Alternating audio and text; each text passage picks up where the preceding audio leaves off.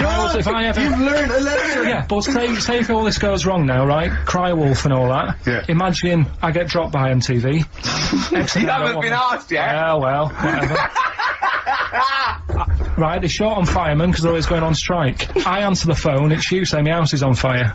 I don't know what you're talking about now, Carl. I don't know what he's talking about. I think somewhere along the line there, Karl has been recruited by the fire brigade. Did you leave that bit out in the story? Start again. Yeah, right. that's what I'm saying. Because I just wound you up about crabs, babies pushing their way out of vaginas, and Darren Brown causing offence. Right, yeah. Little, what's the saying about, little acorns don't gather any ground. Crying wolf. You can take a fish to water and you can't make it swim. Well, Do you know that saying? You can lead a horse to water, but you can't make it drink. Do you know why? Because its neck's too long.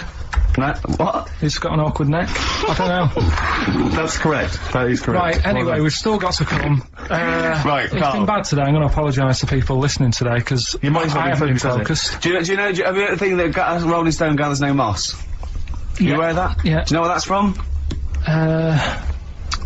Do you know where it's from? In Woodstock, right, the band used to go out and get this sort of like moss that used to grow there, and it was sort of like slightly hallucinogenic, right?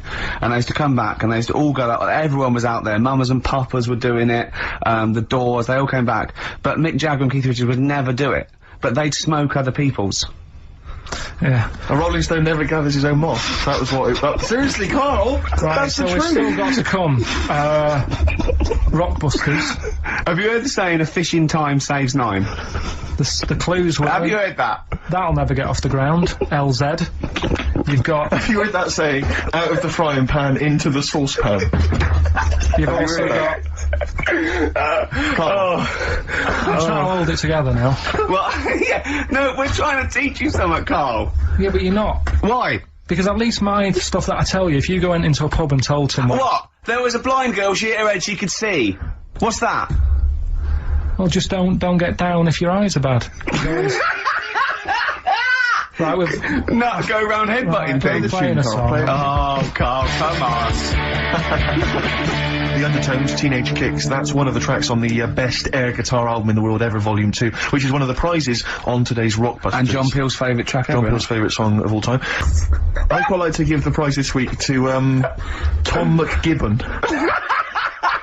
Just because I like his name. I don't know if I've pronounced that right, but Tom McGibbon. Yeah. I'd like to give that to him. No, you shouldn't laugh at Because someone's he also lives in Bloxhall Road. I don't know why I find that. Tom McGibbon of Bloxhall Road. I don't know why. Well, you've made a mockery of, made a monkey out of the man. Poor old Gibbo. Yeah. And he's asking that, he's got a question there. What? Can Karl get rid of slugs? I don't know what that means. I'm almost certain he can. So well done to, if he'd been listening, if he was listening a few months ago, he would have known how to. Go on. Because I told you what slugs like. What? Getting in letterboxes. How does that get rid of them? Put some stamps in your garden. They like, they like stamp glue. So, yeah, that's and sort of how does that get rid of them? They keep coming back, won't they? Then he goes, I can't believe it, we'd have to climb those boxes now. There's a fella leaving stamps out for us. You've won some prizes and I've sorted you. No, how does that get rid of slugs? Leaving stamps out for them, their favourite food. Because it's like planting a load of lettuces, they love that. Well, it depends where he's got them. I thought he meant he's got them in his house.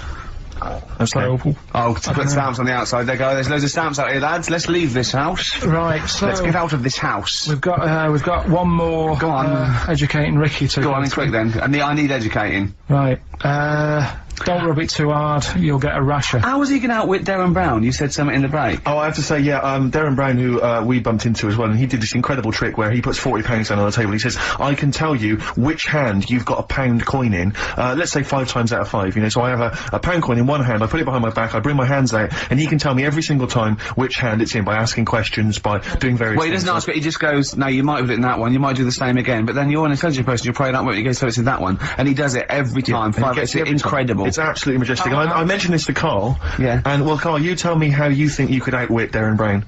Because your dad used to do this trick, you told me. My dad used to play this. Yeah. How old were you?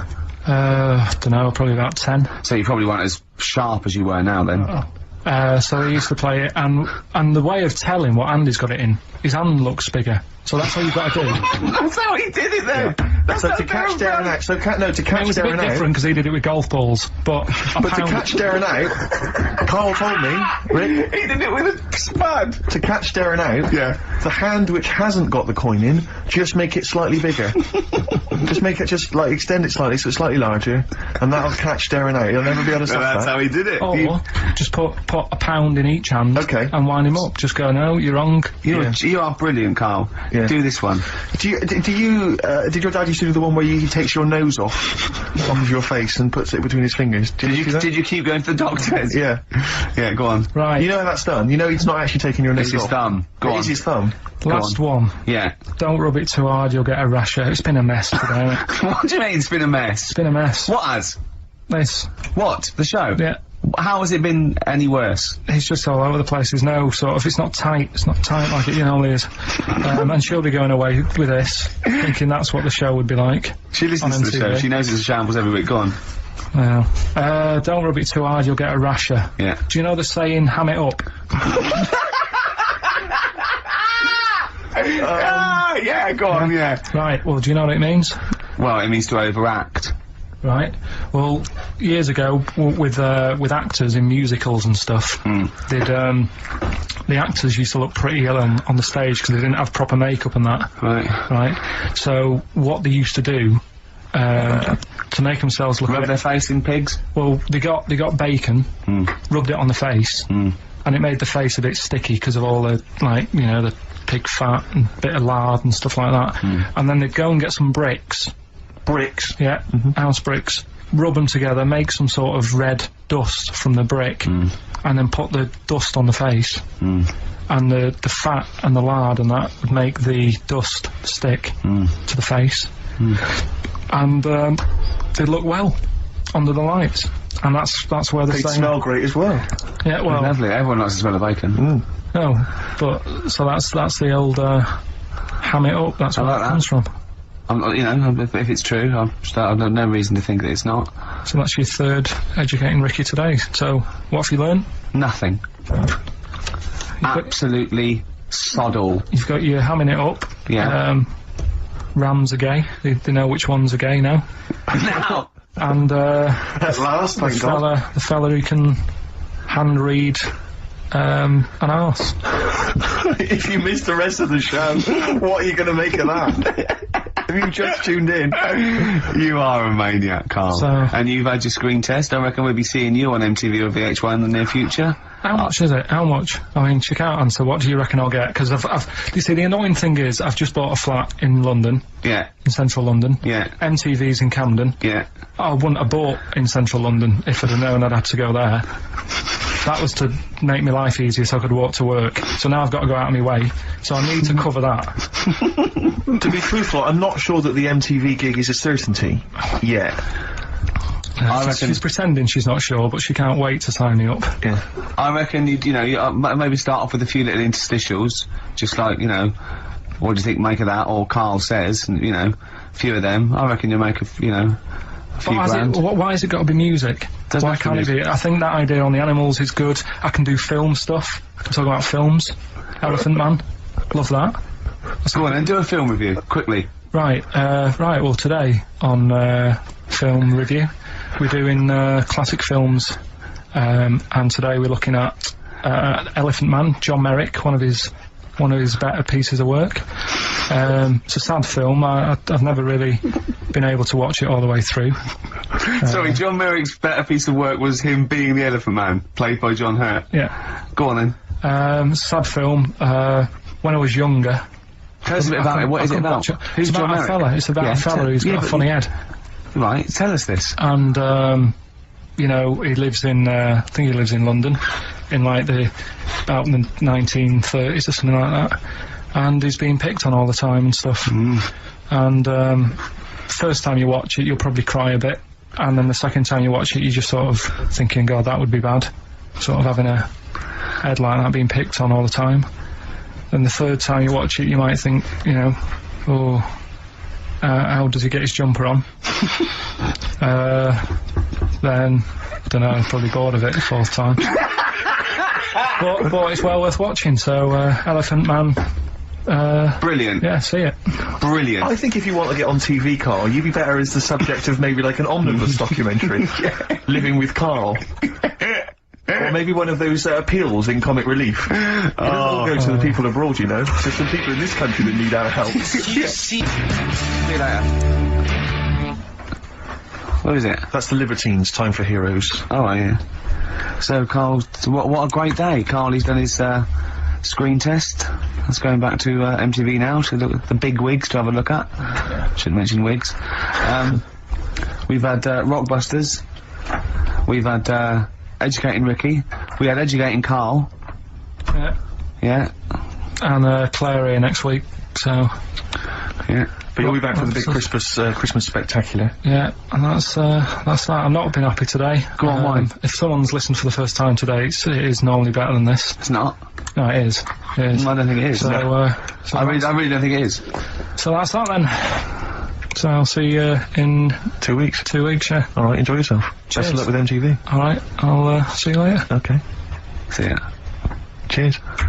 Robert Nozick did this thing that if you could go into a flotation tank and you led a whole virtual life and it was the best life possible, you did exactly what you've always wanted. You became the person you wanted to be, you did the best things you could ever dream of doing, and you literally couldn't tell the difference. So it was your life, okay?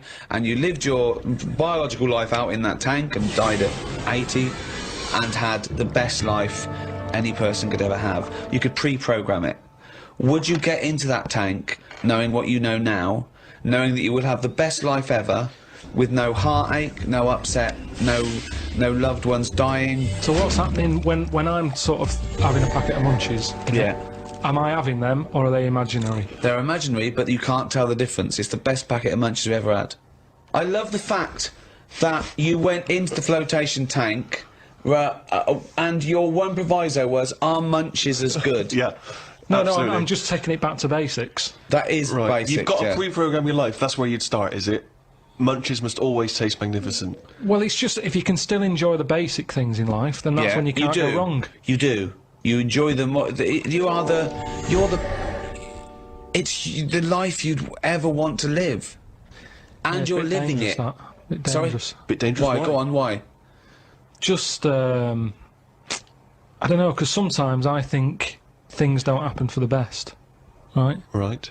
Sometimes you can sort of think, oh, I'll enjoy that if that happens.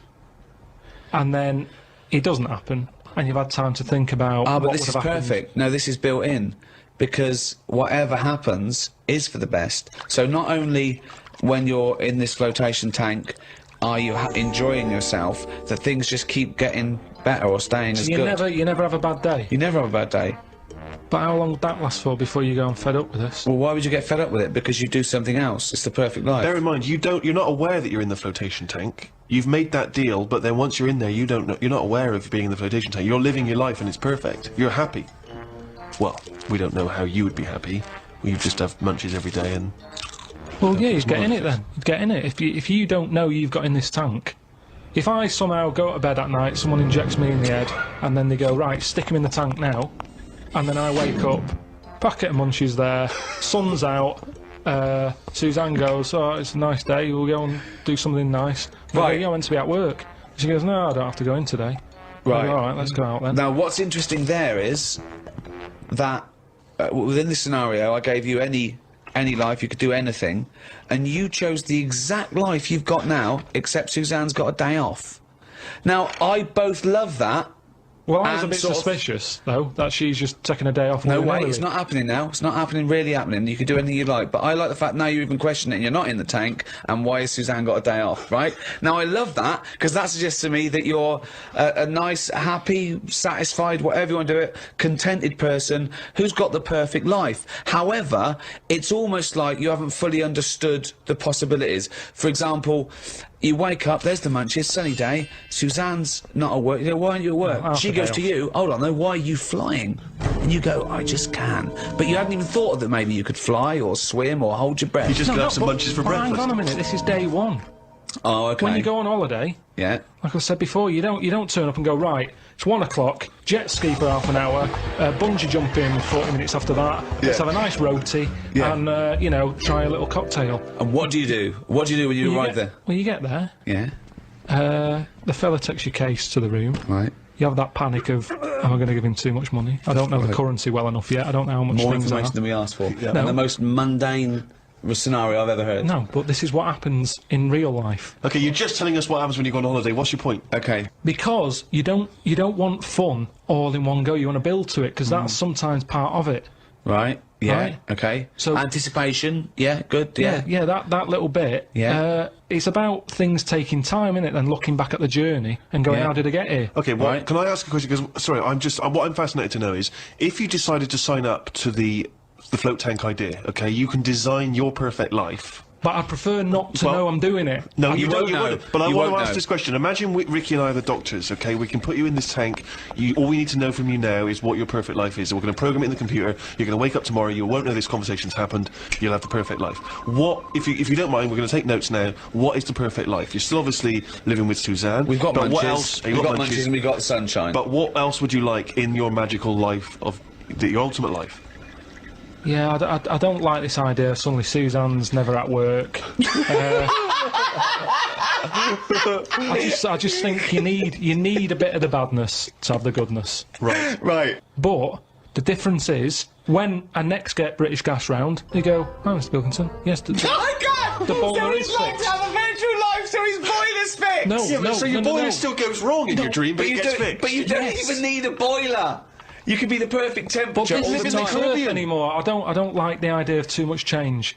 I don't want that much of a change. But to you my life. won't realise, it won't feel like change. Yeah, but it's that old chestnut, isn't it? It's the thing of, like, what's my problem then? You've got Right. the problem gene in your head. You've got to fill it with a problem. Yeah, he's not a geneticist. Got the problem hole in your head.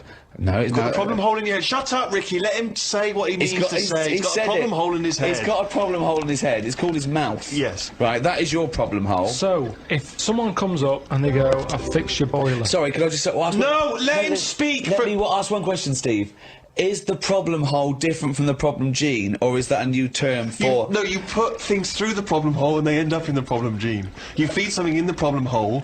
Is that right, Karl? It goes through the problem tube into the problem gene. Okay, so it's down the problem can't do it. Okay, go on. Right. So it's better to have... You've got a problem hole in your head. Right. So you stuff in a problem into the problem hole. In Okay, it yeah, goes. okay. Now, other little problems can't get in because of the big problem.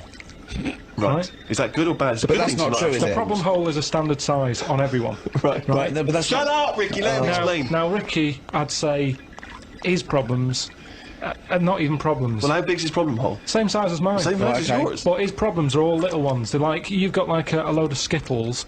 I've got a big cream egg. Right, but why... Shut what- up! Let him but- speak. He's but- just expanding on his idea. Why But do you what is keep his interrupting? problem? What is your problem that's so big Okay. compared to my little Loads Skittles? of problems. You get stressed out about things that I'm like, what's up with you? You get annoyed easily with stuff. People chewing loudly. Or someone breathing loudly. Or someone coughing. Whereas I'm like, that doesn't matter. Like you say, to you, the boiler is like, get it ripped out, put a new one in. It's not as easy as that. It is. That's why the problem ball is growing. He's got a gene, a ball, and a hole. So the problem No ball- wonder there's no fucking room for a brain. Right, shut up. Let me ask, I want to clarify this. The problem ball exists in life. That gets bigger and bigger and bigger. It has to go through the problem hole, down the problem tube, into And the problem bounce gene. into the problem gene. Right, now then. So you've got the problem ball. Everyone's problem hole is the same size. Everyone's. Okay. But some people's problems are smaller, so they can slip straight into the problem hole. I've got a question, Wait, Stephen. wait. And listen, has anyone got a pair of problem balls, or is it always just?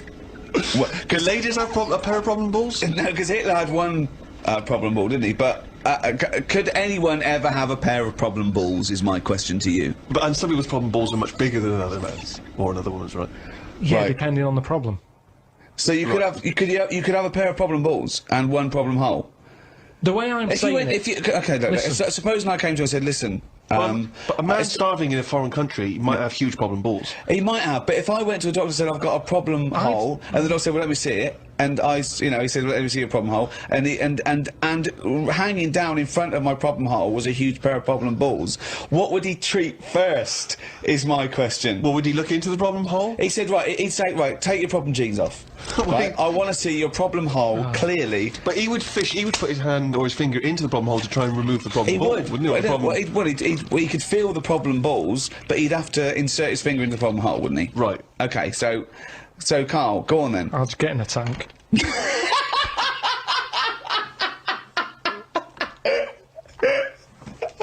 What do you do towards enjoying your life?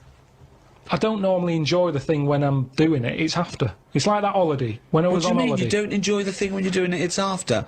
What's an example of not enjoying the thing at the moment, but you do after? You didn't enjoy the holiday? Say like the holiday, I've just So you been enjoyed away. coming off holiday? What? No, I want to hear it. You enjoyed the holiday. You didn't enjoy the When holiday. I'm there, I had fleas biting me. Yeah. I had mosquitoes biting me. Yeah. There was a funny smell of damp in the bathroom. I was worrying, getting in the sea, thinking, is the stonefish in it? Right? Now, you've got all that going on. Yeah. When you get back, you forget about the damp smell.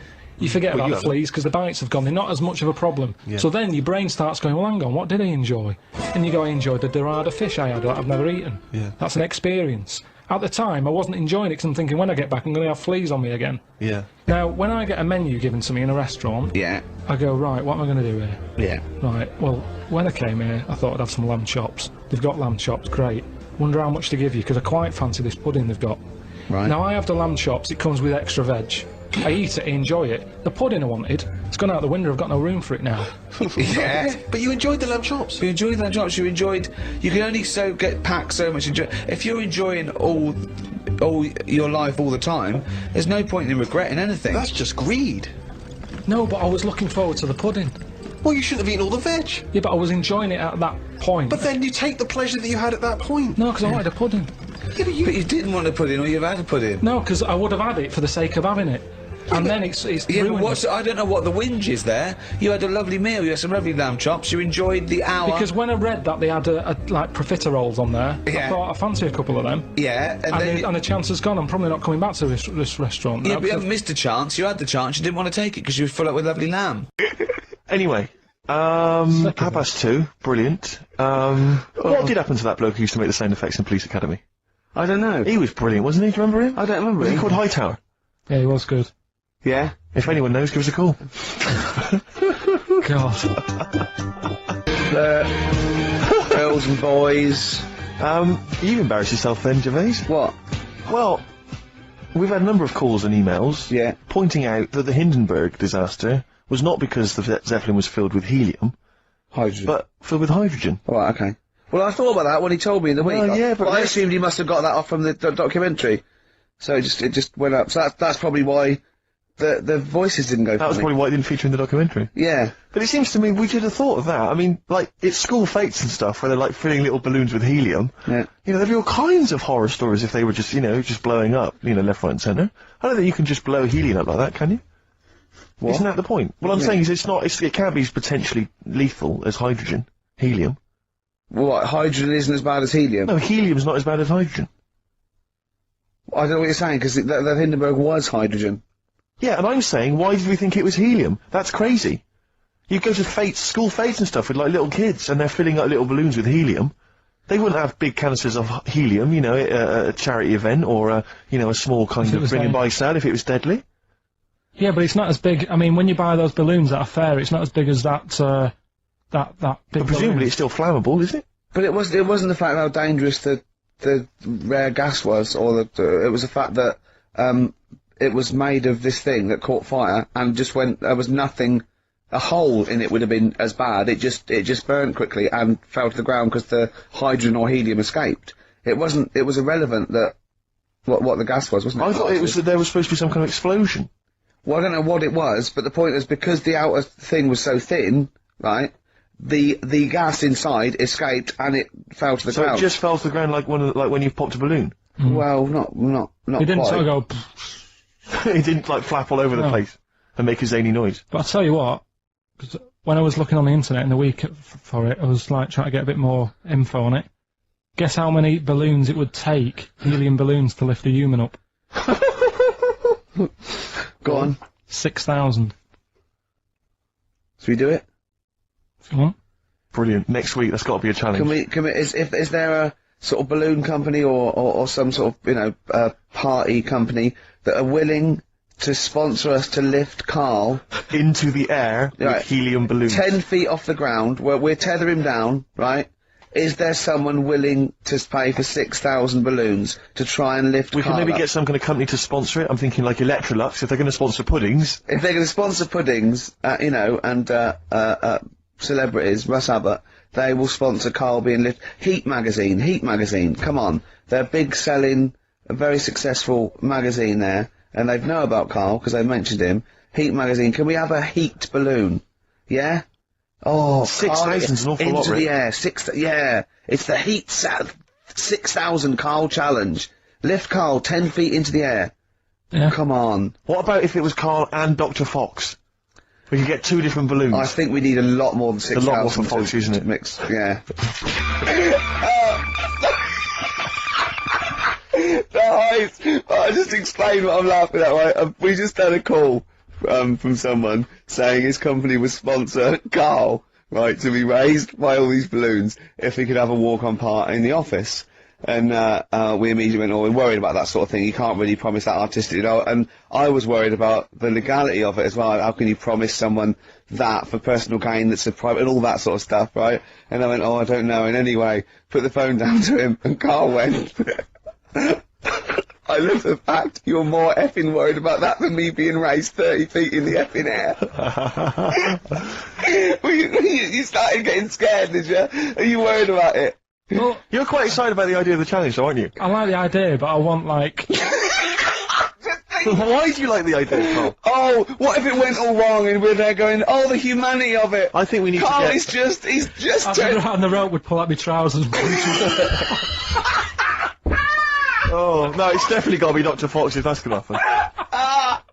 Oh, God.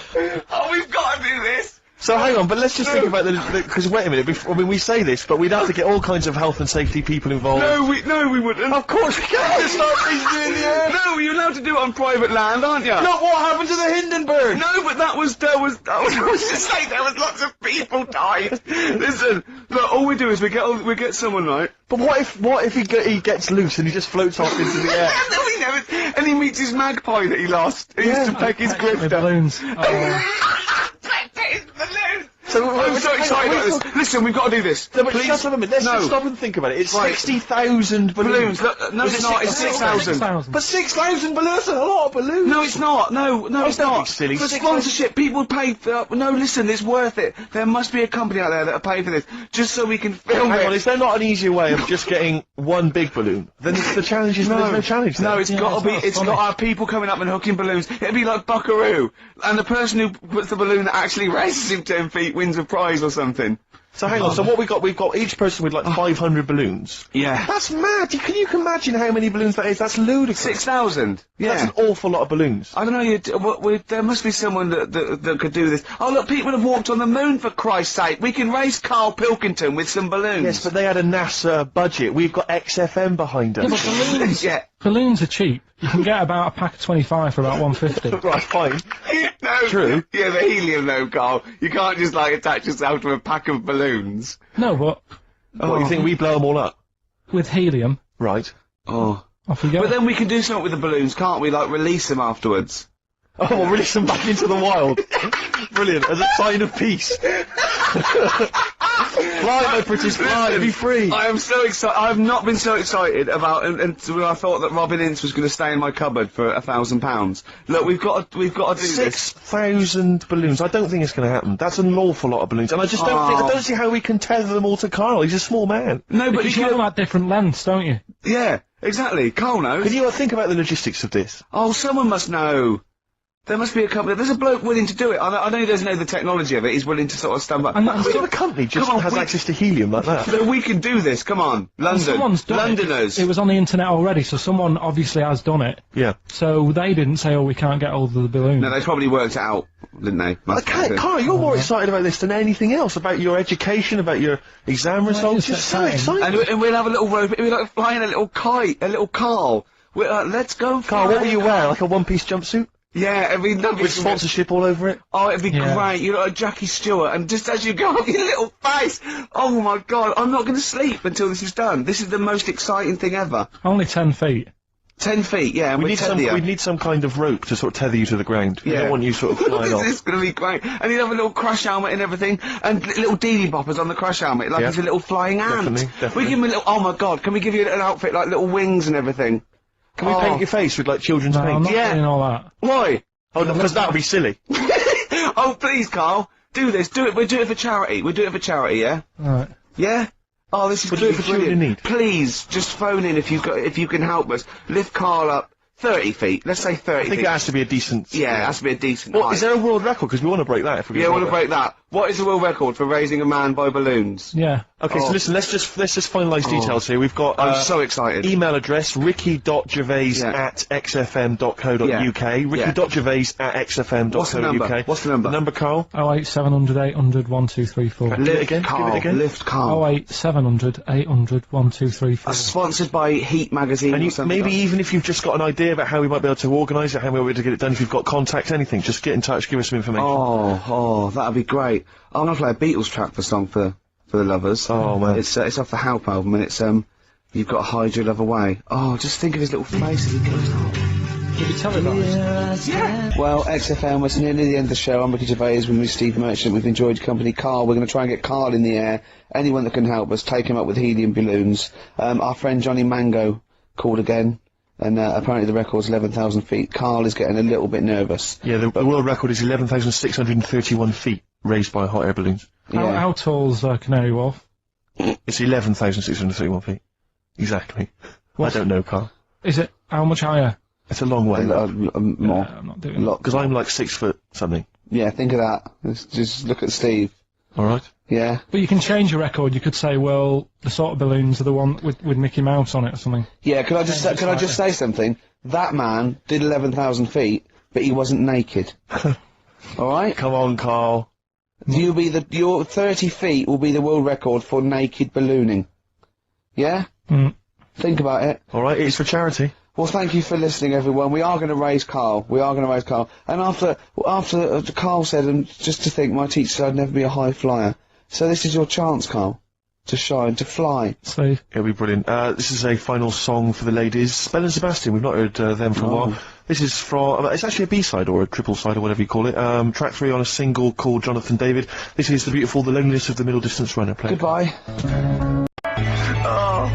Oh, this is the best show. I mean, off air, obviously. I'm sure people at home aren't enjoying it as much as we are, but Karl is continuing his, what do they call this? A screen test. Yeah, that was let down by Radiohead. Karl, what are you thinking? What are you thinking? I just think it's not right, really, is it? I'm trying to do a job whilst trying to get another job. Yeah, but a lot of your presenters are on MTV now. Yeah, but... all of them have got Zayn in their name, but, you know... Yeah, it's not really right, is it? Go on. But, right, so, you better get that idea. Karl Zane Pilkington. Educating Ricky, will we carry on? Yeah. Right, you've got left. Don't rub it too hard, you'll get a rasher. And, will it like fellas or will it like women? Well, you said wool before. Yeah, will it. Go on then, I'll have wool it. Right, now this is similar to the one you were talking about before, right? They found out that, Yeah. Scientists. Oh, yeah. Have found out 17th century? that, like now, 1 in 10 rams are gay. 1 in 10 rams are gay. Yeah. Yeah. So that was like, wool it. That's how I could get that in. They got a load of gay and straight rams. Right. They worked out which were which first. They said, right, that bunch there is a gay bunch. They looked better, they just had more pride in their appearance. And the other ones, you know, the straight ones, and then they gave them to this scientist and said, right, go on, do what you got to do. And they took the brains out of all of them. Just to check. And they did tests on the brain, and it worked out that they've got something smaller in the brain. The gay ones have got something in the brain that makes it smaller. And they said, right, well, that's probably how it's going to work on males. On like males and females and like humans. So you took from this that gays have smaller brains than straight people? No, there's something in the brain. Right, go on. So if someone's saying, you know, oh, I'm a gay, or they're not sure or whatever, they will now be able to find out. So you can go to the doctor and to find out if you're straight or gay. Is there any gay in my brain? Let's have a look. You've got a little bit of a gay in you, yes, a little bit of gay in there. Yes, you've got the, you've got a little bent cell there. Well, that's why they did it, anyway. I don't understand how they could differentiate which were straight and which were gay to begin with, before they then gave it to the scientist. Wasn't that what the scientist figured out? How could they tell? There's one theory that it's genetically determined. There is one. There is a theory that's genetically determined, but I don't think it's as easy as pulling a sheep's brain apart and finding a little pink sort of like blob in there and going, right, we've taken the guy out and now he's going to go and shag some ewes. I don't think it's that straightforward. Although homosexuality does occur at a similar sort of rate in animals, I think. Yeah. Yeah. So you knew that, didn't you? So that's that one. I mean, I just like the idea of a farmer figuring out which is straight and gay. Well, that one's wearing quite a camp-looking neckerchief. Yeah, so I'm thinking maybe he's gay. Is that, yeah. I love the fact they can, that one's a big fan of Sophie Ellis-Bextor. Yeah. They put on ABBA and see which ones dance. Exactly. That's how they... Which one, yeah. Put on like Barbara Streisand and see which ones sing along. That is rubbish. What did I find out? You just say that is rubbish? No, I found out other stuff in the week that didn't make the top 3. Wow. We haven't even had to. This must be mediocre stuff. This must be really bad. Yeah, or it might be dubious. Go on. There's a woman in Ireland who has been with a fella for 11 years. Yeah. She always saying to him, you know, when are we going to get married and that? And he's like, oh, we don't need to. You know, we're happy and that. You know, like I am with Suzanne, it's like, there's no point, really. Unless you have a kid, I don't think you need to, do you? Right. So, he was like, we'll do it in time and all that. Anyway, he comes home from work one day. He says, oh, go on then, we'll get married. She was so shocked, her hair fell out. Did you get that? Wow. So... That's extraordinary. What did he say? Oh, I'm not marrying you, Baldy. Yeah. Well... She was so shocked her hair fell out. Yeah. I love the idea of it just going to the ground. Fell out, Yeah, what else? Right, that's rubbish. That's rubbish. That Next. You've also got, it's weird, isn't it, Rick, that the stories that we made up are more plausible than the facts he's actually giving I think we tried too hard. I think we tried to... That's what he's willing to believe. He's willing to believe that a woman's hair fell out when her husband came out saying, let's get married then. Oh, you old romantic. well, then, here's a good one. Go on then. Right, in Dubai, this woman went to Dubai for a holiday. And, she was over there, and apparently in the markets... Bit by a spider? They sell lizards. Oh, go on. Right, just like for people to buy. So she buys one, not knowing that you're not really meant to take him out of the country. Sure. Puts it in a bag. Yeah. As you do. What have you? And then she gets to the airport when she's going home, she's thinking, I can't really leave it in my bag. Yeah. So she puts it on her head. On her head? Wears it as a hat. She wore the lizard as a hat? Yeah. People on the plane were just like, yeah, everything's fine, you know, they're doing the cross-checks and that. Yeah. Have you got your seatbelt on? Yeah. There's a woman there with a lizard hat. Everything's going well. She gets off the plane at Manchester Airport. Lizard sticks its tongue out. Yeah. The air hostess says, what are you doing with that? She goes, I've had it. Lizard said, I just found her in Dubai. They said, I've had this with me all journey, and they said, well, you shouldn't have done, and they took it off her. Yeah, I think that is true, actually. Yeah. Yeah. So what about that? Yeah, good, yeah. That educated me. Right, what, any more? Well, what's that taught you? That's taught you, you know, be careful when smuggling lizards back as some kind of hat. Yeah, just say, lizard, keep your tongue in, you twat. Not at the customs officer! Yeah. And, what else have we got? Anyone didn't quite make it? Anything to declare? I've got a lizard on my head. We've got an old saying one if you want that. Go on then. Are these ones, sorry, are these ones that didn't make the list? These are ones that didn't make it. Oh, right, okay. Because I always get more in than I need to, just in case. Just think if someone's just tuned in now. Is Anders listening? Is Well, I'll tell you, Dickie bizarrely, Anderson? I've got an email from Richard Anderson, Dickie Anderson. Go on. The Dick Machine, which... The big dick, which no, this is interesting. I think we're wearing him down. Ricky, I think your show might be improving. Go on. That sense of despair and loneliness I normally feel when listening to your show doesn't seem so bad today. He's desensitized to it. Yeah, exactly. Or he's We're given wearing up. him down. Or he's just given up. Yeah. I mean, you listen to this long enough and your standards will drop. Let's play a That's the tune. problem. Let's come back with some more Carl's. Yeah, I don't want to use the word facts. No, It's like yeah. it's inappropriate. He's got more screen testing now. The camera's ready for you. Yeah. Feeder. Just around Feeder. That's my favourite Feeder track ever. It's bugging me. It's just like a ride track from about 10 or 15 years ago. So if you know, put me out my misery. Email in. It's just like a ride track from about 1990, and I can't. It's just the beginning. Drive me mental. Ricky.gervais@xfm.co.uk. Yeah, well, half hour to go. You've done your screen test, reluctantly. I think you had such the wrong attitude. Well, it doesn't matter, does it? If I've told you before, if things are meant to be, right, they'll happen. That's how I've got through my life, right? I'm 29 now. Yeah. Never 30, planned. ain't you? Well, yeah, 30, but the camera's still on. Right, so...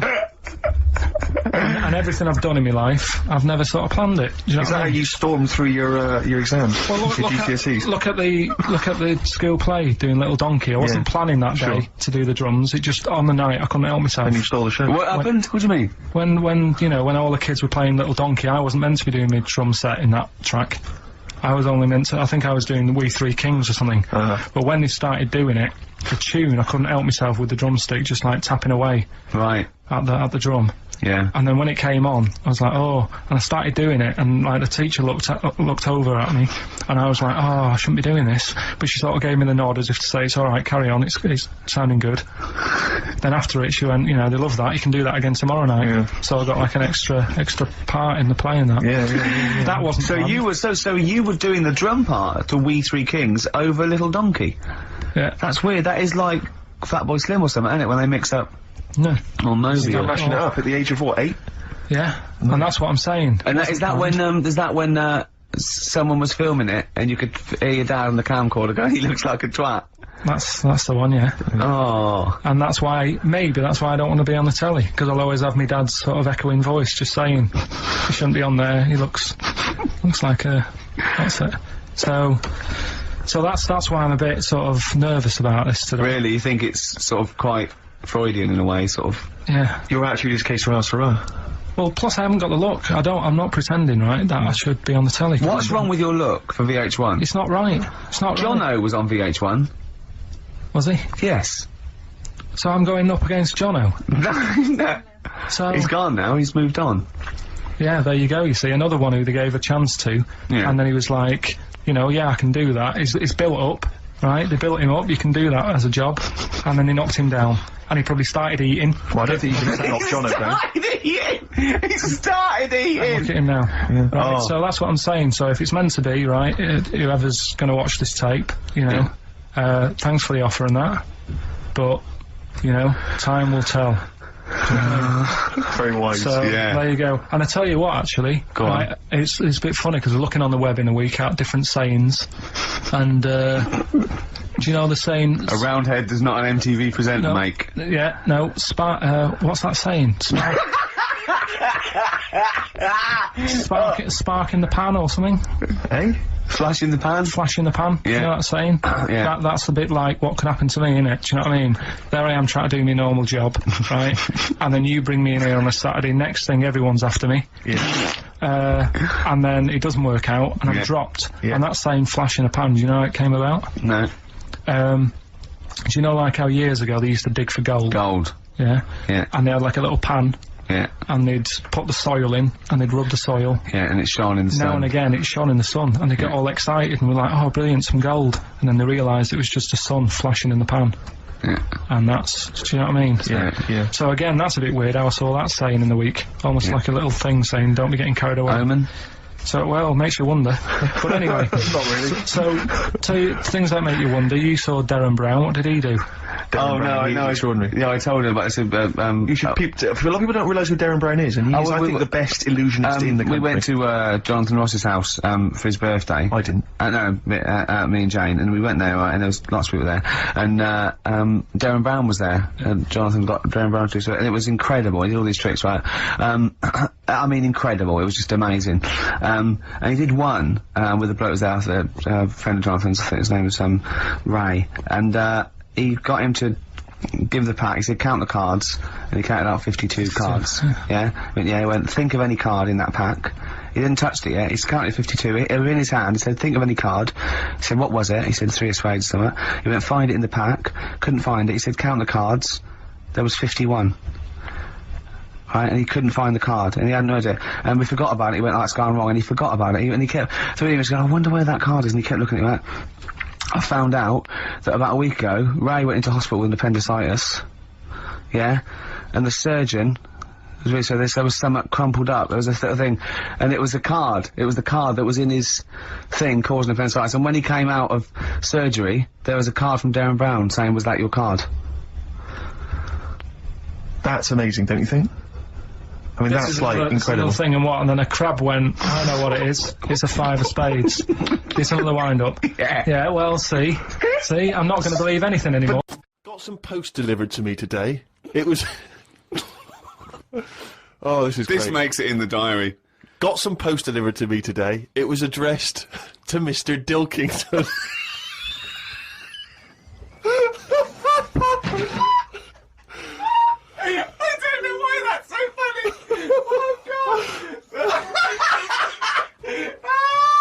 I got some post delivered to me today. It was addressed to Mr. Dilkington. I opened it, and the first sentence read, Dear Mr. K. Dilkington, you're one of our most valuable customers. I put it in the bin. I'll tell you something I do know. Go on. Right? But I can't really get a question out of it. Go on, just tell us. There's a shadow somewhere. It's already good, isn't it? I'm loving it No, already. right, there's a shadow, I think it was in America. Yeah. And it's on a quiet road. I'm guessing somewhere like Boston, that's what I imagine. Okay, Right. no. Somewhere like Boston, and people at night used to see this shadow moving about, and they'd go, what's that? Right? And it got known, the town, the little local town got known for this shadow, but it didn't cause any problems. People What are you used to- talking about? Well, it was like, Just, you've lost me. What are you talking no, about? do you know like some places get famous, like Scotland's got the Loch Ness Monster and that, but it doesn't go cause on, any. yeah. But it doesn't cause any problems. Doesn't exist, go on. Right, so there's this shadow walking about on the road. And, What do you mean? No, what's he again? Rubbish. Right, so he's walking Nonsense. about. Where did you read this? Where did you He's see walking this? about. This was on the internet, and I'm Oh, sure. sorry. Sorry. Right. I thought it was shite. I didn't know it was on the internet. Right, so this shadow is moving about, and Independently of an object. yeah, and the local mayor and that is like, yeah, it's a bit weird, but it's not harming anyone. The mayor involved. Was he elected to that post? Hey, mayor, we got a problem down here. Seems like a shadow. Well, it's not causing any. No, it's Is it just. causing any problems? Yeah, go on. But that's the thing. It was left for years, and then it did start causing problems. I see, that's it. If you leave these shadows to go unchecked, Rick, they go crazy. Yeah. You let them run amok in the city. Yeah. You've got to stamp What down did it do? on What did it roving do? shadows. What did the shadow do? It was pushing people off the bikes. It was what? It was pushing people off the bikes. Oh, I'll find out more for that next week. Right, that'll tease oh, them. you're a maniac. We'll do more on that. We haven't had time for Please educating. never have children. Right, listen. You are Just a promise me maniac. now you'll never have kids. Look, We haven't got time. now Okay, for- listen, alright, DJ Shadow, have we got time for to give these tickets away? Yeah, if they just call up, we'll. No, I'll tell you what, I've got a question, right? Go on. Where does Karl think this may have taken place? If you've been listening to the show, where do you think this evil shadow has been running amok? Let us know. The number, Karl? Good question. 08700 800 1234. So, Excellent. but that's it. We are actually out of time. We are indeed. now. Have I got time for a song for ladies? It's a bit tight. I was Why? told to finish It's now. 5:02. I know, but we've got to get finished early today. So why? just because we have, and we're wasting more time talking about why we have to. Oh, this is pathetic. So they call up. where did I see the ghost? Yeah. And you've got to pick the tickets up from reception. You can go tonight, see DJ Shadow. That's Shoddy, it. this Right? is shoddy. Right, see you then. Now, this will scare you. Now, this, Carl, you will be a little bit unnerved about this. Have you seen the film Jurassic Park? Yeah. You know what happened there? Well, according to the Sun here, it says scientists are planning to clone mammoths for a theme park. Look at his face, look at that, he looks like a dog caught in the headlights of a car, he's terrified. I love Carl. He's sprung to attention Carl. there. Is that the best news you could have? Man moths.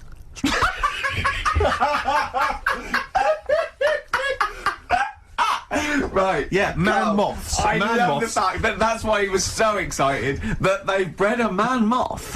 What is this? Yeah, it's a human being that hides in your wardrobe and eats an entire jacket in a day. Yeah. What do you mean, man moths? Mammoths. Mammoth, the big hairy you heard cow of a from the mammoth? Ice Age. I mean, Right. elephant. You're not so excited about that, then? You can take or leave bringing back mammoths to life, but a man moth? A man moth is a different matter. Oh, if we'd have never brought that up, he'd have gone and told someone now. Yeah. You know, they've bred an half man, half moth. This and is that's what how, we that's how mean. things start. This is what we mean when you hear don't- these ghost Are you stories. slightly deaf? Is that it? When you hear these stories, you're slightly deaf. And his head was in the basket, and he went, "Count how many times I blink." Is it? Carl, is English your first language? Are you actually foreign? Is that the Yeah, thing?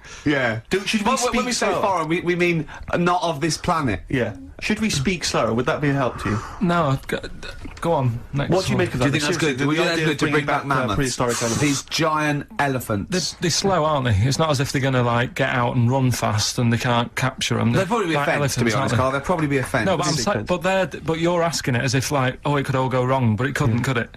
Well, Really? but the point was about Jurassic Park is they thought it wouldn't go wrong. They thought they had it all under Yeah, but control. that was and Have you learned dinosaurs. nothing from Jurassic Park, Carl? Dinosaurs would say, oh, think about it before you do it. But with a hairy elephant, it's not going to. not a concern for you. Would you go along to see him? Would you be interested in that? If it was in the area. He's the best. He's great, isn't he? I'd love a queue, Nothing right? impresses No, him. but what I'd like to do is Carl sitting like Yoda in a little cave, and I'd just like to see people like Tony Blair and, you know, Stephen Hawking in a queue, and they go and say, "Carl, got a bit of a problem." Yeah, And thinking of cloning a man and a moth. Yeah. Problem? Not an issue. No, if I'm in the area, I might cruise around and have a look at it. Otherwise, just don't send it near my my clones. Oh, that's fantastic. So it's just for a second. As the words "man moth" came into your head, how excited were you? I mean, were you both terrified and excited? For the moment when you thought that they'd cloned a man and a moth. I pictured What kind of face did he have? Did he have the moth's head or was it a man's head? just a little man head. Right. What was his face? What did it look like? He just was like a bit shocked. Perplexed. Yeah. Um, Yeah. It was like he'd been grafted onto the body of a moth without his consent. And when he was asleep. Yeah, he'd woken up. He just went in to have a goiter removed, Yeah. and they said, "We've He replaced woke your up with goiter with the body of a giant moth." Yeah. Is that all right, Mr. Jenkins? So he had the head of a little. Was it a little boy or a man? little man, Right. Okay. and he's just bumping into a lamp. He's just bumping into a. For some reason, they want one of us to do an impression of Leslie Phillips. Can't do it. I can't. Doesn't he say ding dong? And hello and all that. That's not bad. But I want Carl to do it though. Yeah. Go on, Carl. Go on. Hello, Well done. Say ding dong. ding dong. Nice. Yeah. Do we do any other impressions? No. Go. Think of any. Hello. Do that. Hello. Yeah. You look like a ventriloquist dummy. Hello. Brilliant. Oh, Carl. Do my You're- name is Bond, James Bond, as though it were Sean My name's Connery. Bond. James Bond. Do that. Go on. My name's Bond. No, do it as though you were doing an impression. Sean. So I'm trying to be Scottish. Well, yeah. Well, yeah, sort of. Perhaps a bit more specific than that. Sean Connery. My name's Bond. Keep going. My name's Bond. James Bond. That's like Jimmy Stewart. It's not like this is the best fun. It's like having your very own Fisher Price toy for Yeah, 2 hours exactly. a week. It's Exactly. great. Do Roger Moore. Do that. Roger Moore. Phyllis Pierce, Percy Sugden. I'm licensed to kill. Anyway, she just said. No, this is a great No, game. no, that's Yeah, enough of then that. we'll if come it- back to this another time. Yeah, maybe. anything you want Carl to do. The little cheek of the freak that we've gone for anyway. The what? the little freak of the week, cheeky freak of the week. We've gone for this Siamese lad. Okay. Right. Happened back in. You can't have a Siamese lad, can you? All right. Yeah. This Siamese twins. Happened back in 1693. Oh, he's got a date. Blimey, that's the first time ever. Yeah. And all it was doing all right for himself. He used to go on like those circus things he used to do. They're two people you're talking about, Carl. So we're going to him. All right then. All right. They did this circus show, right? Yeah. And everything's going well. They're selling out the tents and stuff. People coming to see them. Yeah. He was doing all right for himself. Yeah. Right.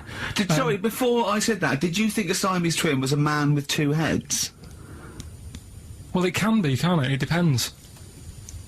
There's two people. They're conjoined. No. But it depends, doesn't it? The one that I've shown you in that book that time was a fellow with two heads. No, it wasn't. That was a stupid picture in one of your stupid books that he had a growth that looked a little bit like it had a face on it. It wasn't a man with two heads. You're the same sort of people who send potato chips to restaurants and say, "Doesn't it look like Norman Cook?" Yeah. It's not two heads. We'll bin this feature. No. No, They're two people. They're two people. Conjoined twins. Yeah. Right, so these... They just happen to have a similar taste in clothes. Okay. Anyway, so they were doing all right, and it all went wrong when he crossed the road, got run over. The lad with two heads got run over. That's it. What? How is that cheeky freak of the week? Just because it got my interest, and I kind of thought, why didn't he just look both ways?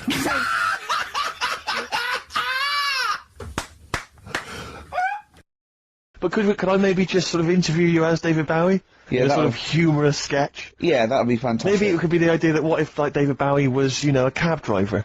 What would he say? What was some of the funny things he would We say? saw that, what was that in when it said, Dead Ringers coming up? If you've ever wondered what, it Did would you sound see like... this? Dead Ringers is this impressionist show. They did it's on Radio 4 and they did a TV version. Yeah, I saw it. What did you make of it? Didn't like it.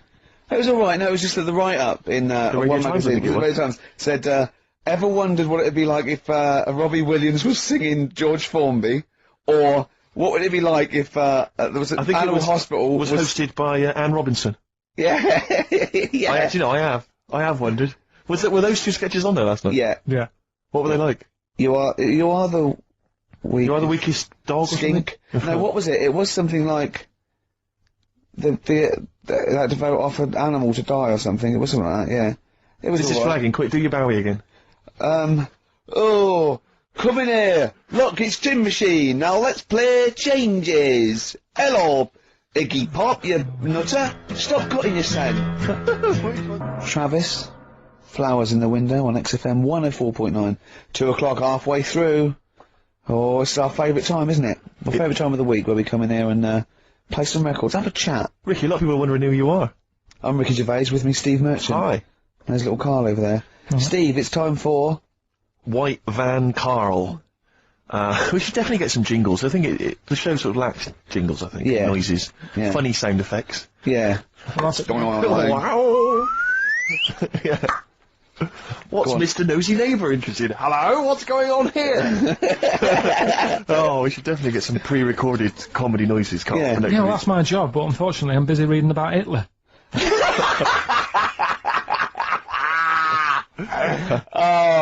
For those that don't know and aren't familiar with this feature, basically The Sun runs a White Van Man column where it asks just people who, you know, every men and women, their views on news stories from the week, and we decided we'd just ask Karl his opinion on some of the same issues. This week... Not like us to rip off another idea and just use it for our own... No. No, but this time... The White Van Man in the Sun this week is Herbie Crossman from Harrow in Middlesex. Herbie. And he's asked his opinion, Karl, and what's yours, on pop idol Will Young admitting he is gay. Come on, Karl. I don't understand what the big deal is, to be honest. No. Talking to different people about it, and they've said, oh, it could affect the sales, you know, girls won't like him anymore, which I think is rubbish. Yeah, because it finished George Michael's career, didn't it? Well, yeah, and I was thinking when I was growing up, right, And Freddie Mercury. I was into Kim Wilde, right? Sure. Now, And her You're kids not in going to tell me America. she's gay, are you? No, but if she was, if they said, oh, she's you know, a leser, Yeah. right? I wouldn't say, right, that's it, I'm taking kids in America back to the shop, I'm disgusted. Sure. I liked her. Yeah. I don't think I'm ever going to, like, meet her and marry her and that, so what does it matter? Yeah. Will Young, he's a good voice, he's gay, you know, a lot of gay people in the world. Georgie boy was gay, I guess. There you go. Nothing more and nothing less. Kindest guy I ever knew. So Do no you big- Bowie? No big deal. That's one of your favourite songs, isn't it? Brilliant. Kidding of Georgie Parts 1 and 2, isn't it? Yeah. Okay, what do you make of the police protesting to Parliament over reforms? That's not the band. Before you say. Right, what's all that about? Okay, well, the police have had various kind of gripes and grumbles which they've taken to Parliament, try and get them sorted. Like what? Well, it could take ages, basically. They don't like the Go on. pointy helmets anymore. Yeah. They want flat caps. They feel that their powers are restricted, they get a lot of bad press, they're not being paid well, they're under resourced. They actually demonstrated, didn't they, outside? I think they may have done, yeah. It was- Well, at least they're doing something about it instead of just sitting there moaning. You know what I mean? Okay. They're going to the top, trying to sort it out. Yeah. I admire that. yeah. What do you make of the police generally? Are they doing a good job? They've woke me up a couple of times at about 4 in the morning when I was a kid. Right, was that because they were looking why- for your brother in his tank? Yeah! Did a Sherman tank just come through here? Yeah. Nah, my mates nicked cars and gave my name and all that. Right. Were they friends of yours? Right. Yeah. Okay, what do you make of fears that dumped Britney Spears, she's been dumped by her boyfriend, there's worries that she may be cracking up, Karl? You concerned? What are the signs? Well, I'm not entirely sure, I'm just reading from this section, but I would assume that she's obviously showed signs of depression, maybe? She'll be alright. I remember, like, you know, Zoe Harris, when she sort of got bored of me when I was a kid. Yeah. Get over it, I don't even think about it now. What, and how long did it take you to get over Zoe? Zoe Harris! How long did it take To you be honest, right, it was like one of my first girlfriends, and she was a pain. I remember I went out with her because she wouldn't stop hassling me, right? Yeah. I remember I love that. Oh, go on I then. never talked to her, and then the bit that really got me, I thought I half liked her, and then I remember, right, we were at a school party, sort of infant school, Infant school? right? Are you sure it wasn't junior school? Well, it's on the cusp, Yeah. right, when you're about to leave infants and go to the next one. Yeah. And, she was crying because You were saying, I don't think we should move in together. She was crying. She was crying. How old was she? Had you She stolen must her be- milk? She must have been nearly 6. Why didn't she grow up? no, she was crying because somebody had stood on a dress and put a bit of an hole in it. And I said, oh, for God's sake. I can't stand it. Oh, So God. you- I just think of him. So you gave her a slap? I just think of him. He's like 6, like with clogs and a flat cap, going slightly bald, going for Christ's sake, woman, come on. Oh, Light my pipe. I finished it because all the mates were saying, come on, Karl, she's upset. And I was like, oh, whatever. So it's over again. hold on, no. Wait a minute. What do you mean all the mates were saying, look, come on, Karl? They were 6, weren't they? Yeah, but they were saying, come on, she's crying. Help her out. And, Well, and you it's- did nothing? I got... Injured? Got a hole in her skirt. Yeah, but she was upset and you were her boyfriend. Well, So what did you do? Tell me the story. Where were you? didn't work out. You were at some kind of school do. There was a hole in her That's why dress. it didn't work out, he said. I don't, do you treat your current girlfriend in the same way? This callous disregard for someone's feelings? His current girlfriend does not tread on her dress. Does she? Huh. Oh, she didn't. So tread, as far did as she? you're concerned, what was her name? Sarah? Zoe. Zoe Harris. You just felt like, well, you know, if she's going to make a whinge about, you know, a silly little hole, screw her. Yeah. You're all heart, Karl. What would you have done? I'd have gone over there and give her a lovely kiss. You wouldn't. Yes, I We would. were playing Dead Arm. In the corner. Ask him another question. Okay, very final One more. thought then. What do you say to the fact that a judge has decided that we, the general public, have a right to know about stars' flings? Basically, this is an excuse. This is basically saying, should papers be allowed to print tittle-tattle about celebrities? Oh, this is. Providing it's proven true. Oh, this is something about, isn't it, a Division 1 football or something? It's definitely out of Premiership football, it's unfair. And it is true, but he's trying to keep privacy. And the judge said, well, it's not for us to censor the press over things that are true. Right. It's up to the general public to either boycott or not, you know, that What do you think, publication. Karl? What about all this, you know, exposing, going through the, you know, the bins of celebrities? It's not right, is it? But No. people are interested in it and buy the papers to read it. Do you know what I mean? I mean, like I said to you the other week, everyone has a go at Beckham for not being that bright. At the end of the day, he's a good footballer. Doesn't really matter what goes on off the pitch, does it? Do you know what I mean? Yeah. So But what if you were I a don't celebrity think- and they sort of splashed over the front page the fact that you just, you know, didn't care Left less my for Zoe girlfriend Harris because- Yeah. and her torn dress? Zoe Harris is still upset. Yeah, they dug her out, you know. The night Karl Pilkington reduced me to tears. Nah, I haven't done anything that bad. Sure. I wouldn't be worried. Did you win the dead arm contest? No. I was thinking about that the other day. Do you think there's a chance I could get blood clots in later life? Did you play that a lot? Yeah, a hell of a lot. Do you ever do it, but like kind of headbutting? No. Okay. Because that would have explained something. Dead arms. Sure. Anymore? No, that's it, Karl. It was with people's blessing, was it? You had to give them a go? Yeah. And you played it with girls? No. Alright. Oh, my mates. Right. So you were okay. playing dead arms while she was off dancing and getting her hole ruined? Yeah. You romantic, you. That's great. And you haven't changed a bit, have you? You still do that to this day, don't you? At functions and events. Oh dear. Oh, well, dear. what track we got here? You brought in a track. Yes, I here, just Steve. thought I'd dig out some old Elliott Smith. I've quite enjoyed his work, and this was a previous single, and the first track from his album Figure 8, Son of Sam. I remember there was one I heard once about a young boy who got trapped in a lake inside a cage. But he And loved his foolishly, trainers he so loved his much. trainers so much he wasn't going to get them wet, and But the even though he water had to came, get out there, and even though he thought that was the important thing because it's material value, he actually drowned, and the trainers were no good to him then. I'll say that. I hate to say I told you so. Now I want to clear a couple of things up.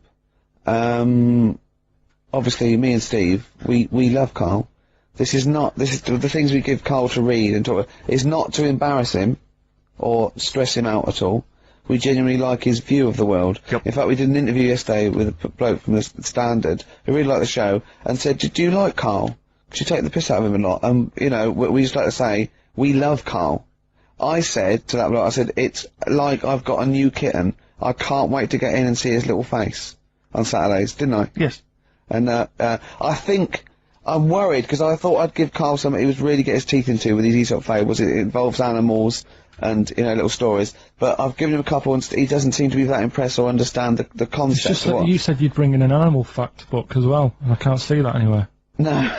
Well, you can only read one book at a time, can't Well, you? why didn't you bring the other one in first? Well, it's big. I've got to work my way up to it. Sometime I'll probably have to get a cab because it's a bit big. Now listen, I'll give this one. This is an easy one. Now just think, right? Think just what it means. They're not that hidden. They're not that cryptic. Just think what this means, okay? Okay. When the Hares addressed a public meeting and claimed that all should have fair shares, the Lions answered, "A good speech, hairy feet, but it lacks claws and teeth such as we have." How would you use that? No. What do you think that means? This translated from the, I don't know, Greek or something, I don't know. It was Aesop. Where's he from? Great. Yeah. So shall I do it in my own language? Okay, so what would happen if there's hares and they have a meeting in the jungle with like loads of lions and go, "Hey, hold on, wait a minute, I think we should all be equal and share everything, alright?" And the lions go, "Well, yeah, it's easy for you to say, we've got claws and teeth." Yeah. What does that mean? It's saying like, course the hares want that, because it's better for them. The lions get nothing out of it, because they're already king of the jungle. That's right. So it's negotiating from weakness. Anyone can negotiate from strength, but negotiating from weakness is it's be lovely. It's a lovely utopian look at the animal But kingdom. the way you said it is better than the way they worded it. Well, that's because Ricky's very much the modern Aesop. I mean, many people have thought that. You know, that's why he's getting a lot of awards with the TV show. For him, that's a So fake. look, hey, I'll take that home and read ones you like and tell me about the ones you like, ones that click. I don't care if you only come in with like one or two. Go, I'll tell you what, Rick, that's there's one thing that I've learned from that. You know, because sometimes you can know all these phrases and until something happens, you don't think, you know, everyone's heard, you know, I don't know, to err is human, to forgive divine. But, and then something, you know, might happen to you and you go, oh, that's what that means, that's amazing. So, you know. Do you know any, Steve, offhand? What's that? A fable. Well, Well, I would imagine that the most famous one I've always remembered is the, you know, the lion with the thing in its hoof. Do you remember that? Paw. The lion, yeah, with the spike in its paw, and a smaller animal gets out for it, but it still attacks it anyway. Well, that's life, isn't it? Well, I read one the other day, actually, which was very interesting. It was one that the famous film director Orson Welles said. Oh, yeah. Which he said, apparently there was a bear going across a lake, wading through the lake, and a scorpion said, well, let me go on your back, will you? Come on, just let me go on your back, we'll go across, it'll be brilliant. He goes, well, no, you'll just sting me. You go, don't be stupid, if I sting you, you'll die, and we'll both drown. And he goes, oh, fair enough. Who was doing the stinging? The scorpion. Scorpion. Right, okay. And the bear's wading through the water. Yeah. So the scorpion jumps on the back, and they wade through the water, and halfway across, the scorpion stings the bear. And the bear goes, well, we're both gonna die now. He goes, yeah, it's my nature. I thought he was going to say, I can swim. Oh, you're the best. What's the one about, Does that mean anything to you? It's my nature, i.e., you know, that's in my nature. That's the way it is. That's what I do. Yeah, I'm a scorpion. Yeah, one of my favourite ones. These don't mean anything to you, do they? I mean, what I'm saying is little you're not impressed by them. They're alright. What about Why this? not What about just this say one? Don't trust Yeah, bears or here's whatever? one of my favourites. What?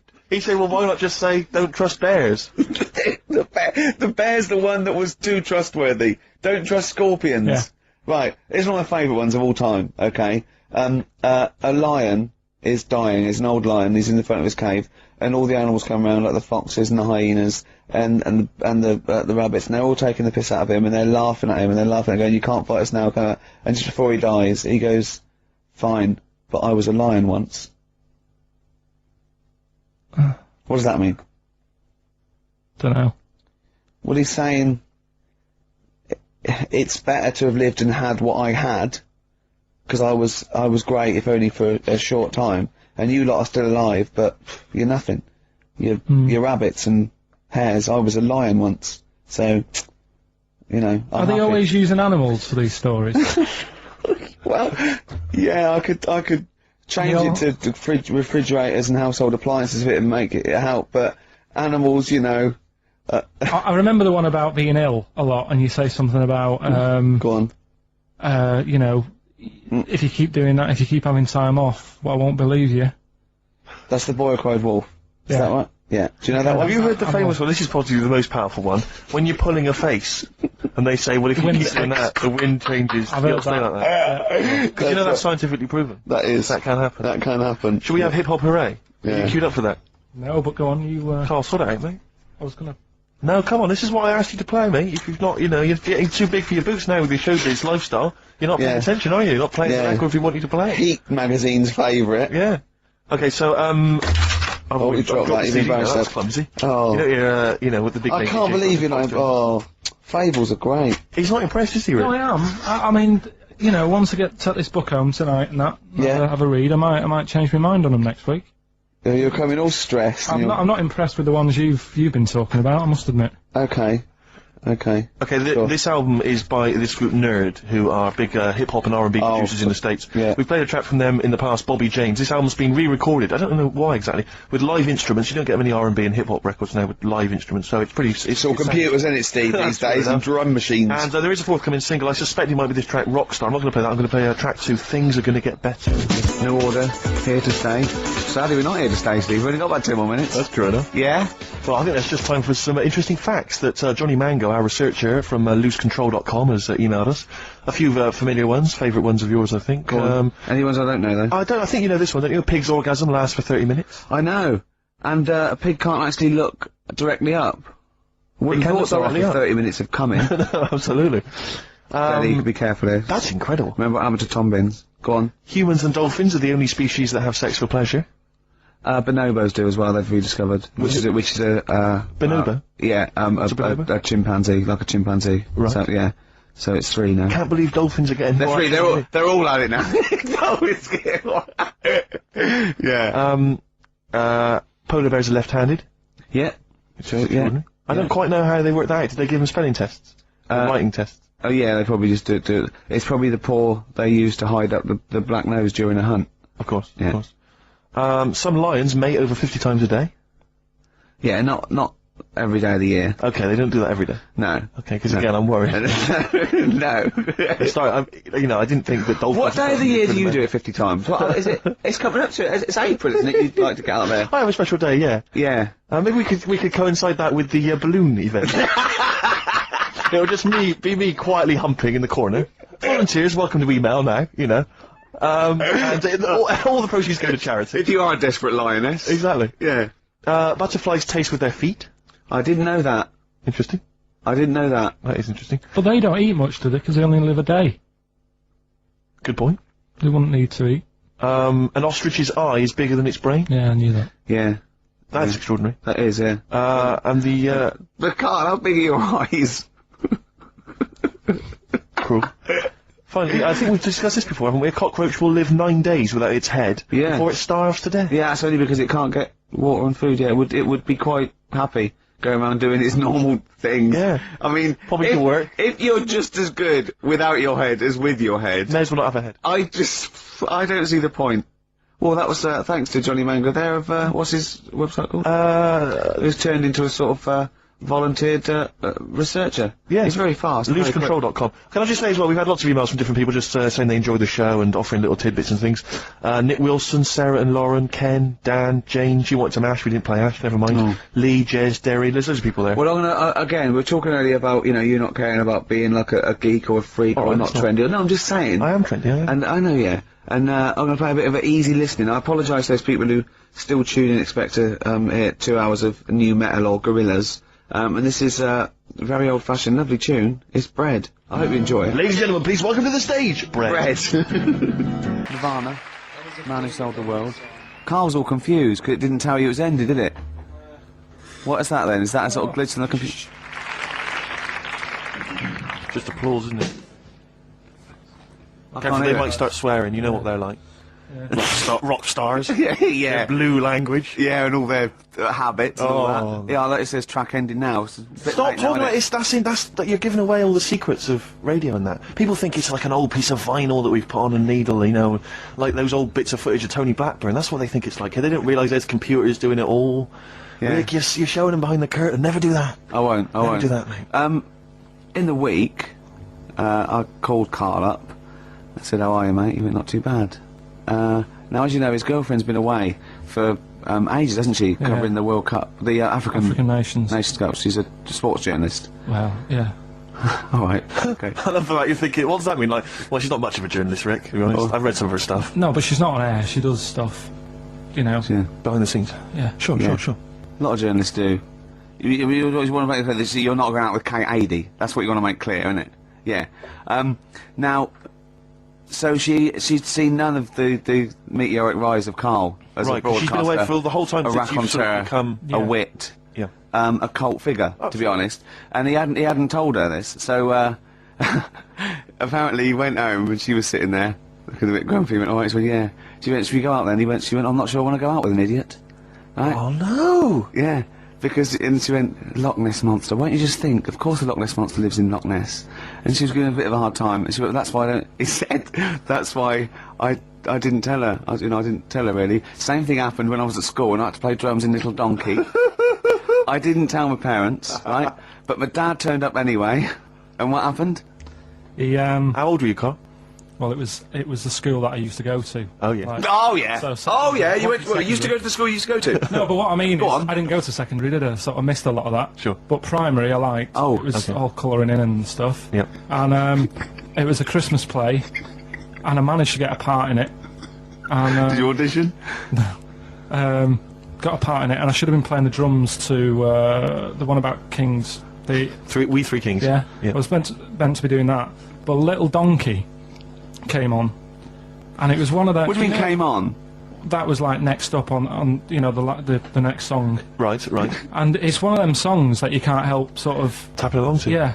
Do you know, like if I was to go, Yeah, you'd have to finish it with, yeah. Do you know that they actually send that into space? do they?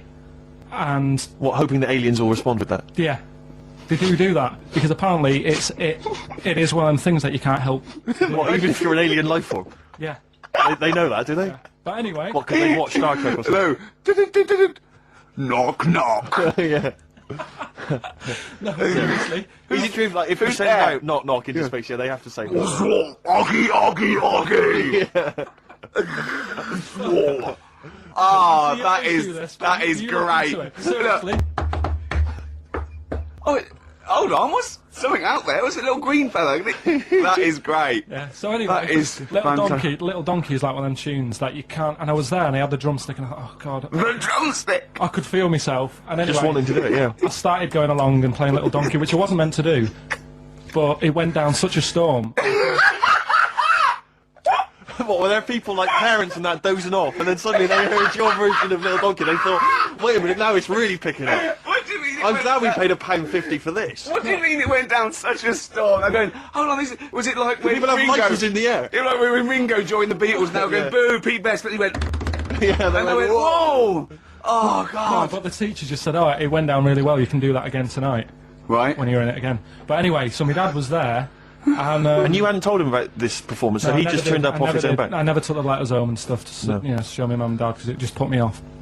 So anyway, he turned up. Don't know why. He must have heard from someone else's dad. Yeah. He turned up and he swore about me, which Did he? I don't. Can you, What- could you use do you a think word it's allowed that's... to be said? The word, Of course it is. right? If you got a kid in the car or anything, you can turn it down now. can't you? Yeah. Right? But he said. There was a guy stood next to him with a camera, big video camera, filming it, and he said, "Yeah, film it, but try and avoid getting the twat in the hat in the shot, because I had one of those porters, you know, the little round pork pie hats on. Right. This is so sad. What, was this a nativity play? It was about Jesus and stuff. Yeah, well, there was a porter there helping him with his Of bags. course there was, I forgot. I yeah. mean, Mary and What, Joseph, managing the they got stable? there. Yeah, because Sure. it was the whole, you know, because the inn was full. Yeah. But I think the porter doubled up with the inn and the stable. Right, that was nice. So of he, him. yeah, He'd yeah, carry bags over, yeah. yeah. No, so yeah. You're right though. I don't know why I was wearing one of them, but I was. And And your father said that, and how did you know your father said that? Did you he told hear me him? about it later. Oh, he told you about it later? Yeah, I was talking about stuff I'd done at school, and he said, "Oh God, remember that?" And I spoke to him the other day about it, Right. and yeah, Oh, God. shame. So that was the end of your sort of drumming career, really? Because it could have been, I mean, you know, the audience loved it the night before. Yeah. You could have, like, been, who knows, a whole new world for you. Yeah, Have that you is. done any stuff? I've never drummed. I wish I had, man. I wish But I had. that is That's a movie story, but is that, and that's why you don't, and you don't tell, you still, your mum and dad don't know you on the radio, No, do they they? think when they were down the other weekend, they had to come in here. I just said, "Oh, I'll just go in and press the buttons." Because they could listen on Sky Digital, couldn't they? They could do. But you wouldn't want that, would you? I don't want that. No. Play a Karl- record, and I want to talk to you again a little bit about this later. yeah. Right. Came up with a good idea. We'll be the judge of that. Mm. Well, I'll do it now. It's not a good idea. Okay. Okay. I'm sticking my neck out here. But I think this isn't going to be a good idea. Okay. Thoughts? Well, I'm going to agree with you. I'm going to second that motion. Okay, let's see. Let's see if we're both right. See-through skin. High five, Rick! Okay, Monkey News? Do you want a bit? Yes, please. Play Jingle. the jingle. This rash is weird. Oh, chimpanzee, that monkey news. Right. Right, they were filming a documentary, right? This telly company Yeah. doing a documentary. Which one? Which one? Don't know. No, what was the documentary about? About monkeys. Yeah. Where was it? Where Africa. Right. When was this? I haven't got a date. Okay. Recently, though, since the advent of television, obviously. Yeah. Actually, a bit of extra monkey news if you want it. Okay, always. Do you know the Monkey news extra. Go on. Do you know the Halfords ads? Halford's ads? I don't think so, no. What happens? Halfords, they've you know, they sell nuts and bolts and stuff. Right. They were using monkeys in the ads. Okay. Yeah. And what happened? Don't they sell bikes, Halfords? Well, mainly. Bicycles and motorbike stuff in that. Okay, so, yeah, so they're using monkeys in the advert. What happened? I can't handle it. What? I can't do this. Look at What? him. Look at him. I don't care what he's doing. Well, basically, right, they've, there was a load of hassle because they were using these monkeys in this Alfred's advert. Yes. Right. And what happened? Get to the point. It turned out it wasn't a problem because they were mechanics in the first place. What, they were monkey mechanics? Yeah. What are you talking about? Mental. What are you talking about? That's not a Right, story. anyway, listen, let's get back on They were to... mechanics in the first place. Right, listen. Right, so they're making this documentary. Right? And stumble across a little gang of... Come on, just... Get on with it, please. Little gang of monkeys. That's Yes. the first time I've ever laughed, I'll hear that. I know. Well, brilliant. What do you want, a cake? Come on. Can we play a song? Oh, I don't understand what is wrong with you, you freak. It's making me laugh. Just tell us the story. Alright then, alright. So anyway, right, so there's this documentary being made. They found a little gang of monkeys. Right, play a song. I don't know what's going on here. I apologise. Got to hide your love away. According to the Beatles on XFM 104.9, I'm looking with me, Steve Merchant. Right, Carl, come on, where monkey were we? news. Where Everyone's we? composed. The jingle, please. Oh, chimpanzee that, monkey news. Excellent. Okay. Right, where were we? We would just start again. There's some people making a documentary. For what? Okay, for Making a documentary in the jungle and that. Right. Stumble across a little gang. Okay, come on. Alright. A little gang of monkeys. Yeah. Oh, come on. So the camera crew are there filming it. Yes. Everything's going normal. It's all fine. Nothing odd about it. Okay. They're not running a restaurant, they've not got any barber shops, nothing. No. Just regular monkeys going about their business, yeah. So anyway, what normally happens is the monkeys stick with the partner. They already do what? They don't sort of sleep around and that. Once they find the girlfriend or the boyfriend or whatever, Yeah. they stick with them, right? Okay. But anyway, they were watching this one, right? And it's going around a bit, sleeping around, Oi, oi. and it was getting fatter. They thought this is a bit odd. Yeah. Right, so followed it round and see it having it away. Turns out, little prostitute.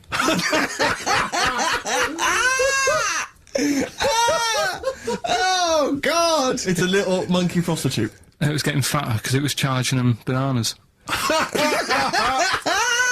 What a load of old rubbish. It's charging them bananas! What was it, a boy or... It was a... Woman, little woman monkey.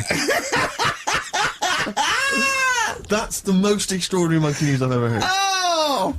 That is genius! Has this documentary been televised? I don't think it's been on yet. No. And that's all the information you've got? Yeah. And is that's one banana for everything? Now, half a banana is for... Just oral? A poor job. Right. If you want full-blown monkey sex, it is 2.5 bananas. Sure. So, Let's just play a song. Okay. Oh, Because because you can't laugh because of the fight and the ribs. Oh, yeah, Because you took quite a I have to say though that I remember we were talking on the radio about what Ricky should come out to for the big match. For those that don't realise, Ricky at Christmas, there's a TV show on. Ricky, I don't know why, even to this day, why you agreed to do it. Nor do I. But he's doing a celebrity boxing match, fighting, and he was described at the beginning of the fight. Rick, I don't realise if you I don't know if you know this. He was described as entrepreneur, Grant Bovey, husband of Anthea Turner. I don't know what that means exactly. Well, he does bits of business, actually. Businessman. Yeah, businessman, entrepreneur. Yeah. But Like Arthur Daly What was was an I entrepreneur. described as? yeah, you were described as yeah. I think fat funny man. Oh, right, He might be great. something like that, or a comedian and actor. But Ricky came out to Mama Said Knock You Out by LL Cool J. Nice. I don't know whose suggestion it was, I think it might be mine, but it was blinding. And I noticed you were really, they'd almost, I mean, it was ludicrous, really. You came out in the shorts, you had the, Well, I was acting up. I know, doing but you it, really but were. they were going, don't you laugh, all my corner. And I think I overdid it, didn't I? well, he was kind of prowling around the ring, staring staring Bovey out and staring the crowd out. So embarrassing. And kind of looking really, Yeah. but of course he's got this ludicrous beer belly. Do you know what I mean? So it looks like Johnny Vegas is training I was meant to boxing. do. Yeah. Oh, And Bovey dear. looks quite a sort of athletic He's guy, really so he fit, looks wasn't like he could actually be a boxer.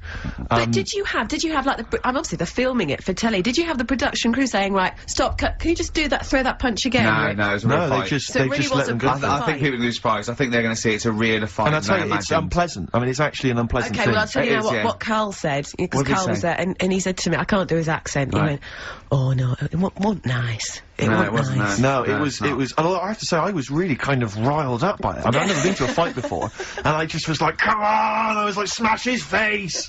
I was really shouting, I was just going crazy. Shouting for me, though, were you? No, I was shouting for, yeah, then I just decided to try and freak everyone, so I was shouting, kiss him, snog him, lick him, ask him out!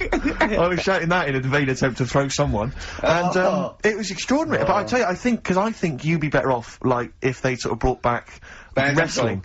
Wrestling from the 70s, like Big Daddy wrestling and would be Haystack. fun. Mick McManus. Yeah, Yes. exactly. Because I think you've got more the physique for I wrestling. think I'm too young for wrestling on British they were always television. about 65. I think I'm 58, one of them, Yeah. Les Keller. Yeah, but Yeah. the outfits are fun. Oh, they get, yeah, all a Extraordinary, bit yeah. too tight, weren't they? some Yeah, of and it those was always that kind of outfits? shiny, whatever preceded lycra. I know, with just a little winkle showing. Little winkle. Little mother with a little winkle in their tight shorts. Why were you looking? Oh, I've done you. Oh, play a record. I've done you. I'm not. Answers, please. I'm not one of them. You're not looking at mine now, are you? Those are the Red Hot Chili Peppers, and they're still going strong. Mmm. Oh, indeed, yes. That's one of my favourite tunes of the year. You like enjoyed that? Yes, absolutely. Yeah, These are all yeah. mutual. We love them all. We're not Absolutely, really. yeah, no, we're we're not not. annoying each other by putting in Not songs at the all. other one doesn't like. Not We're at like a all. team today, isn't it? I think that's the Christmas spirit. I don't know what it is. We've come together, we're sort of unified, yeah. Yeah. Yeah, in the absence of Karl. Yeah. Who often divides us, he often comes between us. Does he? Like, yeah, Does he well, I'll do tell you that? what it's Yeah. like. It's like a child. Like, it's like we're a married couple and he's sort of our autistic child or something, you know, right, and sometimes it just puts a strain on the marriage. You know, and we all three of us love each other. You know. But Yeah, because he does love but you some- guys. yeah, exactly, but sometimes it's I hard, hear you him know. talking about you in the office sometimes, you know. He aspires to you too. But it's That's times right, like this so. because Yeah. of, well, because of, to be honest, the baby Jesus, that we realise that there's beauty in everyone and it's all right. Yeah. And, yeah. Exactly, he's never had that before. No. Well, I have to say that I'm really getting into the Christmas spirit. When I was younger, I didn't really enjoy it. I was quite cynical. I was quite, You're rock and roll. joking. But now I'm sort of, I walk in a department store, and if there's one of the old, chestnuts are roasting on an open fire, which that classic tune, or Oh, any I of thought you those, were one of those old boys that stand outside the British Museum. right, yeah. No, right, you mean the tune, yeah. That one, or how does it go? Chestnuts roasting on an open fire. Chestnuts roasting on Yeah. Jack Frost nipping at your nose. But I can't get enough of them. I love it. I'm in the department store, it's frosty outside, it's warm in there. Have you ever roasted your chestnuts on an open fire? I have never done that. No, I have Imagine not done that. I have Just, not done that. just backing up to it like that with your little chestnuts hanging out like a bulldog. What would you be wearing? You'd probably just, I imagine you'd have your dressing gown on, you'd just hoiked it up, Just like, pull so it your up, arse was showing. pop them down, like, tuck it in like a lovely lady. Yeah. So you look like a lovely lady from the front, but behind, Yeah. it looks like a bulldog dragging a tree. Yeah, And, exactly. and you just pop them in the grate. Yeah, and you would, because you want to be careful of too much roasting, so I imagine you'd want to just kind of Lightly ease toast yourself them. in slowly. Lightly If it- toast them. And if it feels too hot, get out of there. Get the hell out of there. Yeah. That's, if any kids are listening, try that. No! What? Don't. Like there's a kid thinking, I'm gonna roast my chestnuts on an open fire. I don't think there's even a child that's I doing don't want that. someone to do it and then the parents go and Steve Merchant's told our children to do Yeah. it. We're probably Okay. we're probably in trouble So now a kid, because of that. where's the Kids kid gonna don't. find an open fire like those? I mean, it has to be the sort that they use, those kind of barrels. It can't just be open fire at home. That doesn't count. That's just stupid. If you're gonna do it properly. Oh no! We're having such a nice time there. We've lowered the tone. I'll tell you what'll perk us all up though. Richard Anderson has emailed us. Dickie Oh, Anderson. he's loving the show, is he? Well, I don't know if you've heard this, Karl. Karl, I've called you Karl. That's okay. That's okay. I'm Claire, pleased to meet you. Is it the shaved head or it's the stupidity? sound, yeah. It was the k sound. Because didn't I call you Arthur or Jack or something last time? He called me, I can't remember. I don't know, but it was quite But, embarrassing. Claire, I'll be honest with you, Claire's quite an unmemorable name. If I'm Yeah, truthful. I know. But yeah, Dickie Anderson, he's a guy, I'll be honest with you, he's not a big fan of the show. But Is he he's, not? well, we're getting to winning round. He says, dear Ricky, the more disappointing your show becomes, the more I seem to look forward to it. Ah, Now I see your face plastered across London. Is your show some sort of curse put on me by an old gypsy woman I've annoyed? A good point, Dickie, but, because but Randers, as I call it. yeah. I He think we're can't winning- listen now. I know what he's doing. Yeah, he's yeah. tucked him in. He's backing into the fire as we speak, and he wants to roast them until they spit. Oh dear. Thanks for listening, Anders. It's a Merry Christmas to you and Happy New Year. And as you know, you've got a lot to look forward to, because our first hour is always the best. That's exactly So right. you're going to be loving it till 3, cockers. Oh dear. What should we play? Well, this is, I every so often I get sent a CD by a friend of mine, Harry, who just sorts me out with tunes That's that I may have such a missed. good idea, by It the is a way. great I think idea, and fantastic. this is one that I think it came out this year. It's a Teenage Fan Club, and they teamed up with Jad Fair, and I think it's a mixed bag, the album apparently, but this is one of the good tunes on it, Near to You. No. Oh, it's not me, Steve. Honestly, it keeps Claire, it stopping. looks like it's you. No, honestly. You're pressing buttons, you're fiddling with buttons. No, it comes back again, look. Right, you can't play that. Look, I Claire, didn't touch it. This never happens when Karl's here. It does. It does, you're right, yeah. Yeah. I tell you what I'm going to do. I'll swap it into another CD machine. Can we play Oasis? It's another one of my favourites. The Oasis Back on Form. Yeah, Rick, I'm not discrediting the tune, I just feel like... Oh, I'm Steve's really not carrying on. happy. No, it was a good hour. It was a good hour of radio, and it's just been cheapened. Actually, you're right. and It's just gone 2 o'clock, and already. Yeah. Starting to fall apart. Well, man. this doesn't bode well for the Comedy Awards, though. This is a good anthem. This is a good Britpop anthem. Old Noel back on form with the old singer-songwriting. This is Little by Little and Oasis. He's a giant. He's like a giant, isn't it? And he's a giant, and he starts off little and gets bigger. Little by little, he gets little bigger. by little, but it's bigger by bigger, I'd have called it. Yeah, well, that's what makes you a genius. Award-winning. Yeah, absolutely. Oasis, Little by Little. Little by little, do you want to explain we who played you some are? great tunes. I'm Ricky Gervais. No, I'm Steve Merchant, and that's Claire Stewart, just on your car, it's XFM 104.9. Yeah. And, what Playing is the it great on tunes of Sky? the What's it on Sky? Channel 864. Ricky, people are saying they can't see on the webcam. You just stick a leg up or something, just so that's his foot. Yeah, was it just on you, is it? Oh, because most... But they can't see me because I'm in camouflage, Oh, yeah, so they it's just- not a very interesting picture. I got a wave, there you go. Yeah. Does anyone log online? I don't know how does the webcam look? I've not ever seen on a webcam. Is it just kind of, because normally aren't they kind of really sort of, I'll show you. I'll jarring get up, and we got- stuff? Does it take pictures like a digital camera? It's every Or is 15 seconds it updates. Oh, right, every 15 okay. you get a still picture. It so still, is it right? I see. Okay. Right. Oh, it's that's still what we're getting pictures, there. is it? I didn't realise that. Yeah, every 15 Oh, right. seconds, yeah.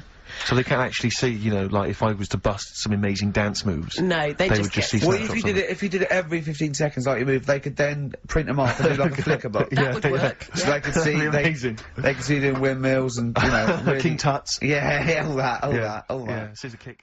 Richard Ashcroft, Science of Silence on XFM 104.9. I love that. Yes, correct. He's one of my favourite artists now. I just think, he's so, I don't know why he's not ballistic.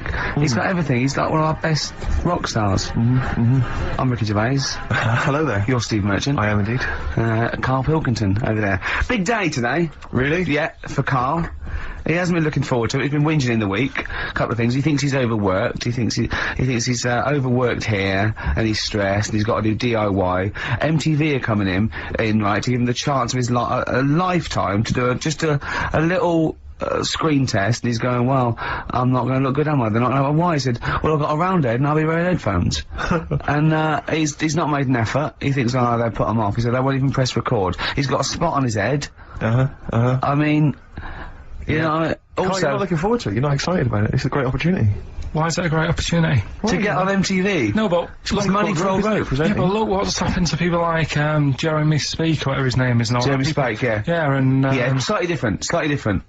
why is it? Well, See? you're making it in the industry, and you've got something to give. He happened to be around when they were filming an airport. Do you see the difference? Alright, the other one then, who's on a boat. Same thing, although at least she had a skill. She had a skill, you know. She can sing, you know. Well, this is just good. I think it can all go wrong. Do you know what I mean? Well, of course it can. So can sitting in your little room moaning about nothing happening in the world. You know, he wanted to stop educating Ricky because nothing had happened. He said, look what happened last week. I scoured the net. He said, all I found was a dog in a car wash and a parrot and a vicar. I'll Right? tell you what, there ain't much more going on this week. Well, you're talking well, listen, me and Steve, yesterday, we took a day off to prove you wrong, and we've come up with two of the most incredible Extraordinary. things I told you about, and they're amazing. So there are things out there, also, but just go for truth. Go for truth and science Yeah, and that's what I do, discovery. that's what I do. Don't, Yeah, the yeah. fact is stranger than fiction. You don't have to revert to sort of no, like yeah. God and ghosts. I know, yeah. Do you know what I mean? But the funny thing is, you know, like, the last couple of weeks I've been saying there's not much going on. Yeah. I found out when I was looking that there was a day in 1930 right? It was a Good Friday. There was no news. There was nothing going on. They had to put a music video on or something on the telly because there was nothing going on. Play a record. We're going to play some classic tracks today. This is Debaser. Pixies, Debaser. I was looking forward to playing that. Came and said, Carl, I'll play that. I was looking. He put it on. Lauren just called through and said, we played that in the last half hour. Embarrassing. Yeah. So It's really what is the embarrassing. point of having a producer if he doesn't check things out? So, I mean, it's a good track. I mean, I'm sorry if you heard that twice in the last hour. Go on, So what what I were you do is going to say? listen to everything all the time. I've been running around. I get in early on a Saturday. You got in about the same time as me. I went out and bought you some biscuits, so you're happy. I put the coffee on. Yeah. I've sorted what prizes we're going to give away. I've been running to the library getting you certain tracks. Yeah. I can't listen all the time. I'm doing my best. Oh, I'm not sure it's good enough, Tom. I mean, I'm worried when MTV come in, if they've heard this kind of shoddy production, they're going to start to wonder what MTV you're... Is it- play the same songs every 5 Yeah, no, minutes anyway. sorry, you sort of overworked because you were on Zoe Ball's show talking. Oh, hello, what's going on here? Well, I I was thought in the- he was no, I was in the- exclusively on our show. No, I was in the car. I seem to remember, Rick, he was a nobody Yeah. that got a chance to come on air and talk about that. And guess now what he's getting auditions guess with what, MTV? guess what he was talking about on Zoe's show? Oh, hello. All the jellyfish stuff and all that about Can't getting believe stoned. it. Recycling Yeah. material that you've Yeah. done on this show. I phoned in, right, and I went, stop doing materials. Zoe's boy. He just hung up on me. That Well, I had a is job to do. Who do you think you are? Your Look, ego has just gone through Hang the on a roof. minute. What? I had a job to do in the week. They asked me to drive the desk for Zoe, right? They didn't say talk. Zoe, if she Yes. talks to you, you can't just ignore her. Yes, you can. Well, you Who can't. is she? Who does she think she is? You made a promise to us, a pact, that you were our kind of... Yeah. Monkey. Yeah, What can I thank you. do? If someone takes time off, I've got to do it. It's my job. Yeah, but you don't have not to your talk, job. you don't have to use... You're the head of production. We've given you this special gig. This is like taking you out weekends. Yeah, And exactly. you know, if we find out you're getting too much excitement in the week, we'll have to just calm it down. Get another little... Well, that's it now anyway. It was only last week. Do you know, I feel like kind of solid. I feel betrayed. It's like you were having an affair behind our back. Yeah. And you rumbled He it. was doing all the stuff, he was doing all this like, oh yeah, jellyfish and this, jellyfish Yeah, because that. she was asking, and I thought it was a good way of promoting this show, actually. Oh, did you mention the show? Yeah, I did at some point. Did you? What did you say? I just said more about that on Saturday afternoons. So you talked twice. I only heard you talk once, so you're talking all the time. Well, about 5 times in the week. In the full week, 5 times. Deary Right. me. And one, it was just stuff. You that could I never did. be a monk, could you? Chatting away all the time. Right, what have we got? I What- blame Ball as well, to be honest. I feel Ball's slightly responsible for it.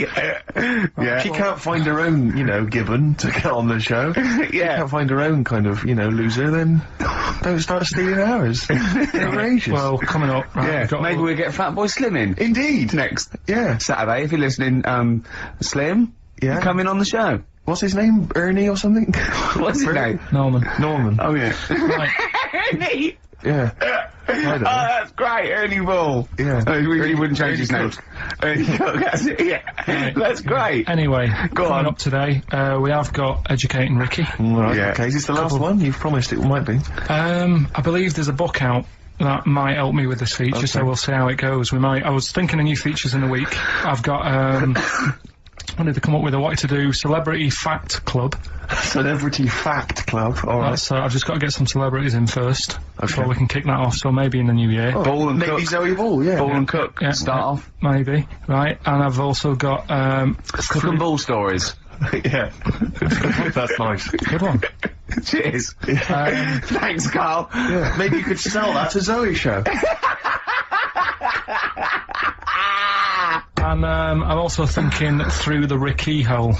Through the Ricky hole, okay. What's that? That's, I'm quite... No, you just got the title again, haven't you? Yeah. Okay, play record. So, Rockbuster's coming up as well. Yeah. Right? Yeah. Wu-Tang Clan, Gravel Pit on XFM 104.9. We're playing some great music today. Yeah, Rick. I wonder if we should maybe, it's getting towards Christmas, to think about others. Should we dedicate the show to all the people in the world who maybe are less privileged and less fortunate than us? No.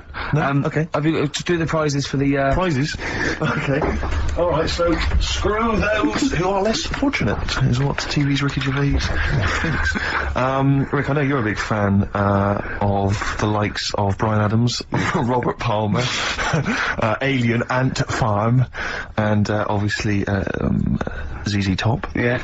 And so you'll be enjoying the best air guitar album in the world ever, Volume 2. Yeah, sure. Fantastic. Well, Volume 1 wasn't enough. There wasn't enough. Exactly. Again, we've seemed to be able to give one of these away every week. Are you just not sending these out? I mean, these are the same prizes we started this game with, I think, a couple of weeks back. Are you just not sending the prizes out? Yeah, but I want to give, like, more people a chance, because if one week they listen in and think, God, I wouldn't mind winning that. Sure. If you've got more copies of it, they'll go, well, I'll listen next week. Okay. Yeah? Brilliant. Yeah. So again, this is one of those, the best songs you've heard on an advert ever album. Mainly mobile phones? Mainly mobile phone adverts, yeah, although there is the Smash Mouth one, which was used in the Ford Fiesta TV. Oh, yeah. Walking on the Sun or something. I forget what it was. The Smashing Pumpkins album that we've given away in the past again. Yeah. I've got a bulk order of those that can't shift them. Wild Weather. I don't know who's interested in this. This Is that a double box set VHS of different weather? That's amazing. Yeah, there's That is two amazing. cassette tapes there. It's presented How long by is that? Donald McIntyre. It's a thrilling trip with the most exciting forces of our wild and turbulent world. So I'm right in Clouds, saying weather, it's a double VHS Stuff like video tornadoes set and that. of different weather. Yes. Brilliant. Yeah, no, it's got, I mean, it includes the fastest winds, the hottest you're desert, joking. and the biggest rain machine on the planet. That's something I think you have to... God. I wonder if I hope they're bringing out another box set, Soil. Yeah, absolutely. Just to go through different mud. And this you may be of interest. I've read good reviews of the DVD of this. It's a 2-disc set. The Wicker Man, the classic 70s great film, but yeah. it's got a bunch of extras That in is there. actually quite a that's good actually film. worth having. I would probably throw the rest away. But the palm Wicker it Man, off get on it on someone at DVD, Christmas. and it's quite very interesting. Yeah, but you'll enjoy that. So what this Rock? Rockbusters, is it? Yeah, that's for Rockbusters. Brilliant. Well, I say get the ball rolling now. What, of Rockbusters? Yeah, get the ball I don't rolling. know, I mean, tease them, Rick. Don't sort of spunk all the good stuff early on. I mean, that's dynamite. You can say spunk, I can't. Go on. Well, we've got, actually it's quite good moving it about, because we might have some new listeners here. Yeah. I would have thought so. Yeah. Not after last week. No. Right, okay, so if you haven't heard it before, I'll give you some initials. It's like initials of an artist or of a It's band. Blockbusters. And a cryptic clue to who the band is. There's two easy ones, one difficult one. First one is, That'll Never Get Off the Ground. Right. Yeah? That'll Never Get Off the Ground. That'll Never Get Off the Ground is the clue. Not and LZ. The initials are LZ. You are joking. Two easy ones. Right. Yeah? Okay. Right, and then you've got, that woman's got her husband's gloves and a pair of her own. Right? Say it again. That woman has got a pair of her husband's gloves and she's got a pair of her own. That's HH. Right? It's a bit of a difficult one. And then the last one, you'll get a right load of bacon off them. Right? You'll get what? A right load of bacon off them. That's L. L. Yeah, so once You'll again, get a very right quickly, load of bacon off of them. you'll get a right load of bacon off them. So first one, That'll Never Get Off the Ground, LZ. That woman has got her husband's gloves and she's got a pair of her own. That's HH. Brilliant. And you'll get a right load of bacon off them. That's L. The first one was That'll Never Get Off the Ground, LZ. Yeah. The answer there was Led Zeppelin. So easy. Yeah, but I said that's here. There's always two easy ones and a difficult one. Go on. The third one was you'll get a load of bacon off them. Go on. That was L. Long Pigs. Right. Yeah. And then the second one was that woman's got her husband's gloves and a pair of her own. Yeah. HH. Yeah. Yeah. That was Herman's Hermits. I'm going to come in with topics every week, and this week I've got Ghosts. No, hanging bacon is one of the topics. Say that again. Hanging bacon. Hanging bacon. All the titles. Francis Bacon. No, all the titles are sort of named to sort of tease you and get you more interested in it. Hanging bacon. Well, you've certainly intrigued. Go on, what's another title one? Hairy Chinese Kid. I'm going to go for that one. If there was a university degree with that title. Yeah, no, I'm going to go for Hairy Chinese Kid, And I the think. final one, Yeah. Alien Gives Man a Beard. Right, Alien gives man a beard. I am going to burst. Right, listen, Carl, you've got to tell me. Right, first, right, let's do it in No, reverse we're order. not going to do it now anyway. What do you mean? We've got to do it now. I mean, this is the first interesting thing you've said in an hour. Okay, the listeners have just been subjected to rubbish and mistakes and everything for the last 6 months. Please, we've got to do Alien Gives Man a Beard. What is that? Tell us that. Right. Sorry, this is just you telling me something, is it? This feature is you telling me something. I'm teaching you something. Educating Ricky. So are we playing it now? We're already into this feature. Well into this feature, are we? Yeah, I suppose we are, yeah. Should there not be a jingle or something? Yeah, can we have a Well, there's jingle? no point, because look, I come up with ideas and you dismiss them straight away, so I'm not wasting my time making stuff. Right. If you don't like well, okay, it. let's play Educating Ricky. Right. Brilliant. Go. Right. Right, so- Ding-a-ling-a-ling-a-ling-a-ling. Educating Ricky. Right, what we going for then? Hanging the bacon, airy Chinese kid, Alien Gives Man a Beard. I think Alien Gives Man a Beard. I'd like to do that. Right, there's this fella, I think it happened in America, and he saw a bright light in the sky. And, Karl, if you're bored. and he stood there, This is a true story, is it? yeah, he stood there, Yes, of course it isn't, Steve. and he saw this bright light, and it came closer and closer, and it was a UFO, right? Yep. And he looked at it, and it disappeared, right?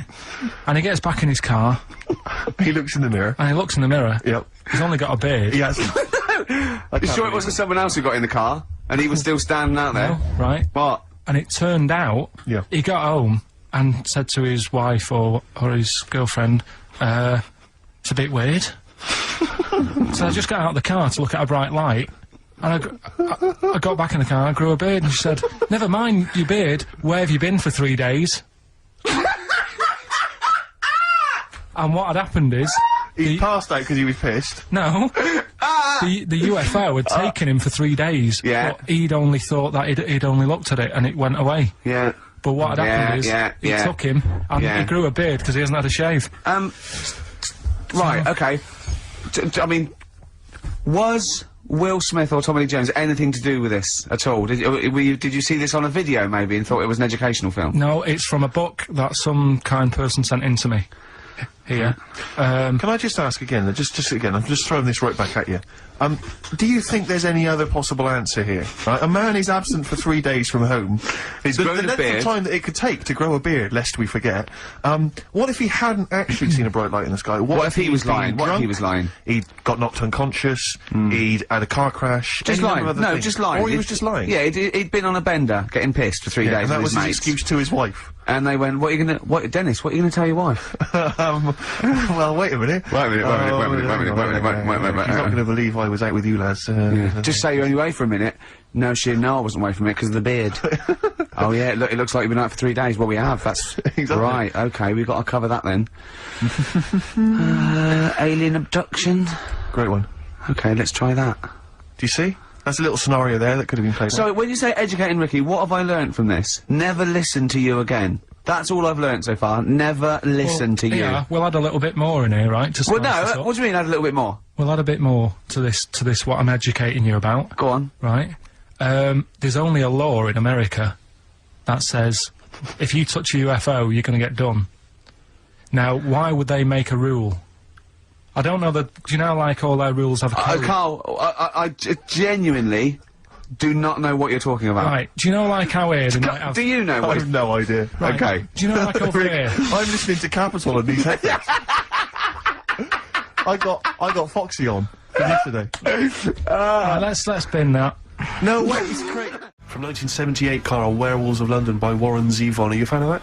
It's alright, that. Great track, isn't it? Fans of Warren Zevon, maybe if you should know he's got a new album out Oh, as we speak. Although, if you're a fan, you probably know that already. Yeah. If you aren't a People fan, who hate him would yeah, be interested would in be- knowing yeah. that he's got a new album out. Do you believe in, I think Werewolves. lycanthropy? Is it not called? What's that, sorry? Lycanthropy. What's lycanthropy? Isn't that werewolfism? Really? Isn't it? Do you believe in that, Carl? they've found stuff, haven't they? They've found kids walking about who are all airy. Because they've sort of grew up with wolves and that. Yeah. So, No. You see, two things there. Right, you cannot take on acquired characteristics genetically. So, if you grew up with wolves, it wouldn't suddenly make you hairy. there's been pictures, there's been stories on it, and I reckon most people have, or a lot of people have seen the stories. It's a popular thing. You mean the kids that are born hairy? No, there's kids who've been born airy, right? Yeah, that's it. No, but listen, and they walk around on all fours, and they drink milk from a saucer. Steve, this is too remember, easy. listen, remember that time with the maggot in the head? And getting out with bacon, and you were like laughing, and then people called up and said, "Yeah, I've seen that. I've read about that." Yeah, this but is the same thing. Have you seen an XFM listener up close? Have you ever looked? They studied? drink milk from a saucer. Yeah, they've got to be kept on leads. People who listen to this show. There's no point me telling you about stuff. There is. It's comedy See, gold. when you were out of school, did you keep arguing with the teacher saying you're talking rubbish there? Teachers didn't teach us about werewolf boys and ghosts. They taught us maths. God, right. Tell the story about the manhole cover. Right, in the same magazine as the one with the cat and the fire and that. Don't tell me that story again, it gives me the shivers. Yeah, a cat that's got a weird expression on its face is against God. Anyway, this isn't a scary story. This was just like physics. Physics. Yeah. It was going on about the nuclear bomb and how powerful it is, and they put a manhole cover on top of one.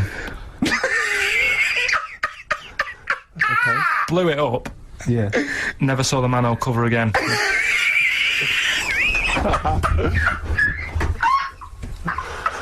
Man alive, Carl. Unexplained. What's going on there? Something weird is happening there. Oh. If anyone has ever seen that manhole cover, please get in touch. We'd love to know where it is. Oh, that's fantastic. What sort of experiment is that? I imagine all these scientists on multi-billion-pound research budgets, they're going, we test everything. What would we do to manhole cover? Don't know. That's like letting a couple of students Yeah, exactly, have control of a nuclear Do you reckon it can Let's send a put this traffic cone into orbit? Go on then, put it on there. I love that. Imagine that. What value is that? I might tell you what we could do. We could put the manhole cover on it and aim it, and then blow the bomb up, and the manhole cover would have someone's eye out. Fire it. See if you can fire manhole covers off the nuclear bomb. I love it. Try bangers to a bomb. See if it's louder. Oh God. XFM 104.9. Sorry, I was going to back announce that track and just mention it was Elliott Smith and the track Son of Sam. Well, I think I'd just better ask Karl a couple of quick questions about Hitler. Then we can, you know, get on with our lives. Okay, and we can tick that particular box. Yeah, put that. Yeah. Okay, Karl. Put that particular dictator to bed. It's week 3 of his education. You've nailed Rasputin and Che Guevara. I don't want to lose complete sight of those. I'll maybe ask you a couple of those in the week just to so you keep your mind on it. But Hitler. Tell us the story. What have you learned? Do you want to ask some questions? No, not really. Just sum it up in a minute. What do you Can't do it in a minute. Well, can I ask some questions then? Where was he born? Austria. Tell us about his early life. Right, he was a young lad. Brilliant. What in his early life?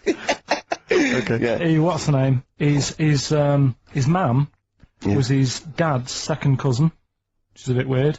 Yeah. That is weird. They had 5 kids. He's going, yeah, it's usually first cousin where I come from.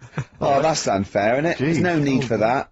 There was 5 kids, but only 2 of them, including Hitler, including him and his sister survived. The others died at an early age. Okay. Right. Anyway, so they grew up, and the mum died and the dad died and that, and he thought, oh, what am I going to do? Because he didn't do well at school, didn't have many qualifications. No. Liked art. Did he have a GCSE in history? Liked art, right? And then, so he said, right, I'm going to go to Munich. I missed a bit out, actually. Jewish people were in Austria, he didn't really like them. Okay. He thought they got, you know, special treatments and stuff, and just didn't like them. So he went to Munich, and he joined the army. Right. Yeah? Yeah. And he was in the army, and he got injured. Right. So he went to hospital, and whilst he was in hospital, the World War I ended, and he was like, oh God, I want to... I was enjoying that. Yeah, you know. So... Don't, because you're breaking the concentration. Yeah. Sorry. I'm not even sure I want to join in on this one, just in case. Okay. Right, go on. Right, so... He was in hospital. He's in hospital. It gets a bit better. He's never that fit, though. He's one of these blokes who was always ill. That was on something like 30 tablets a day or something. Comes out of there, joins some other army. Right. God, you know, I knew it all this morning.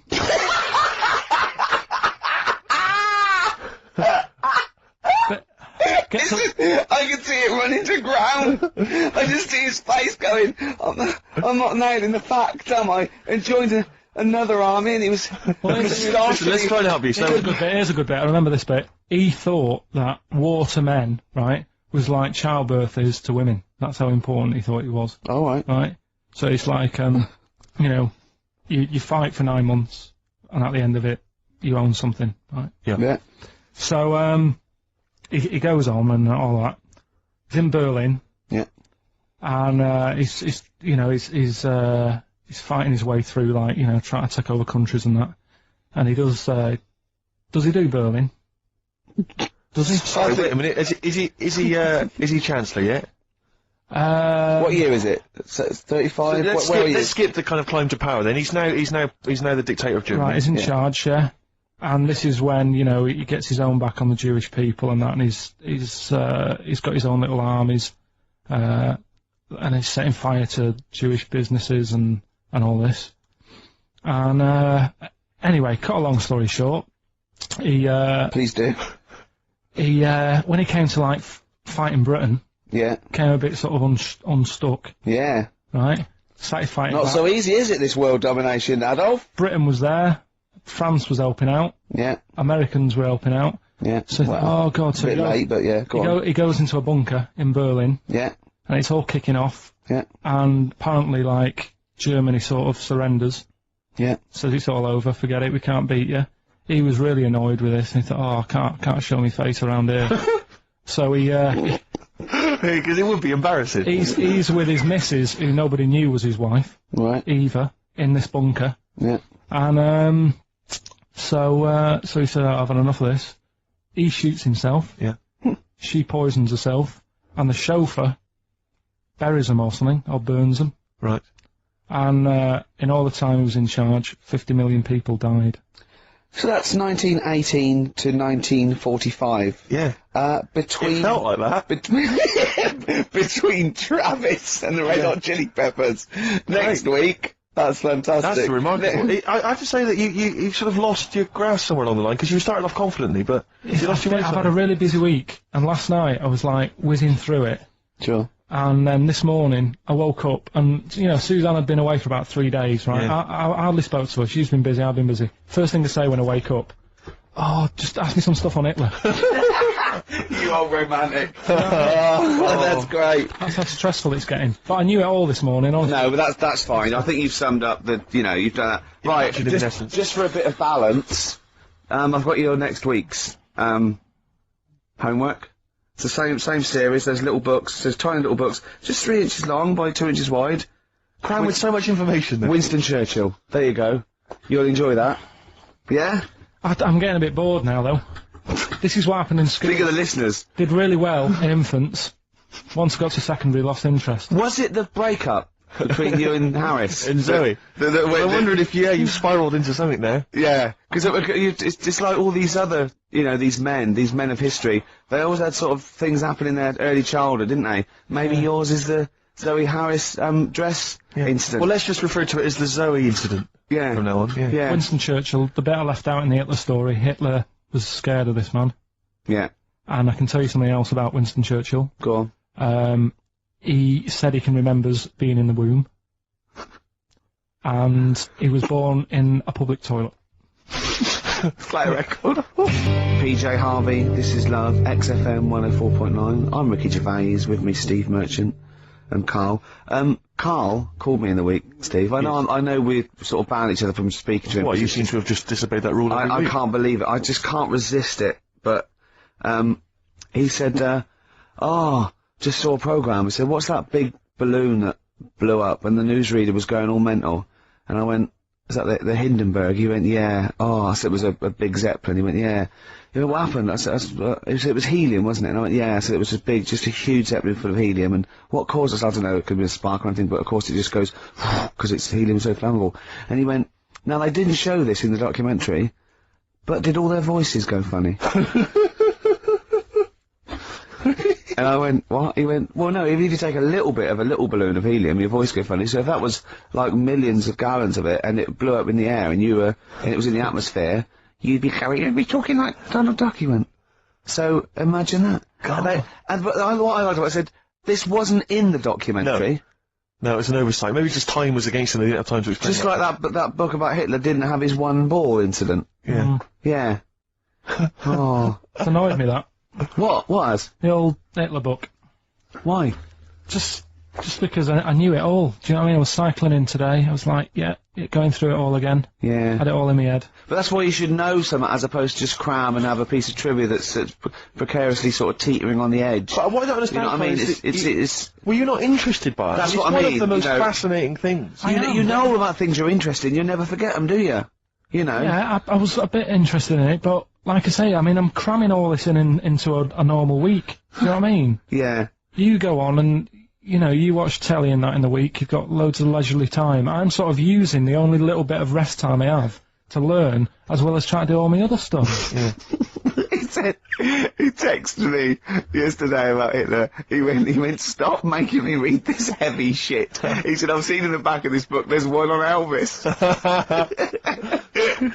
No, I mean, it is interesting, but not when you have to read it, do you know what I mean? Right. It's But more do you nice think to you'd get have the read it time. in your leisure time? To be honest? No, you wouldn't No, have, would you? I wouldn't. No, he's What not. do you do in your leisure time? I like, you know, going out for food and that. Right. Foraging? What do you mean going out for food? go. Like, come have a little hole and go, Go hunting. Yeah. This is Karl. He's hungry. He knows he has to get to the greasy spoon by 11. Wow. Many of Karl's close friends have never made it across this road. There was a zebra crossing installed just for the safety of Karl. Beep, beep, beep, beep, beep, beep, beep, beep, beep. Can I have a bacon butty and... Karl is enjoying his... Wow, but he has to get back. His girlfriend's asked for one as well. She's home with the PlayStation 2. Wow. Oh. Alright, Rick. It was David Bowie impressions earlier, now it's just a selection of crazy sound effects, like that guy in Police Academy. You said you wanted some. He hasn't got time to make them up. He's reading about Hitler. You heard him. Do a machine gun or a helicopter. We've got to do all our own sound effects. Oh. So do you want a week off? Do you not want to learn about Winston Churchill? Why don't you read it if you want to, and just if you get interested, then read on. I think Because that's that's what I did with school and it didn't work. no. You decided you didn't want to. Yeah. Yeah. Okay. So, But hasn't that taught you something? can't we just do it like a TV series? It doesn't go on forever. We've done 3 weeks. Give it a rest now for like the summer. Yeah, because most series last for 3 weeks. Oh, you know. Yeah. Okay. What's your favourite subject in the world? What's your favourite thing in the world? I would have said, what, at school, like? No, just in life. What are you interested in? I like little interesting bits. Like, Sentences. Atlantic Ocean. It's got 17 quadrillion gallons of water in it. Right. Well, that's interesting without having to read a book. Why is that interesting though? What are you basing it on? When you think of 17 quadrillion, It's a lot, innit? what are you imagining?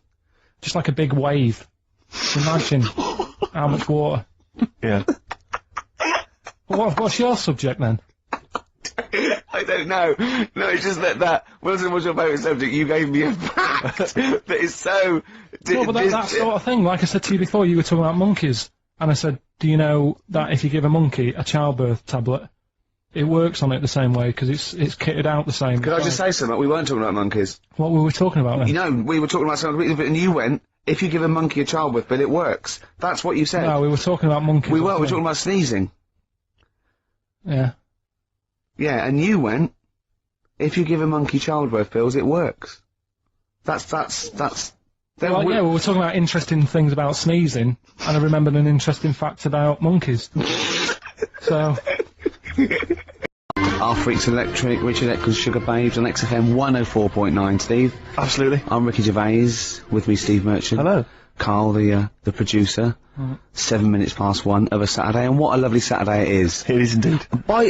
Well, it looks nice and bright, but it's deceptive, because I went out, and I just had a t-shirt on, and I had my jumper on me. I got out there, and I thought, this is chilly. I had to pop the jumper on. Oh, no! So, you know, just be if you're just, you know, looking out the window thinking, I'll go outside, pop a jumper on, or a jacket, because it looks nice, but it is a little bit colder than it looks. Rick, can I ask, were you wearing the jumper around your waist tied with a knot, or did you have it over your shoulders, like maybe She just jumped off a yacht. I popped it round my waist, and I'll tell you what, I tucked my t-shirt in for neatness and comfort. Lovely. But even I know that's a little bit dorkish, so I was trying to hide the belt line. Okay. So, then I popped the jumper on, didn't have to worry about it. Did you go with the double knot?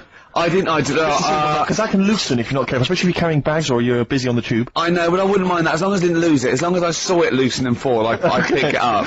And then clean it. Not in the washing machine, though. I'd pop it in a cold wash soak, right? And then leave it out on a few towels or something, or pop it over the radiator. So what's the problem with putting it in a hot wash? Well, it can cause shrinkage. Oh, no. So, coming up, we've got loads of tunes. We're going to be playing some of the best bands around, some new ones, some old ones. Might even play some, Adam Ant. We don't know yet. Let's have Badly Drawn Boy, though, shall we, Karl? Current single. Badly Drawn Boy there. Silent Sigh. Is that the one with the duck? Yes. Very good video. Apparently he stopped wearing his hat around because he keeps getting recognised. And he's going to not wear his hat when he doesn't want to get recognised. Okay. Maybe pop it in the wash. Be careful, let's just have a kind of a light cold rinse. Yeah, light cold rinse, soak it, right, because it's woolen, right, and then just leave it out on a towel. Or, maybe near the immersion heater. Sure. Or over a radiator. Or even on a radiator, is that a problem? It can cause that sort of, damaging to the fibres of the wall. He had a kid last week. Did he? Yeah. Who did? Badly Drawn Boy. Oh, right, okay. Badly Drawn Little Boy, he's going to call it. Isn't he? Brilliant, Rick. Yeah. Well done. It's a sort of satire. I'd like to see that as a headline in a tabloid. Deliver, oi, money, all your life. Now, going on. Oh, Karl, can we explain why that's funny? Don't panic, Karl, I'm a professional. Don't worry. What's your concern, Karl? What's your concern? Nothing. Tell us. No. You can say. I can't. You can! This is so unprofessional. It's... What? What have we done? What, talking about wool? Right. Come on, Karl, what's the problem? What's the problem? You say. He's great, and he's so scared. Come on, Karl, tell us. I don't know all the ins and outs, so I don't want to get into it. What? The thing. No, well, look, you can't. Look, people are perplexed now. What's the thing, Karl? What's the thing? What are you worried about? Say. Is it an email that's been received by the head of XFM? You've got the email open. You can talk about. You can say what it. Okay, let me just without. I don't understand it. Please know that under a ruling at the Old Bailey, any reference to Adam Ant's state of mental illness in any news report will constitute a breach of the ruling and therefore lead to serious action from his lawyers. That's right, and that's true. That's subject we can't talk about that. You can play his records and sing his classic songs. Sing songs. Yeah, it's best just to leave it, isn't it? Yeah, well, that's what. Karl was a little bit worried. There's no way I was going to mention that or influence anything, and I totally agree with the law. So don't panic, Karl. That should have never been sent to you. Why? Because it's like, accidents happen. Go on then. When things like that happen, right? You've been told not to mention it. Yeah. And you're like a little kid. Yeah. And once things are in your head. Yeah. It's difficult not to mention it. I mean, when I was a kid. Yeah. Go on. Right. Yeah. My mum's sister Hazel. Right. Was seeing another bloke. It's weird because she's a lesbian now. That's really weird. That must have been an interesting Christmas. But anyway, she was seeing this bloke, and he looked like Ken Dodd, apparently. He looked like Ken Dodd. Looked like Ken Dodd. So people said, don't mention it because it gets on his nerves when you like meet him and you go, oh god, you look like Ken Dodd. So I said, all right, his name is Will or whatever. And I was introduced to him. First thing I said, nice to meet you, Ken. Did you do it as a joke, or did you... No, because when you know, he's like, I'm not allowed to say that. Yeah. Say that, I mustn't say that, can't, and then I saw him, I thought, Jesus, does look like him. Came out. Was it Doddy who turned her into a lesbo, do you think? Well, he wasn't a good-looking bloke, so... Possibly. She started going out with Esther Ransom now, which is weird, out of the frying pan. What was the story with the lesbianism then? How did she announce that to everyone? What age was she when she realised? Well, I mean, we're not a close family, do you know what I mean? We're not a family who keeps in touch with everyone. And I think my mum called her up one Christmas and sort of said, how's the Diddy men? Yeah, how's Nutty Ad? And she said, oh, no, I don't do that anymore. I'm knocking about with Sandra or whatever. Right. I was like, oh, right. Not big butch Sandra with the big earrings and the skinhead. He used to live down the road from you. I don't know. He used to get Doc Martens wholesale. That's Sandra. But she had a haunted house. Go on. Who, Sandra? No, Hazel. Right. Is this before she was a lesbian or not? before. Okay. And there was a bike in the hall, and the pedals used to go backwards. There was a what in the hall? That's handy, isn't it? Oh, that's great. Don't worry, we won't do anything. So, sorry, no, there was, I want to know about the haunted house. There was a bike in the hall, and what There was a happened? bike in the hall, and the pedals used to go backwards on their own. And also, shoes used to stick to the wall or something. Did they? Yeah. Yeah. Shoes used to stick to the wall. Yeah. Okay. That sounds like a That's a haunted house. hell of a household. Yeah. Oh yeah. dear. Brilliant. Maybe she should clean the walls. The Lars, and there she goes. What a great start to a show. We've had 20 minutes of some of the best banter, chatter and music and anecdote anywhere on the dial. You're damn right. High five. Yeah, yeah, yeah. Sweet, man, sweet. Oh, what are we talking about? Wow. I love that track. It's lovely. They've got a bit of the Liverpool gene pool, haven't they? That sort of doddy. You know what I mean? I like the Scouse sort of look, you know, the Cilla Black and the Stan Boardman. Yeah, it's particularly unique to Liverpool, It's isn't sort of happy and teeth and ears. And, do you It's know what I happy mean? in teeth and ears. Yeah. Oh, brilliant description. Yeah. Happy in teeth and ears. Yeah, that's just 3 of my friends. Now, we've got a great track lined up, haven't we, Carl, that I've brought in? So I'm gonna go off. Now, I'm not ashamed. As you know, me and Steve aren't worried about being part of a trend or, you know, being trendy or jumping on about it. Steve particularly doesn't worry about, like, looking good or, Well, you know. No, I'm saying. no, As a compliment, he doesn't worry about walking along like that or, you know. Well, this acting is- like I'm looking good. No. Good But I'm looking. saying you don't mind the insults freak boy or goggle eye or. That's water off a duck's back, mate. Do you know what I mean? Or a new phrase that's been coined because of Steve's face, water off a frog's back. Who's saying that? Just a lot of you, a lot of friends and that. But I mean, My friends. yeah, a lot of the people. Can you name names or? I can't really. No promises, you can't. I can't wanna really. pass anyone up? I think it's the Kagul. Looks good. It does look It's good. waterproof, Rick, and it's also stylish. I wear nothing underneath. So it's tight to the skin, it gets sticky Oh, in is bad weather. that, Yeah. is that why you sort of It's rustle? sexy. But what's all the, is there abuse? No, they just say. Because I'm pretty trendy guy, but I, as you say, I cut my own trend, you know, I make my own style. You know, consequently the pipe. You don't feel that's an affectation? I don't think. I think because you're young and tall. Yeah. The pipe looks a little bit silly. Go on. I mean, I know you're worried about because we've already lost the trilby. Well, I'm worried because pipes are going to die out. I mean, this is the problem, that there's no young people now who are taking up the pipe as a smoking device. Is there anyone under the age of, what should we say? Oh, we've said this before, and I don't think there was no one. I think there was some nutty old woman who phoned in and said, I smoke a pipe. But I'm talking about, you know, because years ago it was like an Oxbridge student, you know, you'd be at Cambridge or something, you'd have a lovely pipe, you know, tweed suit, you'd be there studying. That was, you know, and that was the young gent always smoked a pipe, but no one is now. I'll tell you this, in the year 2050, there'll be no pipes. They won't exist. Well, I think all drugs like nicotine and alcohol will be banned, and we won't be allowed to think our own thoughts. We'll have to live in the sewers like eating rat burgers That's or true something, enough. won't we? Yeah. And it will have to download our memories or something. Oh, probably. God. And But I'll be a rebel, Rick. I'll just be down there listening to jazz. No, you won't. Yeah. You'll just have a little chip in the back, and you'll be going out with a big fat man with a big toga on, and you'll be touching him. But well, I think he's a beautiful woman. Yeah, you will. Yeah. Yeah. And I'll be fighting with the Rebel Underground. No, you And won't. I will. No. I will. I'll be dead, won't I? You'll be dead, I'll yeah. be dead, yeah. In 2050, you will. I'll be dead. Unless because obviously you're becoming quite wealthy now. You're becoming a very rich man, obviously, from all your, you know, celebrity endorsements. I'll have my brain put into a robot Exactly. made of titanium, and Yeah. I'll have it. Oh, Would you be cryogenically frozen if you could do it? I would, but I'd leave myself out on a towel. Right. Never, because if you do it too quickly, there is shrinkage. You've got to be careful. Did you read in the paper this week? This is true. Apparently, the world's oldest man, who's 113, lives in some little part of Japan. Sure. Like little island in Japan. But apparently, the world's oldest woman also lives in exactly the same place. Now, I don't know if she's since died, but she lived in the same place as well. Do you not think there's something suspicious going on there? I mean, isn't that a bit eerie to you? I'm thinking, have you ever seen them together? And have you ever found lipstick in his bag? I think they'll be one and the same. I wonder if it's something like, you know, what brought Godzilla back. There's some kind of, there's some antics over there. No, there might be, they're sort of like, yeah. Although, just hearing some of Karl's stories about school, there's something going on there where he lives. Yeah. Did you say you did live near a sort of nuclear plant or I something? found out it wasn't a nuclear plant, it was a chemical plant. My God. Yeah. Really? And is that really true? What colour was the Yeah. tap water in your area? It was better than it is in London. Right. I was Really? talking to someone about this the other day. Yeah. Water in London's ropey.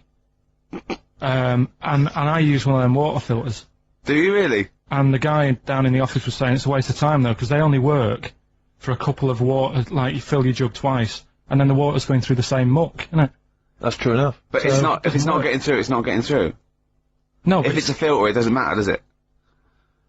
still not good though.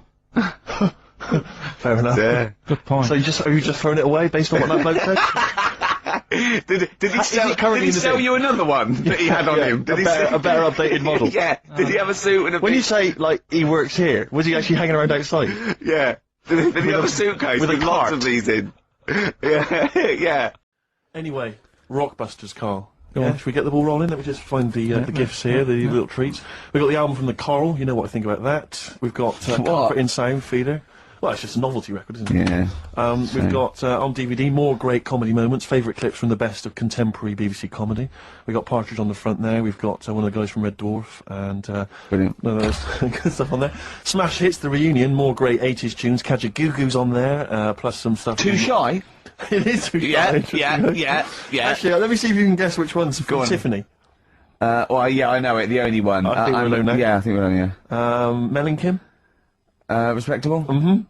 Human League, That'd be... Oh, wow, what would they have got, Don't You Want Me? of course. Yeah. Yeah. Last Take On Me? Yep. Yeah. Well done. Madness, Baggy Trousers. of course. Kim Wilde.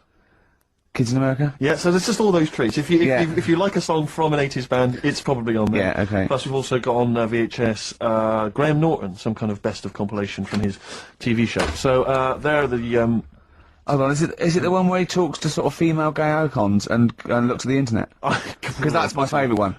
Right, there you go, let's do Rockbusters. Right, email only, of course. Yeah, yeah. You email in ricky.gervais@xfm.co.uk if you know the answer. Right, first one. Bit of a cryptic clue if you haven't heard it before. Well, not cryptic, we've gone. What is Karl thinking? If you go into France by boat, I'd get your fags on there because it's a lot cheaper. Imagine Bob Holness. Sorry, we're out of time. Sorry, your minute's up. You've won nothing. I was reading that question out. Sorry, Right. so what's the Right, let's do it again, and I want it to be exactly the same, word perfect. I bet you it will change all over the place. He's lost it. Go to France, buy yourself a boat, Yeah. and fags are cheaper. Okay, fingers on the buzzers. You've only got 10 seconds to win the gold run. Okay, first up. Here, I'll tell you what, no, seriously, if you're thinking of going to France, well don't, because go on the ferry, get the fags there, because it's cheaper. Go on. Right, so that one again. If you want to buy some fags, you're going over to France on the boat, get them on there because you'll save a few quid. BF. BF. BF. Okay. Right, the second one. This little foreign cafe's growing its own steak.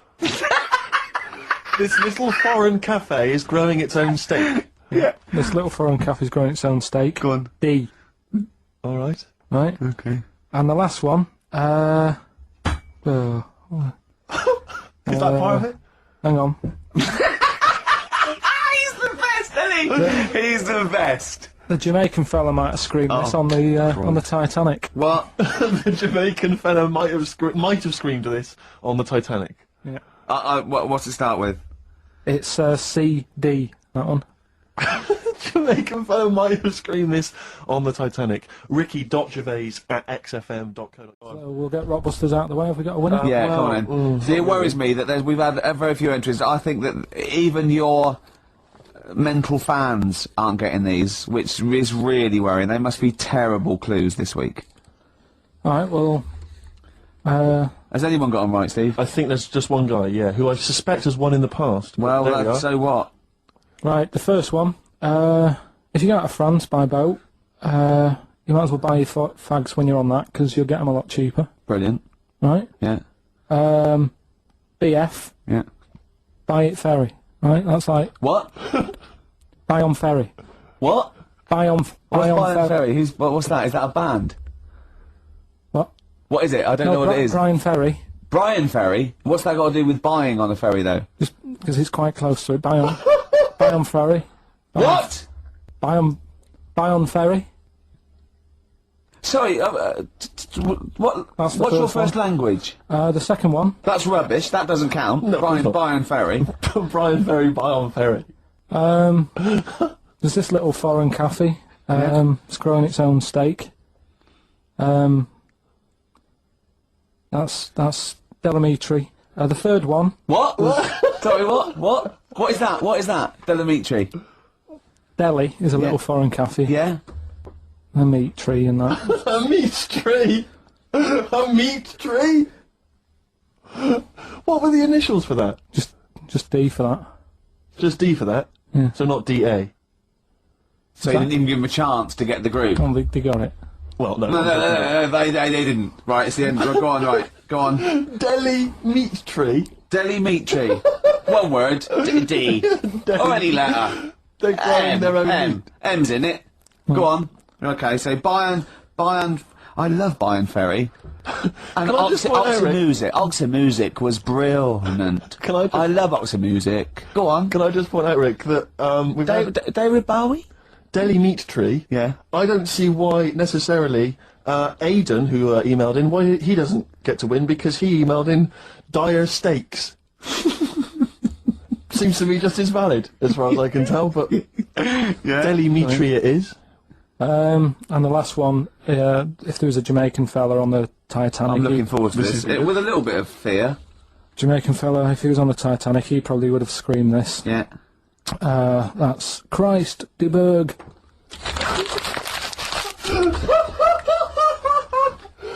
Oh, I don't know what to do.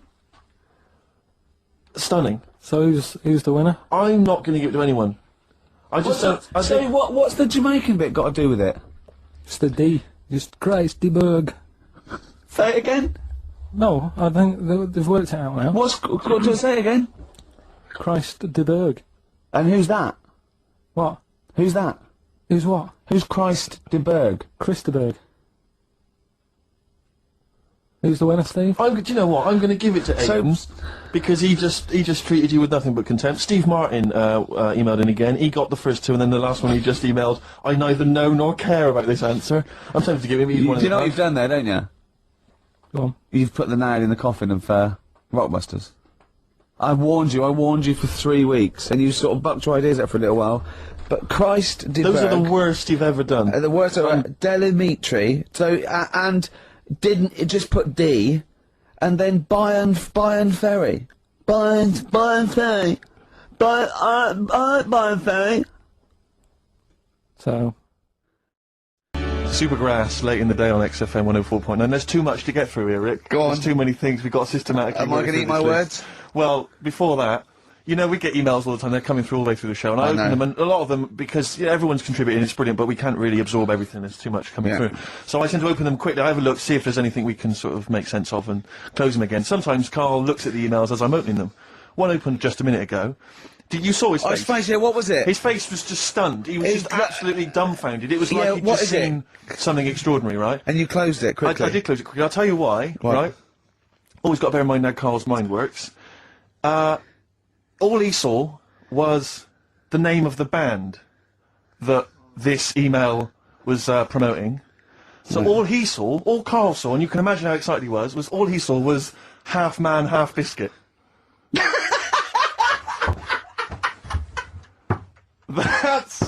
That's all he saw.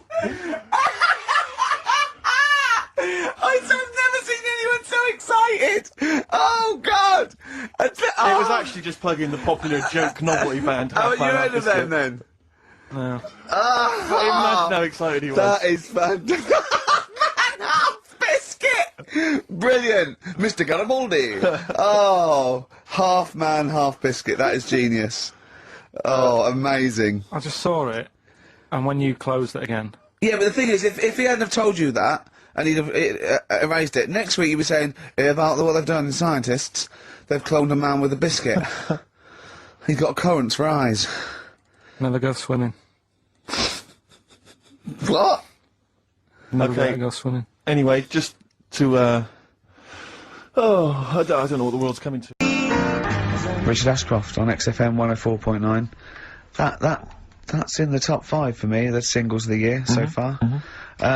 Well, yeah, we're talking about, what are we talking about? Comedy Awards, your dad, Cummerbund. My father's Cummerbund. I'm sure it is over the braces, I think. Yeah, well, if anyone knows that, if anyone knows the kind of rules. So, are you actually wearing cultural one? rules. Are you actually wearing A one? Cummerbund. Well, I asked him, he said no, he said don't bother. No, but then don't I'm bother. thinking, what if I dance?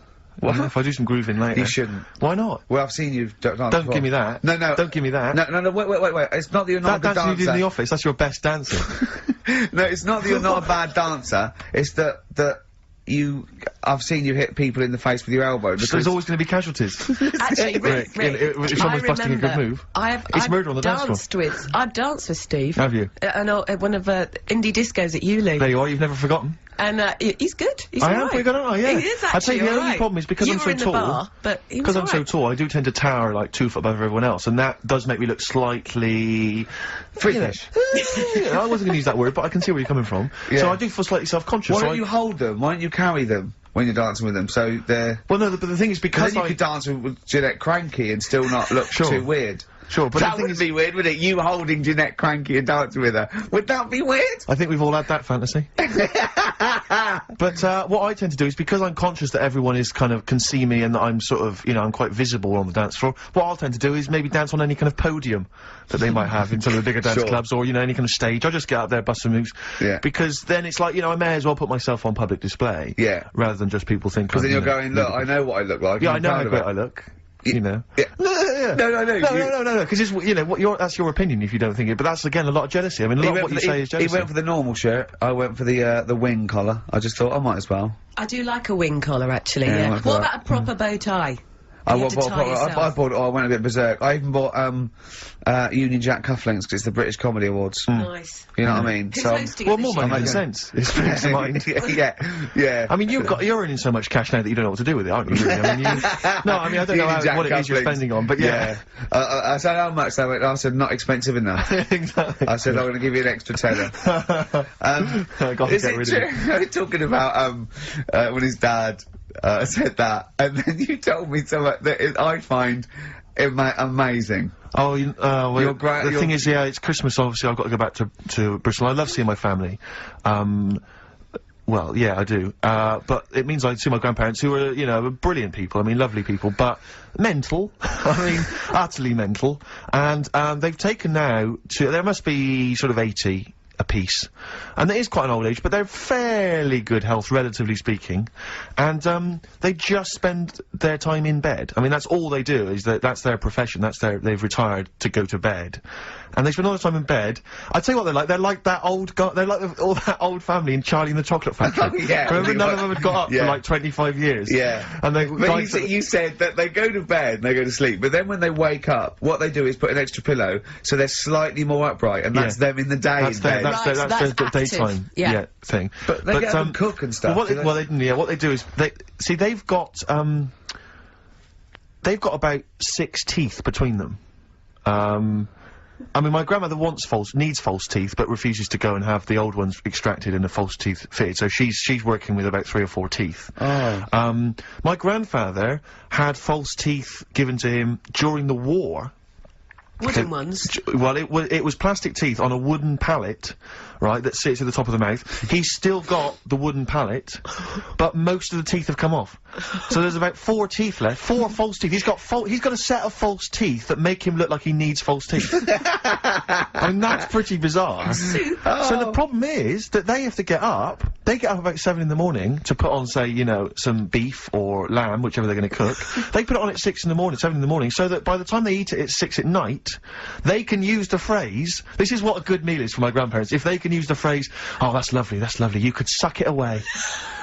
You could suck it away. Who wants that from a roast dinner? You may as well blend it up and serve it as a broth. I don't want that phrase coming from old people without teeth. No, indeed. Because it must away. remind you of your rent boy days. Exactly. It brings it all flooding back. Oh, you know. God. Flooding's the word. Exactly. Should we play a record before we get really discussing about your grandparents and Yeah, blowjobs? please, That please. was the worst thing We've said the ever... word blowjob far too many times today. And in the same sentence as I can't believe. Anyway. And it's Christmas. Yeah.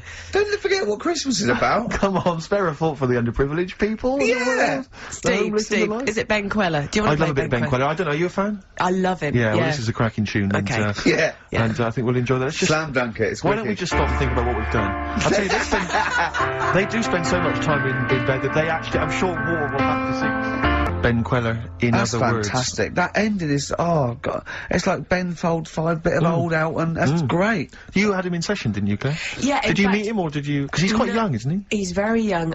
He came in about 6 months ago to do something for John Kennedy, and also a session for me, and I repeated it this week as the best of the year sessions, because he did 3 songs, stunning stuff. It's just him and the piano, was it, or him and a guitar? It was just him. Yeah. Him with a couple of instruments. Stunning. And also he did a Dingwalls gig for XFM listeners, and the reaction from the listeners phoning up trying to get tickets was incredible. Really? It really has touched a nerve. Yeah. And well, like you say, Ricky, I mean, it's really... It's you know, great. Well, I just think we were talking, there's a kind of lack of music that sort of seems to be making use of instruments and just the sound you can make with a piano and a guitar and drums. Do you know what I mean? It's like, it's so invigorating, and you get kind of stuff like, you know, the Streets and whatever else, or, you know, kind of hip-hop and stuff. And I like the fact that a lot of, pleased to see Miss Dynamite on Top of the Pops last night using a live band. Really it really made her whole sort of R&B sound really exciting. Better than the other one. Yeah. Anyway, that's us being Muso. That's us being terribly Muso. I That's like us that. being Muso for the year. That's enough of that. Well, we are playing our favourite records. Well, it's nice to be able to talk sensibly without Carl interrupting with some gibberish. You know, I mean, bless him, Carl. bless him. I don't see No, it as bless him. gibberish. He's probably listening on Sky or something. Yeah, 864, channel 864, or around the world on xfm.co.uk. Get that in. Is that what you have to do? What do you do today? You just go into the website, do you? Go into the website, and click on... I never get things like that to work on my computer. Or you can go and check out the webcam, obviously, and see me in my camouflage gear. Yeah. You won't see you, will you? Probably won't see me, no. Now, so what do you do? Just go into the website, and what does it say? Play live online? Yeah, and listen it's live. just like listening down the phone line? Yeah. I sound like I've come from the 1950s, Yeah, exactly. don't I? You've come from the 19th century. What's this? I'm not very, I was going to say something then, but I can't. Can we just very quickly, before we move on, because I'm getting very excited about the Comedy Awards. Now, I know what you're wearing, and you've got a table with all your mates there. Is Jonathan Ross doing it again? Yeah, He's very that's funny. why it's my favourite. And, I hate awards. I do honestly hate them, but but this he's is good actually an with this event one. because it's Jonathan Yeah. Ross. It's just.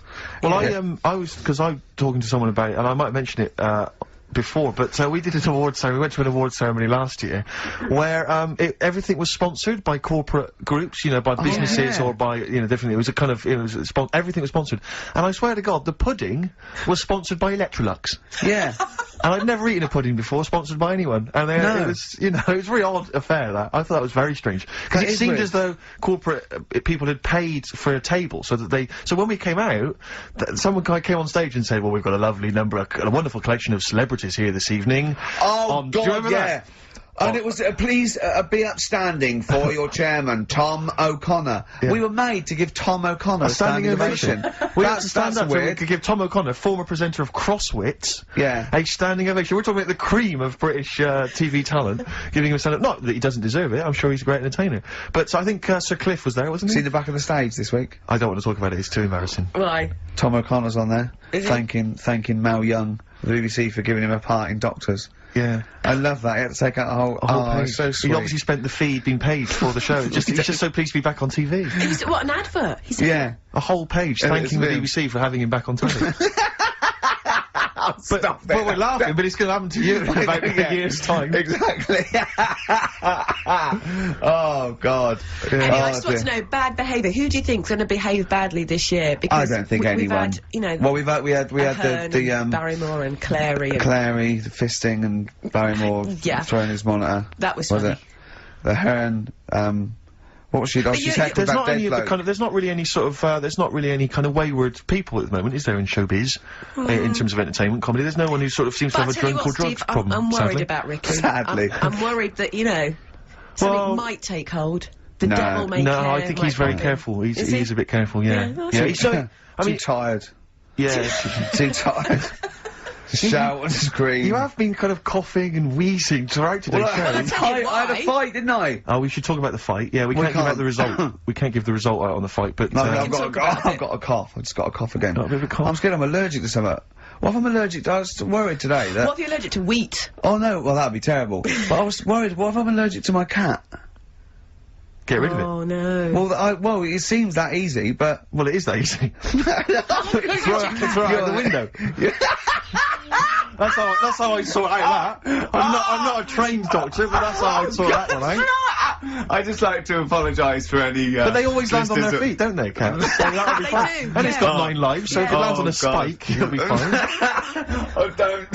Yeah. What happened to me? Oh, Well, dear. no, so just go back to insults briefly. Go on, You know, Goofy. saying.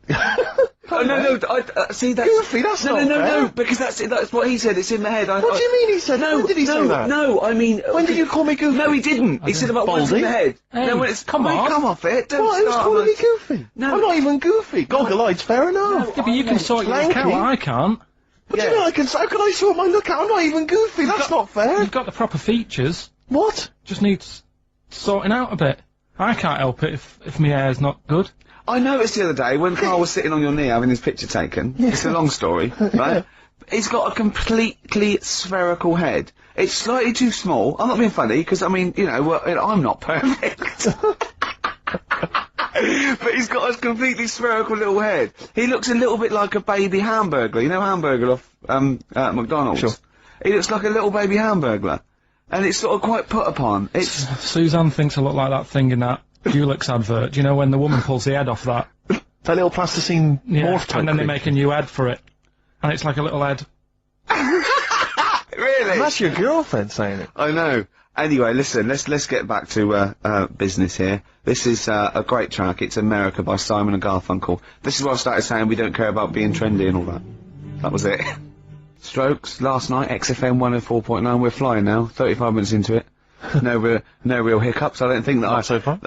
It's just going really well. My name's Ricky Gervais. With me, Steve. Hello there. Karl. All right. Coming up soon. White Van Man. White Van Karl. We ask Karl the questions that the Sun asked someone else. Exactly. It's a good feature. It's a great feature. I'll be testing Karl on the new re-education of Karl, as you know. He got a GCSE.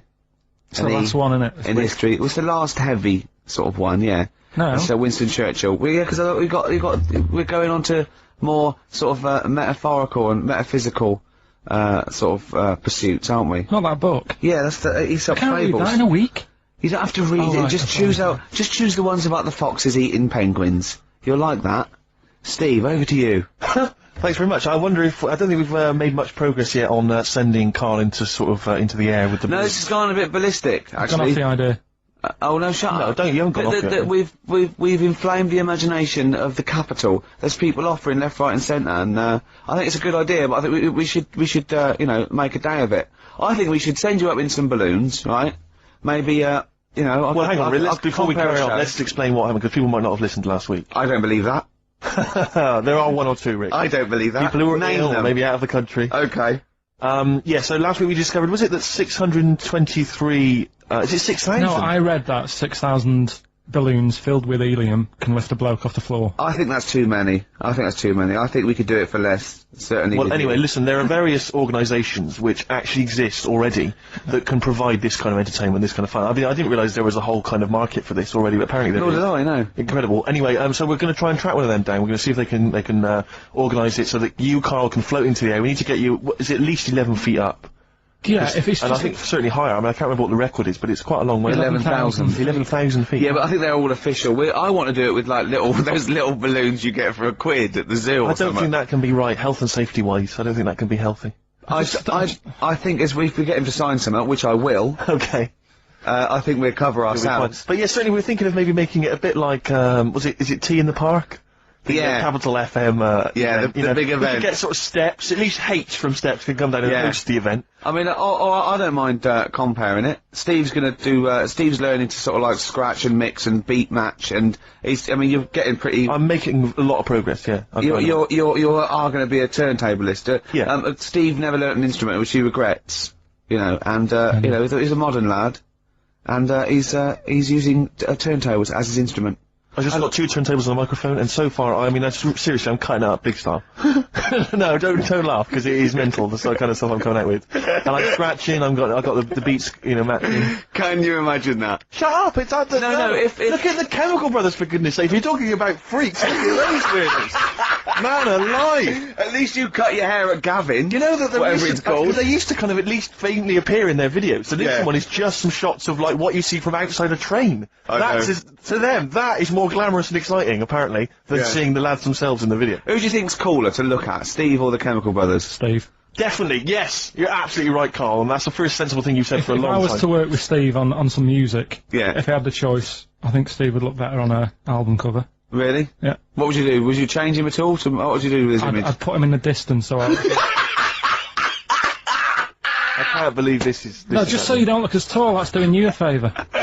You know, I was on the... This is true. I was on the, on the tube, right, coming in to meet Gervais the other day, and I was wearing a suit, and my mobile phone slipped out of my pocket, and it landed on the seat, and I didn't realise this, and as I was about to get off, some bloke who was sat there like an old guy, he picked up the phone, he went, "Oi, Lanky, you dropped your mobile phone."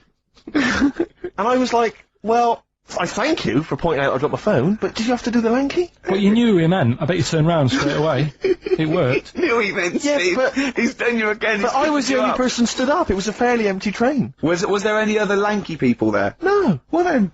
No, but my point was there was no one else at all who was about to exit the train. Okay, so he didn't need lanky. He could have got "excuse me, sir," or "oi you," anything, but "oi Lanky." I know. It's that thing, though, isn't it? That's what I'm talking about. You say the thing that you don't want to say. It's like me with Ken Dodd and Will. I think he wanted to say this. Oh, well. I think he took pleasure in it. I think he went, "That bloke's lanky. I shouldn't say that." Yeah, I should. Oi, lanky. What's he He's got gonna your do? phone. Yeah. Do you want your phone back or not? But this balloon thing, anyway, it's got a bit out of hand. Why is it out of hand? What are you No, worried it's about? funny. I just want to. You know, I want to sort of like tie them all to the back of your belt. So as you go up there, you sort of tip forward slightly, so you're going up slightly upside down. We could paint some advertising on your bald head. Yeah. Oh, that'd be great. Yeah, we'll do that, Lanky. That'd be great. Here he comes. No, I mean, last week it was just a bit of fun about going, like, just lifting my feet off the ground. No. And that's a big difference to what it's got now. No, okay, I'll tell you what, we'll do 100 feet in the air, and I'll hold on to the rope. But we'll do it at Wembley Arena, and we'll sell tickets. But it'll be for charity, Carl. It'll be for charity. No, we'll have lots of underprivileged kids coming along to see it, It's you just got out know. of hand. It's like, you know, I like karaoke, but I wouldn't want to go on Stars in the Rise. Sure. And it's got out of hand. That's how it's sort of, it's grown too big. I don't Who would like you it. do if you were on Stars in the Night? I'd do that, Moby? no, that Jack the Knife song. I love Jack the Knife. Old Mac Heath. That one, yeah? Yeah. Is Mac the Knife? That's what I do. But which He'd do a hip-hop version. but which of the many singers would you impersonate? You can't. It's not the song, is it? It's the singer. You could do, Jimmy Somerville, I think. Quite well. Yeah, Somerville. You'd be good at. Moby. Did Morph bring out a I single? don't think Morph did. Didn't he? No, I'm not sure. I Sure, don't didn't he think have a theme tune, did Morph? Phone in if you think Morph. so. Morph didn't speak, Rick. Let Didn't him he? sing. Morph hardly had any features. True. Right. Express 2 featuring David Byrne, Lazy, XFM 104.9, Quarter to 2, I'm Ricky Gervais, Steve's got the sun. Yes, I'm just looking for We're the just White going to be Van, doing column. White Van Karl, where we ask Karl the questions the sun asked some other bloke. That's right. Because we think Karl's got more to say than anyone on anything. Karl only tells the truth, by the way. Just remember that, listeners. Off you go. Yes, well, today's White Van Man in the Sun is John Slade. He owns his own door maintenance company. His answers are very informative, I have to say. But, Karl, what do you make of the Channel 4 producer, aged 30, who duped a school into believing he was a teenager for a documentary? Are you familiar with this story? No, go on. Well, basically, a 30-year-old guy kind of fooled the school into thinking he was a pupil for a secret documentary. The school's outraged. Do you think that that's, you know, for you, you know, should anything go when it comes Well, to making TV? I think I've said to you before, there's loads of kids at my school. I remember being in the first year, and kids who, what year do schools go up to? I was in the first year, what is it? 11. 5? Oh, sorry, first year of infants and juniors. No, secondary school. 11. Right. Year 11. Kids No. have beards and No, stuff. not year 11. They're 11 when they first go to secondary school. Right, well, I'm 11. The kids at the older Well, end. there's a Well, it fifth depends. form, and then You there's can a leave sixth when form. you can Right. leave when you're 16, I think, can't you now? Right, well, kids who were 16 Yeah. looked old. They did have beards. I remember going there and thinking some of them were teachers. I think he's answered that. Next one. What's the next one? Tattoos and everything. I think they're kids in the earlier years, even. What do you make of the fact that Mariah Carey's £38 million payoff has cost EMI staff their jobs, and we're talking 1,800 EMI staff who have lost their What do jobs? you think of that? Yeah, I mean, is that silly money, Mariah Carey, on 38 million? she doesn't need that much. She doesn't think that much. She has to dress nice, though. It's not her fault. I'd say, it's bad business. Okay. Because, EMI, did you say? Yes. Right. They've got rid of them staff. Yeah. Mariah Carey's left. Who's going to do the work? Do you think Mariah should come back and do some temping? Well, they should have got a loan and paid her. Okay. Do you know what I mean? Vicious circle, that. Right. Have you haven't done a business degree or anything, have you? Commerce. You did commerce. Where did you do that? What did you do with that? At school, I'd learn how to fill out a cheque. Pay a bill, and, I think I had a trip round Kellogg's. Can anyone confirm, actually, I had an email earlier, Oh. No, I'm not having a go, though. Tell them. This is what I'm like, aren't I? Sorry, this is recording you as well. What do you mean I'm not having to go tell them? Do you, think you but just said you know that to what I me? mean? That do you think you haven't got a microphone? You just said to London, keep wheelchair sport off the telly because they can't get a rally going. You called them little fellas in wheelchairs. What? And I meant to go, what Karl meant was... What? I mean, what? They can hear you as well. Yeah, I know, it's just that they might think that I'm having a go, and I don't want them to. That's why I stopped Cheeky Freak of the Week, because some people got the wrong end of the stick, Right. and what have you. So, Well, it was funny that a woman was born with deformed legs. They might think you were taking the mick. Anyway, I just was wondering if anyone could confirm. We had an email earlier, I forget who sent it in, but thanks very much indeed for it. They said that the Paralympics began this week, and apparently during the opening show, the entertainment was provided by Riverdance. Now, I don't know if that, I can neither confirm nor deny that, but it does seem rather tactless. Let's play a tune. Ricky Gervais. Don't put my name to this last link. Don't put my name to this last link. Ricky.Gervais, xfm.co.uk. Oh. Magic, Virgin, if you're listening, we are available probably sooner than we thought. Talking of eating knobs, Yeah. Jilly Goulden. Now What's she been up to? Well, you saw her in I'm a Celebrity, Get Me Out of Here. I haven't been watching it. She popped a little kangaroo knob in the mouth, chewed it up. What, she just found swallowed it? Did she line around? No, it was one of the things that she had to Oh, it eat. was one of the challenges. Carol Thatcher, you know, a daughter of one of our leaders. Sure. She popped a couple of bollocks in the mouth, chewed them up, swallowed them. Oh. And Jilly Goulden, there was a kangaroo penis there, dried. She couldn't even get. It was so tough, she couldn't even get through it. And then she, eventually, she eats What, was it like a pepperoni? Yeah, and she took. What do you think of that, Karl? What, eating that sort of stuff? Yeah, I watch it, I like those little trial bits, right? yeah. But what I don't think people realise is, right, it is hard eating a little kangaroo knob. Right? Really? How do you know? No, it's just, you know, you think about it and you go, oh, couldn't do that, right? But what they never mention on the TV programme, which I think takes it to the next level, right, they're eating that at like 7:30 in the morning. Sure. Right. Which for is breakfast. worse, innit? Yeah. Do you know what I mean? If I was there and Ant and Dec said, right, Karl, eat the knob, I'd go, hang on a minute, give us a few hours, let me get some rice and that on my belly, and just sort of fill me up a little bit more. I'll pop back at about 6:30 this evening, Right. have it ready. And I'd be happier then. It's just that thing of, you know, You don't want to eat animal genitals on an empty stomach. So what are you saying? You could I'm saying, like, I could eat a knob at night, but just cut that there. We'll loop that. If any DJs are listening, just take that quote. I could eat a knob at night by Karl Pilkington. Maybe do a dance remix. Yeah, Just I think maybe you're sort of a house producer and you could maybe get some kind of high energy beat going and then we could just send that out to some of the gay clubs. I'm sure it'll be really popular. Please, anyone, send us, you know, that loop with a nice little, you know, funky house beat. Karl Pilkington saying I could eat a knob at night. no, but do That's you know what I mean, though? By that. Not really. Well, okay then, right. Okay. Now, I couldn't do it. I could not do it. I couldn't pop a kangaroo testicle in my mouth and chew it. It was disgusting to watch. She was eating witchetty grubs. I mean, good on them because they were doing it. But then again, I think, well, they wanted to go in there. They knew they were up for it. So on the one hand, I think, is that admirable and is that showing sort of like good British metal, or is it, you know, I'll do anything to get on telly for a week? I don't know. You know what I mean? I don't. Where does it stop? You know, I thought Rebecca Lewis went too far when she gave the little pig a tug, but at least she knew where to stop. Yeah. She didn't, you know. Well, Jenny it's obvious when you have to stop. Yeah, but you know, The pig tells you that. to you know, to pop the can. Also, again, where's the kangaroo hopping around without a cock? I'll tell you, here's another question, right? Bit of a spin-off with animals and that. Have you ever, right, Steve, killed a fly? Probably, yes.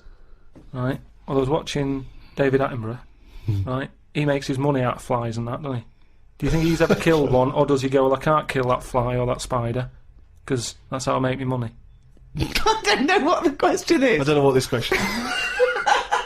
Like my mum, right, she said if a fly is knocking about the house, she never kills it, she always catches it and puts it out and that, and she said she'd never kill Who is one. she, Mr. Miyagi? What do you mean she catches it? How does she catch With a pair it? of chopsticks. No, she... Their second or third single, Brilliant. all the way back 10 years ago. Absolutely. You know what I mean? Metal Mickey on XFM 104.9. Was it 10 years Right. ago? Must have been, mustn't it? Wow. I think was Dramas 91. I think so. Drums. Yeah. Go on. Right. Go on then, Carl. Second one then. This is a bit easier, but I still think it's a good one. So this is, we should explain what this is if you've just tuned in. It's one of those stupid lateral thinking problems. That Karl himself has created. Yeah, that was his homework. Right, you this one. It's a fella. He has a normal day doing stuff. Nothing wrong with him. Right. And It's the twist in the tale. It's just like Tales of the Unexpected. Just a normal day, nothing wrong with him. Hold on, though, he's got the legs of a fish. Go on. So, that's why he's been hiding his legs. so Go on. he does his The normal... legs of a fish. Sorry, Carl, carry on. He has his working day and that, Yeah. and then he gets a bit tired. Goes to bed. He puts the light on, leaves it on, goes to bed. Oh. That's crazy. That's mental. I can't think what's happened. Anyway, here's Radiohead. Right, okay. What? The question is, why does he put the light on when So he's a going man, to bed? he's had a normal day, he's come home from work. Is that right? He's come home from work or he's not been working, Yeah, he's just been no, out? it's been working and stuff, I think. You think? You've made it up, Karl, you can decide. So is the question is, why has he put the light on when he's asleep? There's a reason that he's put the light on when he's asleep. Has he gone to No, sleep? no, Carl, don't shrug. You're meant to answer these questions. He put the light on before he went to bed. Yeah, and the question you're And he's asking gone me to is sleep, why? What's and the he- scenario? And the light's on and Yeah. that, but he's gone to sleep. Yeah. He started reading and then he fell asleep. No. Did he intentionally, for some reason, put the light on? Every night. It's mad. Sounds mad. That's Carl, doesn't it? Every night he does it. Yeah. He puts the light on when So- he goes to Light on, sleep. it goes to Carl, bed. Carl, is the point of this, he puts the light on for a very good reason. Not for us, but for some people. He's blind and it's always been on, and he thinks he's turning it off, but it was on in the day, and he thinks he's turning it off, but he's turning it on because he's No, blind. that'd be stupid. That works. No, that works great, Rick. Yeah. Thank you, Carl. So you've got to come up with what... Hang on. If What? you're blind, why would you put a light on? No, he thinks it's off. Yeah. But why would he turn it on anyway? Just think so he doesn't get burgled, so people know he's in because he can't see him. So he just he puts the light on when he's there, then he turns the light off when he goes to bed, so people think it's fine. But he's got it out of kilter, and actually he's walking around in the dark all day. I and don't th- believe that if you're blind, you turn your light on. I don't think you'd be living on your own, would you? I'm not having that for a Do second. blind people live on their own? For a second. Well, some people do. Lonely blind people live on their own. No, if you got bad eyes. Any of them women? Are there any blind women who are living on their own? Rick? No, I mean, if you know of some blind women Oh, living on their own. 0800 800 1234. We've gone through this. If you are a blind woman- with no standards and you don't care annoying voices and smell, Yeah. then get in touch with you. Yeah, I you mean, know- you've got to be within the ages of, say, 25 to 65. You know, Right. well, call it 75. You fussy all of a sudden. I know. Yeah, go on. If you were blind, would you live in London? Because someone said yesterday there was one struggling outside in Leicester Square, and I don't understand. If you were, I mean, you know, That if, might have if you, been a tourist. but why come to London if you're blind? It's the worst place in the world to come if you're blind. To hear the sights. To hear the sights. It's a bit mad, isn't it? Well, they have they do the same job. They have tourist needs like anyone else. Yeah. No, but it sort of stinks, and you'd go away going, "Oh, it's not that good." I just thought that I thought it was a bit weird. Well, never mind your concern for the partially sighted or sight impaired people coming to London. Get on with this. Yeah. So there he is. Yeah. It's like, oh, a bit tired. Yeah. Just put the light on. Get to bed. Yeah. So he turns the light on and he goes to bed. Yeah. Oh. Should we play a track? He's not sleeping on the job. He's a lighthouse keeper. Well done. Is he a lighthouse That's not keeper? it, Carl. He's a lighthouse keeper. Right, why wasn't the light on all the time? Because it's light in the day. You idiot. Play a record. What? Play a record. You're a buffoon. No, actually, the light isn't on in the day, is it? No, Rick? it's not. I think you're the buffoon. Yeah. Karl has won! Eminem. Lose Yourself on XFM 104.9. I'm Ricky Gervais, with me Steve Merchant. there. But not Carl Pilkington. No, Karl, no. He's no. gone back to Manchester, innit? It's better than London. Yeah. You don't know it, you don't know it. Manchester's better than London. Instead, Claire Sturgis. Claire Sturgis round of applause for Claire, thanks. the Thanks. posse- the Yeah. posse's- the Yeah, posse's he's coming there. there in sort of the camouflage gear, and is that quite trendy? Is that what the kids Yeah, are do you know, wearing? it's funny. Someone actually mentioned Or that are this you on morning. manoeuvres? Yeah, I am exactly. actually, taking time out this morning from what I normally do. Sure. I missed the second half, talking like that, of Celebrity Boot Camp. I don't know what that Coolio. is it? The fella from Milli Vanilli. What, the one that's not dead? Eh? No, the one that killed himself, Steve. Okay. No, I just want to clarify for people. A lot of people don't realise that one of them is dead. Right.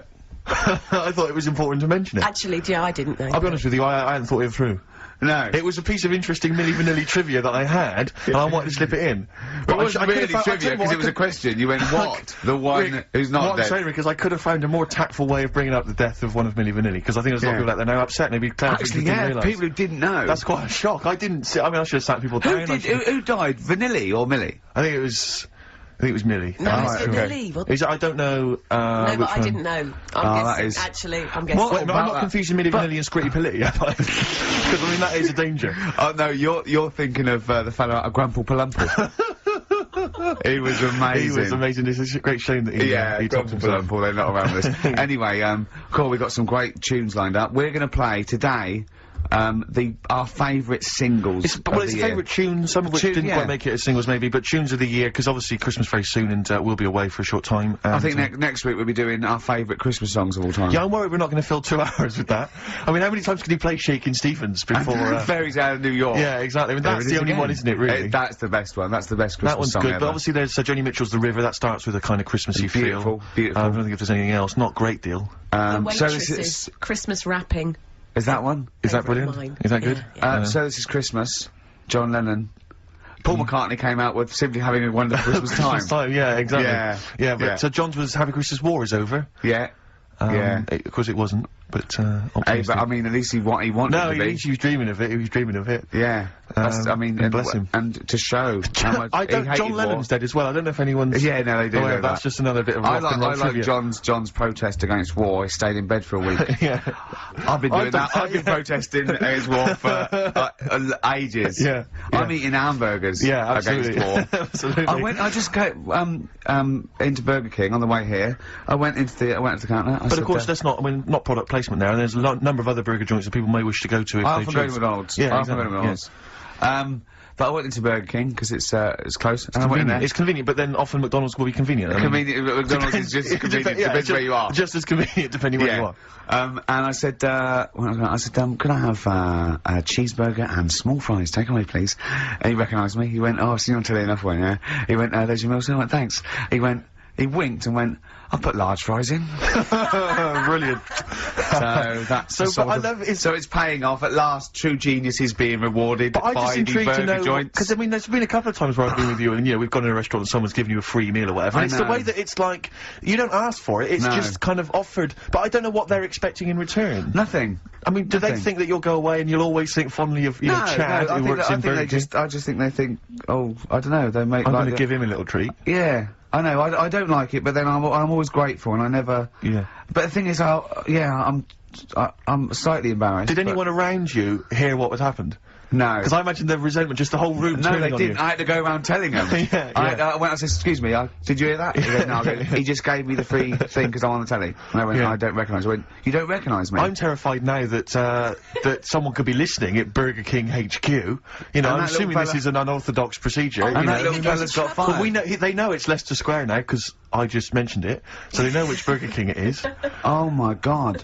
I don't know. What was his name? Ralph Littleton. He had a name badge. Yeah. Number 342. Well, I just hope Littleton doesn't get in trouble. So, what are we gonna play That could be a first? sad Christmas for him. He's probably keeping his whole family afloat. Bit of Springsteen. Well, tunes of the year. I mean, I know people dismiss Springsteen, but as I say, the gig I went to see earlier in the year, I made it in the end. Sturgis couldn't It was believe we were quite going to play Springsteen. brilliant. I just think, you know, leave aside what you think is cool and trendy and the fact that he's older now or Really? whatever else. Really? Just leave all that behind Yeah. and just listen to the tunes because, you know, he remains a great musician. Let's play it. Lonesome Day? Lonesome Day is the current single and it's the first track on the album. And, Free chips. absolutely. That's brilliant. The boss. Do we care if it's trendy? I don't care. We're like Huey Lewis. It's hip to be square, Steve. That's true. We should play some Huey.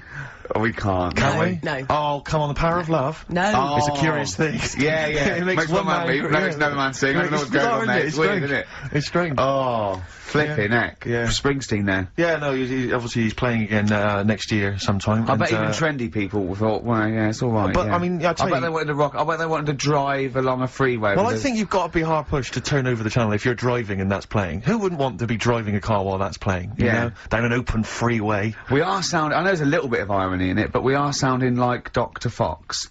Did you see?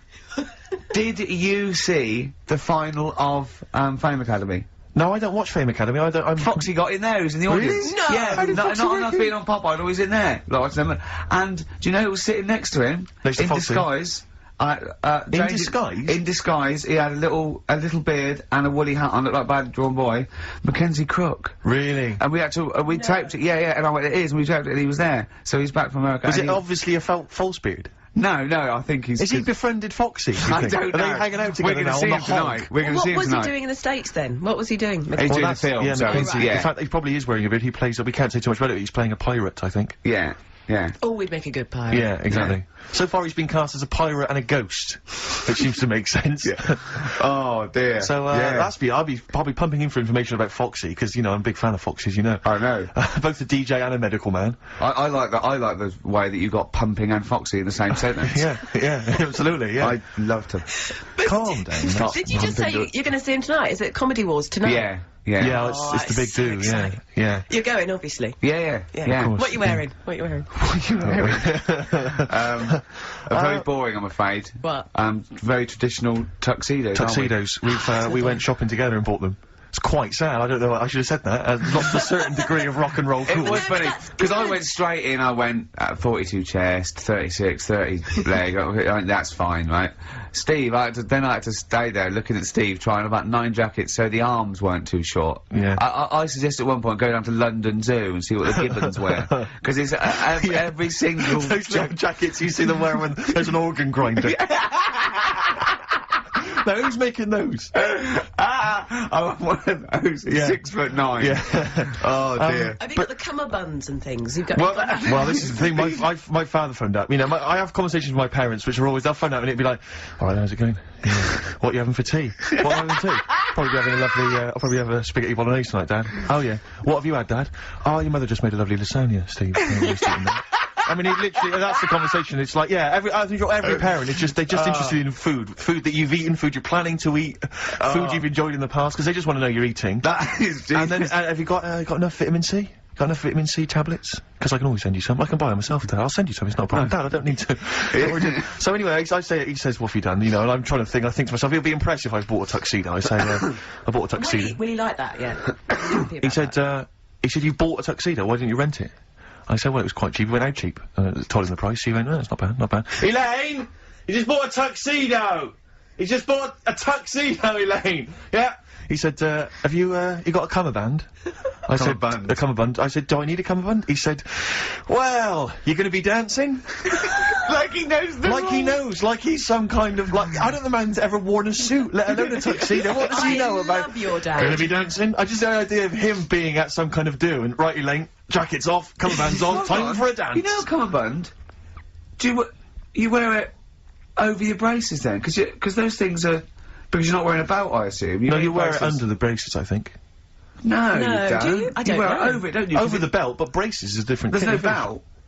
Well, no, Isn't if that you... one a tuxedo, isn't No, it? you're right. No, you're right. It is over the braces. Sorry, Yeah. how many people tuned to XFM are worrying about the etiquette of cummerbunds? But this is important because of the Comedy Wars which is going on. It's live tonight. Yeah, I know, yeah. Well, that's But I'll tell you why this, Rick, I tried on the tuxedo I bought yesterday, I got a new shirt as well. I look like James Bond. I'm not gonna lie to you. No, I do I look like can't James wait. Bond. I look exactly like him. It's uncanny. It is uncanny. Really? Because the bloke in there said you look like a lanky streak of piss, and I looked good. No. No, he did. Because as you were walking out the shop, he called me back in and said, you know that... I know, fat man that off was the for telly? show. That was for No. show. Because when the very last time when you He were said you definitely, look like you were Odd Job. definitely He said you look already- like Odd Job. No, he said you look when like you were Blofeld. He He said said you look when like- you were definitely on the tube. He said He said you "Who's look the like goggle-eyed Blowjob." He said you look like freaking Blowjob. streak of piss with a stupid gingery blonde hair. And He said you look like a goggle combination eyes. of Blofeld You and look Odd Job. brilliant, You look like Rick. Blowjob. He said He is a blowjob. lanky twat. He said blowjob. Oh, that'd be lovely. Try and insult me in other cod You languages. could bring Europe together if they just, like, instead of Esperanto, that there was just one common language. The language I'll of tell you what would freaking bring us. I'll goggle-eyed. tell you what would bring the Europe together is you maybe representing England on the Eurovision Song Contest That would be great. with a wouldn't it? self-penned tune. Should I do That that? would be Penworth. magnificent. It's got to be worth thinking What about about. just about everyone being the same? Yeah, and, just like, about the people euro being and that, equal. everyone, not and also mentioning the euro. Yeah. yeah, just doing that. I like all different. I like all different cheeses. Oh, je t'aime la musique pop. Yeah. La baby belle. Et le cheddar. I mean, I'm not fluent in French. Le grand fromage. Yeah. Oh, it'd be lovely, wouldn't it? And they'll all be there, all in their different. Well, different every line could uniforms. be maybe in a different language. Yeah, and what would I wear? I'd wear sort of like a kilt. You'd wear a kilt, but you'd also have on your head one of those kind of big, what are they called? Those big furry hats that beefeaters or whatever wear. Or Yeah, one of them. Is it Yeah. kind of a busby or something? A busby? Yeah. Wear one of those, or maybe a kind of policeman's helmet, That'd a be Bobby's good. helmet with the kilt. Yeah. You'd have the clogs. I'd wear the policeman's helmet under the kilt, so they just thought I was really enjoying the show. Yeah. Good idea. Hey? Excellent. We've talked. Well, I think we talked for about 3 minutes without having to mention some kind of genitalia. We should celebrate by playing one of my tunes of the year. Really? What one is it? U2 Electrical Oh, Storm. I know you're a big fan. I know you're a good big fan. choice. Well done. Electrical Storm. U2. I think that's my favourite of the year. If I had to pick one, that's great. And I do still feel slightly guilty about dissing them throughout the 90s. But, you know. Don't feel guilty if you didn't No, like it. you've did I you? evolved like the and you've 80s stuff, moved I didn't like the 90s stuff. I'm loving what they're doing in the I think you're a noughties. bigger man than them, frankly, for being able to admit your past mistakes. I think you're better than Bono, despite all his charity work. Yeah. You're more of a noble Yeah, figure. stop bothering the Pope, he's busy. Exactly. Well, yeah. Rick, my mother always used to say to me that you should write and thank your aunties and so on for their gifts. Yeah. And I feel like we should take a moment out just to thank all the people that have emailed or written into us during the year, because we don't. Basically, we're very lazy men and we never reply. Well, really. I never look. You never look at the You emails. read them and I go anything I from me and you reply go. very occasionally if I You're think like it's my worth it. secretary when it comes. You protect me from like people who The insults and so yeah, on. yeah. Are there any Yeah. insults like Oh, that? there's plenty. There's plenty. Yeah, Right. yeah. Do you have to protect him, really? Oh, God, yeah. Yeah, there's lots of That's things I don't a tell him, shame, lots It's of not things very I keep nice. from him. It's not very nice. I Yeah. thought I was right. Well, he's just not as popular as he thinks he is. Oh. He thinks that when he's like dancing around and making funny faces and squawking and making noises and No, stuff he when we're hasn't done filming, it. he thinks that He everyone thinks that's hasn't done it in the enjoyable. Yeah. Some Some of what people think I'm quite an annoying little prat, do they? that's not the word they use, but you're near enough Really? there. Yeah. Yeah, they didn't say Pratt, but you're on the right lines. Okay. But for instance, we got an email here from Graham. He says, please stop the chat and let's hear some more great ads, as I'm still not sure what mobile phone I should get the wife for Christmas. Well, maybe this'll help you out. Oh, just having fun with the webcam. Sorry. Yeah. We're just playing with the webcam. The webcam's an absolute treat. I That didn't is a realise. lovely picture, There's a little Steve. picture there of Steve on That's it. Oh. lovely. Right, That'll keep the was ladies Feeder. happy, That was Feeder. if I know them. Great. Yeah, no, that's one of my favourite tracks of the year as well. Feeder, you've enjoyed that? Which is what we're doing. God, it's gone quickly. It's only quarter of an hour to Yes, go. indeed, yes. Karl will be back next week for our kind of Christmas bonanza. I say that, we've got nothing planned. There's no No, reason why it that'd be should be a nice. bonanza. That'd be nice, yeah. Oh, But so we'll dear. play some Christmas tunes, and no doubt Karl will have some kind of festive game for us, maybe, or a festive, some Well, we're festive introducing trivia. a couple of new games. I mean, he's struggling with Rockbusters, which we've missed this week. Educating Ricky, he thinks there's nothing out there. All he could find was a parrot and a dog in a car wash. Yeah, you can't find any more interesting Still stuff. a little bit upset that we told him about intelligent crabs and babies forcing their way out. Yeah, we early. stitched him up last week by telling him some what we claimed were facts. Alright, because I was out shopping, so I missed it. Yeah, tell me what Well, happened then. you know, you Well, can you know, always he get a sort of little believes portable or something. anything that's weird Yeah, and wonderful. And we just yeah. made up these stories. I said two bodybuilders I got married, and she had a baby, but it after 6 months or 7 months, she was in bed asleep, and she woke up in terrible agony where the baby, where it had born, the bodybuilder, had forced its way out of the vagina and was pulling her along by the umbilical cord. Yeah. And intelligent crabs and stuff like this, and he was genuinely disappointed. Yeah, that they weren't true. But he came up with a new idea. What I'm gonna do is tell him 3 things. Yeah. One of which is made up and ludicrous, and 2 incredible facts. And it's called, That's Ridiculous. Brilliant. So he has to go, number 3 is Ridiculous. It's a winner. Yeah. Karl always comes up with the title first. You don't have to work the game show out from the title. Have you started work on That's Ridiculous yet? No, I've thought of a couple of things. It is great. It's so much fun to say, isn't it? Ridiculous. Yeah, that's ridiculous. Yeah. You're correct. Basically, it's like Call My Bluff, isn't it, really? It's not unlike Call My Bluff. It's not unlike Bluff. It's unlike Bluff. Certainly, yeah. You've, So, yeah, we've had Oasis, Streets, we've had U2, we've had some cracking tunes. Can we get away with playing Nelly? Hot in Here? I think it's a cracking tune, I really do. I just think, again, you know, I'm not interested in what genre you think it fits into, or whether you think it's cool, or because kids like it, you're not supposed to like it. It's a good tune, and I think we should try and stick it in. But before that, Rick, could I just play one track? We did play it much earlier in the year. It's from that album, Son of Evil Reindeer, by a band called The Reindeer Section. And this is a cracking little tune. I just think it's beautiful, and nice to hear it. Oh, beautiful, marry it then. Oh. Nice, isn't it? Very Christmassy. It makes me want to wish everyone a happy Christmas. Indeed. You know Well, what I mean? yeah, do it.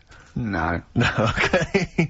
That's called Grand Parade from the album Son of Evil Reindeer by the Reindeer Section. It's a nice tune. It's one of my favourites of the year. By the way, Not Steve. at all, no, that's my pleasure. It's my pleasure. Claire, just big highlights of the year for you as a final roundup? Sort of things have you enjoyed this year? I mean, musically maybe, or maybe stuff you've, you know... I've enjoyed that band, The Music. Okay. And The Rapture. Sure. And the Electric Six. Remember last time I sat in for Carl, we played Danger High Voltage. Yeah. Like, one of the first That times. was the first time I'd heard it, you played and that, now we're playing it every hour. Yeah, because you're sort of a pioneer, aren't you, musically on XFM? You're one of the people who keeps it pretty raw. I remember the early days of Idlewild. Ricky, do you remember the early days of Idlewild? I'll take that back as well. Teasing you about them playing the Pinder and Wakefield stuff. That latest single I love, and the video's great as well. Yeah. I'm a big fan of Idlewild now. I knew you'd No, like great, Come round in brilliant. the end. Yeah. So yeah, it's been a good year. I haven't been out to many gigs, obviously, because I do the evening show. But you know, all the sessions which I'm doing the best of next week. Quick plug for the show next week. Best of the sessions. So yeah, it's been good year. Low points. What do? Low points. Do you know what mine are? What? Poverty and war and everything. Oh, I always hate it. I always hate it. No, you didn't say that. Yeah. No, you were going to say. I was going to say. No, you were going to say the streets or something, and and you didn't care about all of the people dying. So don't try and do it now. I'm thinking specifically. You're nasty. You like that. You like poverty. Oh, you like poverty and starvation. Play a record. That's Flex, interesting. You embarrass yourself. That's interesting. What? Near Christmas time. What a horrible. You hope kids go lame? You're evil. That's terrible. That's terrible thing, Nelly, hot in Cheeky here. little bit of Nelly there on we XFM snuck in Nelly in. 104.9. But, We don't care. it's a Springsteen great and tune. Nelly. You It's a don't great get that tune. on XFM, do you? No. Usually. No, indeed. We don't live by the rules, Stu. Absolutely. As I was listening to you then talk, You got bored? No. It reminded me of an email that someone sent in saying that they listen online, but because of however slow their computer is or whatever, it kind of stutters all the way through. You've got to point out that is the way I No, talk. but they said it only happens when you talk. And I think they've correctly identified that it's not the computer at fault. Well, that's why You I do wasn't worried sound about like doing this someone- boxing match, because I've definitely lost my looks, and I already slur. Yes. So there was really no danger of any damage. No, exactly. Yeah, you do sound punch drunk constantly. Exactly, But that's just part of your charm. Well, listen, that's been a lovely 2 hours for me. I've enjoyed it. I hope the listeners have enjoyed it. I hope you've enjoyed it. I hope Sturgis has enjoyed it. I've enjoyed it. Yeah. Well, I didn't really care if you enjoyed it. Don't butt in when I'm talking to Steve. You know, you won't You're here do to it press again. the buttons, Sturgis. We're going to play now a Christmas song for the lovely Christmas ladies. I don't say it's so much Christmassy, but it's one of the tunes I heard this year that really try and tie it stuck into a out for me. festive thing, so- Well, you're a fool. You've embarrassed yourself. You just showed up that there's no planning. This is was given away on a free CD on the cover of a magazine. I just think it's brilliant. It's a Lamb Chop, who are an excellent band always, doing a cover of an obscure Rolling Stones tune And I'll called say what, a Backstreet bloody Girls. good meal as well. That's true enough. So we'll leave them with this. It's Backstreet Girl, Lamb Chop, and see you next week for our final Lamb festive chop. show. Yeah, thanks very much. Embarrassing. It's something embarrassing, thank you. Lloyd Cole, she's a girl and I'm a man. Good that, innit? on XFM, 104.9, Ricky Gervais, Steve Merchant, Karl Pilkington. As ever, Rick, there's always someone who steps in to defend Karl. Okay, what is the defence? What is the defence? Here's an email from Scott Coomer. He says, Karl is actually right. I've got an A-level in statistics and probability. It doesn't matter how long they have and how many monkeys you have, you cannot guarantee they would type the complete works of Shakespeare. Infinity makes it probable they would get it right, but not definite. Yeah. Well, yeah. Yeah. That's what I was saying. No, you weren't saying, Karl. You don't understand it. Infinity sort of sorts it out. That if they do anything, they nearly do everything, won't they? No, I mean, they'll give it a good shot. on that. No, that's not the point. But the I'd point be is surprised if they did one page right. Right, listen, it's not to do with consciousness. It's not to do with them aiming. They are just bashing away at the keyboard. It's like they're used to show that there isn't consciousness. They chose the chimpanzee because it can type, presumably, hit the keyboard. It's because they hadn't come across you at the time. yeah. It's to take out thought out of it. It's to take out reason and trying, right? It's just random. They're saying that if you typed enough things, if the computer was left out typing everything, if you left it for an infinite amount of time, and they chose Shakespeare because there is meaning behind it, and it's difficult to get it exactly right, to show you that Infinity would come up with it's not just Shakespeare, it's every novel. It's everything. Fairly eloquent there from Gervais. A quick riposte, please, from Karl Pilkington. No, I'm just saying, what I don't understand, if it hasn't read it, then how does it know where it's going? Listen, right, okay, listen, right, can I just explain to people, right? Some people have said, oh, why are you cruel to Karl? He drives me mental with things like that. What do you mean, well? Let me just take a breather. How do I do your editing? He keeps coming in the week. You know that I work here properly, in the week, don't I? Yeah. I've got a proper job, yeah? Should be 9 to 5, but I normally get in at about 8 o'clock and work A lot of till people about get in at 8 o'clock. Working hard, trying to do my job. 3 times this week, I've been rushing around, I walked past my little studio, he's sat in there, alright? Now, because I've got this sort of job, I can get away with it. I said to him, if I was a doctor, would he keep coming to me practice? If you were a doctor, there'd be severe problems with the NHS. Imagine that. The standards would have lowered so much if you can arrive at the hospital, you're a doctor. Pop in, I'll go to lunch, don't we? We have a little lunch break, don't we? I go, come on, let's go now. He goes, I'm busy. I go, come on, let's go now. He's going, oh, you're doing me head in. Well, when I was talking about the monkey conundrum with Karl, he said to me, right, if I had a day off work, and I was, say, watching the TV, and with one hand I was typing a typewriter, would I type Shakespeare? I mean... Yeah, but you see, there's certain things, we were talking a little bit about this stuff the other week, weren't we, when we said, you were going on about Einstein, and I said he's not that good. You know, E equals MC squared, you know, it sounds good, but I've never used it and that. Right? I've never used it! You haven't used 2 and 2 equals 4, Karl! The fella with an apple fell on his head. You know, it could have been anyone sat under that tree. Do you know what I mean? It's just annoying. Lucky. And Newton gets all the credit for his laws of the universe. Well, other people were working whilst he was having a lunch break under the tree. So in a way, it's like he didn't deserve to have that success story. Again, forget the apple and the tree and whether he was sitting down having a lunch break. It's totally irrelevant. Yeah, but what I'm saying is there's certain things that will just happen. You know, it's like, I think we were talking, when we were out eating the other week, we were talking about Noel Gallagher. Well, this is the reason the monkey discussion came up, right? Noel Gallagher... I don't know what to say. I don't know what to say. Rick, I don't want to misquote Noel. I'm going to be like Herbert Lom in Clouseau. I'm going to get a twitch whenever he opens his mouth. I don't know where to start with some of his statements. Well, as I say, this discussion began because we were talking about a quote that Noel Gallagher supposedly gave. Now, I don't want to misquote Gallagher, but the gist of it was that he said, had I... written Wonderwall or whatever, instead of the Beatles writing Strawberry Fields or whatever, I'd be the one that was considered the great songwriter and it wouldn't be the Beatles. You know, it's just the fact that they came first that meant that they get all the credit as being the greatest band in the world. I don't know where to start with that statement either. I mean, that's Gallagher's thing, and he's, you know, well, whatever, we know what we think of that. What was your point, Karl? You agreed with him, didn't you? Yeah, I reckon, right, do you know we've talked about putting a baby in a room before and it'll know what colour it is and stuff? If you've got a room that's painted red, right, but forget that, because that's going to confuse Hear him out. Listen to me. Say if they did some new TV show, right, like, what's that film with Jim Carrey in, where The Truman Show. The Truman Show, right? So they make up a little room, and some woman has some kids, and you say, right, let's put the kids in this room, and they don't know what's going on outside. They don't know anything about, like, EastEnders and that. It's like their little world, right? They don't know anything that's gone on. How could a child survive without EastEnders? Right, listen. So, he's sat in the room, right? And then, when they're all asleep, Wait for this bit. someone Have you heard this? Yeah, bit? wait for this bit. They're all in a room. Yeah. They're asleep.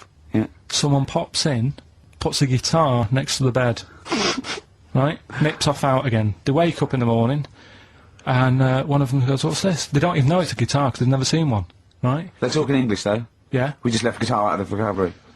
right. So There's plenty more to come. one of them will pick it up, and they'll go, "I don't know what it is," and they'll start strumming. They'll go, "That sounds good, doesn't it?"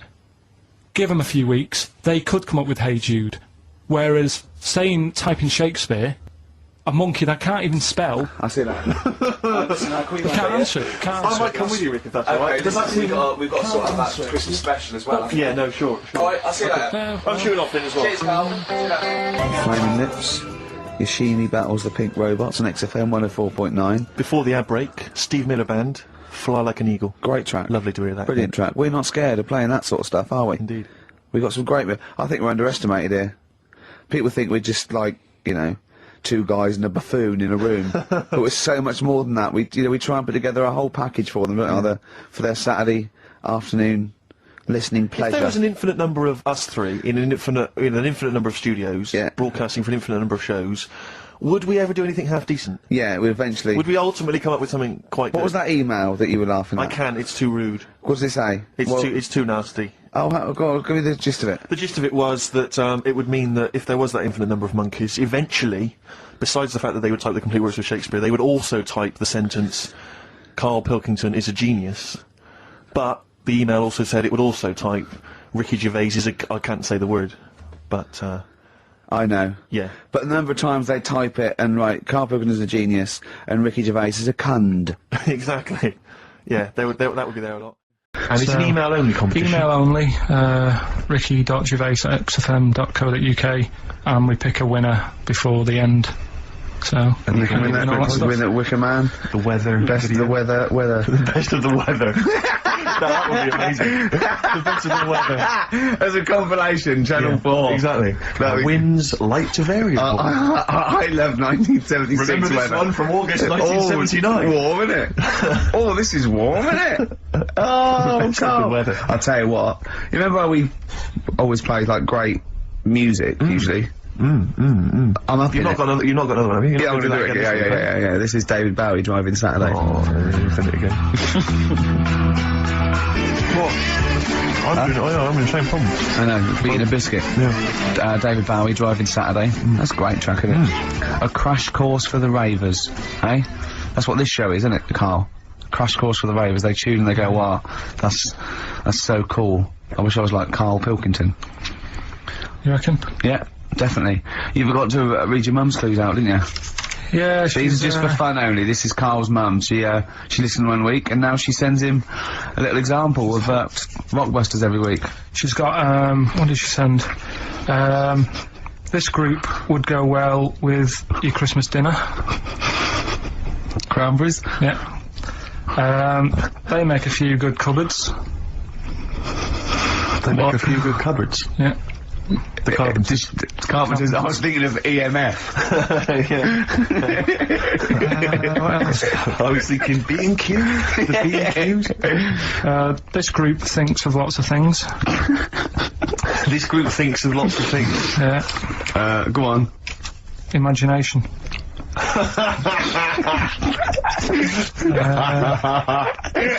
I think they're the best ones. Yeah, Karl, obviously we want the worst ones then.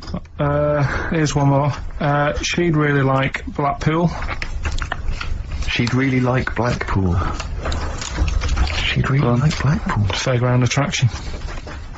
Not bad. Yeah, Not bad. Right, so, there's, Does she write anything else in the letter, or does she just send them like on a scrawled on the back of, you know, I don't know, a till receipt? She did with the first Quick one, now thing. it's just the Rockbusters. Right. Really? She doesn't bother asking how you are, or... Well, I'll speak to her in a week on Right. the phone, so it doesn't- What kind of conversations would you have then with your What do you animals and say? stuff? do you moan about how overworked you are and stuff to her? I mean, they're always surprised when I'm getting in late, and that it's like, you know, what have you done today? Oh, I've just got in from work, and it's like 8:30 at night. A lot of people get home at 8:30, Carl. Next. You know, just saying, how's the flat going? Yeah. Asking my dad some DIY tips the other day. You know, usual sort of stuff you talk with your mum and dad, really. Yeah. Talking about the bisons with them. I was watching, did you watch The Mammals in the week? Oh, David Attenborough. No. I was thinking, actually, right, all this MTV stuff, if there's one reason why I'd like to do it, Yeah. is I was watching Attenborough, the Mammals programme. I reckon I could do something like that. Right. And just have like me, instead of Attenborough, like a young sort of fresh person, Yeah. watching like certain animals and saying, do we need these? Do you know what I mean? Yeah. Oh, God! What's going to be death on earth? Well, That's amazing! Do we need these? And, No, 'cause there's loads of and the stuff. audience at home would vote. Would there be something like yeah, telephone like a vote? vote out system. Oh, But the that- thing is like, yeah. it's something interesting that Attenborough was saying the other night on Do we need these? on Jonathan Ross's show, on his telly show, right? He was saying, he said you could take all the humans off the earth and it would carry on, but take like some animals off it, mammals and that, you got problems on your hands. I thought that was quite interesting. Yeah. So it's like the question is, do we need these? Is that part of the big thing? Right. Like jellyfish, Yeah. we've talked about jellyfish. Yeah. Yeah. So which mammals in particular were You talked about that watching Zoe you Ball thought- show, haven't you? Hey? Which mammals were you thinking we don't need when you watched the show the other night? Any in particular that you thought they don't need them? They're not of interest. Well, I like whales, but I don't know what they do. And they're taking up quite a lot of room. Sure. But stuff like, Yeah. but like, jellyfish, I looked into because, Yeah, you know, well, I was I think talking you about don't- them, and they were saying they've got no eyes, no heart, there's something like 97% water, Yeah. Uh, they're blind, and they do about 33 miles a day. Right. So it's like, do we need them? Could we clear them out? Yeah. Yeah. What, a big net. That would be the programme. What? Right, we'll get rid of them. Next week we'll be looking at Rhinos. I think it's genius. Honestly, I think it's genius. And like going along sort of like picking up sea anemones and going and just lobbing them into the sea. Well, what do you think about MTV doing that? And then I just, in between the bits, Play music I videos? play music related relates to to it. fish, so I could play like fish, Yeah. like Rock Guy, or the animals, Rock lobster. yeah, or what else could This we get could in run there? and run. What other songs have got animals in them? The Well, monkeys, could play the monkeys. Yeah, there's about 1 million, so let's not start this. No, but, do you know what I mean? So do we need this? So MTV Can't- flies you around the world And to the you- most incredible exotic locations. You sort of climb up a tree or whatever next to, I don't know what lives up a tree, some kind of rare parrot. You say, look Sloth. at that, it's colourful, Sloth. it's interesting. Oh, you like sloths, don't you? No, they just live up trees, but I'd say, do we need them? Why? Well, what do they do? What do you mean? What do they do? What do you want from an animal? Carpentry. What Well, do you like, want? I don't like scorpions, right? Right. But then I found out they look after those monkey things. They're not monkeys, they're lizards. Well, all right, yeah, then lizards. They look after the lizards. So there's a reason. But do you need the lizard? Could be your Well, next yeah, question. because the local people made shoes out of them. But not when the scorpion protected them, they didn't. Right, we don't need them then.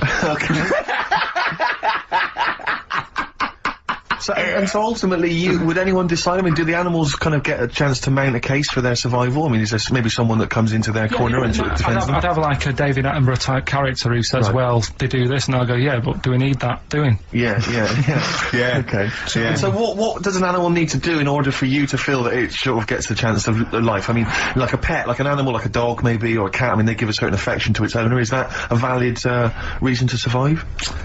Not particularly. Not really. No, I've okay. been saying that though, blind people use dogs, so they are useful. So dogs are useful. St. Farmers Bernards, use they often dogs. save people, don't they, in Yeah. snowy weather? Cats.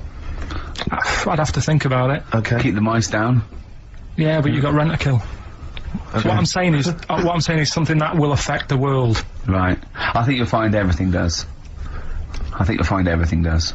Except Karl. I'm not sure what effect he's having on the world. I tell you what though, Steve, right? Did you watch the mammals? I didn't see the mammals. They had bison on it. Right. The weirdest looking things you've ever seen. Yeah. They've really Again, you're on dangerous ground here, Karl. but they've really got it's like, decide what you want to look like. It's just a mismatch of stuff. It's got a really big airy head. Yeah. And like you. Sort of bald at the back. Right. Sort of It's like thinner. someone you went to school with. Was there two of them? Oh, brilliant. From the album Original Pirate Material, it's obviously The Streets, and an album track from that, It's Too Late. Fantastic, isn't it? Yeah. I know everyone's raving about it being, you know, one of the albums of the year, but it is, I think. It's great. That's brilliant. I love the backing as well. It's just so good. The lyrics, the things you go, they're my favourite band of the year. Next week then, we'll do all our favourite songs of the year, shall we? No, I think it's got to be 2 weeks' time. Oh, 2 weeks, is it? Yeah, We'll do I'm the away Christmas. next week as well. What do you mean you're away next week? What are you doing? Zoe Ball show? I'm going up north again. Why? So Claire's going to be here with you. Okay. Yeah, at least What are you doing up north? she does her job. Just Suzanne's dad's birthday. So. I bet he's a party animal. I've heard that they really kick off, don't they? Is it? Yeah. So, You gonna be raving? can't concentrate now. Oh, well, he's all stressed because the lady from MTV's here. She's going to film his little face. So the what- the things he said in the week, he was so worried. He's got worried about the spot on his head. That won't come out. Just you got your best side. It's on that side. That's all right. Oh, yeah, the camera's out. Look, he's getting nervous now. Okay, Karl, ignore the camera. Okay, just ignore the camera. Okay. Now, me and Steve have done our research for you, and we've got two amazing things to tell you. What should I tell them first, about the baby or the... Well, they're crab? both equally fascinating, so you choose. I'll tell you the crab thing first, right? Steve actually saw this thing in The Guardian the week, about our research thing, and then we looked it up, we looked into it on Friday, and it is incredible. Right, listen to this. There's a thing in a bay in, New England, right, where it's like the biggest, they make silicon chips and stuff for computers, right? And because of the data protection thing, after they've done them, because they have to destroy the plates, right, well, the information's sort of put onto them, but there's still flakes of silicon. They sort of grind it down straight away, and some of the flakes got into the bay, okay, but some of the information's still on even the slight granules of silicon. Anyway, gets in the water, and silicon is rather like a carbon derivative. They reckon if there'd been life on another planet that wasn't carbon-based, it'd be silicon-based, because that's simple sugars and it's just COH and that, and it can work with silicon, right? Anyway, the crabs have been taken up, it's on the water, and they looked out on the beach, and over years the crabs have started sort of putting themselves in formations, like geometric format, and they couldn't work out why they were doing this. And when they put them in the experiment, they sort of like chopped them up, and they found they'd taken on silicon, and it had sort of got into their brain, and they were downloading information. They picked up little things, because it's just chemical, you know, like electrical impulses had got information off the silicon chip, and they were interfacing it. But this is the amazing thing. One bloke sort of thought of this, and he thought, well, if it's a simple computer, the brain, if it's just a simple sort of electrical thing, then maybe there's sort of, you know, we could get it down. So what they did is they made a thing called a biointerface. And they put it into the crab's brain, just a really simple brain, so it's measured avant-garde, right? And it got impulses from it, and they were getting, like, computer readers, so just flashes of, like, symbols and geometric things were on this screen to read the crab's brain, and it was stuff like, you know, fragments of a... What made them do this in the first place? Because they saw the crabs behaving differently. They were behaving differently to each other. They were just like, they were, you know, intelligent. And they were sort of solving problems and all this sort of stuff. Anyway, when they downloaded the thing, it was like there was they found one of the secretary's names where it had been on the silicon chip, where it was just like a flash of a computer screen. But the most amazing thing is, they downloaded a memory, right? It was like a snapshot where it had been burnt onto the retina of the crab, just a snapshot or something, and it was like a picture of the beach, like a couple of years ago, right? And they also did, incredible, it was like just a digital black and white sort of thing, so they could see what the crab had seen. Amazing. Jeez. Amazing. So Intelligent crabs. what are they doing with Almost them now like then? super brain. Well, they think this is the upshot. They think they could use it as spy crabs because they could get these crabs. Also, the other thing is, as generations went on, right? So they put a crab in the sea or something, right? Lots of crabs in, and then as generations went on, a newborn crab, they downloaded the memory and it had the memories of its great all together. It had every memory that any crab had been related to it beforehand. Because it passed it on, it just passed it on. So not even ones that had been eating the silicon stuff. Yeah, no, These are just like ones that have had kids. yeah. And they've got like... And they know so you'd know everything everything right the way back. So would that work if we ate silicon? Well, possibly. So what are they gonna... Well, they can Yeah. use them for all sorts of things, though. I mean, that's what's incredible. I mean, I don't know how you would train it particularly. I don't know quite sure how you train, but I'm assuming if they can do it that way, then presumably they can It'd be give it like certain silicon information, which Yeah. they can then plant in it, if you like, within its sort of food. Also, as if it you were. get them onto And enemy you can get it beaches, yeah. you'd have like 1,000 digital cameras just... Yeah, Well, sneaking around. You could get, like, you know, They don't- Osama bin Laden or someone They just crawling don't around in the sand. understand the information they've got. No, they don't They know they're doing understand it. They just download them. That's the thing, so they're But not, the it's not one like you could torture them and they wouldn't be able to sort of give you the information because they wouldn't know what information they had because they're just But like the first crab they downloaded, they just kept seeing the same picture of a big crab feeding it, which they... Really? Yeah. Wow. That's what, like its mother crab or Yeah. something? As it was memories of it as a child.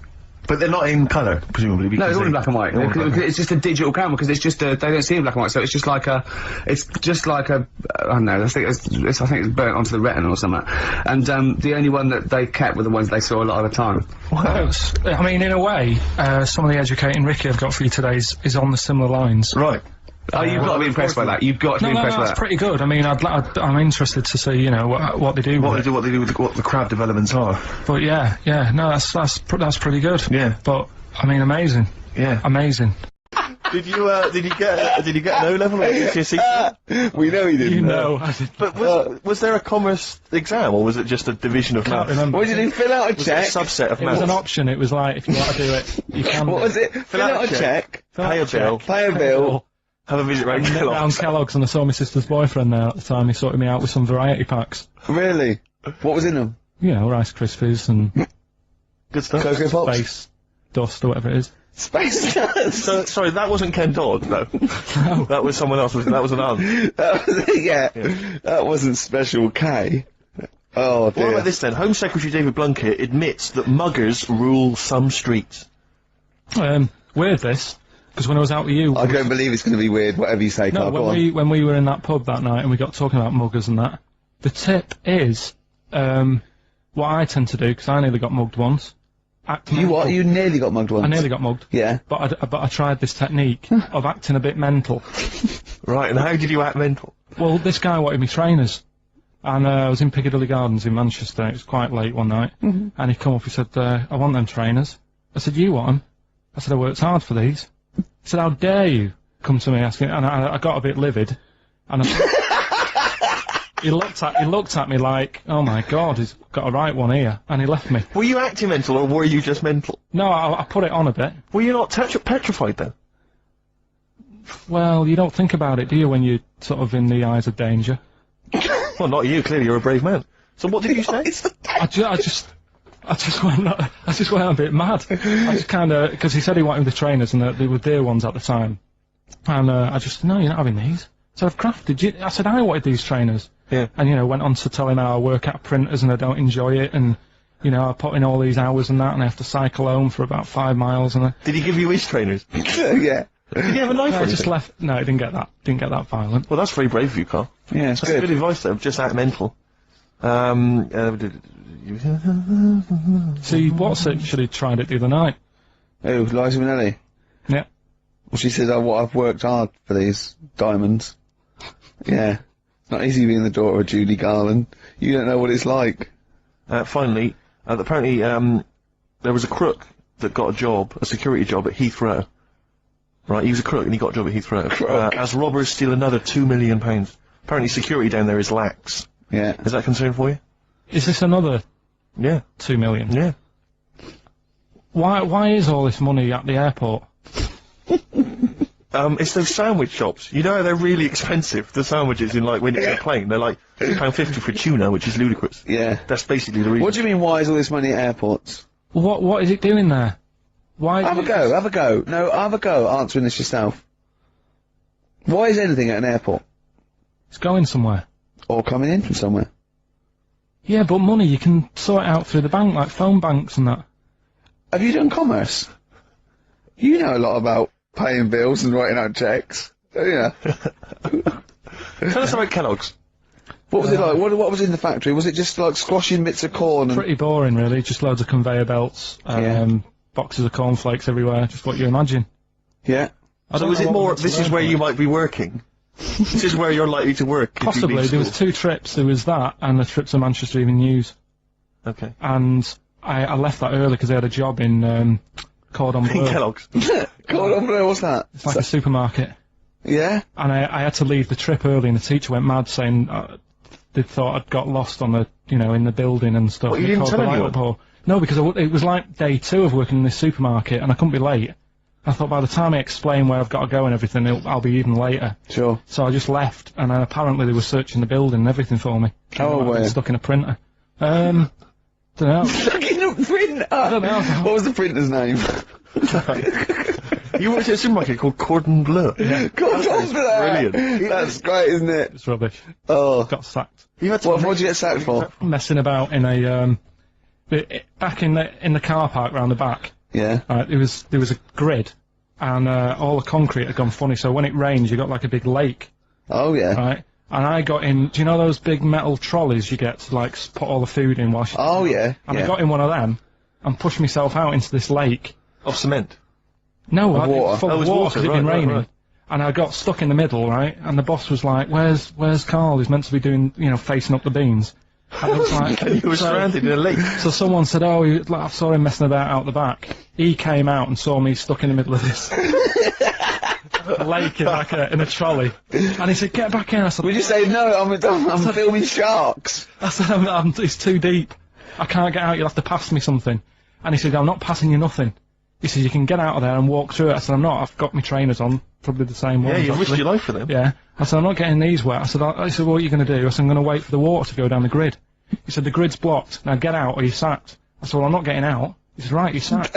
So you were sacked? How long did you have to wait for the water to go down the In grid? the end, I did get bored, and I sort of did a bit of a leap and a jump and got 1 foot wet. How long were you waiting? In about half an hour. Just think of it. Just think. I mean, how did he get himself into that situation? That's fantastic. Should we play a record? Oh, definitely. That's Yes, a yes. joy. Oh, you're an absolute pleasure. More White Van Man next time on the show. Electric Soft Parade. I keep trying to get the album for free from you, Karl. You've not sorted me out yet. I have to rely on other people to give me different copies No, of I did the different try, and tracks. I'll keep trying. Please do. This is one called There's a Silence, Electric Soft Parade. Gomez and Shot on XFM 101.9. Sorry, I was going to tell Steve something. Talk amongst yourselves. When you were out there, Johnny Mango phoned up and said to Karl, "Come on, when are we going to do this thing?" And Karl got all nervous. Right, and he went, "You don't want to do it, do you?" He said, "Well, it's going to get out of hand. I just wanted to go as high as a tree." And he went, "Well, you can. I'll hold you down with a rope." He went, "Yeah," but he said, "but when the crowd are there and they're all screaming higher, higher, I'll feel the pressure and have to go along with it." What crowd? What crowd is this? Higher! No, higher! We don't live in like a medieval era. It's not going to be dancing bears and tumbling midgets. Well, I don't know, that's an idea. Hold on. If there's anyone got any of those, Tumbling midgets would be amazing. yeah. Definitely. Less balloons, cheaper to do. Oh, you're going No, up. you're Don't going worry up about with that, them. mate. No, you're going up with them, not just, no. With a midget under either arm. It's brilliant. Yeah. Oh dear. It's time for the re-education of Karl Pilkington. This week Karl was studying the life and times of Winston Churchill. What do you make of it, Karl? What did Churchill do for Right, you? last week I made a bit of an error with Hitler.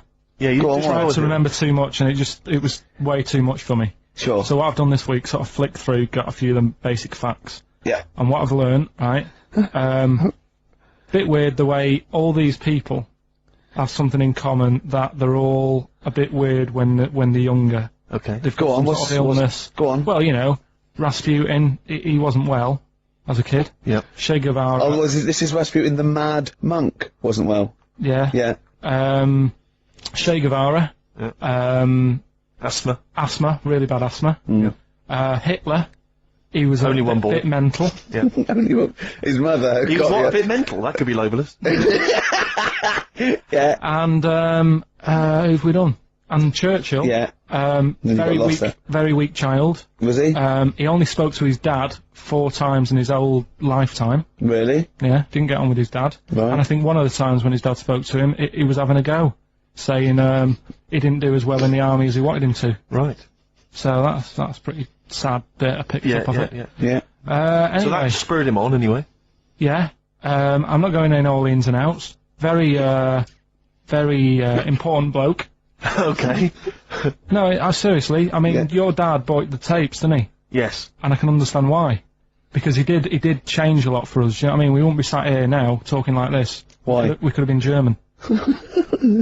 Yep. He didn't let that happen. No. Everyone had a go at him, right? When like I think it was Chamberlain who was in power, and he was like saying, "Don't be trusting that Hitler," Yeah. you know. And everyone was like, "Look, stop causing trouble." Chamberlain sorted it out, you know. He sorted out a peace agreement, Yeah. and he was like, "No, don't trust him." And everyone's like, "Oh, you know, you're just causing trouble." You know, everyone else is happy. Then it turned out that Hitler did actually do the dirty, Yeah. and try and come over. I remember didn't he do something? He started a war or There was a something. conflict of some kind. Yeah, Yeah. started a problem, and everyone went, "Hang on a minute, that Churchill knew what he was talking about. Yeah. Yeah. Get him back in charge." Sure. And they got him in, and Hitler was scared of him because he knew that he wasn't going to be having any lies or anything. He couldn't try it on with Churchill. Yeah. Especially when he was a little bit pissed up and coked and with Who a big was? cigar. Churchill. He wasn't he wasn't doing that. I think a lot were during the war, in the war cabinet. I think they had to have things to keep him awake all night and stuff, and he certainly liked a brandy. Rick, Winston Churchill was coked up, was he? I mean, sorry, this is something I wasn't aware of. If there are any historians listening, if I'm wrong, I'm Was that in very the sorry. World at War? No, I don't Winston think Churchill so. was- I Any don't think he did. historians or you know, experts on war? Did Churchill and not some of the other people during I think the First and Second World War take a little bit of cocaine? So when he said that Doctors certainly used to. Hitler liked cakes, would they be like the funny sort of cakes? No, he probably did like a little bit of Madeira cake. Right. But it's all there, isn't it? It's interesting. The one that I was telling you before about what's the name? The lost letter. The lost letter? What's this? Lost postcard that's just turned up. Some woman sent a postcard years and years ago to a niece or something, right? And her niece was like 3 years old back then. And just now, like I think like yesterday or the day before, it turned up. The postcard turned up 74 years late. 74 years later. Took 74 and that years. 3-year-old girl's been living in the same house that whole time. Well, yeah. Sure.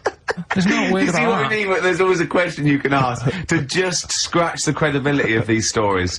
There's always, it's like the apocryphal tale. Was this the slugs? Was this those slugs from last week? Yeah, well, that they're were holding back stealing- because they're slow. Because the postman slug is useless. Its round takes him 74 years. Then he's got to go back to the beginning. He's got 74, and they can't carry the bag. That's why they go. That's why they turn to glue. That's why they turn to glue. Oh, it's pitiful. It is pitiful. So you don't believe that someone sent a postcard years ago and somehow it's been stuck in the bottom of a post bag or something and it's only just Stuck in the bottom of a post bag? Yeah. That means that there's like a 95-year-old postman who's still Yeah. wandering around.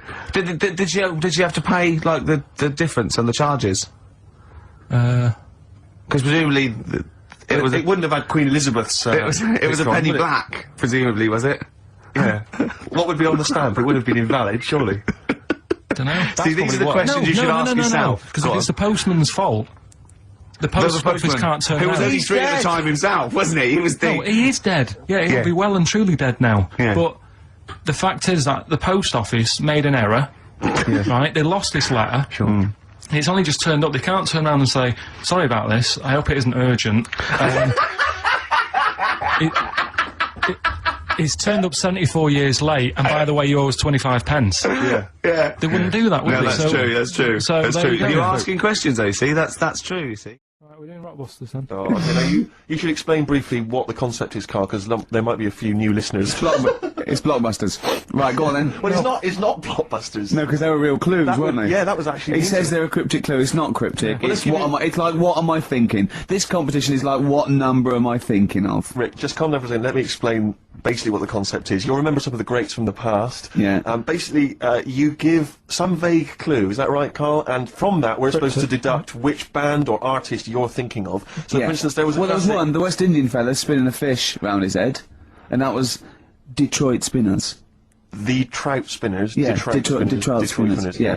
There's also what happens if you fall over into a puddle in Texas. Wet knee, Houston. Wet knee. That is the level of Carl's That's what you're clues. working with. But could I just say, there's no irony in this. Carl doesn't think this is quirky or kitsch or ironic. He thinks these could go on the Guardian crossword. Yeah. Right. Okay. This is the best stuff you can come up with. Yeah. Right, so there's three of them. Yeah. Right, I give you the cryptic clue, Yeah, not and to help cryptic. you along, well it is, Yeah, not and I really. give you some initials of the band or the artist or whatever to help you along as well. Yeah. Three Now, of them. This is on the text only. We don't want emails on this one. Just It's eight- the one that gets the highest or the first one to get 3. The first email with 3 or the first one that is the highest. So if no one gets the third one, which I wouldn't blame you for, so if there's like 30 people that get 2, it's the first email that comes in that we pick, and they win a handful of tat, which would you like to go through? Dusty? I'll search out the tag in a second. I'm not Oh, sure where it yes. is. Yeah, Good stuff. there's some DVDs and stuff in there. It's not bad. Yeah, but it means you go forward to the grand final in 6 weeks' time when you're playing for all that amazing stuff Ricky's got. We've got the signed, genuine, exclusive drawing of Homer Simpson done by Matt Groening, featuring references to Karl. We've got the signed Spinal Tap poster. This is big stuff you can't get anywhere else. No, it's a rare American poster signed by And it's Nigel such a Tufnell. shame that your only chance of winning it is with this inane quiz. Absolutely, it's not down to skill or anything. It's just such a shame that Let's just do it then. Go on then. Right, the first one. Go on. What you got to remember is it's a band or an artist that XFM play as well. Right. Right then. So the first one. Oh yeah, because X-Men play with Detroit Spinners and Whitney Houston all the time, don't they? All right, these three. Okay. Giving it away, but these are XFM bands. Okay. Yeah. Right. If you got like a ball. Oh Jesus. I you don't think about the cryptic clue is that every syllable counts. He says it's different every time he says it. There'll be something different. Look, go on then. Right. So if you get a bulb, right? A bulb what? A bulb. A bulb. What's a bulb? What's a bulb? Like A light bulb. A light bulb. Oh, a light bulb. So you get a yeah. bulb? You get a bulb. Yeah. Yeah. Yeah. Go on. He's gone. Right, go on. So you get a bulb. Oh, Right. yeah, a bulb. Yeah. Have you got something in your throat? What are you doing? You need a gobstopper. What are you doing? We'll play a song then. No, come on. Get the clue out, for Go goodness on. sake. So the cryptic clue is, so, if you get a bulb, right, so... That's the beginning. Okay, great. right, if you get a so, then right, if you get a bulb, like, go on. And you look after it. Right. You look after that bulb. And you teach it stuff. And all Jesus that. Christ. What you doing there? Do you know what I mean? This is extraordinary. This is extraordinary. Imagine that written down in the He's had 18 months to get this But right. imagine it, that's not a clue, that's an essay. I don't know what it is. It's a I conversation don't know with if he means yourself. a light bulb, a bulb like you plant in the garden. What kind of bulb does he mean? Yeah. It doesn't really matter. Oh, okay. You get a bulb. Well, remember that, it doesn't matter. Okay. Okay, it doesn't No, matter it what... does, but I can't say too much. Right, so listen, let me just do it again. You get a bulb, right, when it's young, you look after that bulb, Yeah. you teach it stuff, and what have you. What have you done there? What's gone on? Brilliant! What So are the initials of the concise. band? R, right? R. R for rabbit, right? So what's the band there? Second one, Jesus. people have a problem doing this when they get home from like a night out drinking. Right? What's the problem they've got? Right? The initial there, K. What's the band? Right? People get in from having a night out, they'll have a problem doing this. What is it? What's the problem? Okay. And clue number 3? I had a vision of that Chinese flu. Right? That's C. I had a vision of that Chinese flu. You had a vision of that Chinese flu, Yeah, and that's the the letter band C. Right? So 3 bands there. 3 cryptic clues. Not really. Text in 83 XFM. Just send the 3 band names. That'll do on it. Can they do a website as well? If they want, they can email in. Well, tell them what it is. Yeah, ricky.gervais@xfm.co.uk. send it in there. Give them again quickly then, Carl. Right then, so get a bulb when it's young and that. Look Brilliant, after it. different, look totally after different. It, teach it stuff. Yeah. And all that. Okay. What's the band, right? Yeah. Second one, people have a problem doing this when they get home late at night. You know, they've been out drinking and that. They get home. What problem are you going to have? K is the initial. Third one, I had a vision of that Chinese flu. What do I mean? Brilliant. C is the initial. Play a record. I mean, it's abomination. Right. Give us the. Go on, give us the clue. I haven't got an idea. Go on, give me the clue then again. Right. Well, do you want to say who the winner is, or No, do you- let's hear the answers first. First clue was if you get a bulb when it's young, you look after it and that. You teach it stuff. Yeah. What's going on there? Go on. The initial was R. Yeah. Right. That was razor light. All right. Raise a light. You raise a light. Razor Yeah. light. Okay. Kind of works. Yeah, it Second didn't matter one. what sort of bulb it was then. It was very Sure. specific. Got it in mind. Go on. People have a problem doing this when they get home from a night out drinking. Yeah. What's the problem they're having? They have a problem getting the key in. That keen. That's the That's awful. word. That doesn't count. Works, Keen. and they got it right. It's keen. It's keen. It's Got it one right. to awful. The last Awful, one, awful, awful. I had a vision of that Chinese flu. Yeah. The initial I was C. That was Caesars. Caesars. They managed to get that as well. I love the fact that even he knows they managed to get that as well. Did anyone get all three? Yeah, a few people. That's terrible. Okay, who was the first one? Who was I the don't first- know what it says about XFM and its listeners that people are getting these answers right. I know. Go on then. I mean, The last time I sort of sat down and had time, because I'm always busy doing stuff and that. Sure. Moaning takes up about 3 hours a day. When did Wimbledon finish? A couple of weeks ago. Right. Found myself sat there, right. I'm not having a go. I know we've stopped Cheeky Freak of the Week and all that, right. So I'm not going to be having a go. Christ. I sat there. I'm scared. No, I'm not having a go. You've always got to remember that. Go on, just get on with it. Get on with it. I'll apologise after. I'm just saying, watching Wimbledon, it wasn't, you know, one of the major games. It was little fellas in a wheelchair having a game. Little fellas in a wheelchair. right. But for me, I mean, you know, great. They're doing a sport and everything. Don't put it on the telly. What was up with it? There wasn't like a rally going on.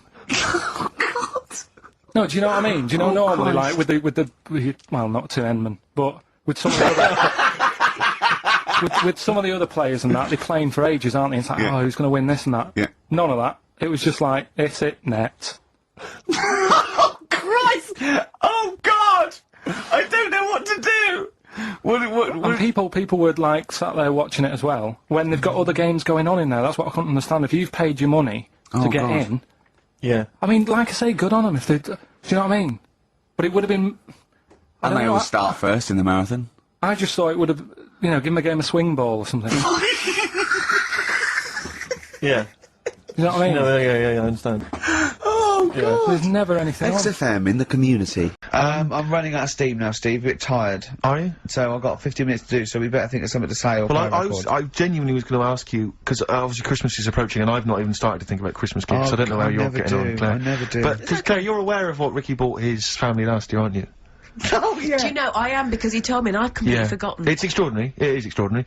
I mean, how much thought and planning went into it? Right, I was pressed for time. How many kids were there? How many people were there? This is it. I've got a big family, okay?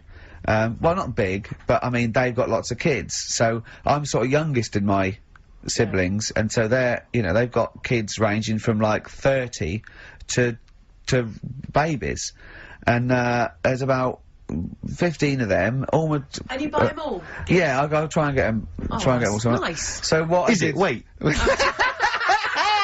So I got a lift down, and I thought, oh, what can I get? I thought, oh, I can't just give them the money. I'll stop you there straight away, if I may. What? You notice he's on the way down for Christmas Day. Oh, right, so he's on the. Oh, right! He's on the way down. This is No, when he it's starts. Boxing This Day, is when he it's Boxing- starts. Oh, Boxing Yeah. Day. So this is when he starts to think about buying them a gift. Yeah. On you go. So I was getting a lift, and Matt was giving me a lift down. So just before we got there, I just ran across the road to the 7-Eleven, got 200 quid worth of scratch cards. Scratch cards. Scratch cards. Bear in mind, I think you were describing the family. Then I noticed some of them you described as babies. Well, I mean, yeah. So Children? Yeah, You're giving the children the gambling cards. But that's lovely. I give them 10 each, so they could have won thousands of pounds. A lot of them were disappointed when they won nothing, but I said, kids, that's the gamble. That's the risk you take when you receive a gift from me. But the great thing about getting, Some of them won. Some of them were laughing. But the great thing about getting kids hooked on gambling as a Christmas gift is it's the gift that keeps on giving. Yes, Yeah. Throughout your adult life. It gives Yeah. and it takes. Exactly, So it's fair. yeah. I don't hand them to children, I hand them to the parents. Right, what they could chose to do them They could with them. distribute them as they wanted. Sure. So what are you going to And, do this year, Ricky? but how are you What's gonna the top plan? that? Yeah. 300 quid's worth of scratch cards. I've got a bit of money now, a bit more. It's the most thoughtless, And the office on pikey DVD. gift I've ever heard I of. think they might be getting the office on DVD. Signed. Fine. So that's already sent it up in value. Oh dear. I know, that's pretty bad. So have you seriously considered it this year? Is it, No, is I'm it- gonna go shopping. I'm gonna go shopping properly. Yeah. If you want any help, I am the Didn't queen you take of a small shopping. roulette wheel down there, wouldn't you? Genuinely, didn't you buy like a roulette wheel? No, I had it. That's down there from when I got it when I was about 10. Oh, right. And sometimes I'm the banker. I always win. Yeah, of course. So they've got to learn a lesson. The banker always wins. I bet it's a valuable lesson when they lose money to me. You should just go down this year and just say, basically, I went to a casino, I put £10 chip on for everyone, Exactly, yeah. here's the winnings, You lost. you lost, you won. Yours came in. Yours was a donkey, love. Yeah. But Steve, what about you then? Because I mean, you don't like shopping. Well, do it's you? not that I don't like shopping, it's that I've got no ideas. You know, I'm running on empty with my parents. They don't appear, as far as I can make out, they don't appear to have any hobbies. No. I mean, I said to you before, my You grandparents... don't like wasting money. I'm not being funny, but you don't like wasting money either, do you? Well, I don't like wasting money, no. But I like to buy something practical for people. I like something which is going to last, something that's value for money. I don't like novelty gifts. Yeah. No, I mean, I think novelty gifts are wrong. I've mentioned to you that my grandparents spend all their time in bed. So there's only so many kind of, you know, sort of bed socks you can buy, you know, and ointment for, you know, bed blisters and so on before, you know, you run out of ideas. What about some of those novelty teeth? Because that would be, you know, a nice jokey present, and they could probably come in useful for chewing the broccoli. Yeah, yeah, exactly. Oh, do you know what would be nice? One of those. No, I'll tell you when. No, Go on. those sort of travel pillows. So you know when Yeah. you're travelling and your they head don't sort of travel falls down anywhere. like No, but They travel from vertical No. to almost when horizontal. they're sitting up in their bed. Get on one of them pillows, beds that come up. You're not made of money. What am I talking about? like Look, I Thora mean- Heard's bed. Thora Heard's bed. Does her feet ever touch the ground now? Do you know what I mean, though? No, it's literally... She goes shopping in one of those little trolleys. She goes straight into her room. She's up the stair lift. She gets lowered into the bath. Yeah. It's Terrible. ludicrous. I just lazy. I mean, I tell you that, but I mean... Well, there's a whole idea. But yeah, but that, if you're earning the kind of money that, you know, that Heard is on, Wow. you know, with her songs With of a praise cream and whatever crapper under the else. sofa. Exactly. Money for She old was at the rope. Comedy Awards last year, wasn't she? Well, I'll give her an award. She's up the stairs like a greyhound. She can move then. Yeah. But so I've got no ideas, absolutely Right. no ideas. Okay. But any suggestions are welcome, Claire. What are you going to get your family? You've already Well, put this I through. know well, Will I they be obviously listening? can't tell you because they will be listening. Right. But they're all outside at the moment because my family are coming to meet me after the show, and we're going to swap presents then because Okay. outside Are there any in Office Leicester Square. DVDs? No, I haven't. books? No. Because I should point out that the Office DVD is currently available. Good. I actually did go and buy. I actually went and bought it myself. You can also buy it And I am online. enjoying the scripts, by the way. Excellent. That's in. I love Do you the know fact what that I we're love? authors in the top 10. Yeah, we're in the top 10 bestseller list. No. But to be fair, we're at number 7 in the paperback non-fiction. Now I don't understand how that can be non-fiction. Yeah. Because it's the transcript from a made-up Yeah, television it's not a real show. documentary. Exactly, yeah. Yeah. But we're beating these poor people. But we're officially best-selling authors, I think that's fantastic. which is excellent. Which is My very favourite good. bits. My favourite bits are the emails at the start. I like Well, I mean, them. a lot of people don't know what you're talking about, Claire, but of course if they pop down to Waterstones or Booksy Checker, they can sort themselves out there. Really popular. Oh dear. Nice. I like your style. Can we have some more music now? Let's yeah? have, what plays? The Streets, maybe? I mean, the Streets, Streets is yeah. obviously one of the Brilliant. albums of the year, and this Best is one album of the year. This is Week Becoming Heroes, I think the last single, and Dynamite it is too. Eric Sermon, and what's the tune called? It's called React. Yeah, he's got React, from his debut. No, not his fourth solo album. Not bad, actually. not bad, Yeah, not it's good. bad. I'm enjoying the tunes, Steve. No, absolutely. I'm enjoying We've the been chat, I'm enjoying the tunes, We've been keeping it real. I'm enjoying the penultimate show before Christmas. Last message from Anders, I suspect, Anders. for the day. He says, I've just roasted my chestnuts over an open fire. It's a lot more enjoyable than listening to your show. He's pretty snappy, is Anders. Yeah, You know, he keeps them coming, you know. It's a shame that, you know, that we sort of couldn't sort of maybe meet up with him and try and persuade him that, you know, he should come over to our side rather than, you know... Come over to the side. Exactly. To be Yeah, on our come side, over to yeah. this side. I think we've got him though, because Do you think so? Yeah, apparently they did this survey in America. People who loved Howard Stern listened to an average of like an hour and a half a week, and people who hated him listened 2.5 hours a week. Yeah, exactly. So I think he's probably more faithful a listener Yes. than some of the people that quite like us. Exactly. Yeah. You know what I mean? He's got to listen. I'm the same with some people. I've got to listen to things that I just think are awful. I can't. You know, it's compulsive viewing. So, you know, I don't care if people listen to us because they hate us or like No, us. indeed, Steve. as long as they're listening. I was on the As long as tube they're spending money on the the other advertisers. day. Yeah, I was on the tube the other day, and obviously there's lots of pictures of you guys, and there's a young couple. And the guy was trying to explain to the girl what you did, and he said, "No, you should check them out. That they do quite well, actually." Really? Nice. That's very sweet. They Why do was quite he well. explaining to her? She just didn't. She didn't know I what don't was know. happening, or I don't know. I sort of, as I walked by them. are you leaving out the fact that she went, "Oh, I hate that bloke"? No, not at all. No, because I would say that because that would be quite. A He had some comedy value. Germans laughing at him on the tube because he recognised him. You don't think of that? Well, What do you think because of that? obviously Ricky doesn't travel on the tube anymore. He's too rich for that. I never did. I always thought it was beneath me. Sure, but They I used have to to. walk everywhere, didn't Yeah. they? But I'm still forced to take the tube, and I sat on the tube, and it pulled up, and outside the window, just happened to be on the station, was one of the posters with us, so I was kind of there, not realising it was behind me, and these big kind of fat German, or maybe Bavarian guys, Well, they're in lederhosen eating sausages. Yes, they were. They're Bavarian. Yeah, they were. And I noticed one of them kind of looked at me, then looked at the poster, then looked at me, just happened to say it, and wittered something to his friend in German. You know, I don't want to try and do an impression. That's freaking goggle-eye.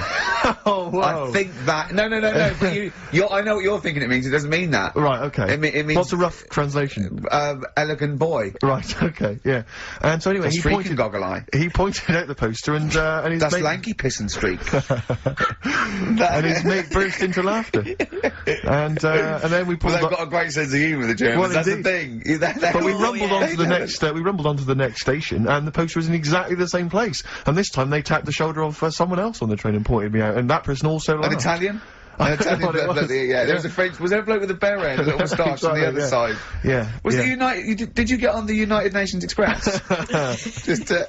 Oh, imagine that. Yeah, Or it was fake See news. the freak. Look at his freaky goggle eye. Right, whereas, I love the fact that before, you were at least pretending to be speaking German. Now this is an Italian with an accent. It's just a guy speaking perfectly good English. Same. You've not even disguised the insult there. Where do you stop, though? Supposing I came to you and said, Doctor, listen, I like the bollocks, I like the penis, but I don't like them where they are. I want them in the middle of my chest. I want breasticles. Yeah? The arse, I don't like it round the back, I can't see what's going on. Pop that on the front where the bollocks were. I want my arse where I can look down and see what's going on.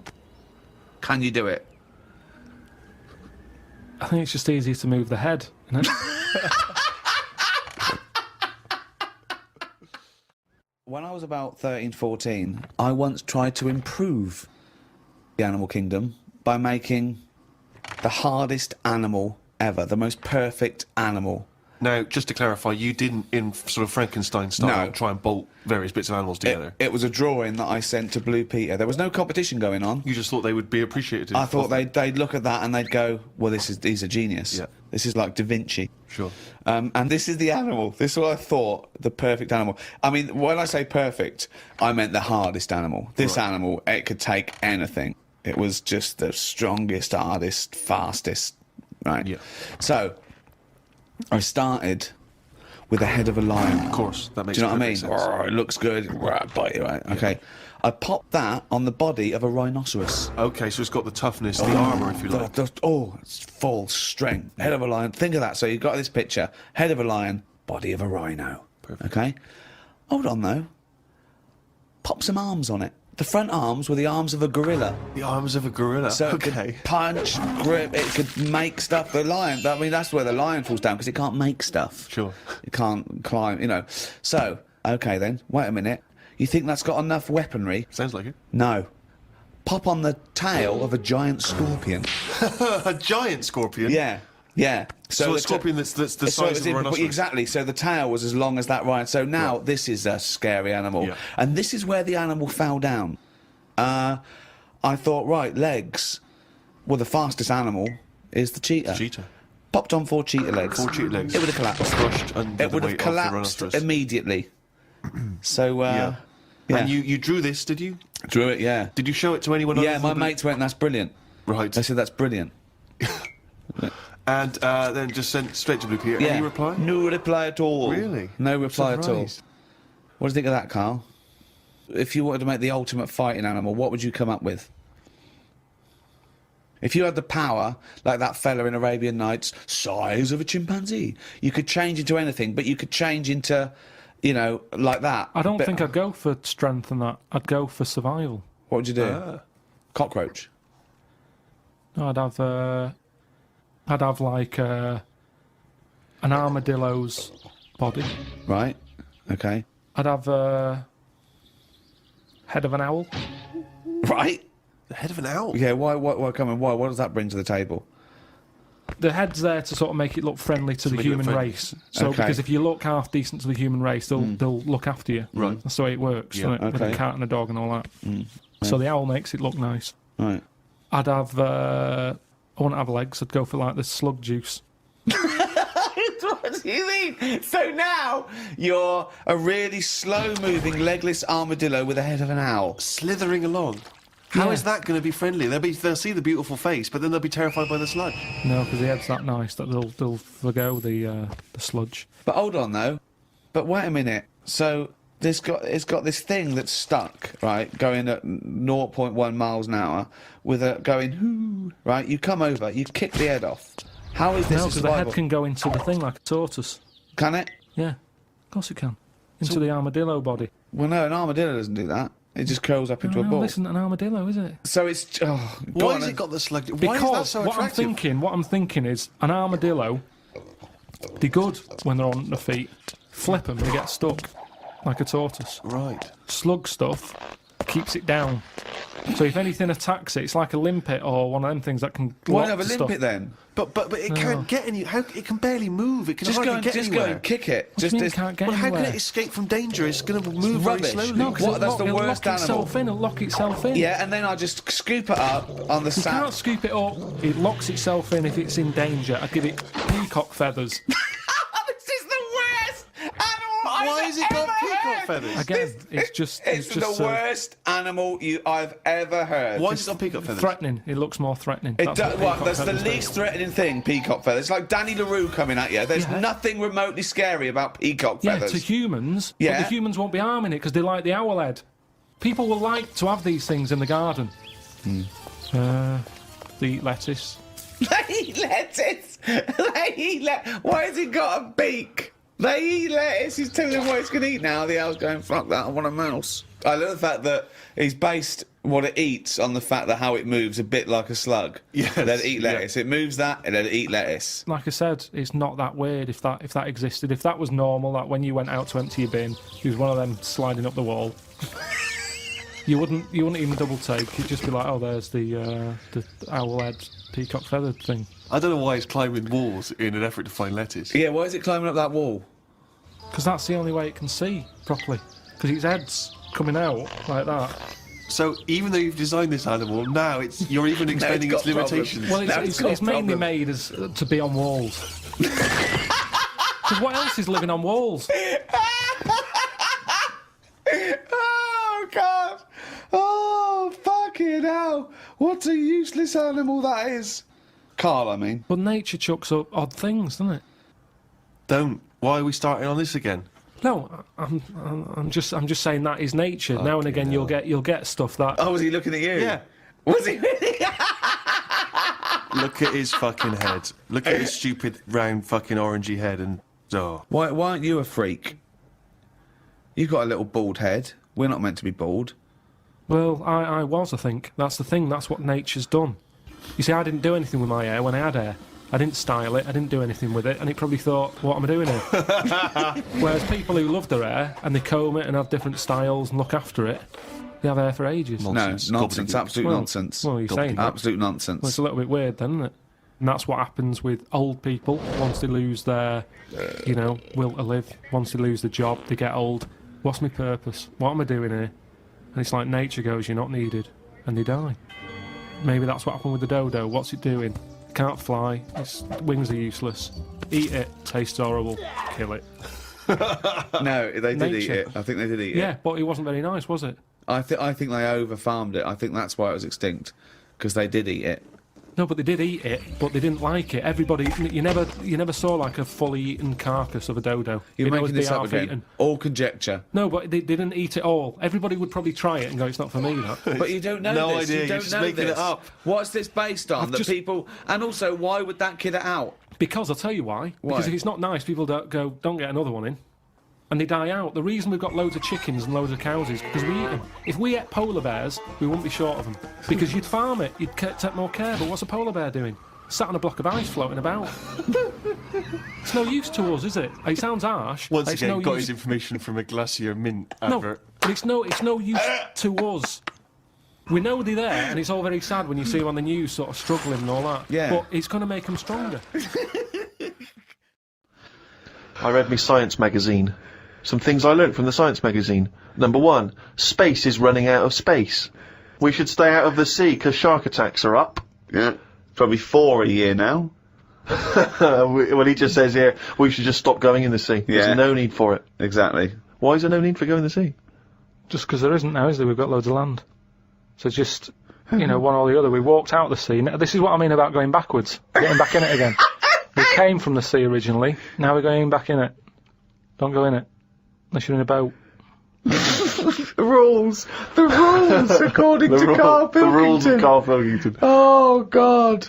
Did the podcast and then went for a walk round Manchester Square. Years ago, a woman lived round there who had a head like a pig. She was known as the Pig Woman of Manchester Square.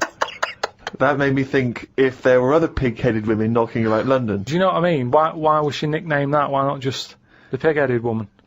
That suggests to me like there was loads of pig-headed women, and that's the one of Manchester Square. Right. Well, no, it was more to do with identifying her, not amongst other pig-headed women, but go, have you seen the pig woman of Manchester Square? I.e., go down there and see the pig woman, it's in Manchester Square. What happens if she's walked off from there, though, and you go, well, no, but I saw one on New Cavendish Street. No, that the same woman? she'll always come back if you rattle the feed. Watched a film about Hitler. Didn't watch all of it as it was subtitled. Can't be doing with that. Asked Suzanne if cinemas are full of deaf people when they're showing subtitled films. She said, shh, I'm trying to watch it. I said, what do you mean, shh? It's subtitled, I can make as much noise as I want. Yeah. She's a lucky, lucky woman. You must be a joy to watch a subtitled film. I mean, the concentration is up there already. I mean, it is hard to concentrate. It's not as easy as when you're hearing it, because you read things, but, you know, it's possible. If you had a buffoon going, I'm just gonna sit here and make as much noise as I want, what's the point of that? Yeah. What is the point of that? I mean, it's possible, but why do that in a cinema? Just walk into a subtitled film and go, right, everybody? Let's all do the conga. Well, yeah, or during ballet. You know, I mean, ballet, they're just dancing. You don't need to listen to the words, just have a Yeah. conversation. We're having our bathroom done. The bathroom man was round at 9 this morning. We weren't allowed to use the shower because it all had to be bone dry before we could use his waterproof filler. Not that waterproof, then. Went for a brew with Ricky. We talked about monkeys and how they are closer to humans than they are to apes, and how bees will drink cider to get off their heads. Now and again there is a bee that lets the drinking get in the way of the work, and other bees sting it to death. Blimey. Yeah, well, there's bees. They love a drink, and they will drink pure alcohol. They drink 100%. They drink ethanol. You know, I don't know why. They love getting off it, and they fall down and they're drunk. Right? A bee can take in the equivalent of 20 litres of wine, right? But some bees get addicted in the same sort of percentage as human addiction. Like 10% of bees, they can't get enough of it. They take ethanol, they take cider apples and that. And then when they get back to the hive, they go in a bit pissed, and they've got guard bees, and they go, come on, we've all had a drink. Bouncers. Yeah. They sort of are, right? And they push them away, and they push them away again. Then the next time they go, right, I've had enough. And they give it a good hiding. And, Karl couldn't get over this. I saw his face. But I knew that he was thinking of that bee with sort of like eyes rolling round his head, a little bit belligerent with his jacket on backwards. Yeah. You know, and the bouncer going, come on, son, we've all had enough. Let's move away, Yeah. move away. You're not coming in, right? You're wearing trainers. Yeah, you know, you're wearing 3 pairs of trainers, and I'm sick of it. You know. But what I did find out, because I went home and went on the computer trying to find out about drunk bees knocking about, they're not actually meant to fly. It's only because they don't know. Fly. Well, no, but if they were told that you're not actually designed to fly, they wouldn't bother. No, this is that thing that goes around that aerodynamically, on the face of it, looking at the size of the wings and the body proportions and everything, that it's a surprise that they can fly. Okay, it's not that no one's ever told them they can't, and as soon as someone tells me not meant to fly, they all fall out of the sky going, "Oh, what are we doing?" Like in a cartoon. No, but it's something about the confidence and that. At the moment, nobody's saying. It's nothing to do with the confidence. There is no such thing as confidence in bees. A bee never loses its nerve. That's not why it drinks. Because what are you drinking for? I'm just not confident anymore. There's no point to turn to the bottle. I can't go up there again.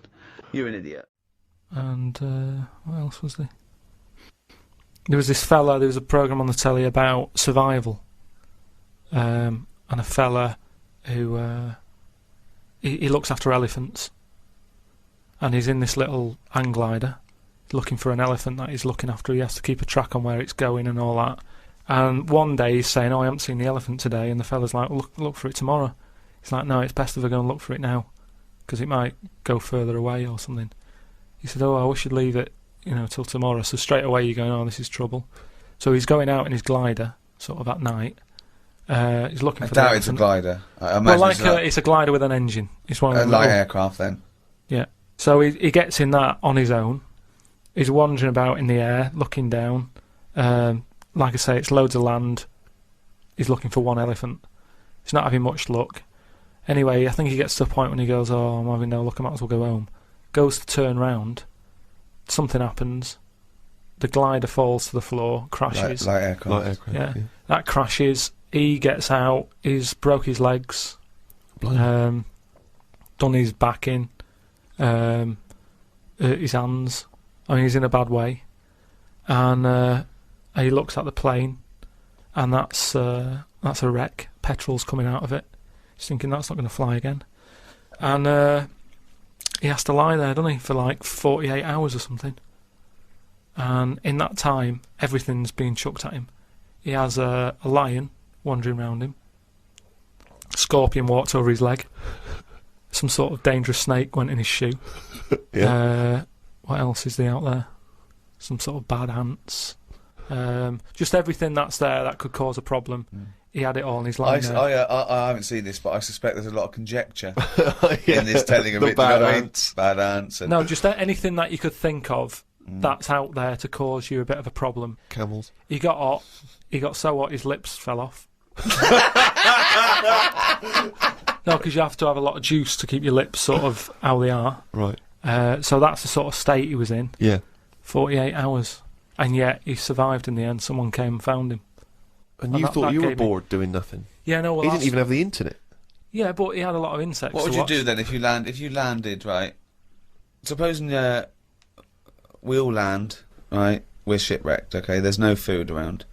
But there's a chance we might be saved, like, in a few days. We just got to stay alive just for a few days, okay? Steve offers up his penis. For what purpose? Well, it's already you've torn it in the plane crash anyway. So it's hanging off. You go, okay, listen, lads, let's eat this. This will go 3 ways. I should be so lucky.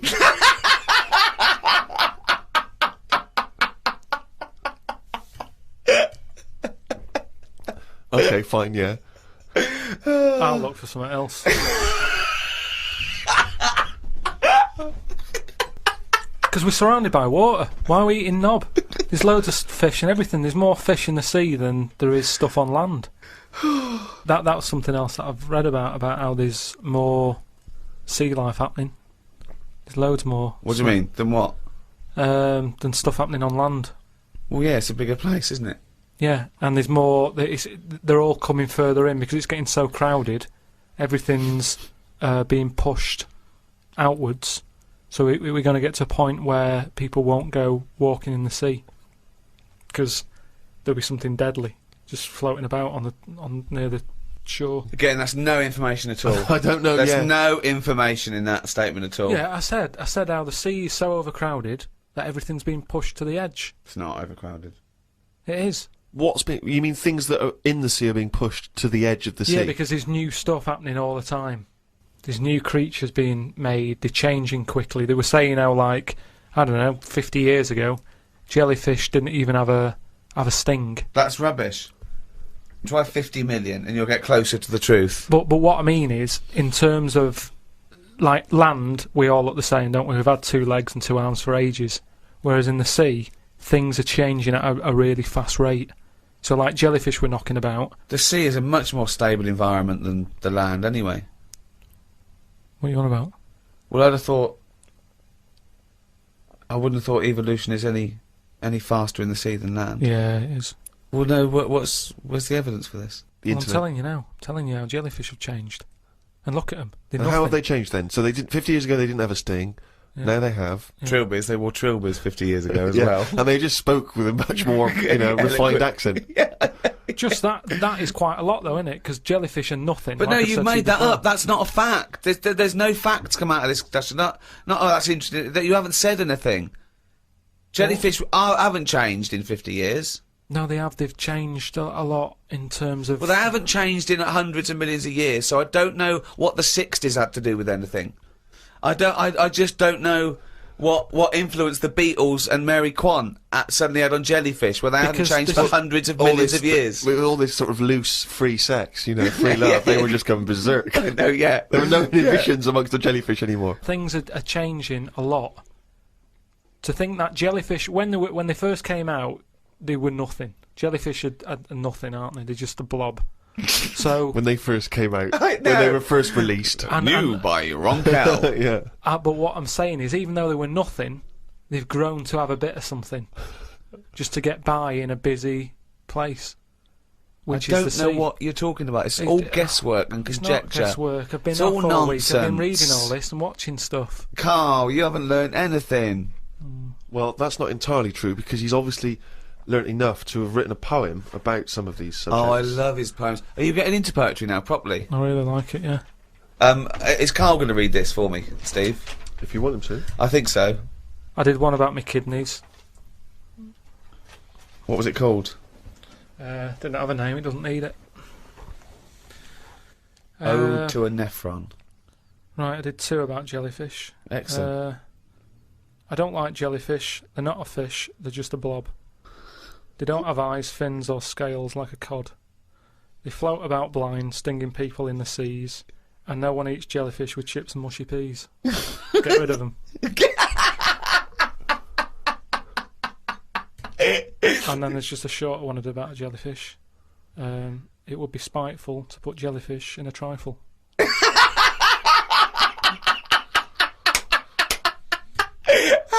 Yeah, it certainly would. So, That's great. That's really good. Because it's jelly. He's done us there, Steve. Yeah. That's a really good poem. It would be spiteful to put jellyfish in a trifle. yeah. A little half rhyme. Yeah. Do you want the one about my kidneys? Yeah. For God's sake, me belly ache. The doctor said it's me kidney. He said he's got to stick a tube up me knob. I said, you got to be kidding me. For God's sake, knob ache.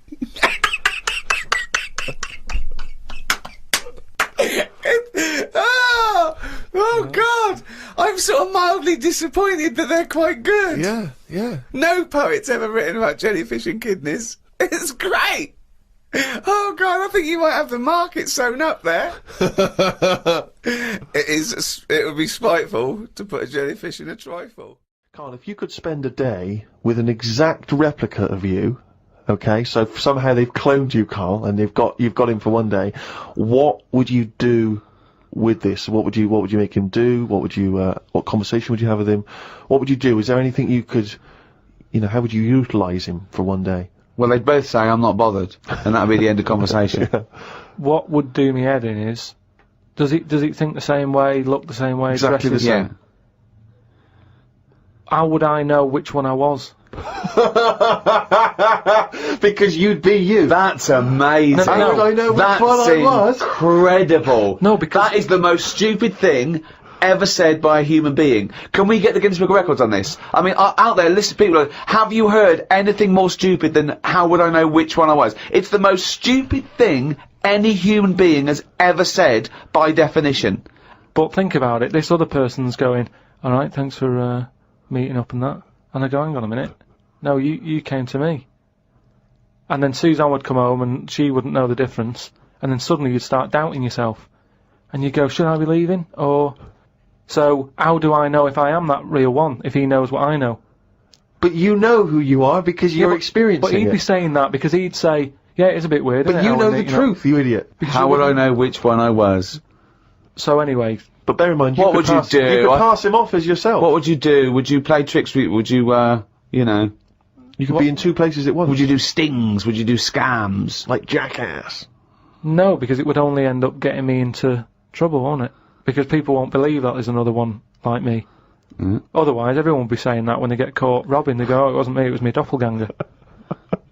It can only... I wouldn't want it, to be honest. It's again, it's a bit of a headache, isn't it?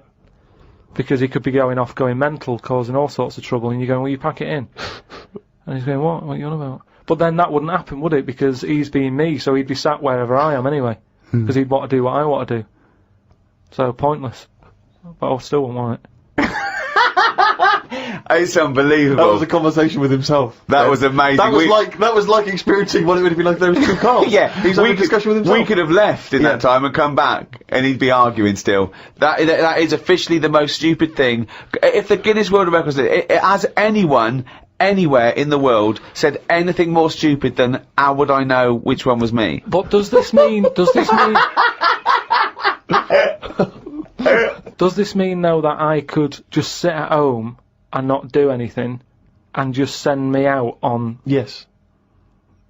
And when he's seen something happen, I'm seeing it. No. You're separate people. You're separate people. But then he's not a doppelganger then, Well, is he? you're identical twins then. You found out identical twins and he's got exactly the same input as you. I mean, it's not a real question, is it? It's just a little... Again... But I said to you the other week about twins and that, how I wouldn't like to have a twin. It's alright when you're a kid, but unless you're a Siamese twin, even they don't even look alike, do they? Just stuck together.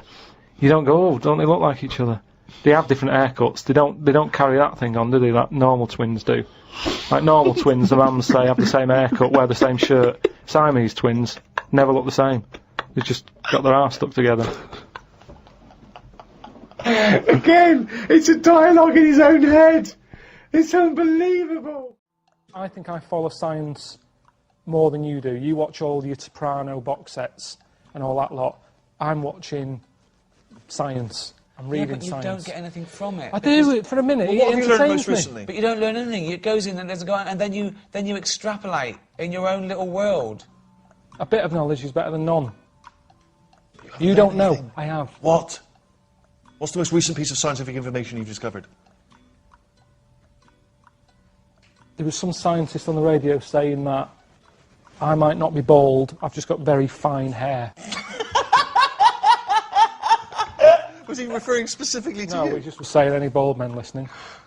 New science shows this. Oh, alright, that's good. Bit of science. I heard... There's a load of birds in America that's just died, no one knows. That's a bit mysterious, there's no answer to that one. There's Well, just there like is. 500 There is an birds. answer to it. What's that then? We don't know yet. Yeah, but that's... To say that we don't... But that's the best bit of science, I think. The bit when you go, oh, what was that? When you go, oh, they flew into a big window, you go, oh, boring. I like that bit of it. I like the bit of, can we make this kid with no legs walk? Don't know. Give it a go. Yeah, we have. Oh, a bit boring. It's the bit, So it's the you'd rather working that on kid it. didn't walk? I like the bit when he's dragging himself about and you're going, will we do it? Will we ever make this boy walk? That's not science! I'd love to see that show coming soon to the Science Channel. Will we ever make this boy walk? Yeah. So he's got some new mechanical legs that he puts by the side of the bed. You just would nick you- them okay, because you'd right. rather see him There's a crawl little in a kid, egg. has he got legs? Or has he got legs that don't work? Right? They just No, don't they're work. just not there. They're just not there. He's got no legs at all. Was he born without legs? Right. So he's born without legs. Oh, this little baby's got no legs. Carl, will we ever make this boy walk? Well, we can try. Okay. That's the good bit. Down, down, down, down. What are you doing first? Down, down, down. Let's make some legs. What? Wood. Wooden legs. 2011. Give him wooden legs. What wood are you using? Something that's not too heavy. Probably a bit of MDF. Right, okay, right. What do you do? How do you make the legs? Just sort of say, right, how tall do you want to be? I want to be about 5 foot. Right, okay, we need a 2.5 foot leg. Right. Make them. You're still going with wooden legs. Can I just convince you to look at some other materials? No, we haven't got time. We've got wooden He's legs. got no legs, and he's moaning. What do you mean you don't want wood? You haven't got anything down there. Selfish. He's brought out the real him. Okay, right, okay. Mr. Pilkington, thank you for saying you'll never got wooden legs, but I'm just worried about, like, well, rotting and woodworm and... Preservatives. Sorry? It's fine. Just preserve them twice a year. Right, It'll be fine. right. You mean rotting legs? Well, You haven't got any at the moment, so which is better, little Billy? What do you want, rotting legs or no legs? Well, Because there's other kids out there sort of rubbishing about on their arse who'd love these little wooden legs. What do you want? And that's how it should Wooden be. legs. Right then. okay. This is not science, this is Pinocchio.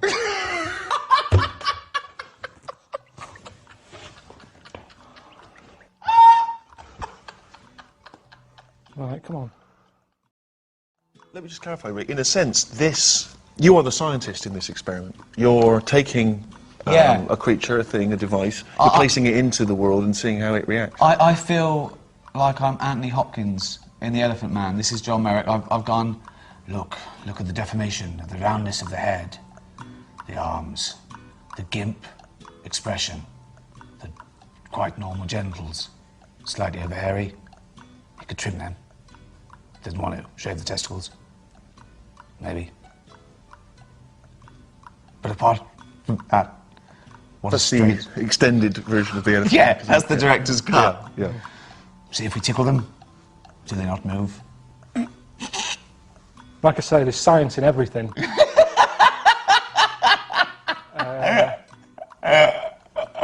I'd say I'm more into science than you are. I'm always calling you up, telling you stuff, and you're Yeah. all right. Yeah, no, see, What was an example be well, of that? science is a discipline. It doesn't jump to conclusions, it looks at the evidence and follows that evidence. It tries to prove itself wrong. When it can't, it's right. Now, I called you up once on the phone, you went, all right. I said, what are you doing? He said, just walking in the park. He was walking around Regent's Park. I went, oh, what are you doing? He went, oh. I said, what? He said, a caterpillar just fell out of the sky. I went, really? He went, yeah, it just fell out of the sky. I said, a bird probably bopped it. And he went, yeah, there was a bird, yeah. So instead of looking up for the evidence... Which is probably number one rule That's of a number one. scientist, yeah. Something fell from there. Let's look. He didn't. He said it just fell from the sky. Sure. So now it's now raining caterpillars. Yeah. is So it? that's his science. You've no idea. That's your answer. You weren't there. That's it. To you, you've said it. That's the answer. Might not be the answer. It might not be. It might not be. But you were happy with a caterpillar just fell out of the sky. Karl, every human being spent about half an hour as a single cell. I've heard about that. What do you mean? You've heard about that? I remember reading it. I read it. I think I went to the Science Museum, and it was Right. on the wall. And I just thought, oh, I would have hated that What, being a single cell? for half an hour. But then when was there ever a chance of a single cell knowing anything? Yeah, if you look at it like that, it's not a problem. Yeah. It never was a problem. Why are they telling us then? Oh, for God's sake!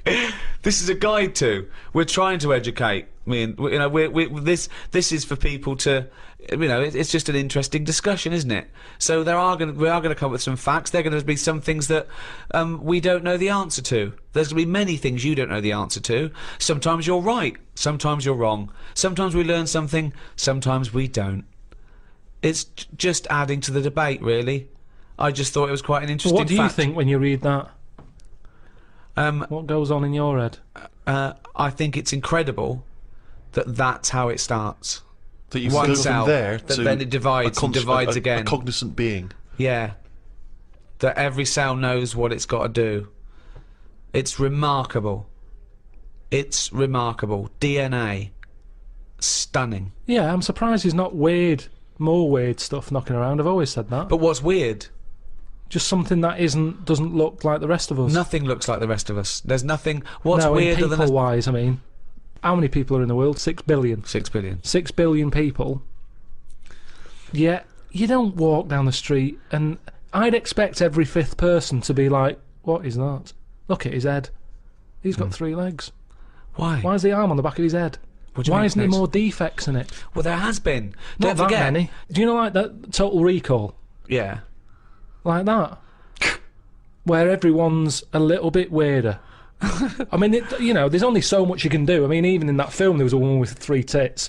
There's you know, I'm not talking about having like a shoe for a head. I'm just talking about He's the like weirdness. a surrealist. He's amazing, isn't he?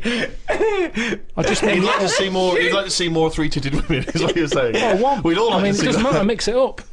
At least then it's a bit more of a surprise what you're going to get. One giant boob. And it's a shame because it does make the world more interesting. But what's more interesting than the world? Than the You're natural endlessly diversity? bored. You're endlessly bored by the world as it is. We're amazed. We sit here amazed by these facts. By thinking about the cosmos. You're endlessly bored by Just it. a Always discussion. looking for something new and weird and alien. Do you know they've estimated that there might be about 5 million species of animal, right? But they think there might be another 20 million all insects. So they've stuck it about 1, but they wouldn't be surprised if there's another 20 million species of insect. I wouldn't. Right, okay. Well, thanks very much. No, because you start off with the big stuff, don't you? If someone comes along, I mean, I'm still surprised when they say things like, "We found a new duck," and I think, well, that's not hard to find. If you're talking about bacteria, I'd go, "Well done. Where did you find it?" No, that's the other way round. A new elephant? Wow, really? No. Where was that hiding? No, I'd be A new- annoyed that someone's not found it. If it's not my job to find new stuff, Right. so it's not my problem. Right. But if someone's on the payroll, Right. and they're out there trying to find new species, There's and they no- go, there's no "We one on the found a new payroll." llama," I'd go, Right. "Well, where's it? Why have you missed this?" Right. Annoyed. Yeah. Not wow. There's a new llama. No, but it's harder to find. Attenborough, he's been out doing his job for years, hasn't he? Yeah. He was excited that he found a small frog. He found a frog, he stuck it on his finger. He said, "I've been looking for that for ages." And you could see Did he he was, check under the microwave, down the back of the couch? he was delighted. Yes. He was chuffed. I was chuffed for him. He'd been Yeah. looking for it for ages. Right. Now, the thing is, respect due to him there. His eyes aren't as good as they used to be. Right. He found a small He's frog. been looking for it. He kept looking. I'd have given up if I was him. But he kept looking, he found it. There it was, a little frog on the end of his finger. Right. It wasn't on his finger all along, was it? I've got more respect for him finding that, Yeah. something so small, than someone else whose job it is to also be rooting round for new stuff, coming round the corner with an elephant, saying, "Look what I've got. I've been looking for this." Yeah, but that's not They what haven't been happened. looking hard enough. No one's looking for an elephant and has failed to find it. They don't You're know what they're looking annoyed for. with these people Yeah. who are on the payroll Yeah. looking for elephants By and failed to find definition, them. they're not looking for new species because they don't know they exist. It's a surprise. No one goes out and goes, "What are you looking for today?" I don't know. Say a letter. D. Duck then. Let's look for a new duck. Where are you going to look? Pond. All right. I know, but sometimes it's the slightest thing. I mean, we've done Yes, a lot it on is. insects. Yes, it is, But yeah. they go, "I've found a spider with like an orange leg, or a fish that swims upside down."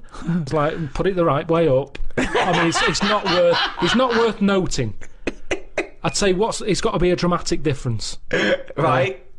Right. You're such a bag of contradictions. You'd be annoyed with someone who found a new elephant. You'd think that was a sizable discovery, but no, that would piss you off because they should have found it before. They find a fish just swimming around upside down, put it out the right way. How, right? how different does the elephant need to be? It comes around the corner, you go, "That's just like another elephant." How does it have to be different? Right? What to you has to be different? To the point that I don't know it's an elephant. Well, That I then- go, like our hippos related What to would a it look whale. like then? Well, we're all related. We're all related. No, we're not though. Yes, we That's are, a yeah. daft thing to say that. No, we are all we're not related. all It's just a related. matter of degrees. Um, You understand what it means to be related to your brother, don't you? yeah, So you understand what it means to be related to your cousin. Yeah, it starts getting a little bit... Really? Already at cousin? Already yeah, at cousin? there's cousins I don't It- talk to. I haven't seen cousins. Right, well, so let's forget chimp then. My dad said over Christmas that Who Do You Think You Are was on. He said, oh, why don't you do that? I said, because it's looking up dead people. There's cousins who I don't even talk to. Yeah, true. I've no idea. It who annoys these- me when they cry about their great-great-grandmother. They didn't even know. They were like, yeah, no, yeah. Don't even know them. Don't even know them. And all it's going to do is dig up problems, innit? You're going to find someone out who did something wrong and you're going to get the blame for it. I don't want to know. If my cousin was Einstein, very nice. Yeah. But at the end of the day, that's If going to your add cousin extra was pressure. Einstein, then you really are an underachiever. No, but do you know what? If he was, I'd know about it. I don't reckon you would know about it. I reckon I don't I would. reckon your family would be that impressed with Einstein. They He would was have a- stayed in touch, He would was they? always the weird one with the scruffy hair and his tongue out. Yeah. No, I reckon the stuff we know is enough now, and all we tend to do is find problems. All the mysteries still in the world. The What a prick. mind-body problem. What a prick. How to save the world. Yeah, but we know, are we? We know it's dying. We don't know how to fix it. Not yet, we don't. Turn your lights off. But then we You didn't. turn yours off. Just get sick of it. Leaflets through the door all the time. Turn your eating off. Turn the lights off. Living like a mole. I love his little internal dialogues out loud. They're fantastic. The little discussions he has with himself. Oh, I can't wait till he's old. That's going to be amazing. Us three, when we're about 75, 80, he's fucking moaning. Oh, we're in a little home together. I just fucking... Fucking hell! Oh, Carl! Do you remember when you were 73? No, do I fuck? Tell us the Tic Tac anecdote again. Did you know, Karl, that cataract operations on the eye were performed in India as early as 1000 BC? And in Babylonia, in the same time, the fees of eye surgeons were rigidly fixed by law and were quite generous. So, for instance, if you're a very rich person, it cost you about 10 shekels. If you're a slave, only 2 shekels. But if the rich person lost the sight of their eye after the surgeon had operated, they would cut off the hand of the doctor. What? So he gets one chance at it? Well, he doesn't want to screw up. Yeah, I know, but everyone's allowed a couple of errors. That's how you learn, isn't it? That's a stupid rule. But then again, I don't know why they'd be so worried about their eyes back then. What do you mean? Well, there was less to look at back then. What do you mean? Well, like now, I saw a fella on the tube on the way here today who was blind, proper fully on blind. Blind. Now for him, I just was like, oh, that's so depressing. Right. So much to see in the world now, loads of stuff, Right. art, buildings, and all that. Now back then, if these people did have sight once, the pyramids, you remember it in your head, and that's enough. There wasn't loads of clutter anyway. It was all sand, so even if you fell over because you're blind, at least you landed on something soft. Whereas now, it's rubbish being blind. Stairs, loads and loads of people, loads of curbs and things. It's not a good time to be blind. So I'd prefer, if I was Brilliant. going to be blind, That's be blind brilliant. back when Tutankhamun was Do you knocking think that's about. a choice that people have that are blind now? No. If you're going to be blind back when Tutankhamun was knocking about. But all I'm saying Sorry, is, Doctor, I didn't realise there was a choice. it Oh seems- yeah. If you'd already told me you were going blind, I'd have said, well, let's get you back 3,000 years. it just seems a bit harsh. That's all. When someone's trying to help you and operate on your eyes, and they have a little bit of a slip up, like we all do in jobs. You have a bad day, and he has to have his hands cut off. Then who's helping him? Who puts the hand back on him? And if they don't put the hand back on him right, do they have something done to them? They're blinded. Well, it just seems blinded, like yeah. a no-win situation. I wouldn't be a doctor, and maybe that's why there aren't enough doctors about now, because of things like that put people off. I don't think so. Well, I wouldn't be a doctor now. Why? Look at the hassle that happens now. You're being watched all the time. You're not allowed to slip up. Right. Well, that's generally quite a good rule, isn't it, that doctors don't make Well, mistakes? no, but you've got to. I'd say at the end of the day, it's a complicated job. I'd get more annoyed when, say like the fella who I've got round coming to fix my boiler. The fact he keeps having a go, he keeps charging me 80 quid. He don't really fix Is it. it and he still keeps not coming back. working? I haven't cut his hands off. No. He keeps coming back. Oh, I'm a bit short on money. Let's go round to the Pilkington household. Charge him 80 quid again. Oh, it's Christmas. Let's pop round twice. Do you know what I mean? Whereas a doctor who's trying to help people, it's a difficult job. Yeah. If he makes a mistake now and again, I think, well, it's bound to happen. It's complicated. Can't you see where I agree with you that people make mistakes, and I imagine there are good and bad doctors. They try and even that out by it being a very, very obviously stringent exam and you know. It's 11 years they've got to do. I read up on it. 11 years it takes to be a doctor. No, it doesn't. It does. It takes 7. No, but then they've got to be in hospital or something for 4 years before they get to play with someone. Right. Okay. Yeah. So okay. that's ages. You're going to get bored. You're going to get bored. But, and then when no, but that's it. They really do try and rule out. And there's still chance and mistake. And don't forget, you know, you're given nearly impossible tasks still in medicine. Just think of the risk with you know, transplants alone. You know, and they're getting better and better at those, and they're lasting longer. But the fact of the matter is, it's better to have a go, innit, than not have one. If someone said to me, right, you need a new heart, we're gonna do it. Well, if they say you're gonna die anyway, let's try this new thing, you might as well. But then there are some things that there's not worth the risk. When someone it goes wrong, when someone's facial surgery goes wrong because they wanted plumper lips or a little nose, I'll go, you're a fucking idiot. Yeah. Exactly, yeah. You shouldn't even be doing that. Doctors shouldn't even be allowed to do that. I don't know why. I really don't know why a doctor under a Hippocratic oath takes the risk of something going badly wrong. Sometimes general anaesthetic because they can't be bothered to fucking go for a run. Right, so they have fucking bits sliced off and tied up and sucked out. I want to go, you lazy fucking fat pig. Just go for a run and stop eating burgers.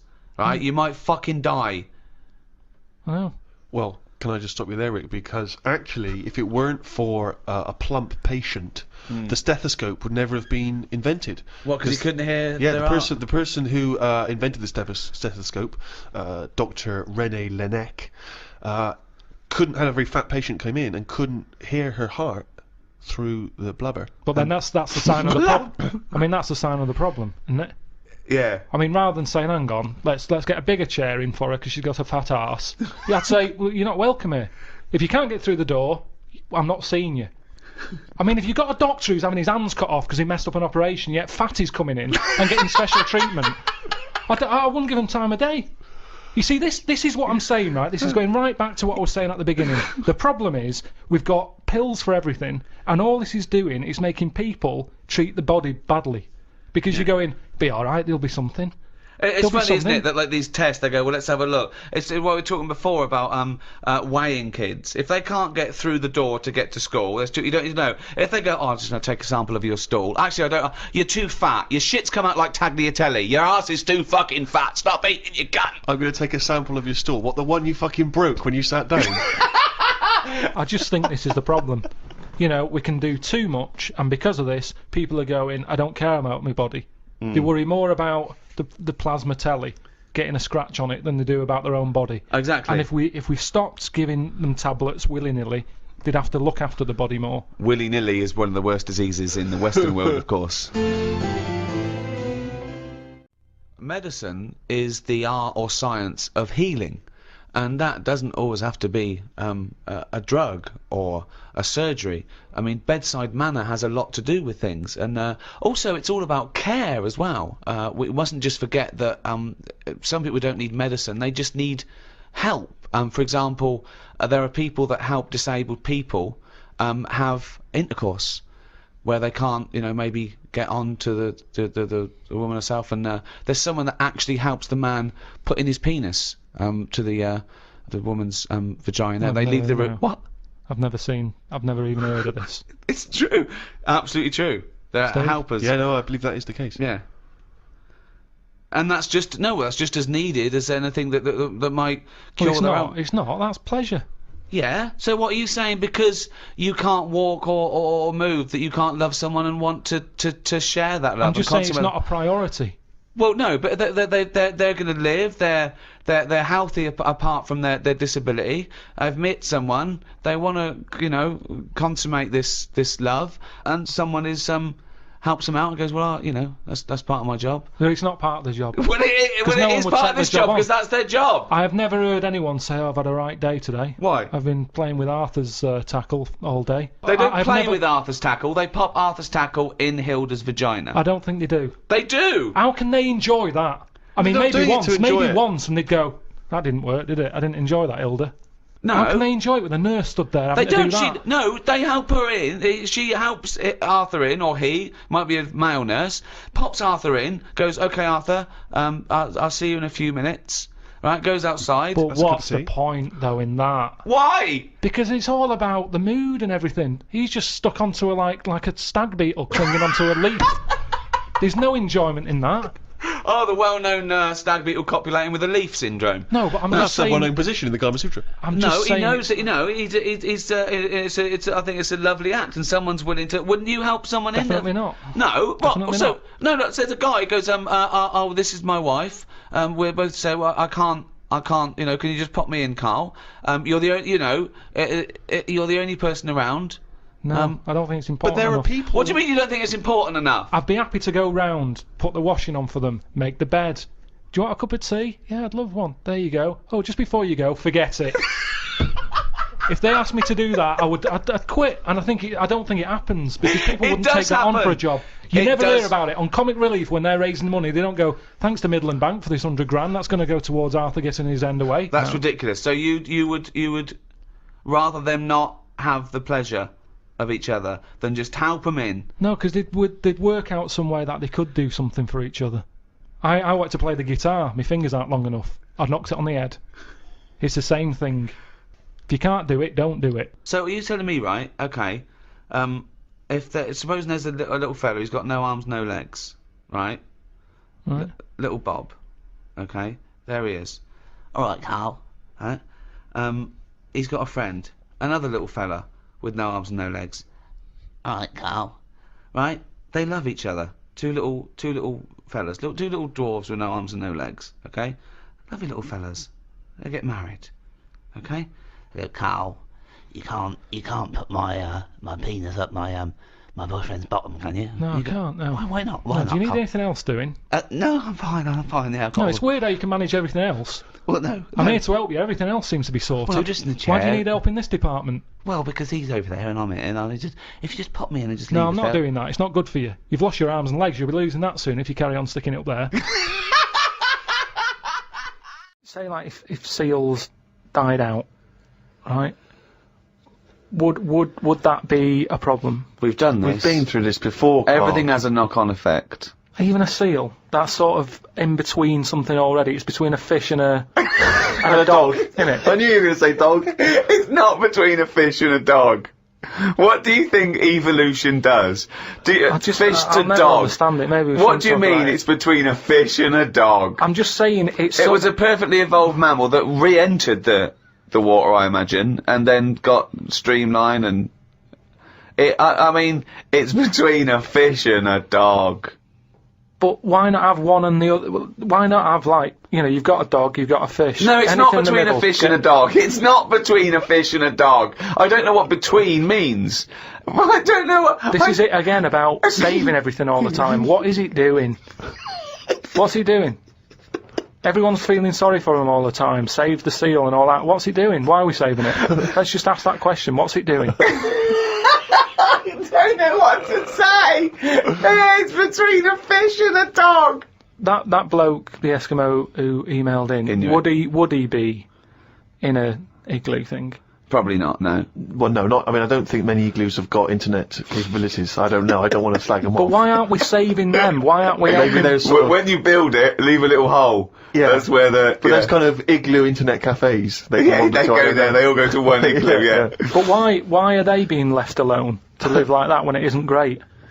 What? Well, we're always eager to help everyone in the world, aren't we? We're always like going, oh, look, them people are fed up. Let's build the city up for them. Give them a, you know, coffee shop and all the rest of it. They're being left Frappuccinos for alone. them. They're being left alone in igloos and stuff. Yeah. Why isn't anyone saying? But they're not asking for help. They're happy. Well, they're not necessarily happy, but that's the way they live. That's where they choose to live. But why hasn't anyone just gone over and gone? Do you know what? We can make it a bit better for you. Well, they have. I've never had a leaflet through the door saying help an Eskimo out, or, you know, clothing for Eskimos. There's the most remote people in the world. Eventually, someone gets them some whiskey and fags, and that's the end of them as a culture. It happens all around the world. There can be this idyllic world where there's no stress, and soon they're watching Come Dancing on telly, knocking back some whiskey and smoking 40 fags a day. But they're not moving, Surely are Dancing they? on Ice.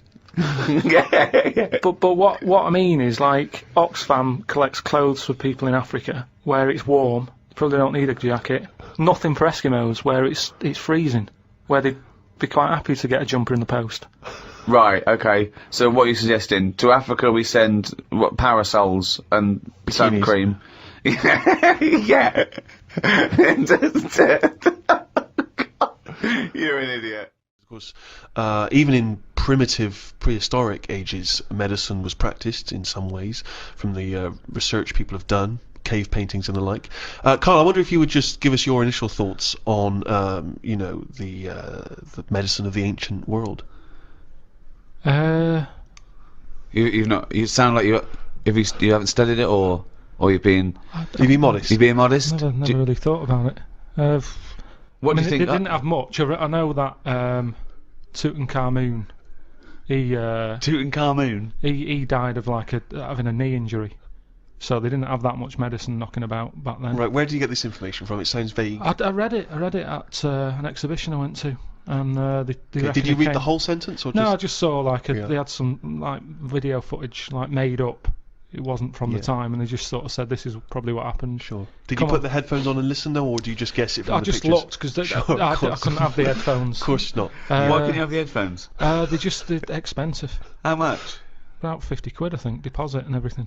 Well, you get that It's a back though deposit, if you isn't it? return them. All you have to do is take them Yeah, off your I head don't and like hand the them idea in. of handing money over, because it's like when you get a flat and that, and you put a deposit in. You never get the full deposit back. I don't like deposits. Well, what do you Trust think is me. gonna? What do you think they're I'm gonna do? going to They're gonna take 50 quid off because you put wallpaper on your headphones. No, but it's a not the same, is it? Tutankhamun You exhibition. So you're going to deprive yourself of education because you I don't didn't trust... deprive me. I saw it. the I saw Natural this History thing. Museum. It came off a chariot. The dangerous things. He came off a chariot. You saw that on the... How do you know he died? How could you tell from visual images that Tutankhamun died from a knee injury? It's just, honestly, you're going to make yourself look daft here, because that's what happened.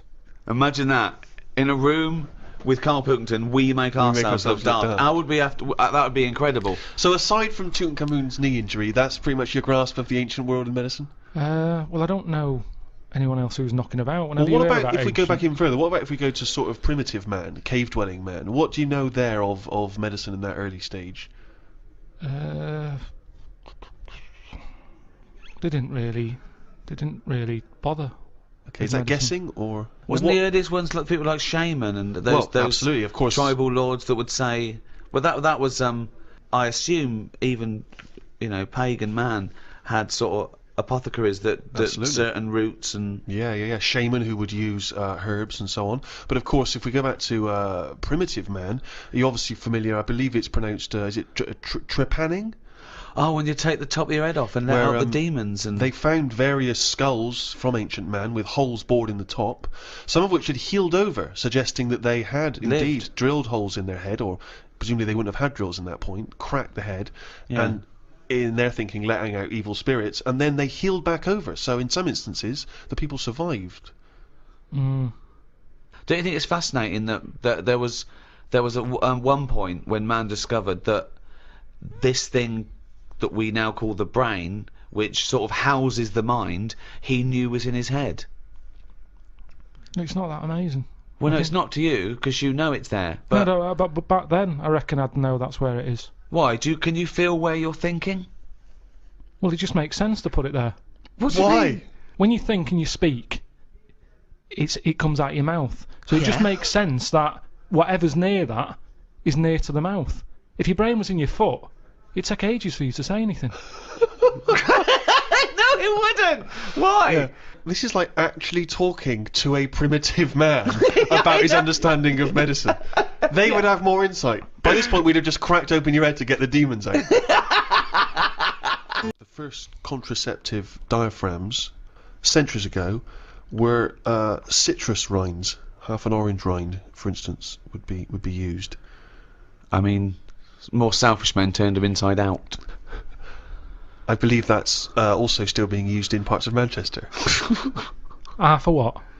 An orange. Just think of your head. And it worked. Well, we don't know at this juncture. I mean, maybe. I don't It know. worked as a contraception because women went, fuck off, what are you coming to me with a fucking orange on your cock for, you dirty cunt? But it could. I mean, again, it's that thing innit of we look at it now and we laugh. But look at what's happening. People now are always trying to get us to eat more fruit. I don't. Amazing. That's a way of getting. I thought for a minute he was going to say, okay, know. so they start with, then they went from the orange rind to say a coconut shell. Yeah. That was too big. That didn't work. Run! Here Yeah. comes Coconut John! No, don't put half a pineapple on your cock. That's insane. Yeah, that's mental. And then somewhere down the line, they finally got to contraception as we understand it. Is that? I thought that's where you're going, but no. Something about eating oranges is healthy for you. What I'm saying is, if you go into any well-known supermarket and you look at, say, some young kid who's had a kid, and you look at stuff in their shopping basket, they're not buying fruit. They're buying, burgers and chips. Turkey Twizzlers, Yeah, crisps and all that. Now, but they love having it away. Get some fruit in. So they definitely have fruit in the house, which at the moment, a lot of kids don't have fruit in their house. That's why they're eating Turkey Twizzlers. But the mum loves having it away.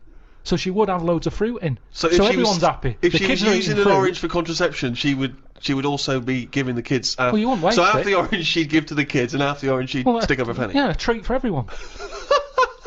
Have a bit of fruit, and she's got what she wants. Whereas at the moment, what happens? A burger's not coming in helpful for anyone.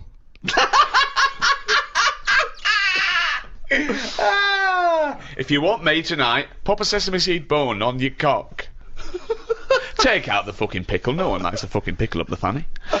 Oh, he's a bloody romantic. He popped a plum roast sausage up my fanny yesterday. He loves me. Oh, fuck no. Right. All your cells die and are replaced many times over in your life. Except the brain cells, you only lose them. You lose hundreds and millions and trillions, right? And you've still got plenty left, don't worry. Or most people have.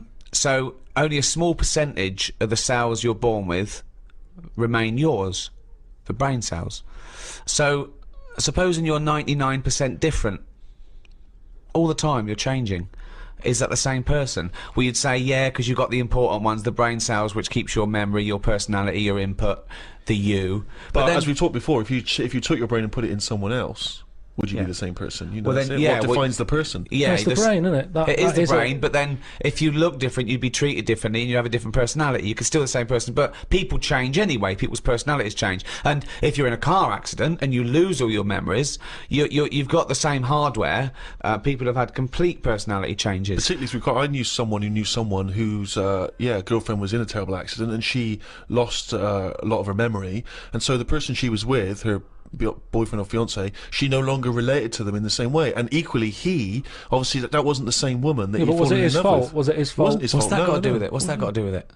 No, was it his fault? Was the accident his Well, what's fault? that got to do with it? Because you would be fed up, wouldn't you? That's a completely different point that he was making. No, it wasn't. He said Yeah. a woman had an accident. Yeah, but we were talking about, are you the same person? Well, hang on, let's hear what Carl's point Go on. is. You said, Yeah. you know, this woman was in an accident. Yeah. It's terrible, that. It's sad. Yeah. Now, all I'm saying is she went. opinion just popped in there. She- that. Sad. Yeah. She went off him. I'll pass on your condolences. Yeah.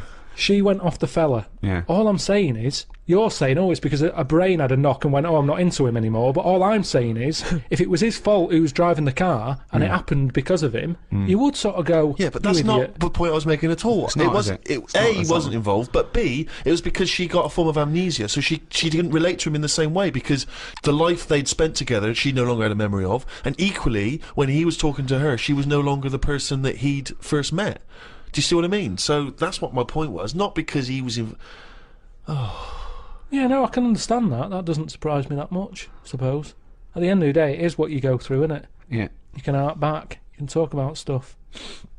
I Up, back. You can up, back. Is that what a good relationship's based on? If there's a lot of young people out there listening, they're wondering what to look for. I think that's the best thing about getting old, isn't it? You can sit down and do nothing but think about a lot. If you're a baby, you've done now, you're lying there, you can't walk. I can't remember being a baby, and I put that down to it being boring.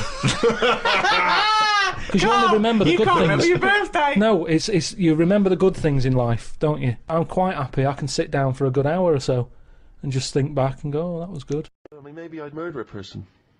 You know, just see, you know, I don't know, but I think I'd probably go mental. Because I've always been a very reserved person, you know, I've never got into a fight, I've never caused a rumpus. Yeah, but that's a worrying thought, because we don't have to have the end of the world for it to be the end of your world, because a lot of people know that they're terminally ill, so they don't go around smashing up bars and killing people. But I suppose I know there'll be no repercussions ultimately, because They're gonna the die next day anyway. everyone's gone, so Yeah, there's not going to be mourning families. But then how dare you deprive that person of his last 8 hours or 10 hours of life? I don't care, because it's the last day on Earth. Well, So that's true. I know the moral guilt that I'll feel is over in a few hours. Morality isn't relative just to repercussion, is it?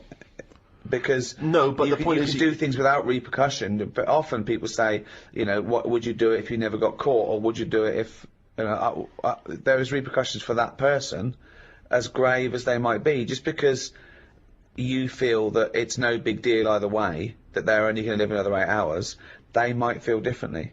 And you're saying, well, you won't care because you won't be around. But then, why do people care about their loved ones when they won't be around? Why do people get a will ready? Because my point is that they know that those people will continue to live for an indeterminate amount So of time. you do care about the other person's Of course I feelings, do. then? Oh, no, of course I do. But my point is, knowing that everyone is going to be wiped off the face of the earth the following day, all of those repercussions are no longer quite the same. I'd find it hard to divorce myself from my morality that's ingrained just because it doesn't matter anymore.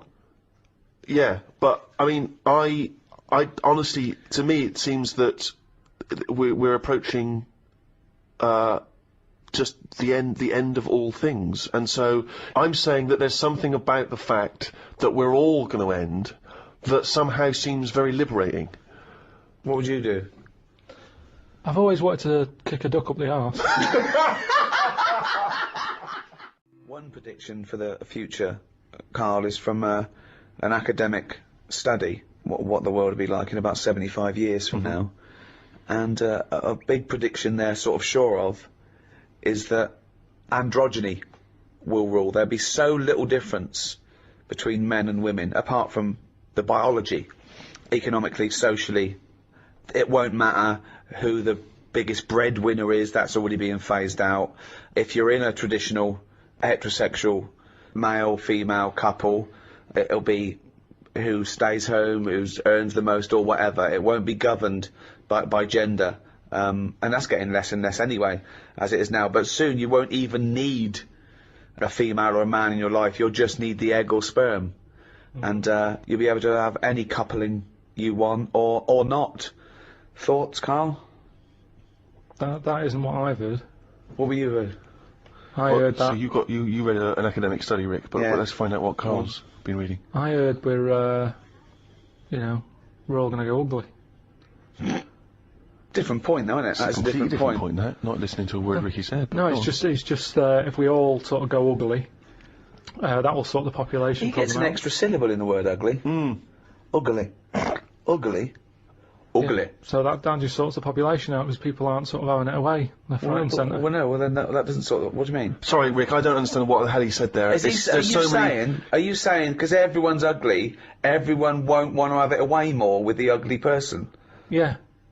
Okay, I still don't. You seem to understand what he's talking about, Rick. I'm still But confused. what he thinks is that if we're all ugly, then we still have this strange paradigm of beauty that won't exist, so we won't fancy anyone as much. No, they'll still sort of fancy, because at the end of the day we're animals, aren't we? Yeah. So we'll still have it away, but Yeah. not as much as they'd like to do now, because it's all based on looks. Sorry, but what's this got to do What's with what this Ricky world said? like? Describe Ricky's- a typical town or country It's centre. exactly right. Imagine London. You've still got the gherkin. You've still got the big wheel. Right. It's just everyone's ugly. Right, and they're doing all the same jobs, are they? Everyone's still the So world's got to carry on. What do they look like? What's ugly? Just imagine, like, have you ever seen anyone when you've just gone, look at that? Yeah. Right. Well, like that. Yeah, but hold on.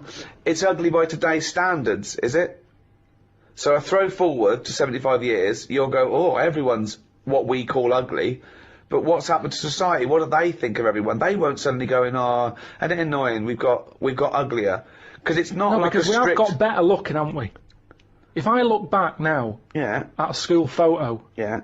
you look at my class and you go, what was going on then? You can't tell the difference between some of the girls and the blokes. No, but that's not true. Because It is, honestly. You that's look at it and fashion you and see nutrition, and I see that. Yeah, when I see an old episode of Bullseye, I think, Jesus, the men look like rakes with no teeth and a moustache, and they're bald with their hair down like a paedophile. And he goes, "Now, how old are you?" And I'm like, 52. 50 goes, "I'm 22." It's what? Yeah, but that's more because of the sort of people that used to go on Bullseye. I mean, you know, Paul Newman was never going to pop on Bullseye. No, exactly. You know, because he was actually a plumber from, you know, Yeah, Essex. and then think of the people that he grew up with, I mean, some of them live in holes now. Yeah. So, you know, I don't think the class of Pilkey 1982 doesn't really count.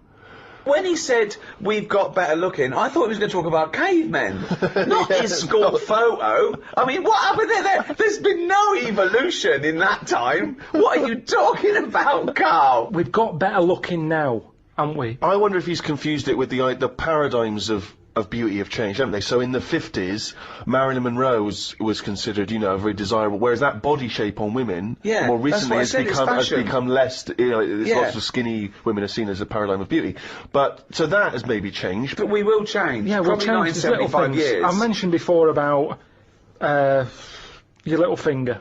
There'll come a time when that'll go. I've watched it. I've kept an eye on what my little finger's doing. Sometimes it does nothing. It never helps out. All the others are grabbing hold of stuff. That one just sort of sits there watching. So you could get rid of that, and I think that will go in evolution. Think of the books he could have read when he was doing that, when he was monitoring his little finger. I've been watching my little finger. But again, it's what you mean. Like, 75 years is nothing. The only thing that changes in 75 years is trend, fashion, economics. The gene pool doesn't change unless there's been some sort of really weird mutation due to an external force. That I don't know. For things of science fiction where we all accidentally drank plutonium and got 3 eyes and 1 leg. It doesn't happen that fast. I've told you before, if you shaved a caveman, he's basically us. He's basically us. Well, he's basically Karl. Yeah. But, you know, the little finger will be, let me tell you, millions of years. I think what's more interesting about the future, Karl, is the fact that technology integrated with humans will be fascinating. So, for instance, they're talking, you know, about the fact that in the future we may even be able to have chips in our head that allow us to access the internet, or an equivalent of it, directly, mentally. So imagine that. To say, not French fries. But hang on though, at what point are we us then? Yeah, this is good. Go on. No, because if I can go on the internet at any time, then that's going to know more than me. What does that mean? Okay. When I don't know an answer to something now, which is a lot of stuff. Really? Go on. You watch University Challenge, and the stuff them kids on that know. I was just thinking, where have they stored that? Where's that gone in their head? How have they left that somewhere, and it's just sat there waiting to be used? For me, if something doesn't get used within a time period, that's it. But again, it's forgotten about. Okay, that's application and training and all that. I think. But basically, you've got about the same hardware. I haven't. As those people. Honest to God, I haven't. I know I haven't. Your brain capacity it's not the same as theirs. It's not the same. Well, you might not be what's considered as academically intelligent as them, but again, an awful lot of it is, you know, nurture more than nature. Your brain's good. Your brain is up there. Don't worry about that. Well, it isn't. But listen, so what I'm saying is, if I want to know the answer to something, I go on the internet. Yeah. Right. Now, if I've got a chip in my head with Google on it, I'm never going to use my head. I'll just be forever on Google. I'm never going to use my head! Well, I'm not, because what's the point? Your head is, though? Because I'm going to get it wrong. The chances are I'll get it wrong, so divert that. It's like saying... No, you can't bypass the brain straight to Google. When you're having a chat socially, it's not like they're going, all right, Karl, how are you? And you're not there. You're asleep, and Google's talking. I think you'll find that they're... No, only do you want to see naked ladies? No, only for questions, though, that I don't know. But what I'm saying is, because I don't know a lot of the answers, I'll just say, forget it, leave it connected to Google. no, no. So then I'm not me anymore. Well, what are you doing? Where's you gone? I'm looking at Google. So it is you. No, but what Steve just said is, we'll have a chip in our head Right. that can access the internet. Right. So why bother using But you're my own still knowledge? the go-between. You, Karl, are the go-between between the internet and whatever your But you mouth can't says. beat the internet. Yes, You but can't, you're it the knows everything. No, you're accessing the information like it was part of your brain capacity, but you're still processing and using that information. But hold on, where does Google get the information from in the first place? One of them bright people on A University human, Challenge a has human put it being. on. Yeah, a human being. So, but I'm going to get lazier. I don't watch the University Challenge and go, I want to be like them, I'm going to start reading books. I've accepted I'm never going to be like them. I can't play along. All I tend to do is I say to Suzanne, right, so every question now, I'm going to have egg as the answer. And I'm hoping that one day... What an amazing game! What an amazing intellectual Oh, pursuit God. that is! What a lucky lady. What does Suzanne say to that? Well, she just sees if it works. She just plays along, and then I'm saying, oh, it might be this one or whatever. I love that, because I remember once, it was about 5 years ago, Karl and Suzanne were round near Christmas, and me and Jane were there. We were playing different parlour games, like charades and that, and then one game, you have to do that thing where you have to beat, and you have to do animals, and you have to go, first one is A, then B. So you say aardvark, next one goes beaver, next one goes cat. It came to Karl, he panicked, and he went egg. And he was on air. So you're sat there watching University Challenge, and on a good night, it's, you know, well-known jeweller of Fabergé's, well-known for his jewel-encrusted egg. Humpty Dumpty is commonly pictured as a living egg. Sometimes That's what I'm it's saying. extraordinary. It's gonna, if you keep saying the same thing, eventually, it's like a broken watch. Karl It's Pilkington's always head right, looks innit? like hay. Yeah. I've just got more chance of getting it right. Sure. But also, he told me when he plays University Challenge, he said he's given up ever trying to get an answer. So now he tries to guess who's going to answer the question. Another great game. Suzanne's roped in on. Unbelievable. So how do you do with that? That's not... I'm normally all right on that. Normally, all right. There's got to be something else. There's watch. there's another evolution thing though. When you watch brainy people on that, or wearing glasses, Yeah. what does that tell you? We are reading too much. We're wearing the eyes out.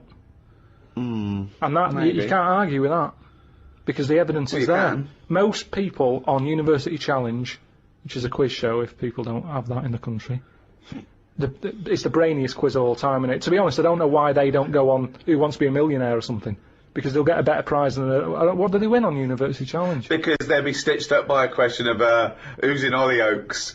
It will be the yeah. But that's the snobbery as well. It'll be what character does Andy Lincoln play in this life, and they won't get it, and you'll go egg, and you'll be correct. But that's the thing, isn't it? This snobbery on like braininess, the way that if you're a specialist in I don't know what something. Well, no, don't help him. Go on, finish. Just you've started a conversation. You're halfway through a sentence. You've got a point. Can't bail out now. Okay, Say if you're a specialist in go on. Latin tattoos. Latin tattoos! Don't know what that is. What Latin tattoos? I didn't know you wanted something so specific. So that's a tattoo you have on your arm with Cogito ergo sum underneath, or is it a Just tattoo? any sort of. Well, it's the only reason Latin's still alive, isn't it? Right. right. Tattooists. So you go on Mastermind, Yeah. and people will go, "Oh, he's clever, isn't he?" You got 40 correct in 60 seconds. Yeah. Now, if you go on and say any questions about Coronation Street between 1990 and 92, people go, "No, he's a bit of a knob," because there's a snobbery to education. Yes. Yes. There is. But a question is still a question, isn't it? Well, to a certain degree, although, yeah, that's fine. But there's no application to knowing who played Enid Sharples, whereas presumably there is something useful in Well, not perhaps Latin tattoos, because No, not Latin none of us tattoos, understand no, exactly what no. that is. But if you have knowledge of, astrophysics, obviously that's going to be, as Ricky says, it's going to take more application to become an expert on that than watching Coronation Street twice a week. But it's still information that you've had to learn. You've not learned it, have you? You've just sat down in front of the telly and it's just piped into your brain very directly and very easily and enjoyably. Let's say the people working on that microchip that one day you'll have in your brain, are they not doing something more interesting and valuable for society than the Coronation Street fella? No, because Coronation Street is that fella who knows a lot about it. At least he's enjoying his time watching that. Oh, I'm not saying he's not enjoying it. So he's enjoying it, but you know, a brain in a jar can be enjoying it if it doesn't know it's a brain in a jar. Right. So what you asking me? But we were talking. Didn't seem a difficult point what we were saying. We What were I saying, mean is, Okay, one more go. What Right. do you mean? the chip in the brain isn't part of filling your head with stuff, the journey of filling it with that stuff. What do you mean? Whereas if you had a baby, the baby pops out, it cries a bit, they go, right, what do you want your baby to be interested in? And you say, I want it to be a plumber. You go, right, when it's 2, we're going to stick a plumber chip in its head. Right. yeah. It's not right, is it? No. No. I don't know why you chose plumber either. Well, we still need plumbing. Yeah, I don't we? know we do, but It's odd that they would have chosen, but they've got such kind of small ambitions for their It's what his babies. granddad did, and they want the sort of the thing to go through the business. They own a plumbing business. They want the baby to carry on the business of the They plumbing. want the baby to be able to plumb. It goes on now where parents force the kids into riding horses, and you see the kid without the parents about, and you go, do you like horses? And they go, no, not really, being forced to get on a horse. Yeah. Can't stand them. Yeah. And people would go, that's wrong. The kid should have the freedom to decide if he wants to get on a horse or not. That's right. Yeah.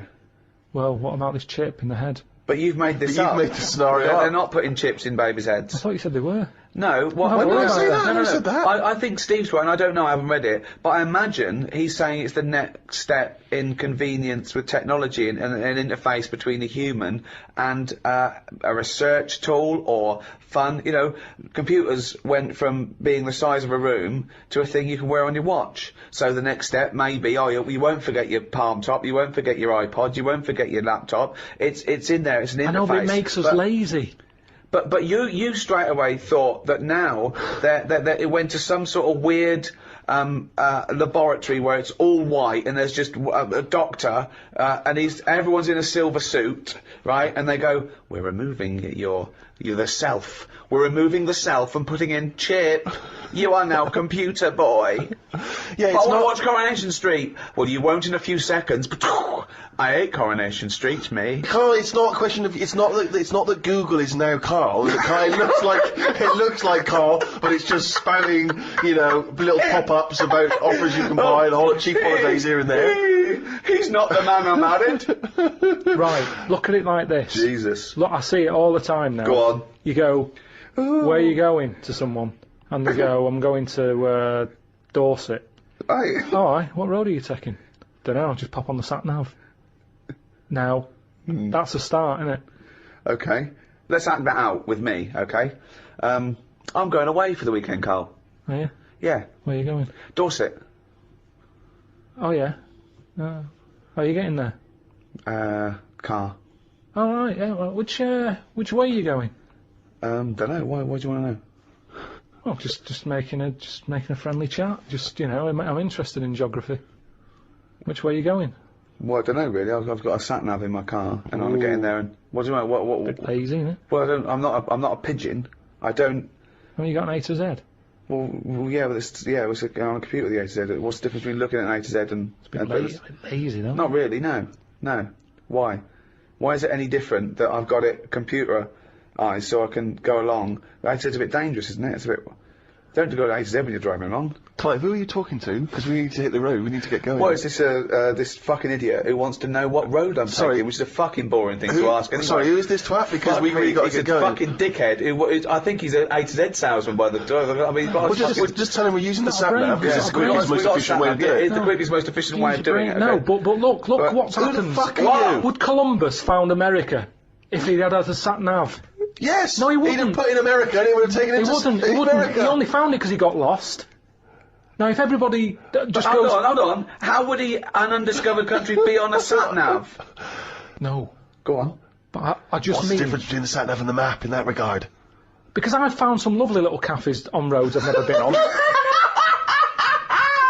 It's instantly gone from finding a continent to a little cafe. I love that! Little greasy I am off to discover the unknown world. Where are you going?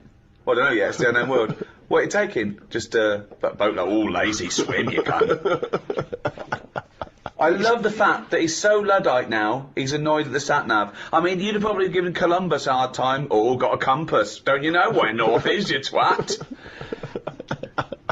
I just think there's something in being lost. I never feel lost. I just think, oh, I've had a diversion. Because you find new things. I'm forever going Meanwhile, down... Suzanne's asking the French peasant where I just think, you know, Columbus... Alright, what's the most interesting thing you found when lost? Like I say, they normally... I found a shop that was like a fancy dress shop. Amazing. Do you need fancy dress stuff? Dressed You up never as go out. Columbus You and went never and go bought a out. sat-nav. Went to Dorset for the weekend. You never go out. Why do you need a fancy dress shop? That sounds like the one thing you would hate is fancy dress. Yeah, but I like looking at the... they have like a space helmet in there. Right, so you found a fancy dress shop. Where were you supposed to be going that you had time to get sidetracked and go in a... I think I was going to a meeting. Just cut it. Amazing, that's the last time! You want to get lost. You don't want to get lost, No, do because you? I always give myself loads of time because I get lost a lot. I always give myself... Get a Get a sat nav. No, I'm just saying, that's how you find little treats along the way, and next time you pass it, or next time someone says, do you know where the fancy dress shop is? You can go, yeah, I do. I have no idea because I was lost. I didn't know where it was. No, but normally I Oh, learn. I'm not going to tell you, lazy cunt. Haven't you got an AZ? Oh, that's harsh. Yeah, find it yourself, you lazy twat. Well, I might get lost. Good. You might find another one. It just goes back to the chip thing in the head. I think you've got to learn along the way. We can't get lazy. We can't have chips in the head, knowing how to plumb. That's what it's all about, isn't it? And making mistakes. If you make a mistake, I've done some wiring, got a little shock. Won't happen again. It will. I've seen that experiment with you before. We all changed. Karl used to have hair. Yeah, but you, by your own admission, had it for long. You didn't have it hair for long, did you? You No, started it going wasn't. bald It pretty wasn't. early I on. didn't want to hang around my hair. It was never. I've told you, it didn't feel needed, so it went. I never did anything with it. It was hair of a Chinaman, wasn't it? Even the hairdresser said. He said, Yeah. you can do nothing with this. So what do you mean? He said, it's just too. It looks all limsy. Limsy! Sorry, was that's a... Limp or flimsy, I reckon. Well, no, that Limsy is a Chinaman that gave his name to the limp hair of the Chinese. So you race. think your hair bailed on you because it was not getting treated well enough? I think that's true. I think that's Right. how it works. But yeah, I know what you mean. I sort of think about if I've changed and that, but I don't think I have that much. I still have the same sort of thoughts. I like olives now, which I didn't like probably 3 years ago. Right, wow. But you can, if you eat 4 in a row, you get a taste for them. And I thought, go on, then I'll have 5. And I thought, yeah, they're all right, these. So that's different. But other than that, I mean, So what were your dreams and ambitions when you were young? didn't have any. Right. It was kind of. 5 years old, what do you want to be? What was your thoughts for the future? I didn't worry. At 5 years old, you're not worrying about work Okay. and that. 10. What's your hopes and fears of all these years? I met in thee tonight. I wasn't worrying about work till about 13, 14. I was thinking, right, you know, people who were new had left school. They weren't getting work. And I was thinking, oh, I don't want to be like that. That's when I did boxing. You know, I could have gone down that route. Got into boxing, didn't I? How many fights do you have? Don't know, about 3 or 4. Yeah. How long is it? Just when does brain damage kick in? I guess it can. I guess it can happen almost instantly. I mean, that must be part of it. Were you really? Did you really get a bad beating on one of those fights? Yeah, Leroy gave us a right good clackering. Clackering. Yeah, the thing is, your jab was a bit limsy, but Leroy's was clackering. Then there was the dancing. I don't remember this. What breakdancing? Well, I did that. I did a bit of body popping. Yeah. But did you ever really think that you might do this in the future? You never know, do you? But did you, at the time, do you remember thinking, oh, I wouldn't mind doing Well, this I professionally? must have thought that for me to go. Well, let's try and join, you know, Twiggy's dance club and all that. And my mum and dad always sort of you know, if you want to give it a go, give it a go. With the boxing, you know, my dad was saying, right, I'll get you the proper shoes and that, and my mum was like, don't bother getting him them yet. Let's see if he sticks at it for like 4 months, because they were about 30 quid for Let the him shoes. carry on in my furry slippers. Then with the dancing, it was the same thing. I said, oh, I need some leg warmers and that. And These tights are just as good. Come on. No, my dad- pop on your nan's tights. my dad gave me like his he cut like the sleeves off a shirt. Amazing. And that were your leg warmers. Yeah, Amazing. but it's funny when you're a kid, it don't bother you. But surely cut them off a jumper. No, I don't know why. I know it looked daft. I had cuffs on leg warmers. That's amazing! But when you're That's a kid, amazing! What did they you think roll about them up. Twiggies? It must have looked like Lancelot and Bowen doing a handstand. But then, you know, that didn't last long, and then my dad, you know, I was getting older now, and he's like, Dad needed his shirt back for a wedding. Yeah, as long as he didn't take his jacket off, it was fine. yeah. Dad, I'm losing my hat. I need a hat. Dad, I don't need a bloody hat. Pop my pants on, fed. but then you've got to make sure you try and get a job, and school was sort of saying, So 15 now. Hang on, everybody. why did Twiggies? Why did you stop going down Twiggies? well, it was shut, wasn't it? Amazing. Oh, it closed down. Closed down, it had a load of toilet rolls in there. It'd been turned into like a storage unit. I've never really had like a dream. I've just bumbled along. Because, like I've said, it's Bumbled. that thing of Clackered, sort of bumbled, limsy. It's like, call my fucking bluff. there's no point sort of wishing for too much, because if you don't get it, you'll be fed up. So it's better just to sort of go, well, let's see what's around the corner. This is what I've said to you about a sat-nav system. Right. Isn't it? It's the same thing. Yeah, sure, have the sat-nav, type in where you want to go, and it'll take you straight there. But what I say is, use the back streets. Have a look around, turn off, don't go straight ahead, turn right. The little dead ends. Yeah. Have a Well, you look, might get mugged. have a look. Don't go down the dead ends. Why not? You've got to reverse back There's out. nothing there. Dead end. No, but have a look. Well, there's nothing there. It's dead end. What's the road doing there then? Well, it's a dead end. There's Yeah, but dead there must be ends. something down there. There's nothing. It's dead. It's just ends. Just a wall. Right, so it's not a problem. Reverse. Well, don't go down in the first place if you know it's a dead end. Don't tell people to go down a dead end. They've got to reverse out. Difficult. Well, I'd say just have a look. You see, that's the difference between me and you. I'd have a look down the dead It's end. dead end. No, don't worry. It's What's dead down end. there? There's nothing, mate. Dead end. Rubbish? Just Yeah, no, rubbish? nothing. Dead Nothing end. at all? Yeah, no, put going there. Dead end. Right, so I'll go, well, I'll just have a look for myself, because I don't believe you. Okay, well, go on then. Right, I'll have a look. Yeah. Oh, look at this I've found. What have you found? Box of money that you didn't know about. All I'm saying is it could be He has still anything. got the brain of a 10-year-old, hasn't of he? money. He's still got the brain of a 10-year-old. I'm just, set your stall out. Right. So where's the store? Where are you setting the store? Not the Dead end, 'cause there's no through traffic. thoroughfay. Yeah, you want to be on This a is sort of crazy. public highway. Where are you setting the stall out? What are you selling? What are you selling? Well, this is what I'm saying to you. What are you selling I'm first? selling a mixture of stuff. What? Like what? All sorts. What have you bought it with? A bag of money you found in the dead end? Leg warmers. So you got new leg warmers with do you want cufflinks for them? What? Do you want cufflinks for them leg warmers? Well, no. Why would I do that? Well, you got to fucking look smart, ain't you, you cunt? So you're selling, what are you selling? So, yeah. you set your stall out. Yeah. Right. Now, Yes. isn't it dangerous to sell all the same product in that shop? Right. Okay, I don't know what you're talking where's the about. analogy going? This is Yeah. a metaphor. I think it's a metaphor. Yeah. Or simile. It's a What, simile. Yeah, what are you selling? What are you selling first? Bang. Two, hang on. three, four. No, but Quick, this is it's what the I'm saying apprentice. to you. This What is what I'm saying Go to on. you, though. I Right. just said to you, Yeah. well, Yeah. I don't know what you wanted to do. You haven't told me. But Right.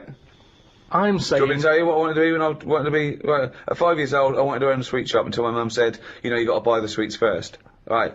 From 10, I wanted to be like a scientist. 15, a vet kicked in. But at Carry some on. point you jettisoned all of that to try and pursue a pop career. 20, I wanted to be a pop star. 25, I thought I'd better get a job. well, At 30, I did. me saying turn off the main road and do a right Yes. is saying just have a look around in the same way that if you go into a It was shop, a metaphor, wasn't it? yeah, Right. it was, yeah. Yeah. In the same way that if you go into a shop, you're thinking I'm getting a quarter of bonbons. Right, bombs. Bombs. But by the time you get to the counter, You're clackered. and you get some licorice all sorts instead because you thought, actually, I forgot about them. Sorry, now this isn't a metaphor, is it? This is a real shop now, isn't it? I just mean you're gonna be let down. You're gonna be very, very disappointed with life if you know, But I haven't been What? disappointed If with what? that. If what? if If what? If what? the thing you're aiming for Yeah. doesn't happen. But what if it does happen? I'd like to take issue with this, because there's a lot of young people who listen to our podcasts, and if they listen to this tripe, that if you try for something in life, it won't happen, so don't bother, I think it's a bloody disgrace. No. Imagine if Leona Lewis had thought that when she went on the bloody X Factor. She wouldn't have got punched by that bloke in that... Well, alright, that doesn't make sense. But you know what I mean, she would not be living her dreams. Yeah, but we don't know what Leona wanted to do. She might She have a wanted to be a backup singer, plan. that's why she's done it! She might have had a backup plan. Yeah, but she fulfilled the main ambition, which was to sing, that's why she went on the show. She didn't go on there because she thought, I might want to work down a branch of Waterstones. Do you think she went in there and said, quarter bomb bomb, she's like, oh, this is, X Factor, but she went, oh, go on then. Well, I was saying. But what about the girl who looked like a fat baby? She went on there with a dream. It's not going to happen. Oh, yeah! But the point is, I'm not saying you all have to go on the X Factor if you're a hopeless idiot. I'm saying if you've got a little bit of talent and you pursue it, it might take you somewhere. If you want to be a vet or a doctor or pop star, you might have a chance. You may as well have a stab for it than say, no, it's alright, I'll just sit around in my underpants. Yeah, they're doing a new one, the X-Ray Factor, where you can actually, you know, become a top radiologist.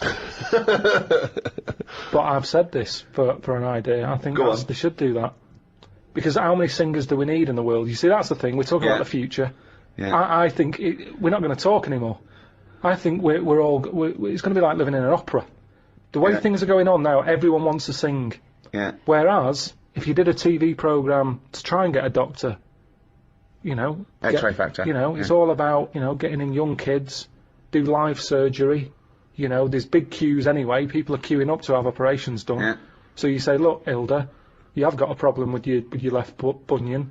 You can either wait for your proper doctor and hospital, but it's going to be a 2-year waiting list. Or you can have Jedward do it are for you you. free Saturday night, live? Because we've got two 17-year-olds who are going to do it. Hilda! She comes out, they sort... little voice! I've never heard him do a little voice before! So Okay, good. So this is, okay, what is this? This is a talent show where people can have a go at being a doctor. Right? Well, this is like something from the Middle Ages. But they need volunteers who would rather have an apprentice, someone have a go. It's not even an apprentice, it's someone with no training at all. Yeah. They learn how to do major operations in a week. But no, not major ones, that's for the final. You do a heart, of course, you do yeah, a you've got heart to build up to that, transplant, sure. but you're building heart up. transplant for the final. So anyway, amazing. so it's Hilda, and Hilda's not the person, she's not operating, she's just the person who needs a No, bunion. she's the foot problem, yeah. So she comes in, they have a quick chat with Have her. a chat with her, how's your life been? Bit of Coldplay under her. She's Yeah. going, oh, it's terrible, I can hardly walk and all that, and they go, right. Here's a fowl who looks like a baby. And then, And you think this is you don't see any problems with this so far? You've not identified any concerns yet? if it means you get younger people into other jobs other than singing, I agree with you. I think it's crazy that everyone now just wants to be famous, a singer or something, and we don't need them. They're just contriving it. All they're doing is knocking the last one off the top #1 spot. It's just a factory. But I'm not talking about everyone should try and be a singer, am I? What I'm saying is sometimes you're allowed to pursue your dreams, and they might be you may fulfil those dreams. There's nothing wrong with that. It may be that you want to operate on a woman called Hilda or a bunion. Pursue that dream. on. But according to your negative views, we shouldn't even try and do that either. what Go I'm on. saying is, Go on. What's he saying? Leona was an example. I'm not saying everyone should try and be like Leona. no, but listen, Listen to his point, Stephen, because he's got a very good point coming up. Here it now. comes. This is it. Okay. He hasn't said a normal word yet, but he's going to say some now, and they're all going to be profound. people's dreams aren't their own dreams. Oh, hold on. What do you mean by that? Okay, keep going. No, keep going. Keep going. Let him, no. He'll explain. You don't need to ask any questions. He'll explain. Because they think they know what they want because they see it on the telly. They see, you know, someone singing a song and they go, I want to do that. So all I'm saying is, change the dreams. Change the dreams. Yeah. Surgery. They're watching that. They're seeing Hilda happy with a better foot. The doctor's getting all the praise. They go, I want a bit of that action. That's what it's about. They don't want to be singers. They want to be known. They want to be famous. Yeah. So, fine, have a bit of fame, but do some good. Fix Hilda's foot. Sorry, was that the end of the point? Yeah, because all we've done, we've changed the dreams. Dreams are... Well, you've hit on a good point there, because what is astounding is that when you know, people are inundated with praise for people who are just clothes horses. They are just skinny nobodies who don't do anything except have their picture taken, and they're role models for, you know, I'm not talking about, you know, anyone in particular, but it's just these people who you know, want to be seen with other celebrities and marry celebrities and be a celebrity. People think that's an easy life because they're getting rewarded for it. And yet, someone who's stuck in a laboratory trying to come up with a cure for AIDS, they don't know or care about them. And Okay. Can I just point out, though, that if we're going to have a go at people being successful, making money, and being well known for doing nothing of any value, I point you to the man sat opposite me here. And that's, hey, I tell you, there's times when I, you know, lie awake at night thinking, what was my dreams? Yeah, but I'd love to be a little but I've got doctor. a new boiler hold on, and 2 houses. I'd love to be a little doctor. Yeah, I mean, you know, it's past me now. There's no way I can go back. Well, But it would have been brilliant. you're wrong. Karl Pilkington! Hilda! What is it? What now, Hilda? What's up with you? I've got terrible piles. There's some sort of blockage up there. I haven't gone to the, excuse me, I haven't gone to the toilet for a week. Well, Karl, can you unblock Hilda's arse? Now live, unblocking Hilda's arse, Karl Pilkington. I thought she had bad feet. No, her feet, no. Jedward fixed her feet. There's a lovely job, that's why they stayed in last week. Her arse is worse than her feet. It's because she's been off her feet for so long, because she couldn't walk. Her arse took the brunt of it, and it's just terrible. Piles have burst, and it's blocked up there where all she just eats is cheese because she's so depressed.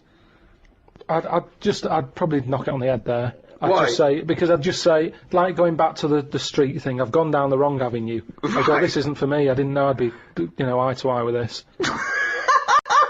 It's not for me, and that's how you find out that it's not for you, by doing it. Right. But at least I gave it a go. So this the same as you had one fight with Leroy, you went along to a dance studio, it was shut, you've seen Hilda's arse, and it's turned you off proctology. Once again, you've just abandoned it. Yeah, well, there's Have no a point. go! Have a go! Just feel inside Hilda's back passage. Feel the blockage. Right. No, because the audience have already decided. They've seen a weakness in me, they're going to vote me out. No, There's no point me getting dirty fingers for this. When was the last time you reminisced? Well, my mum and dad have been round, haven't they, so been reminiscing a lot. Yeah. What were you thinking about? We were just chatting about Tic Tacs. One of the great memories, yeah. The happy memories. No, because you see, here's the thing. You're saying how that woman changed when she had her head caved in. He never said that. What did you? Well, the brain accident. Yeah, brain accident, yeah. The Tic Tacs. Now, I used to love them Yeah. when I was younger. Yeah. My dad got a load of them. What, this year? No, Just recently? years ago. Years ago, Like right, years okay. ago when I loved them. I said I love Tic Tacs, me. Yeah. He met one of his mates. You didn't nick him from the sweet shop? No, No, that's what he you knew do, some yeah. mate who could get his hand on a load, Right. and he Thief, must have he was a got thief. about he must have got about 30 crates of Tic Tacs. 30 crates of Tic Tacs? Honestly, with like about 24 on each crate. We got them, stuck them in a cupboard under the just in the kitchen, in the corner. Yeah. Now I worked my way through about 6 crates. I was quite happy. When? In how long? I don't know, in about 2 weeks, 3 weeks or something. Right. And then after that, I'm getting sick of these. Right. Yeah. You were minty fresh, but you were Oh, sick of lovely them. fresh breath. Yeah. Yeah. But I mean, I haven't got that much more to tell you about it. It's just. What do you So I this, just sorry, whoa, bear in mind, this was something he was recently reminiscing with his parents about. They were sat round, and we've already learned up to an hour could go by reminiscing. Sat round for an hour, talking about the great I've already Tic run Tac out of saga. responses. I've got Yeah. nothing to say about No that. opinion I about mean, that. I was nearly going to say, what'd you do with the empty little flicky Tic Tac boxes? Yeah, but then I you mean, realise that that's utterly dull and boring. well, and not I was struggling. I don't know what this anecdote is, other than a bloke. Other than you said your dad, I like Tic Tacs, mate. He went, all right, I talked to Albert. Albert, you got Tic Tacs? I've got 30 crates, if that'll do, yeah? Yeah, I'll bring him round. Put him under cupboard. He's got through 12 crates. What's his breath like? Fucking lovely, but he's been sick all over the cunt place. Oh, do you want some more? No, of course we fucking don't. You'll talk about that in a few years' time. Of course we will, for about a fucking hour. No. And then we bring it up in an audio book. But I think that's how we got onto it, because even though I tried to get rid of a load, I used to give them to mates, take them to school, say, have some Tic Tacs. You can have them for free. We used a load in the cat litter tray. No. No, we you did. didn't. We did. It No, was you just didn't. ways of getting rid of them. Jesus Christ. Sort of freshy smell, isn't it? And it's the That's same amazing. sort of condensity in that, isn't it? Condensity. It is the same condensity. Yeah, so I got rid of them like that. And then the weird thing was, even though I'd got shut of them all, you'd be backing up and you'd always hear one ting its way up the tube. It's tinging its way up the tube. It's tinging its way up the tube. It's tinging its way up the tube. Ting tong ping pong. It's tinging its way up the tube. That sounds like something from Willy Wonka. Oh No, god. it's just I'm just demonstrating that because that's how many of them there were around the house. You'd drop them, they'd go in every corner and that, like Pac-Man or something. They'd be That's everywhere. You'd be backing amazing. up, tinging it up. Sheila's getting married. Hannah gets confetti. Don't buy any confetti. Go to cupboard under stairs. So yeah, that's a little memory there, isn't it? It is a Just little cropped up. memory. Now It's a really little The memory. strange Tic Tac house in Salford, where everything is made of Tic Tacs. Wow, that must have been a hell That's of incre- a hell of a time you had with your parents there. The old Tic Tac No, but it's reminiscence. better. You see, you're saying, "Oh, what a boring story that is." But when I my see mum you've and dad, re-gravelled the drive. Yeah, smell it. Suck the drive if you want.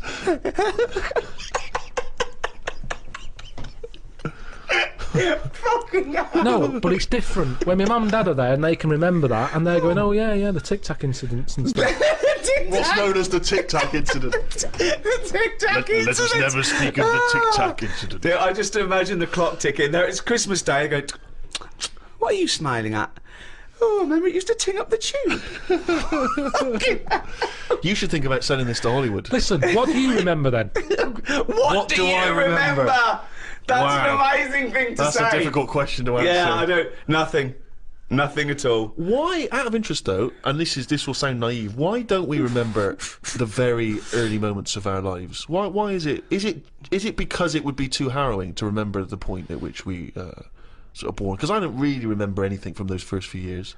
Why is it? Is it just because the brain's not fully formed at that moment? I don't know. The memory's not sufficiently developed? I honestly, It's got to be trauma, hasn't it? It's the things. Again, we were talking about me being younger, and the youngest I could remember back to was 1978. How old were you then? When were you born? 72. What? it was You summer holidays. you couldn't remember earlier than 6. You can remember back to about 2 or 3. Most people. What? No way. My mum and dad don't even remember me then. Because you're not doing anything. This is what I'm saying. Mum and Dad don't even remember me then. That's amazing. Because they pinpoint They remember things. all the Tic Tacs they've ever Yeah, eaten. yeah. Do you remember when Karl was 6? Of course I do. 5? Yeah. 4? Yeah. 3? No. 2? No. Because you're not doing anything, are you? My mum and Dad don't even remember So, me then.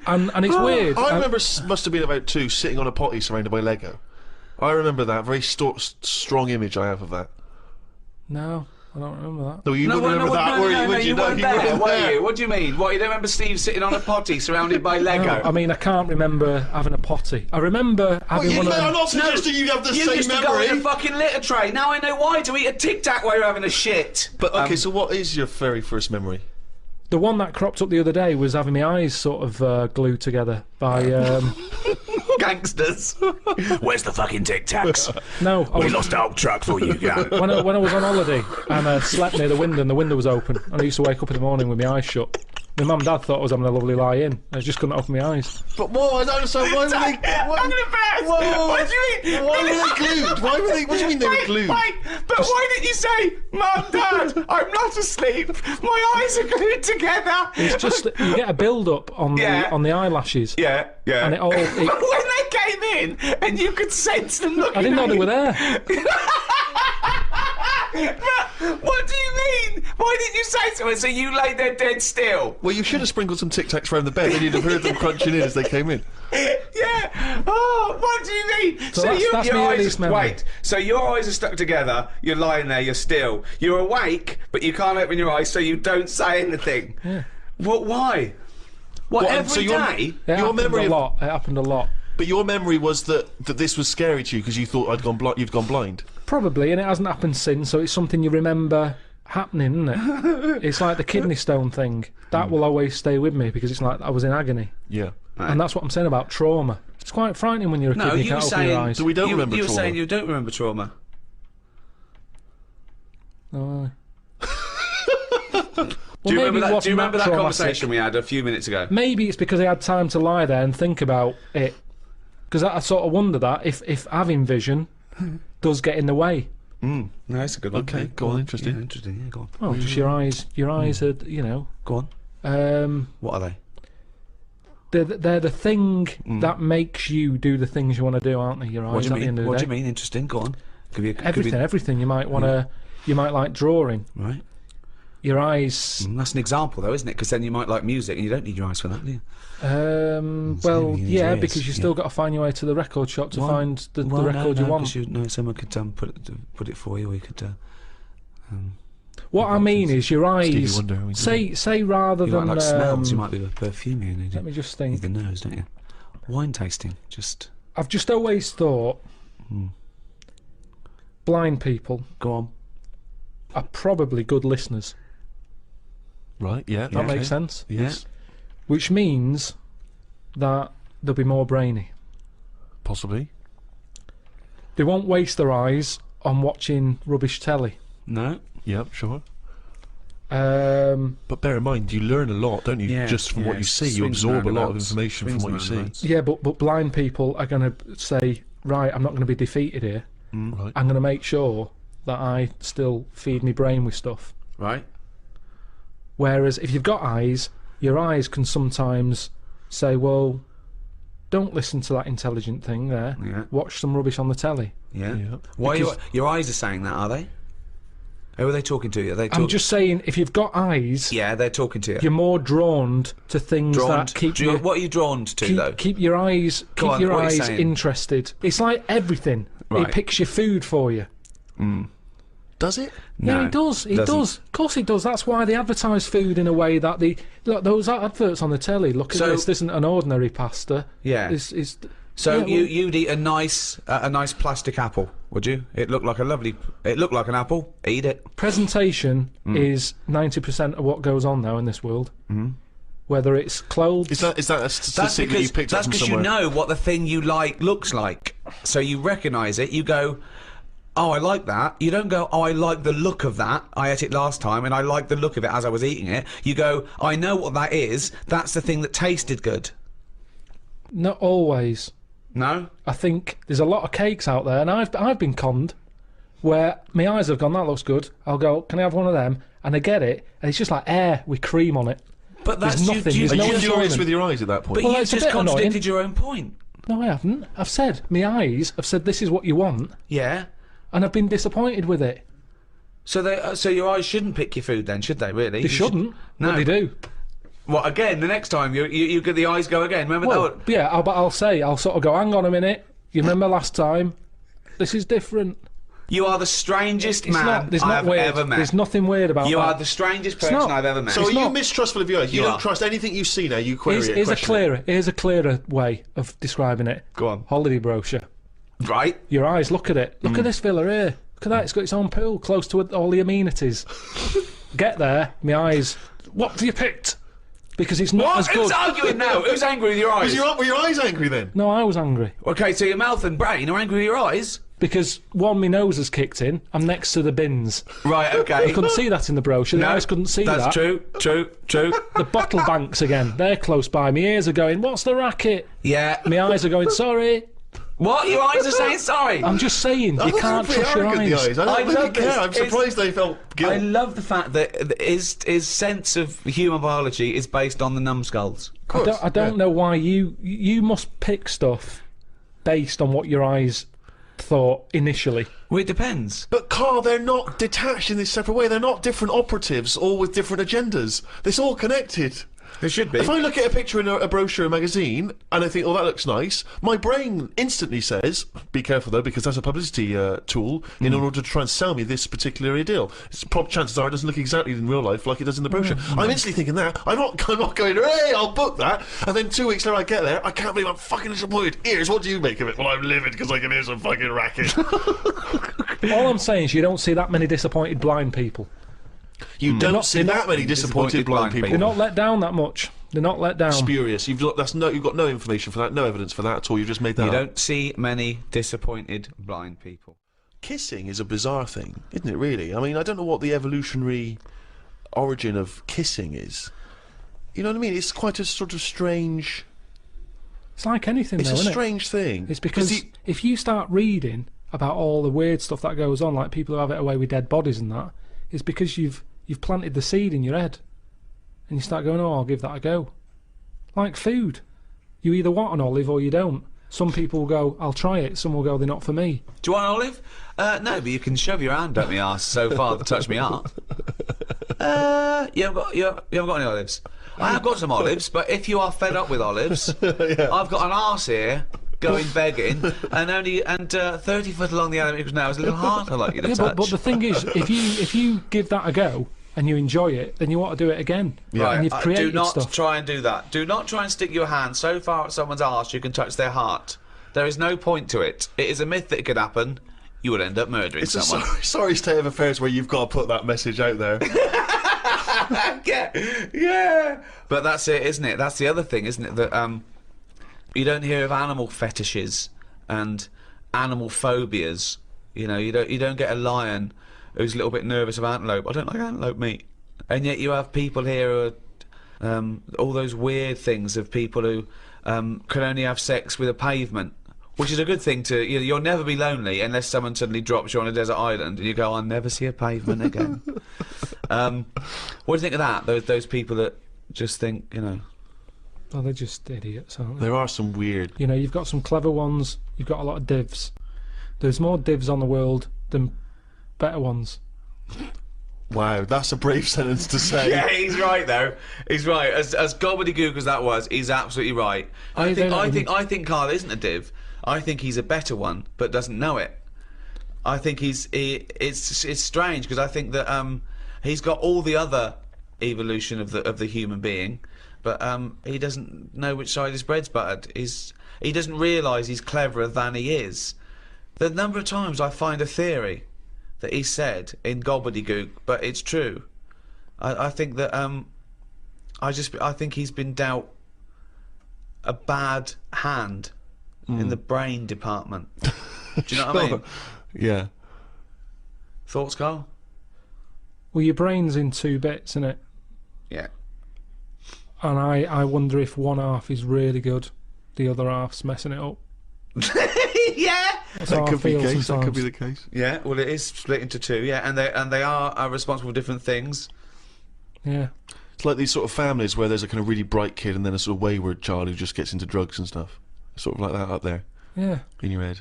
Because you have quite sort of out there nebulous thoughts, and you've got a lot of common sense, haven't you? And just having that other sense of like, this is dodgy. What spider sense? Just that sense where you just go, I don't know why, but something's telling me we shouldn't be here. And you go, all right, let's go. And you move from it, and you don't know what that is. Yeah. You don't know what's decided that. It's like when you're lost. A part of my brain's got me lost, but then there's another bit that I don't know what it is, where they go left. And you do, and then you go, So remember that time when you called me and I said I don't know where I am, and I couldn't concentrate. think of that. I called him. Oh my God, what are you doing? He went, I don't know where I am. What do you mean you didn't know where you were? What you? I got lost. I What, went in London wandering. you got yeah, lost? Yeah. And I went wandering, and then I It's was when like, he first moved into his new place. He was walking back from his old place to his new place, and he didn't know where he was. He How tried can to you take a ever short. really get lost in London though? I'm just asking Cabby. well, yeah, I don't want to do that because I feel bad pulling one over and then saying, where am I?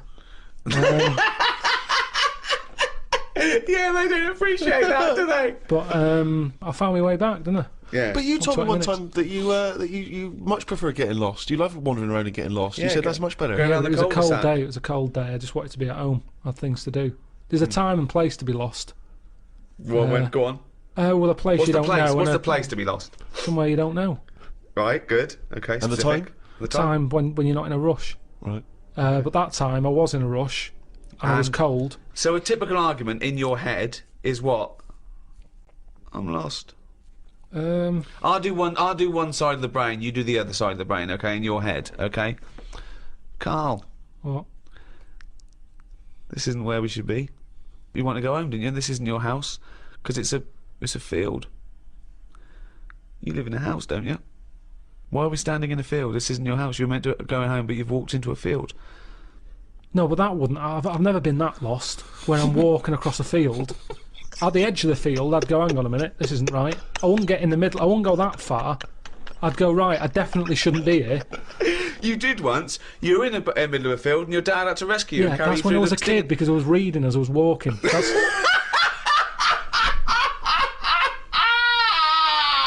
And he never read again.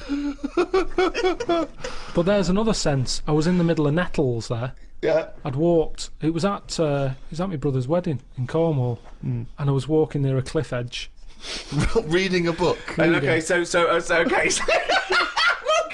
Carl, I know you're enjoying this book. Can I have a word with you? Just look past the book a minute. It's a big drop. Yeah.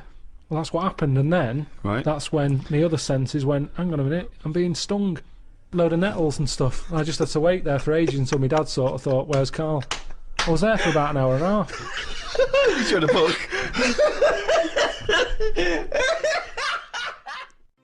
Karl, the human body is one of the things that you're actually genuinely fascinated in. This is one of the things that you admit is quite amazing, and I think we all agree with that. Here's some quite incredible stats and facts about the human body.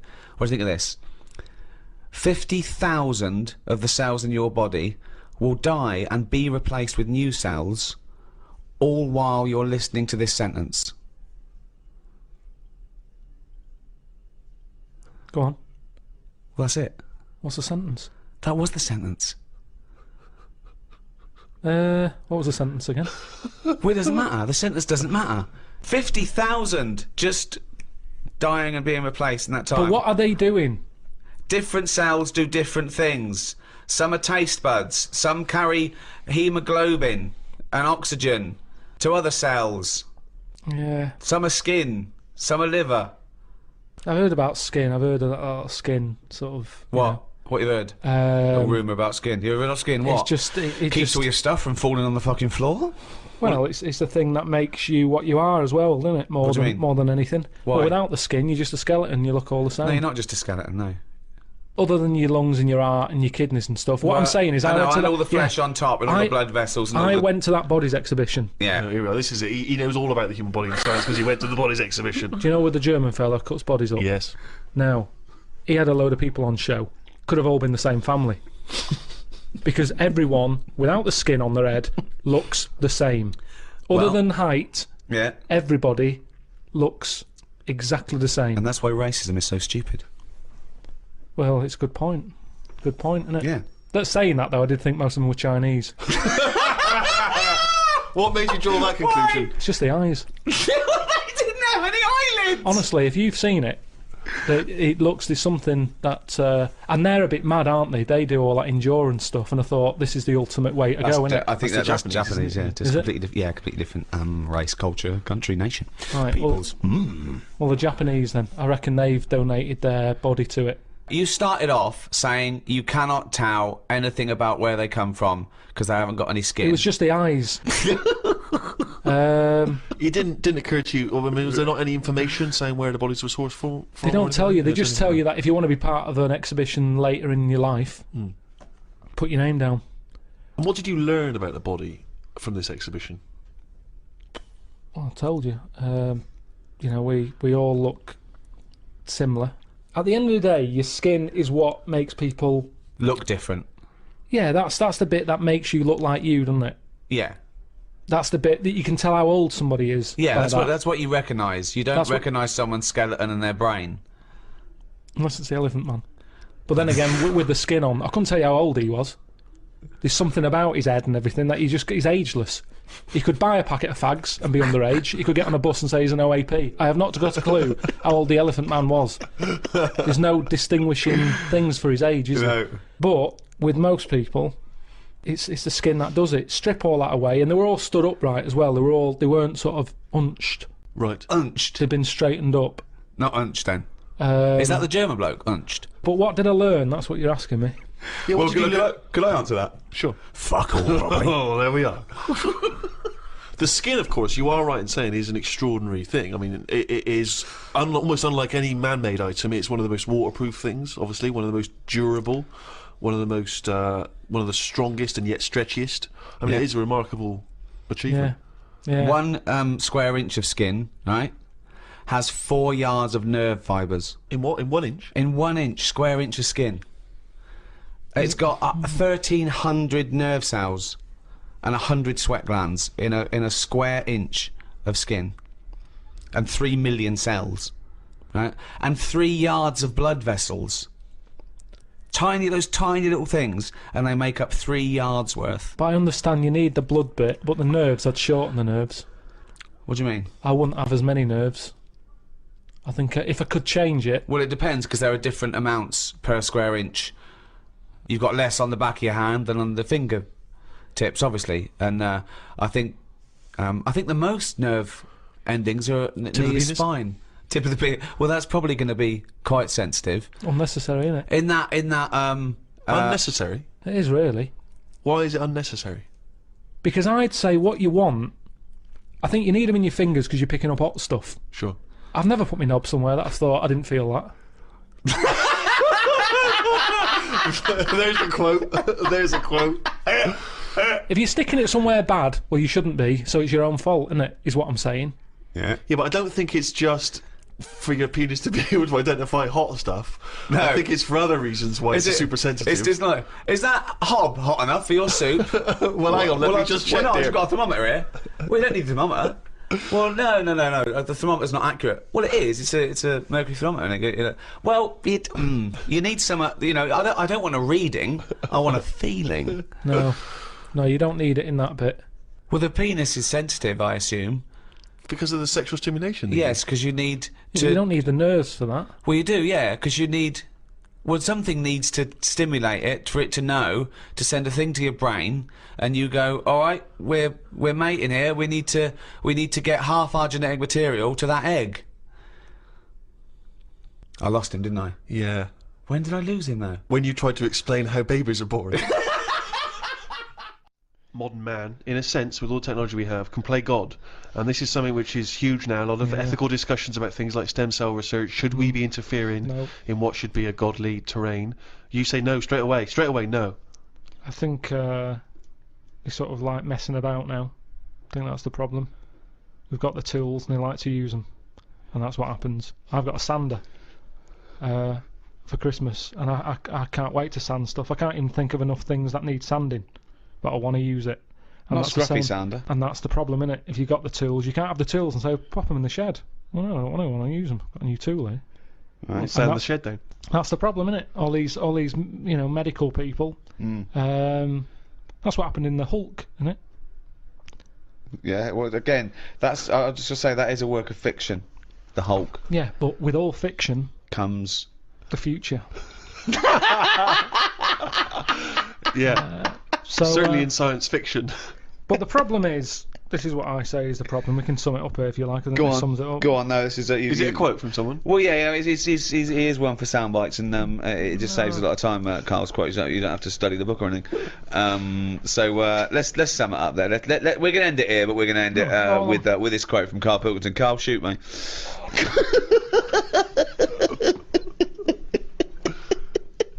People are living too long. Okay, but that's your summary of medicine. Well, yeah, it is because it's kind of now. You see, I agree with medicine to stop pain because it's depressing pain. Stop the pain. I'd say as soon as we sorted that out and we started saying, "Do you want a new face?" That's way over the line. Yeah. No one should be getting a new face unless they're really disfigured. Yeah. But those are the people who are getting new faces. No, they're not. There's people messing about. Yeah, no, it's people... Well, plastic surgery, but that's people's own choice. They're paying for it. It's up to them. ridiculous. I know, but it's not taking it away from other people, is it? Yeah, it is, because the person who's messing about with someone's face could be doing something No, else. because they're plastic surgeons. They're privately employed. Yeah, but they shouldn't be. They What are should you be talking sorting about? someone else out who's got a little funny head. They shouldn't be messing about with pushing someone who's got himself nothing wrong with forward, them. trying to get some free treatment. Get some free And it treatment never for looks right anyway. They spend all that money, it never fits properly. Yeah, No. but this is what annoys me about Fish Karl. lips and It just looks wrong. that stupid little skeletal nose. You'd be better off changing the head, all of it, rather than messing about with the face, because it never fits properly. But you've completely, as a form of summary, you have completely gone off tangent. No, That's not a summary yet. Sum Right, up. One more right, go. so- This is the real one. Yeah. Okay, Karl. Sum up our global guide to medicine. Go.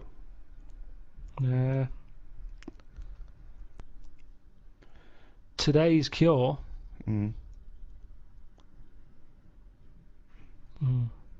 Today's cure is something like that. It'll be something like today's cure is tomorrow's headache. It's all right. That's all right. Because what I'm saying there is, Go on. we can come up with stuff. We can come up with a tablet to get rid of headache. Tomorrow, your headache's gone. Your leg's hurting. So today's cure is actually tomorrow's leg ache. So today's cure is tomorrow's leg ache. Yeah, but ages ago I said on. to you, don't solve problems, Yeah. because a problem solved is a problem caused. I'm gonna die. I'm gonna die. I don't remember that quote. But okay, so finally, in summation, what you said was So, okay, At the end of So- the day, we've all got to die of something. right. Now, Albert might come in. I'm a doctor. Right, Albert, how are you today? What's wrong with you today, Albert? Oh, I've got an inflammation of the testicular region. Right. My scrotal sac is all stretchy and swollen. It's pustulating, and it's causing the penis to be all red and inflamed, and that spread to the anus. Right. Take these tablets. Right, where do I put them? Just have them with some water after a bath. Okay, I'm not gonna have a bath. I can't have a bath of these because honestly, you see these get in a bath and they start bubbling with the. Yeah, like I say, just take the tablet. I don't know what it is, but look at it. It's like a mess. It's like quite a mass down there. I can't. Take the tablets. Take the tablets and come back. In a week's time. Let me know how it goes. Okay. Right. right. So you know what let's it is? Let's imagine that perfectly normal scenario has happened. What is your point? Right. He'll come back the week after. Yeah. The problems downstairs will be sorted. But at the end of the day, he's 76. He's going to have something else wrong with him. I do another check on you, and even though your sack is sorted, They're not quite right, to be honest. nobody better. Well, it swings and roundabouts Yeah, because well, that's life. That's life, Albert. the penis is much more functional. The testicles are really they've lost all their skin. It's just like a bag of spaghetti just hanging on the chair, and the arse. The arse is the itchiest arse I've ever had. I've had to, at some points, I've got blood under my fingernails from scratching my anus. So it's not completely cured. And this is why no one wants to be a doctor anymore. I get back, right, I'm run down because I didn't sleep when I was out there. I'm not very good. If Suzanne's not in the bed, there's something, it's like I feel... What, she's got to be there to tell you to sleep? Well, Close your eyes now, Carl. yeah, it just... Now, and our ears, stop Listen listening. to my words. Stop. Yeah. Sleep now, ears. So anyway, I wasn't sleeping, so I was there for 4 days or whatever. I must have had about 3 hours. One real day's work filming, Two, and he was two, shattered. really. Two. He was absolutely shattered. He was weak. He was ill for a week afterwards. I did was like run down. 35 days. You know. Yeah. So, yeah, but you were sleeping. If you don't sleep, it's basic sort of biology, that. If you don't sleep, you get run down. Sloths never get a flu. Because it's good, isn't it? That's when your body's replenishing. Stop. Can we just go that way? Replenishing. What is it then? I'm gonna burst. Sloths never get flu because that's when your body's replenishing. So the thing is, I'm bound to get ill. Dude, you know what it's like. You're always like got a cold and that. haven't you? Oh, he's dissing you. Everything's what's it got to do with I'm just saying because you're a bit of a sickly child, so you don't Oh, jeez. I'm only to go at the looks understand. and then Only because I'm trying to get him on my side. So anyway, so I'm shattered. I get back, so I think it's a bit weird that this isn't shaking off. And there was some news report about how there's some serious illnesses in planes because stuff goes out the engine and into the. Oh yeah, it's people from all over the world with all different things. Yeah, all breathing the so same I'm thinking, air, yeah. oh, what have I got? You know, it's my luck, innit? So I go to the doctors. The doctor said, "Well, you've done a whole day's work. You're not used to that. Your body's shut down. So he said, You better have a holiday. Yeah, you need. This is when your body needs replenishing." And I am a doctor, and I know replenishment is one of the best. Replenishization. Replenishization is one of the best things for sloths. So I said to him, I said, look, I'm not one to moan. I hardly go to see him. He went, "Oh, you." I hardly see him. I hardly see this fella. So I said, look, I can't shake this cold off. I woke up the other night shaking. And he said, oh, virus, right? So, Which isn't scary at all, because everything, you know. well, there's some dodgy virus, isn't Well, there? yeah, but there's some. Well, that's what I'm saying. So, Yeah, well, that's of course, why it's a I worried. virus. Yeah. What else would it? What else would it be? I don't know. Not a doctor. So I said, oh, when's it going to go? And he said, oh, might be 2 weeks, this one. Seems like a bad one. Quite clammy, he said. So I said, yeah, I feel a bit clammy, yeah. And he said, yeah, you will do. So anyway, so I felt happy about that, and I'm more confident with the doctor, because, you know, you've got your vest off and all that, so you think, why not just let him do a bit of a body check?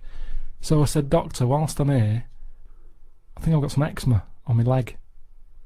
And he goes, let's have a look. And I said, there it is there. And he said, that's not eczema. So you've got a touch of ringworm.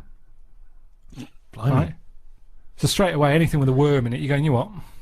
Yeah. 'Cause it makes it sound worse, doesn't it? I was thinking like tapeworm and stuff. Yeah.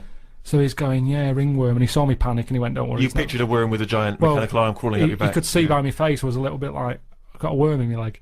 He's going, don't worry, it's not a worm. And I said, how have I got that then? And I reckon it's from this bear suit. That I had It to wasn't. wear. It was. Well, it was It's a fake little bit fur. weird that I had No, it was 'cause bare you were in boots lo- on. I had bare boots on, and Yeah. where the bare boot was, I ended up with ringworm on my Do you leg. know why it's where it was? Because the only bit of your leg showing, because you had bare boots on, fake fur, with a fake fur tunic, and the only bit showing was your shin. You were walking around in long grass. You got it from the grass. Well, no, because I said to him, because I wanted to hear the words bear suit from him. I said, where What's the chances of that? Yeah. I said, where... Doctor, what might I got this from? And then you just shut up and waited for him to say I said, bear suit. it's a little bit weird, isn't it? I said, I thought that died out with rickets, right? Because I'd never heard of ringworm since I was a kid. I remember some dirty kid had it at school, and my mum sort of said, don't go near him. So I said, ringworm then, doctor. Where have I got that from? Thinking he'd say... Have you been wearing a bear suit? Yeah. Anyway, he said, well, he says gay people get it. What? Yeah. No, he didn't. He did. Why did he say that to you? Well, this is what he said. He said gay people. I said, right, tick that off. He said wrestlers. Why do wrestlers get it? And I said, I don't understand the connection. I said, I don't know, any gays. I don't know any wrestlers. And he went, well, it's the body, skin rubbing. Well, why do only gay people get it then? Why don't heterosexual people get it? Don't know. Didn't quiz him. But then he said, what about... Did a doctor really say to you, gay people get it? He might have said, like, homosexuals. Does this doctor operate from a park bench somewhere? Sorry, Does he have a lot of carrier bags with him? Why would his first thing be ringworm? Gay people get it. So yeah, I said not gay. No, I said I don't know any wrestlers. That's a fact. And then he said, have you stroked any bald pets? Any bald pets? Bald. He said, have you stroked anything with hair missing? Bald. Just yourself? And I said, I can't remember. And I couldn't be bothered. Sorry, were these all euphemisms? Like, wrestlers get it, wink, do they? Yeah. You stroked the, little bald hairless thing? No, doctor. Okay, gay people get it. Look, are you gay? Are you gay? I'm gay. I'm gay. I want to stroke someone bald. So I didn't want to get into the bear suit thing, because then he'd be thinking, what's he doing? No, you've got it. So wait. So he had a list of he's reading this off a list, was he? No, he did it from his head. He knew it already. He didn't have to look at a form or anything. He went ringworm. He's obviously had a few people in there who have had it, and they've gone, ringworm? That's a bit weird. Where have I got that from? And he knew straight away. So he's had 3 people in there with ringworm. One of them was a wrestler, one of them had a shaved dog, and one of them was a homosexualist. Is this the same doctor who told me that my nerves were too short for my body? Yeah. Different fella. So yeah, ringworm I got from my time in Boston. Well, that was a heck of a story. I'm beginning to wonder if the reason Suzanne didn't go with you on that trip was not to do with work obligations. Some scientists have come up with a cure for bird flu. It's somewhat to do with some stuff in horses. They gave the flu to a mouse and then injected it, and it's well again. I think we should stop coming up with cures for things, as the germs are just getting stronger and stronger. I reckon by 2020, germs will be so big that we will be able to see them in the air. They will no longer be little particles. You wouldn't swallow one. If you did, it won't be the germ that will kill you. You'll just choke to death. I think that's how we'll die in the future. Choking on enormous giant germs. And they'll be what? They'll be like rampaging around the cities, will they? I'll tell you what though, right? Now I'm getting worried now because the stuff he believes and thinks of, I mean, it could be mental. Do you know what I mean though? Like a proper paranoid sort of one of those people that soon going to live in a loft covered in tinfoil. Yeah. Right. And pages of the Bible all the way around the. You know, and Suzanne's having to put on some sort of spacesuit to come in and give him his beans on toast. Yeah. And he's going to have to polish each bean. That's what scientists do, isn't it? They just sort of think ahead of everyone else. That's what I'm doing. And the weird thing is, right, Steve, sometime last week, there was a science piece which was close to what I'd already said. Yeah. That they've got some germs that like eating sugar, right? They stick them in a lunchbox with a chocolate bar. Within an hour, it was gone. Right, and they say now these germs love chocolate and stuff. Did this scientist leave it near this fat scientist that works in the same laboratory? And he went, it's unbelievable. He said, Ted, he went, what? Right, I put the chocolate bar in here with the germ. I came, it's gone. That's amazing. Well, that's brilliant, that. Do it again. What? Do it again. Leave another one, see if it happens again. So in the future, you're running around, and germs are eating chocolate. That's not science, that's Pac-Man. Number 3. I had a vision of that Chinese flu. Right? That's C. I had a vision of that Chinese flu. You had a vision of that Chinese flu, Yeah, and that's the the band letter C. C. Right? So 3 bands there. 3 cryptic clues. Not really. Text in 83 XFM. Just send the 3 band names. That'll do, won't it? Can they do a website as well? If they want, they can email in. Well, tell them what it is. Yeah, ricky.gervais@xfm.co.uk. Right. Send it in there. Give them again quickly then, Karl. Right then, so get a bulb when it's young and that. Look Brilliant, after it. different, look totally after different. It, teach it stuff. Yeah. And all that. Okay. What's the band? Right. Yeah. Second one. People have a problem doing this when they get home late at night. You know, they've been out drinking and that. They get home. What problem are they going to have? K is the initial. Third one. I had a vision of that Chinese flu.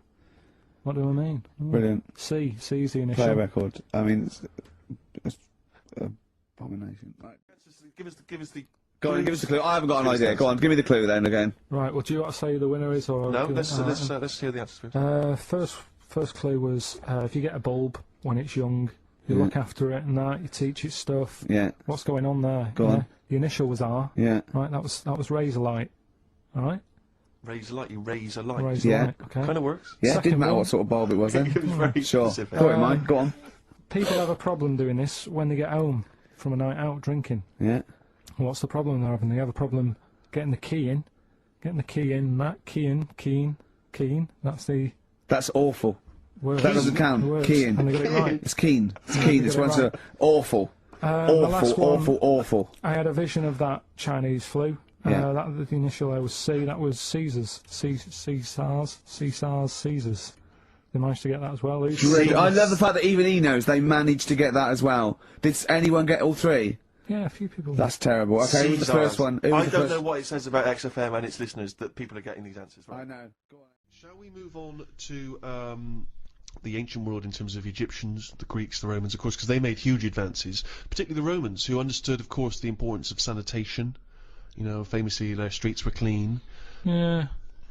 Don't you think that if we hadn't have cleaned up as much, that, I don't know, we'd be stronger? What? Well, I know what you mean. Yeah, They say now, don't they? They say feed let a your kids baby, eat eat dirt. mud and Yeah, all of that. course. Well, that's building up its sort of immunity system. If you're too cosseted, you don't fight it. And you know that's exactly what immunisation is, giving you a bit. Yeah, but of it's the gone disease. mental now. Whenever a baby's born, he's drugged out of its eyeballs. It's only about a week old. They're giving it all sorts of shots. Like what? Loads of stuff for whooping cough. Yeah, you don't want whooping sugar cough. lumps. Tutankhamun could have died of whooping No, cough. but did you give it loads of stuff, and now it's like I don't know. It's making us weak. Yeah. Soon there's going to be things that, one, we're not immune to, and two, our antibiotics no longer work, because of course things like the viruses and bacteria or whatever, they evolve and change so quickly that you can't keep up with them. And also, there's this big thing, you know, like the superbug, for example. There's a very strong theory that says that it's where people took half the course of antibiotics, and what it did was, it was almost like an immunisation to the bacteria and virus against the antibiotic. They got stronger. That's what I mean. So yeah, we need some germs, as you'd call them, but there are some that we have eradicated. I mean, I think it was in our lifetime that they eradicated smallpox from the world. They just stopped it, and it saved, I mean, millions and millions of lives, and they wiped it out. There are rumours, of course, that both Russia and America still have the smallpox virus under lock and key, which they could theoretically breed and use in a chemical warfare situation. Well, there was a bit of a scandal a few years ago, I think 10 years ago, where in a university laboratory, someone came across a marked yoghurt pot in deep freeze that had smallpox in it. That was a hangover from the 70s. When you say it was marked, was it like someone's put their name on it because they don't want someone to eat their smallpox no, yogurt? I think they you know, they looked into it, and it was the deep frozen smallpox virus that, you know, thawed out They and just released. left in a fridge. Well, I think so, yeah. It was an admin understand. problem. I'm sure that it's somewhere. What I mean is, it's under lock and key or frozen at minus So that's 200 not good degrees enough, is centigrade. it? Why? Under lock and key and all that. It's not good enough. Get rid of it. Why are they keeping a little tub of smallpox knocking about? Well, are they not meant to be? Well, No, that's but a what was he lesson. doing there in the first place? That's, to me, that's like in James Bond, where they don't kill him when they have the chance. There's always that little thing of, oh, let's play with danger, let's keep a bit. Yeah. Well, it's Pop it probably next to AIDS in the Kiora bottle. I don't understand why you'd store that. Well, there's probably a presumption, it's probably an overhang from the Cold War, where people were thinking, well, listen, what if Russia's still got some smallpox? We better hang on to some smallpox. It's just Yeah. clutter though as well, isn't it? You see, we're obsessed. We're keeping stuff. And it's the same with germs. We can't even say, get rid of that. We won't be needing it. Smallpox. We'll keep it just in case. Get rid of it. One prediction for the future, Karl, is from an academic study, what the world will be like in about 75 years from now. And a big prediction they're sort of sure of is that androgyny will rule. But soon you won't even need a female or a man in your life, you'll just need the egg or sperm. And you'll be able to have any coupling you want or not. Thoughts, Karl? That isn't what I've heard. What were you heard? I heard that. So you read an academic study, Rick, but Yeah. let's find out what Carl's been reading. I heard we're, you know, we're all gonna go ugly. Different point, though, isn't it? It's a That's a completely different different point, that. Not listening to a word Ricky said. But No, go it's on. just if we all sort of go ugly, that will sort the population He gets an problem out. extra syllable in the word ugly. Ugly. Ugly.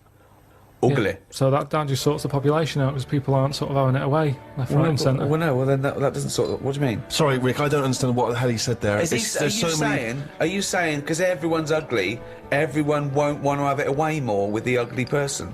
Yeah.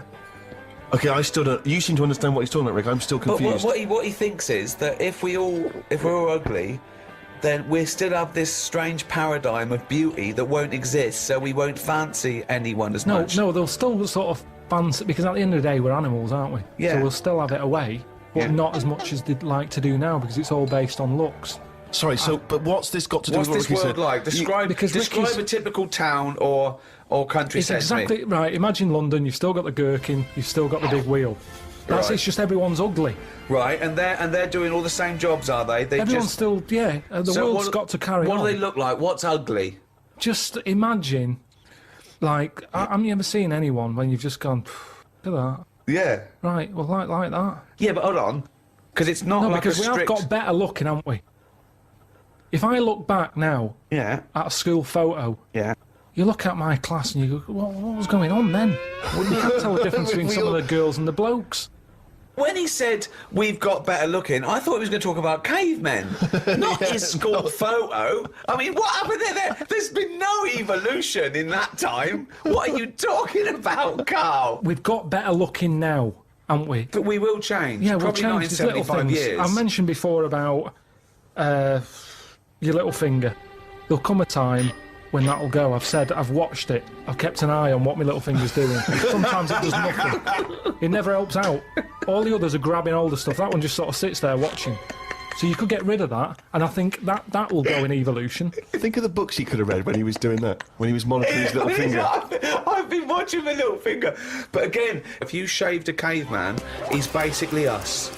He's basically us. Well, he's basically Karl. Yeah. I think what's more interesting about the future, Karl, is the fact that technology integrated with humans will be fascinating. So, for instance, they're talking, you know, about the fact that in the future we may even be able to have chips in our head that allow us to access the internet, or an equivalent of it, directly, mentally. So imagine that. To say, not French fries. But hang on, though. At what point are we us, then? Yeah, this is good. Go on. No, because if I can go on the internet at any time, then that's going to know more than me. What does that mean? Okay. When I don't know an answer to something now, which is a lot of stuff. Really? Go on. You watch University Challenge, and the stuff them kids on that know. I just think, where have they stored that? For me, if something doesn't get used within a time period, that's it. But again, it's forgotten about. Basically, you've got about the same hardware as those people. Honest to God, I haven't. I know I haven't. So what I'm saying is, if I want to know the answer to something, I go on the internet. Yeah. Right. Now, if I've got a chip in my head with Google on it, I'm never going to use my head. I'll just be forever on Google. I'm never going to use my head! Well, I'm not, because what's the point? Your head is, though? Because I'm going to get it wrong. The chances are I'll get it wrong, so divert that. It's like saying... No, you can't bypass the brain straight to Google. When you're having a chat socially, it's not like they're going, all right, Karl, how are you? And you're not there. You're asleep and Google's talking. I think you'll find that... No, only... Do you want to see naked ladies? Come this way. No, only for questions, though, that I don't know. But what I'm saying is, because I don't know a lot of the answers, I'll just say, forget it, leave it connected to Google. So then I'm not me anymore. Well, what are you doing? Where's you gone? I'm looking at Google. So it is you. No, but what Steve just said is, we'll have a chip in our head Right. that can access the internet. Right. So why bother using But my you're own still knowledge? the go-between. You, Karl, are the go-between between the internet and whatever your But you mouth can't says. beat the internet. Yes, You but can't, you're he the knows everything. Where does Google get the information from in the first place? Someone on one of them bright people on University Challenge has put it on. Yeah, a human being. So, but I'm going to get lazier. I don't watch University Challenge and go, I want to be like them, I'm going to start reading books. I've accepted I'm never going to be like them. I can't play along. All I tend to do is I say to Suzanne, right, so every question now, I'm going to have egg as the answer. And I'm hoping that one day... What an amazing game! What an amazing intellectual pursuit that is! What a lucky lady. What does Suzanne say to that? Well, she just sees if it works. She just plays along, and then I'm saying, oh, it might be this one or whatever. I love that, because I remember once, it was about 5 years ago, Karl and Suzanne were round near Christmas, and me and Jane were there. We were playing different parlour games, like charades and that, and then one game, you have to do that thing where you have to beat, and you have to do animals, and you have to go, first one is A, then B. So you say aardvark, next one goes beaver, next one goes cat. It came to Karl, he panicked, and he went egg. And he was on air. So you're sat there watching University Challenge, and on a good night, it's, you know, well-known jeweller Fabergé's, well-known for his jewel-encrusted egg. Humpty Dumpty is commonly pictured as a living egg. Sometimes it's I'm saying, if you keep saying the same thing, eventually, it's like a broken watch. Carl It's Pilkington's always head right, looks innit? like hay. Yeah. I've just got more chance of getting it right. Sure. But also, he told me when he plays University Challenge, he says he's given up ever trying to get an answer. So now he tries to guess who's going to answer the question. Another great game! Suzanne's roped in on!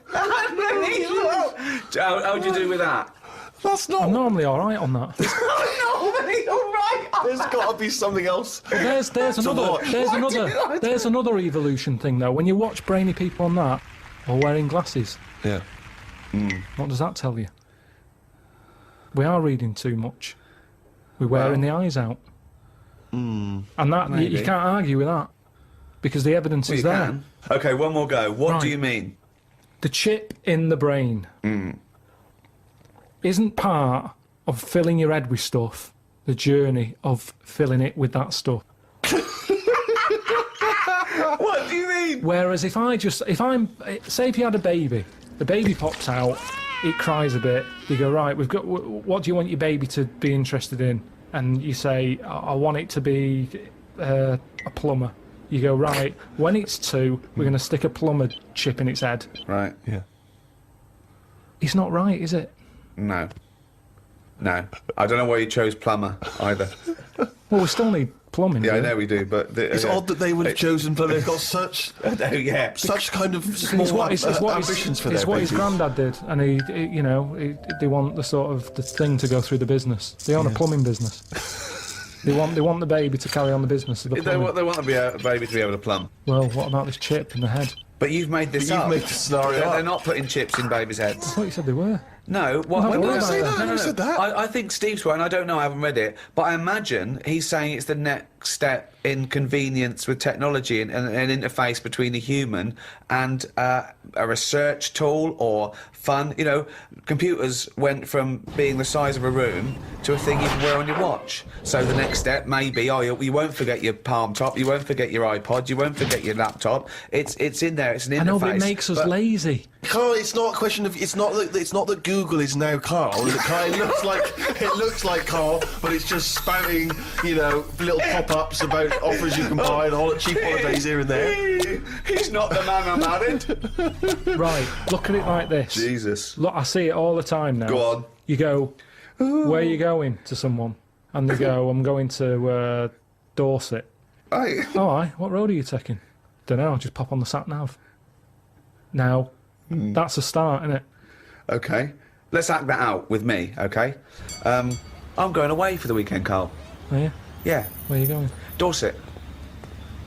Oh, yeah. Are you getting there? Car. Oh, right, yeah, well, which way are you going? Dunno, why do you want to know? Oh, just making a friendly chat. Just, I'm interested in geography. Which way are you going? Well, I don't know, really. I've got a sat-nav in my car, and I'm getting there, and... What do you want? What? Easy, isn't it? Well, I'm not a pigeon. I don't... Have you got an A to Z? Well, yeah, but it's on a computer, the A to Z. What's the difference between looking at an A to Z and... Lazy, though. Not really, no. No. Why?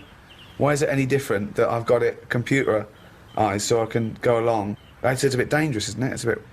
Don't go to A to Z when you're driving along. Clive, who are you talking to? Because we need to hit the road. We need to get going. Well, it's this fucking idiot who wants to know what road I'm taking, which is a fucking boring thing to ask anyway. Sorry, who is this twat? Because we really got to get going. He's a fucking dickhead. I think he's an A to Z salesman by the door. I mean, just tell him we're using the sat nav because it's the quickest, most efficient way to do it. It's the quickest, most efficient way of doing it. No, Okay. but look what's Who happened. the fuck are you? Would Columbus found America if he'd had a sat nav?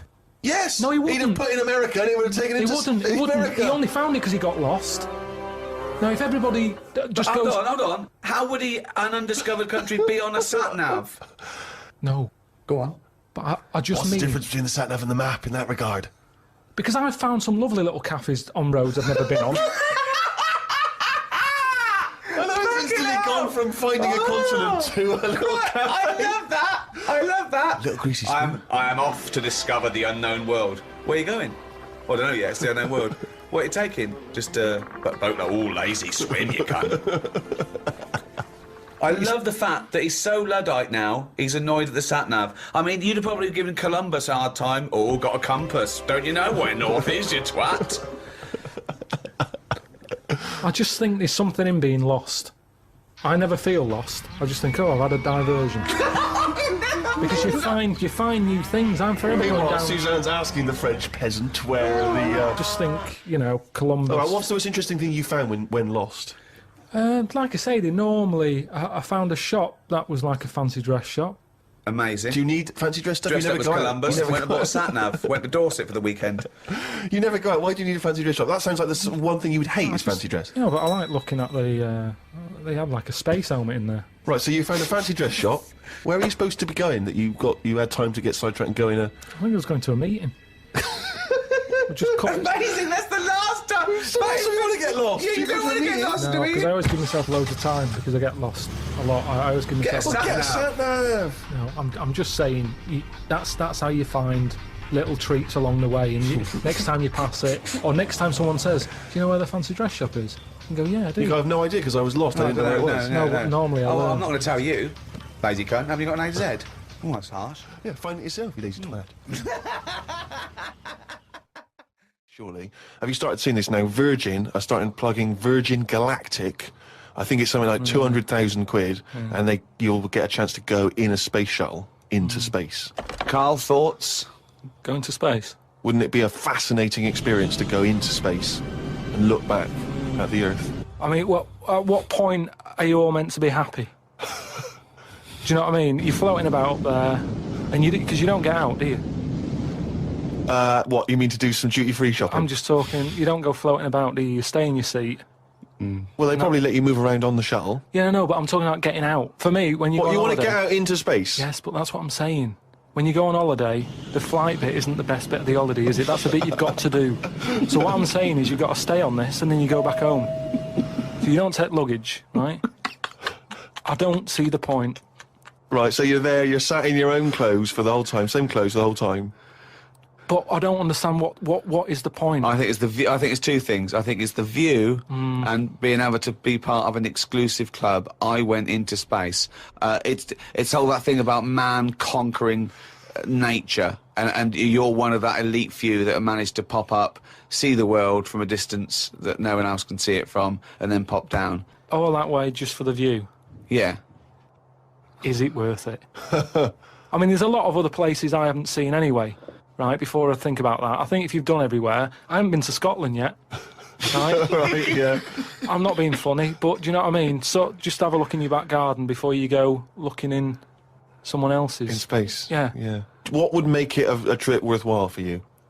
I mean, if you did go into space, if we gave it to you free of charge, we said, Karl, go up into I know the space." answer. I know the answer to this, Steve.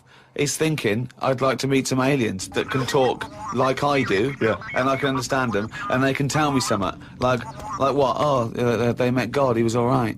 That's the sort of thing, that's what he's going to say. He'd like them to look like monkeys in spacesuits. Yeah. That would be his ideal thing. He'd like to go to the planet of the He'd like to go apes. to the planet of the apes. He Yeah, would I was love they to can go arrange to the... that. Look, he's nodding. He's Yeah. nodding. Thoughts, Karl? Well, yeah, that'd be brilliant. What would be brilliant? Seeing a little alien and that, having a chat with him, find out what's been going on. What's been going on? No, but don't you think that, like, I mean, if you bought me that as a present, right, Yeah. either of you, Yeah. I wouldn't be that happy. For me, that's a little bit like... Well, that's annoying because we've got you a trip to just space pulled and a together. goat. Yeah. Yeah. Do you know how, like, I am interested in sort of going on another planet, right? Not, Karl, you are on another planet, mate. no, but do you know what I mean? It would be quite sort of interesting. How do you think you'd get there? Well, yeah, you'd go on a rocket and stuff, but what I'm saying is, at least you know when you get there, you're getting out, you're having a bit of a wander.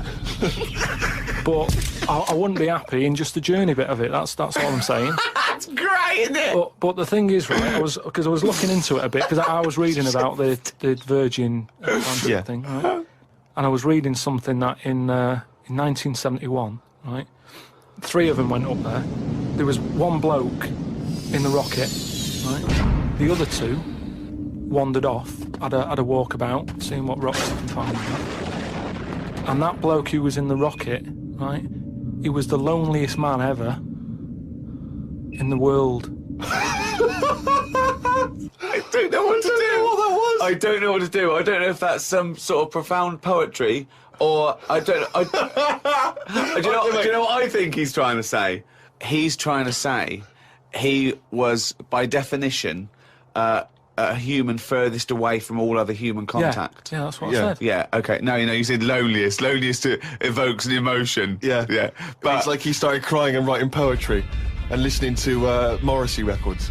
But what I was thinking is, do you think when he got up in the morning, he still bothered to put his clothes on?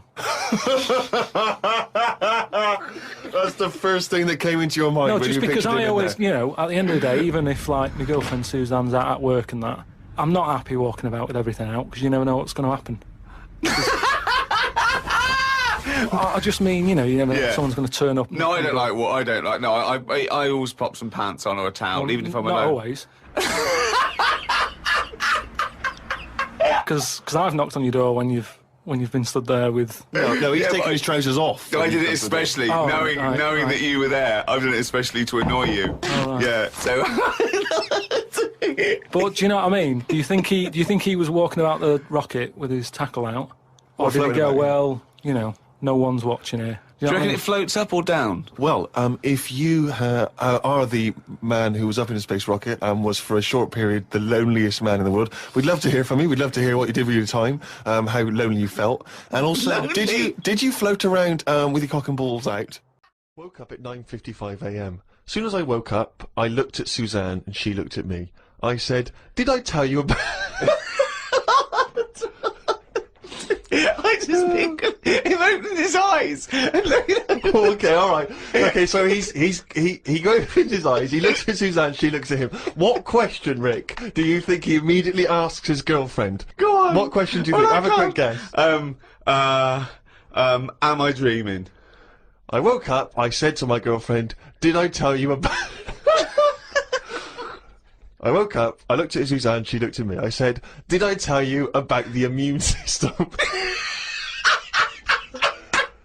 Did I tell you about the immune system? Suzanne started laughing. I said, "It's amazing." She said, "Not now." Oh God! I was thinking that. Springing into action, he zips up, his eyes are like.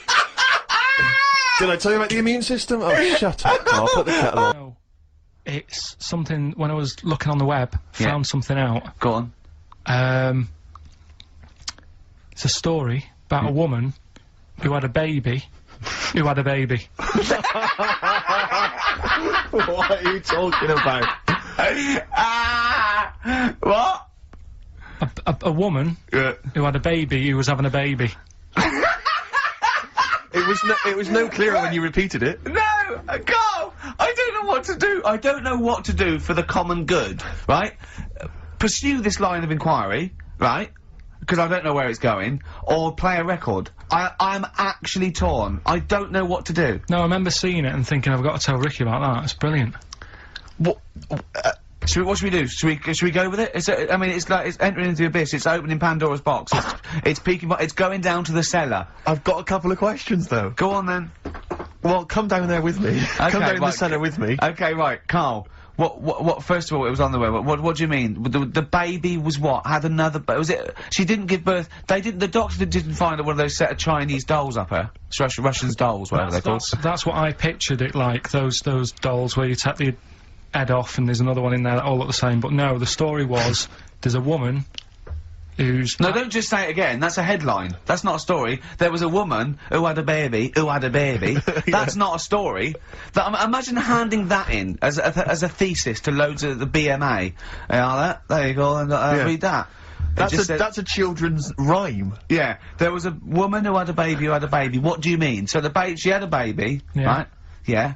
And that bit's fine. We're okay with that. That's normal. That's normal. A woman had a child. Yeah, totally normal. She gave birth. Fine. Yeah. Next. Well, I don't know that much more apart from the fact that the baby's like roaming about, and then 12 months later, she's like, oh. Interesting. So the gestation period of that baby was actually 3 months more than an adult. Excellent. It's weird, though, isn't it? So was the headline "My baby's 12 months pregnant"? What are you talking about? 12 months later, it had a. What are you talking about? Forget it. No, you haven't even finished the story. That's what you said. And 12 months later, you didn't even finish the sentence. So what do you mean? No, I didn't read any more into it because I just saw that and I thought that's weird. And then I just was thinking, oh, like imagine the kid at school at parents' evening. Go on. And it's like, well, your kid's pretty good. Now let's have a look at your work, sort of thing. Don't you think that'd be weird? But what? Did the child have a baby? Yeah. Of course it didn't! Play a record! We shouldn't have gone down in the cellar. We should have just left the cellar door closed. I never learned. That's the Zombies and a song called Time of the Season. I've enjoyed that. What do you think of Zombies, Carl? It's alright, yeah. No, not the group, but the Living Dead. Don't worry about them. No? Why? Not about, are they? Couldn't happen. You don't believe in listen, that? Listen, right? You don't believe in zombies? So, I But was you do looking believe a baby online. had a baby? Yeah. On you go, on you go. Are you still saying that didn't happen? Yes. Right, well, I'll find the thing again, I'll print it off, and Well, then you'll all read I'm it. saying is there's more information that we need. Yeah, but it always annoys me that when I do get the information, you'll go, yeah, but its name's Sally, you didn't say that, and make out... No. As if... No, you don't do. make it look like we're over-inquisitive or over-cynical. You come out with the most abominable things man has ever uttered, and you expect us to accept them. Usually headlines, usually illogical, not just probably wrong. So, fleas are born pregnant. Are they? Yeah. Right. Okay, See? on we go. So... See, that's true, and you're not impressed. Because it doesn't involve a little werewolf child. Or half man, half shark. You're just not, it's not good enough for you. No, but if I read the first line of something, and it's not that interesting, I go, next, right, and I move on. Now, when I saw a woman had a baby, and it had a baby, But you still didn't read on. No, but, alright, I didn't read on, but it got me thinking. Like I said, you wonder about the parents' evening. I was thinking about, you know, is it a good thing? Because you're gonna spend more time with the kid. Do you know what I mean? There's a lot of mums who have to go to work and that. She's gonna be a great mum. Grew up with her, literally. Yeah. Do you know what I mean? So She's I'm gonna be wondering, a great mum. I just wonder if, I know it sounds weird, but if Was it the you know the baby that woman had, was that a girl or a boy? No, it would have been a girl, wouldn't it? Of course it would, it'd be mental, wouldn't it, if it wasn't? And we just had an email from Dan. He says, my Mrs. Lynn is pregnant and is 8 days overdue. Karl, could you offer any words of encouragement to coax the baby down the birth canal? I've sat Lynn only inches away from the speaker to allow optimum audio transfer to the uterus. What would you say to that child there, just to lure it out to the wide world, Karl? I wouldn't rush out, to be honest. Right. It's not good, is it? Out here. Sure. And I don't really want to talk about kids either, because Suzanne's mate's just had one and now she wants one. Oh, God. Yeah. Please never bring a child into the world, Karl. Promise us that. They just bore me. Have you seen, there's loads of people in the office who have got them now and they've all got baby pictures everywhere. And they're all like, isn't it nice looking? And it's like, no, it's not. They all look the same. Do you know what I mean? All like Mel Smith, They just... don't they? But it's that theory, actually, right? Do you know how I've said before about babies, right, Yeah. but like little old people? Yeah. There was, no, Another of the great theories. no, the fact that, you know, you're born, and you sort of, you know, you got no teeth, you got a little bald head, you can't control your bodily functions and that. Sure. Then you get to like Sorry, 70. you're describing yourself? or Yeah, I was to say, you've got a dangerous No, ground I'm here, just aren't you? saying, that's how you're born. Yep. Then you get to about 70 or whatever. Yeah, Well, that starts to happen again, doesn't it? Right. yeah. Now, there was a story in America about, just backing this up again, 70-year-old fella, 70-year-old fella, okay. little bald head, Yeah. right? Probably no teeth, and that. Probably, yeah. Nappy and that, right? Yeah, probably, yeah. Goes It's into, not like 70-year-olds pop the old nappy on your 70th birthday, take your teeth out. Goes into an off-licence to get some beer, doesn't get served because he didn't think he was old enough. Right. Okay. Right, okay. Wait, Right, Carl's back. Carl's back. Wait a minute, I'm sorry, okay. so they thought he was Right, a okay, giant forget it. baby that had Right, walked into an forget office. it. Weird, innit? Steve, forget it. Karl, please, I Forget need it. Karl to answer. No, I mean, that's the story, but it's weird, isn't it?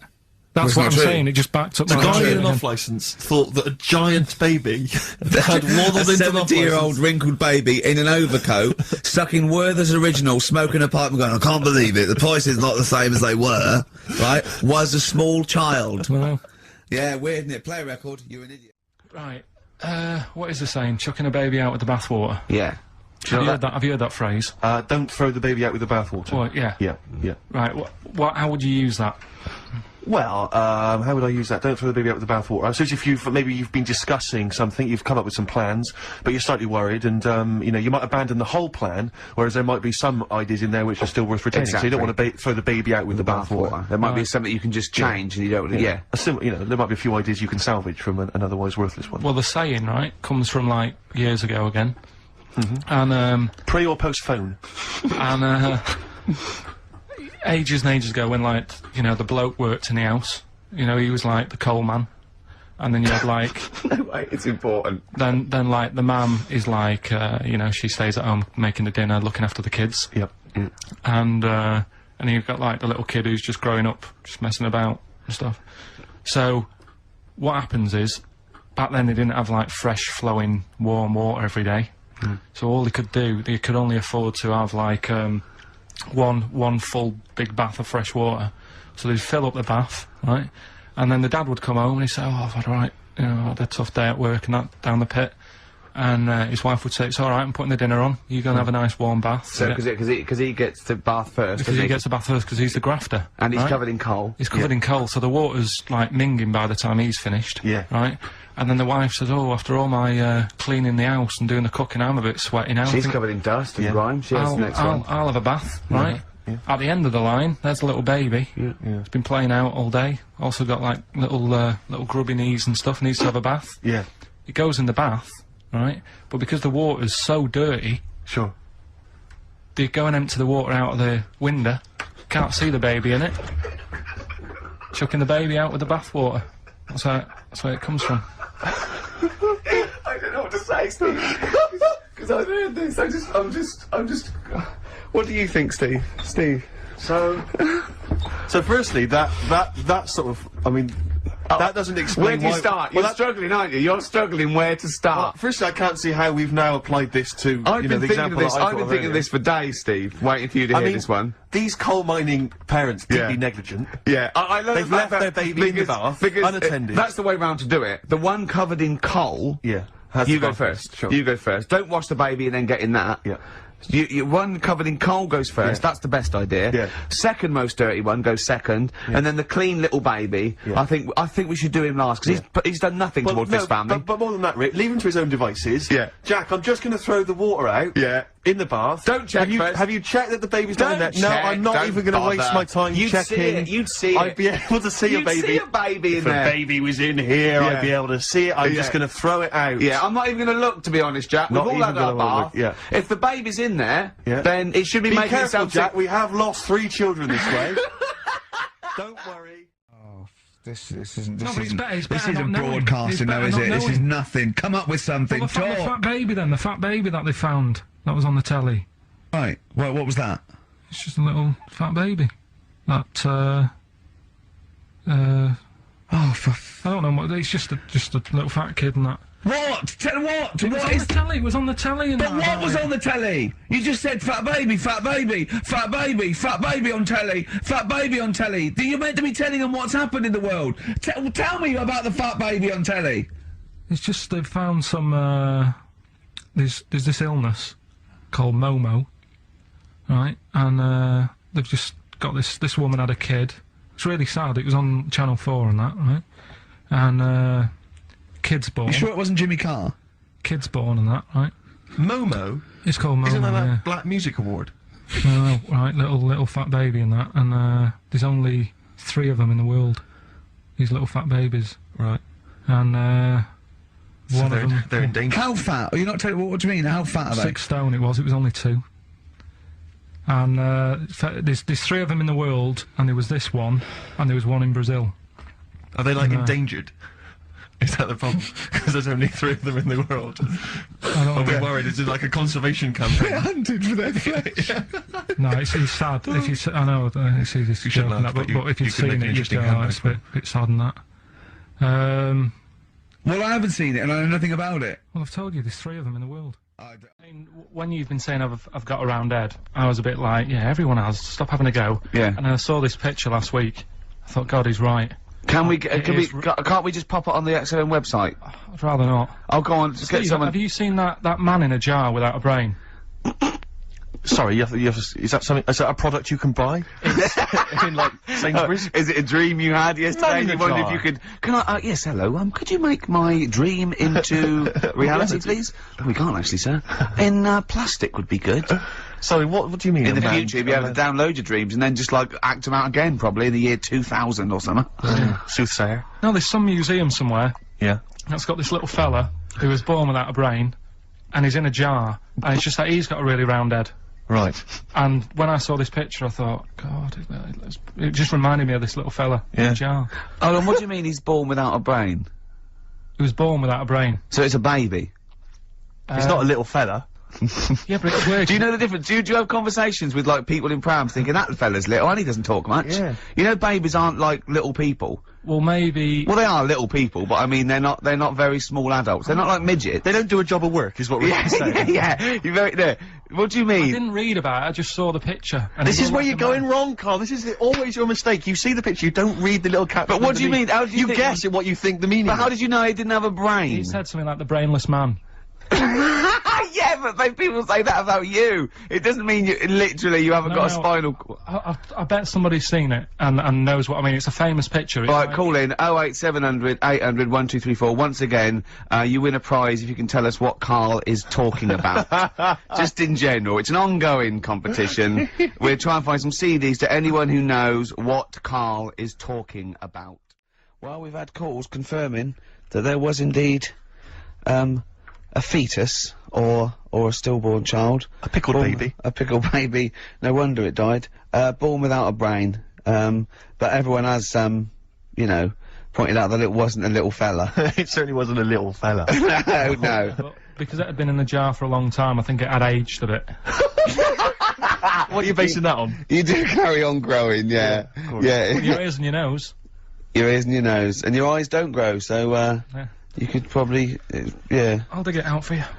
Yeah. Imagine if, like, there was an experiment where they were raising a child just based on the information that we said on the radio. What kind of a person It was like would they download, be? yeah, yeah, and it What kind of just, information would they and have? it took everything literally. Exactly. And I think, yeah, there's no irony or, yeah, it was just. They just, everything we said they assumed was fact. Everything that Carl said. And they any assumed was question, fact. any question it had about the world, it could only ask Karl. Exactly. And it would See, be now, his- this worries me because without wishing to be disrespectful in any way, Carl, you know I think you're the best man on earth. When you have a child, we could be in a situation a bit like that. Do you know, is it a concern for you, do you think, that, like, when your son's growing up, or your daughter, and they're asking you questions, you're conscious, I mean, you yourself have admitted that Yeah, you have a sphere of knowledge which you are an expert on. Ask your mother. You'd say ask your mother. That's good. That's great, fair enough. That's good. And I'd play with it. I think I'd be a good dad. Yeah, I think you would. But I wouldn't be the one who's shouting at it. No. I Who would just you like- get to shout at it? Probably Windsor Davis. He'd be good, wouldn't he? You horrible little man! Well, you know, I'd tell it the rights and wrong. You don't have to be a really bright person to know the rights and wrong in the world. Yeah. No, I think you are bright, Karl. You are. And at what point in their life would you tell them about the evolution of the baguette? Which you told us. Or already. the story of the bee. Yes. That you scored once. Or the two children. Would you ever get them to meet as maybe like that? They could be godparents. The friends you had at school. Yeah, with webbed the hands. and- big heads and Big webbed heads. They hands. won't be friends. That weren't friends. I wish we could track them down. Oh, that'd be great. I imagine they're in a zoo. Oh wow. Oh, Yeah, two big that's a safari jars. park, yeah. Two big jars. Industrial strength jars. Oh, dear. What do you make of the? What do you make of the first genetically modified baby? Oh. Are you worried about this? Do you know what did they do? What? Let me see what it says here. It Well, says, isn't it just choosing, choosing the, you know, eye colour? Well, this is the concern, isn't it? That in the future you'll be able to decide whether it's a boy or a girl, how intelligent it is, what it looks like, is it handsome, is it ugly? Obviously, no one will choose an ugly baby, and so on and so on and so on. And so it means that where will it lead? Where will it end, Karl? Are you concerned? I've thought about this a lot. Cause What we've- will us three look like in the future? we've If they're listened. being, you know, genetically modified beautiful people, what will we be like? How will we be considered in That's true, society? yeah. But we've talked about this before, haven't we? About the cloning thing. Yeah. That's a bit weird.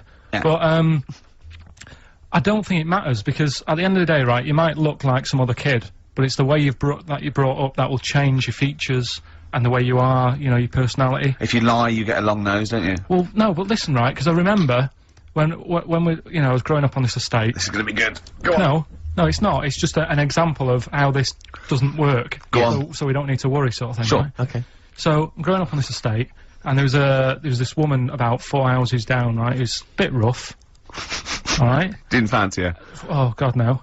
Right, but she had a Why? baby. Well, tell me about her first. I'm interested in this woman. Why was she? It was a Was very. it like being a man in a I dress? mean, I didn't grow up in a posh house or anything, and Sure. I'm not saying that if you live in a bit of a rough house, you're a bad person. What did she look like? But anyone can Tattoos? clean up. Looked and like Tony Green with a fag on. they didn't clean up much, right? Oh.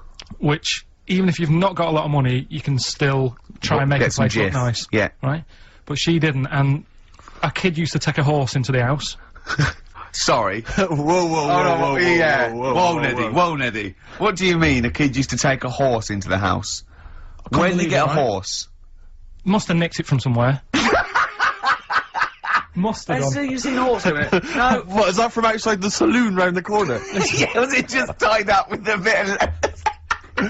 Right? And, Oh, that's great. I'd Did been Big out. Jake come looking Exactly. for it? I'd been out. Oh. Nicked Right, a sorry, wedding let me get this was before the lynching stopped or after? Where did he get a horse from? What do you mean he must have nicked it? His mum said, where'd you get that from? I bought it. Alright then, but keep it out the kitchen. I don't want you going Catlin rustling. Where did he get a horse from, Carl? And how long did he have it for? Was he Until- leading it or riding it? Mum, open the door, I can't I stop! can't stop it. Open the patio door as well, I'll be... Looks like we got us a runaway. What do you mean? I don't know, but the thing is, they couldn't afford to buy one because they're not cheap. So I'm just guessing. Maybe that's wrong of me. But I think... He had a horse? Yeah, right. So That's why the family didn't have any money, they'd spend it on the horse. No, I don't Exactly. think, that's what I'm saying. I don't think they would have bought it. So anyway... Yeah, it's so, wise to whisper, Carl, in case they're listening. Yeah, and They could be in the room next door. It's not buying it, it's keeping it as well. Oh, so I was like in the car with my dad coming into the avenue, and you used to have to drive down it to turn round. And, Yeah. And you know, sort of go back to our house. you had the traditional method of transport. Yeah. And the horse was in the lounge, Reading a paper. just like walking around. Oh, God! What? And when I was doing, I tried to earn myself some money once by flogging little flowers in plastic cups. What? This is And I went- genius. It just keeps coming. What do you mean you're trying to flog little flowers? What do you mean? Wait.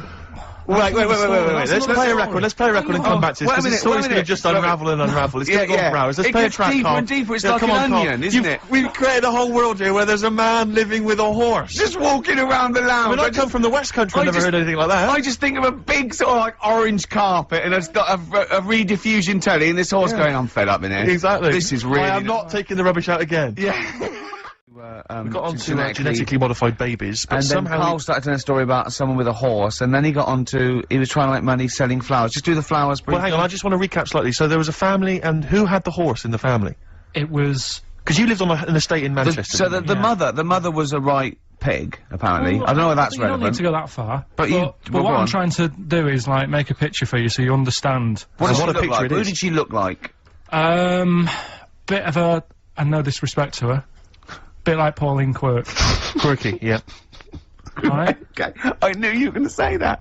I knew it was going to be Pauline. Did she have any tats? Did she have any I've tattoos? never got that close to her. Okay, alright. So who had the horse? Was this her son or her No, husband? a daughter. Her daughter had stolen a horse, Yeah, from I don't know where. There was I think there was some stables down the road or something. and they kept the horse in the house with They them. kept it in the house. Did but they didn't get have it caught? for long. No. So, and you said you were in the house one day and you saw the No, horse no, in what there. happened was, I was, they did this thing at school about raising money for charity, right? For some local charity. And they said you can do anything to raise money, and they came out with all these ideas, and I thought, that's good. What was the charity? Well, I don't know, I thought, forget the charity. Yeah, that's I'm just a a good way charity of making advice. So- You're a charity. So, so I asked my mum for some, because she used to have a lot of flowers around the house. Sure. I said, can I just take some snippings off them? And, I'll go and buy some plastic cups.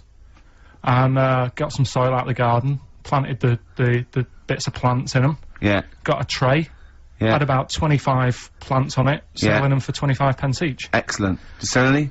Yeah, so loads. Did you just cut, you didn't just cut them and stick them in the Yeah, they soil? want to survive. Oh. But I think people sort of thought, well, good on him for trying. But anyway, so I went round to theirs, because I thought their house could do with a bit of colour and stuff. Yeah. So it's a bit rough. So as I went The home- horse went, thank God for that breakfast. They've been feeding me kitty cat. So I got up to the door, and they opened the door, and it was one of them houses where no carpet, Yeah. A horse in the living room. You know. We've all been there. and, Yeah. and the horse was walking around the living room. Oh. I looked quite happy and everything, because I always say that about animals. Black Beauty right? was on. Yeah. Well, think about it, right? If you were a horse, where would you rather be? In a little wooden hut with a load of hay, or in like a house with a Central heating. 3-piece suite and Sure. a telly and that? Telling you that! No, but I was saying this the other day, And an Atari. right?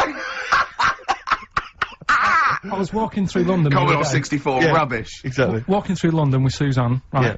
And you know, like homeless people always have dogs.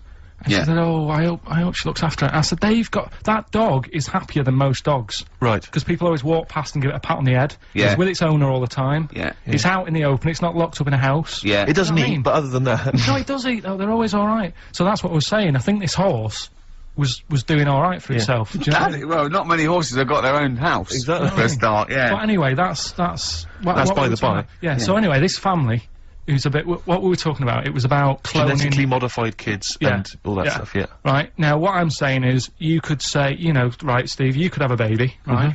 And Ricky could see it and say, God, I want one that looks like that, Yeah. right? It could happen, Rick.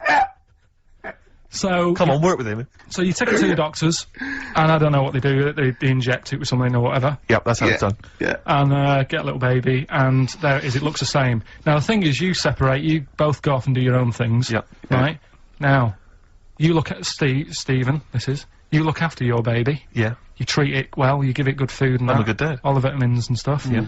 Ricky just gives it cheese, right? So then it changes its looks, it goes a bit fat, you know, it gets tired easily, and that sort of thing. Now, when this family, Why am I just feeding a baby cheese? right, this family had a horse in their house. Yeah. They had a little baby, and my mum went round and said, "You're not going to believe this, but it's a beautiful looking baby," right? Yeah. And I was like, well, you know. And the weird thing is, it was a good-looking kid, but as time went on, they didn't really look after it. And I'm not saying, like, abusing it, but it used to run around, it used to play out till, like, 10 at night. Yeah. It used to chase cars. Right. It was a bit... Did it have hooves? Yeah, no. Chase cars! Right? What sort of kid chases cars? Oh, God. No. Was it called Rover? The weird Did it catch sticks? It's Liam, it was called, right? Right. Now, the weird thing is, it was a good-looking kid, but as time went on, and all that, like, not eating properly and its hair was all patchy... It's not Liam Gallagher, is it? and chasing cars and that, and it became an ugly kid. It's definitely Liam Gallagher. And that's what I'm saying, right? You can clone all you like, but at the end of the day, it's Yeah. how you brought up. Wow. What a life. Wow. That was a hell of a point. Oh, God. But am I right? You're always right, Carl. Well, like when you're born, you're a little baby, wrinkly and stuff. When you get older, you sort of morph into a baby again. And you go through the same phases. So when you're young, you buy singles. You get old, you got nothing to do all day. You got all your pension money. What will I buy? Cliff Richard's on the telly. Here's my video, buy me song. You see, that started off as quite a sensible point, because I actually think they do it. But what was all that alien stuff about when you're born, you go wrinkly and you go wrinkly again? So sometimes you mix, like, normal things that human beings say with I don't know what.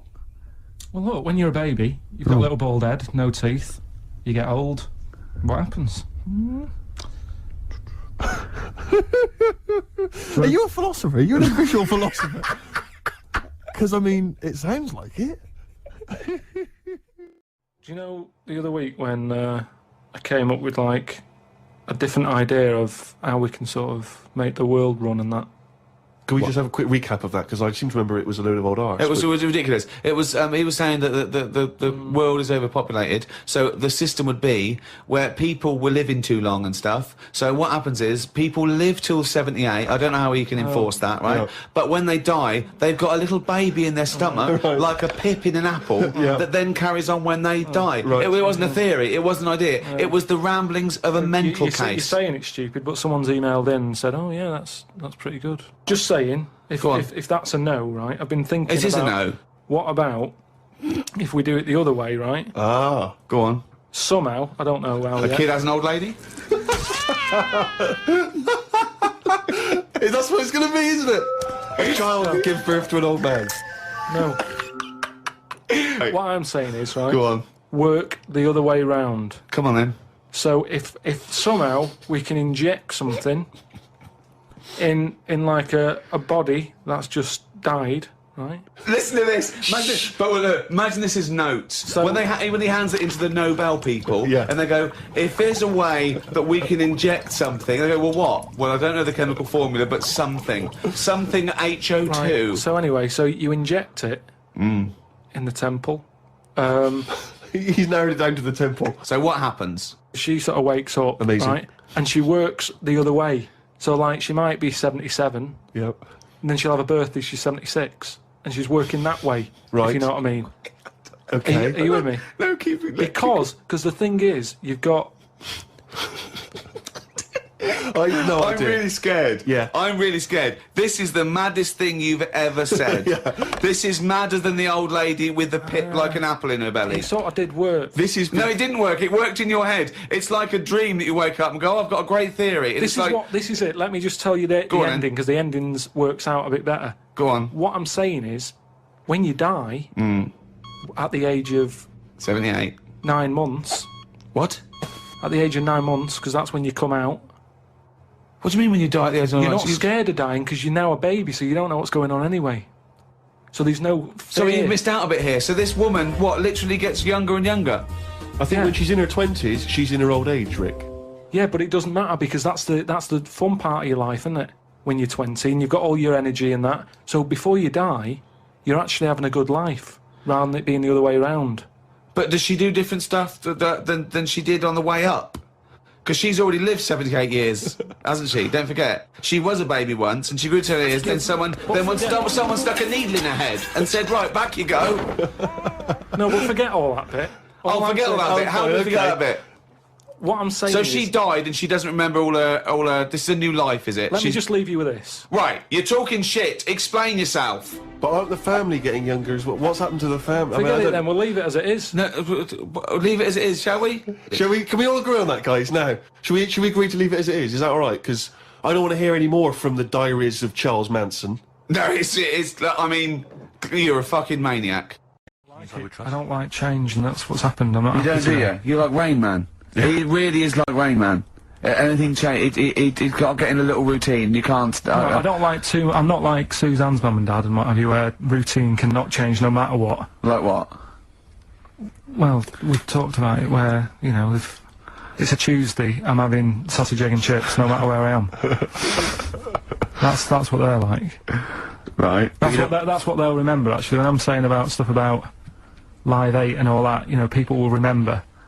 If people said to a dad, you know, you remember Live 8?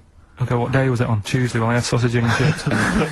Nothing changes. But the thing is, today, normally we have a bit of a, you know, I know what we're doing where and all that, and it's all sort of messed up. We don't usually know what we're doing where. We say, what should we do next? No, You go, but I know, like, Rockbusters has been done early, right. so that's normally done Because at that's about really 5 throwing you. I minutes. say, I just don't, I don't like all this change and that, it's messing about, innit?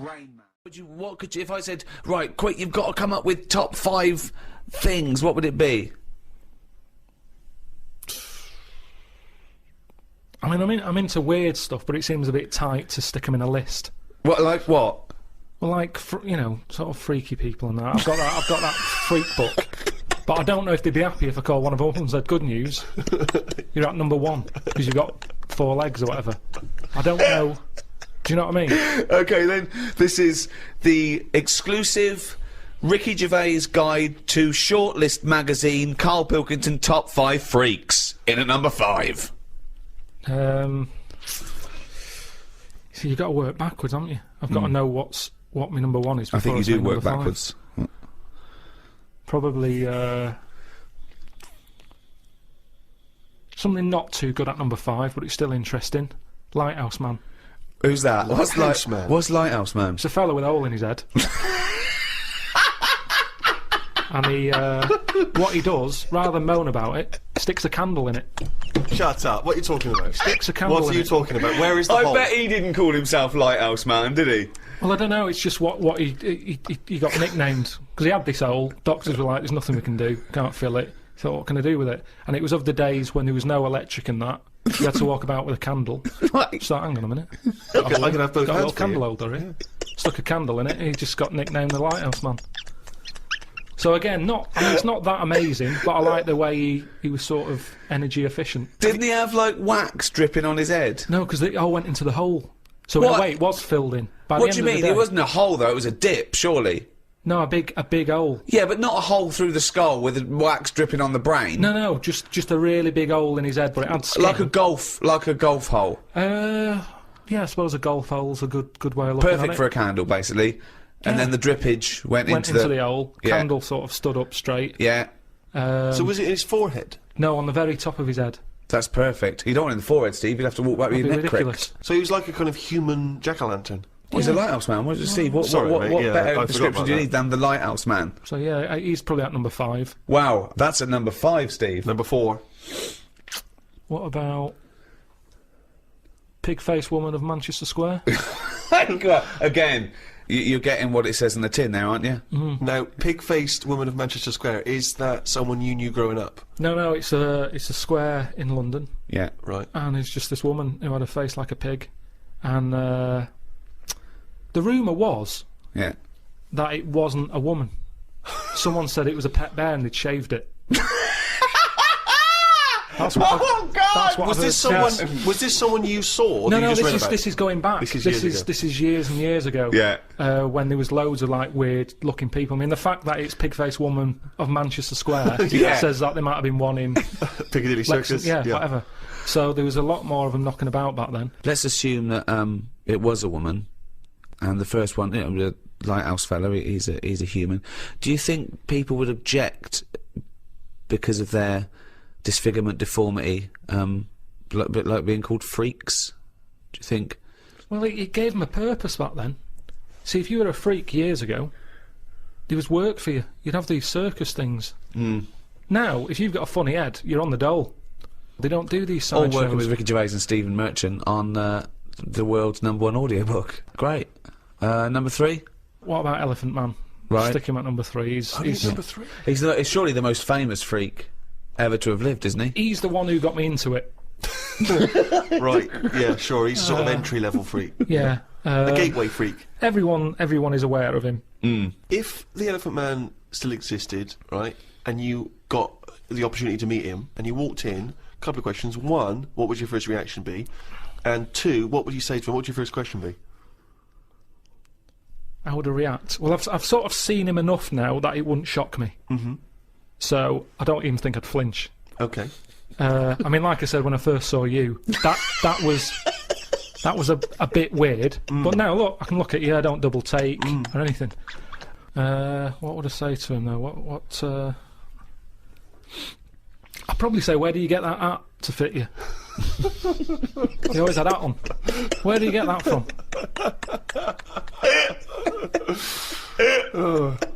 That sort of flat cap that he's got. Yeah, that one, didn't he? So, Very stylish.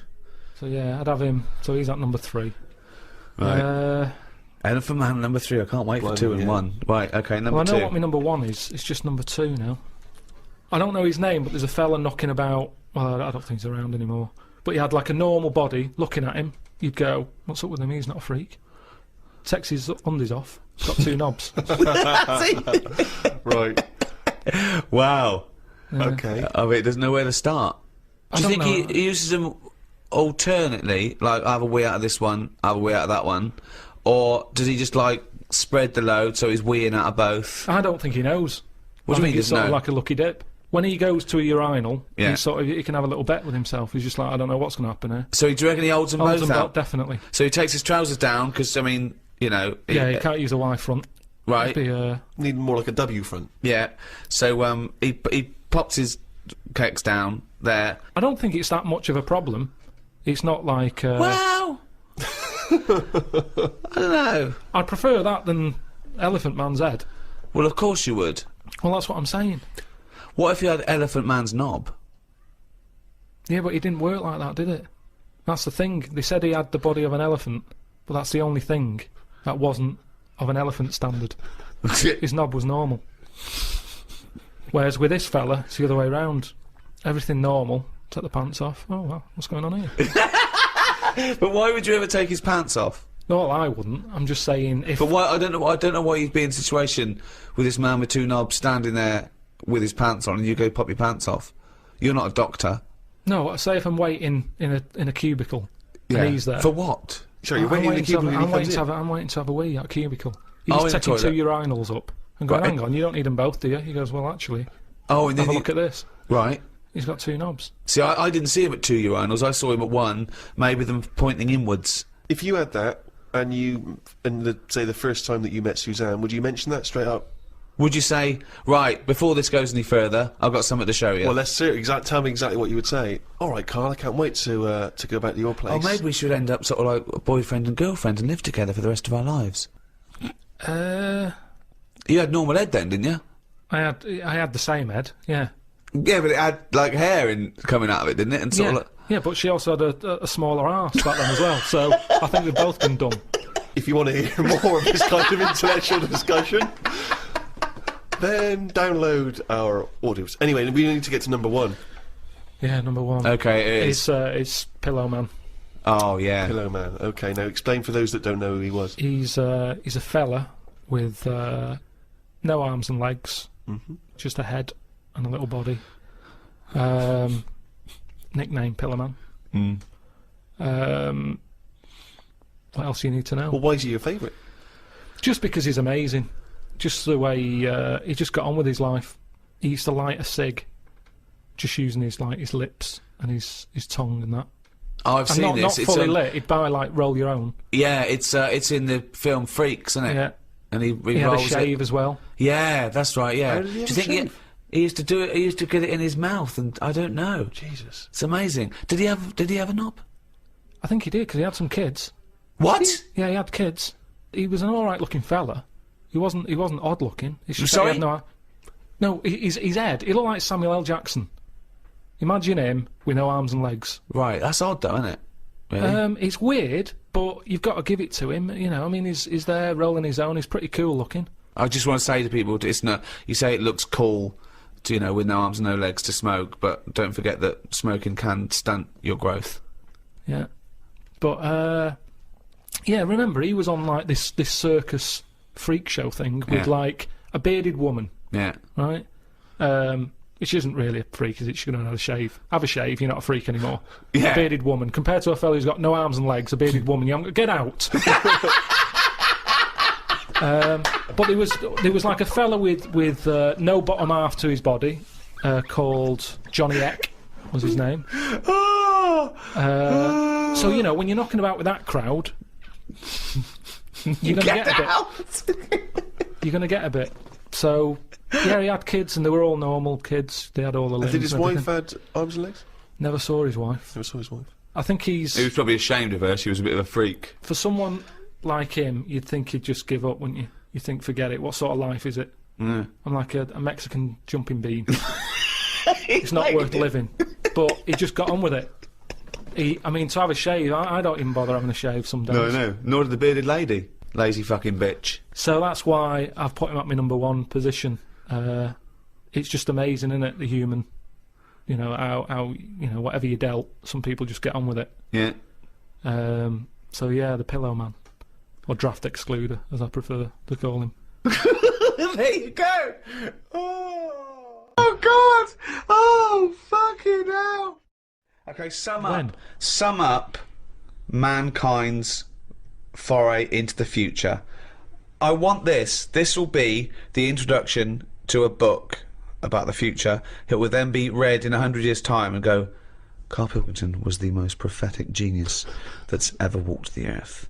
These are his words from 2010. Just some predictions. Just sum it up. Just sum it up. I believe. Start off with. I, Karl Pilkington, believe that mankind in the future will. Okay, start off and with that then what? sentence. Just have like a top 5. Well, no, or just. Well, maybe just predictions. Just predict. Yeah, okay, yeah. So and then a little thing to remember. And remember ye this. So I, Karl Pilkington, predict that in the future mankind will. Start off with that. Start off with that sentence. I've given you that one. All right, I'm Karl, and the future. He's already gone off road. It's a scary place, but the future's going to happen. Right? There's no getting away from that. Yep. Okay, your predictions are. Well, we're all. It's not a soundbite. Keep going. Hang on a minute. Give him space. Give him space. This is in a book. I've got to think about. I don't want to get it wrong. Okay, think first. Think and then say it. Okay, starting from now. These words of wisdom will be inscribed on a wall of a museum one day. Proceed. Wall of a lavatory, more like. I think trousers are going to be stopped being made. Just because you see kids now, they've got pants around their ankles. They're going further and further down. So I think that's evolution, just getting rid of the trouser. Right. It's just dropping naturally. That's the evolution of the trouser, because it's dropping incrementally Well, you see now, down you can the see arse. kids' underpants, so they're just dropping. Yeah. I think they'll get to a point when they just don't bother wearing them anymore. Right. Prediction 1! Okay, That's an amazing one! They'll stop making trousers in the future, Good. okay. We're going to get weaker. That's already happened. They used to say, you know, an apple a day keeps the doctor away. Now they're saying eat 5 fruits. Right. So we've definitely that's evidence. You can't argue with that. I'd probably put that first because the guy is right. What's number 2? So swap that round. Okay, that's number 1. Give him the pants second. Yep. I'm gonna die! I'm gonna die! Okay, They number used 3. to say, an apple a day keeps the doctor away! They used to say, pull your trousers up. Now they say, put them down, you can. I've never had such fucking dribble! Number 3. Right, number 3. Oh, the scholars are now waiting with bated breath when they find this old scroll, and they go, "Ooh, what can number 3 be?"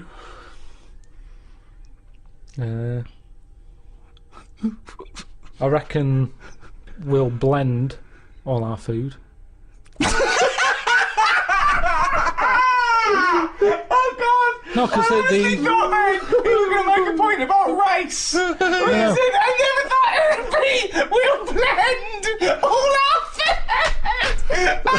like they do for babies, you mean? Just I just think when you think about all the stuff we eat now, cavemen chewing on big lumps of meat. Yeah.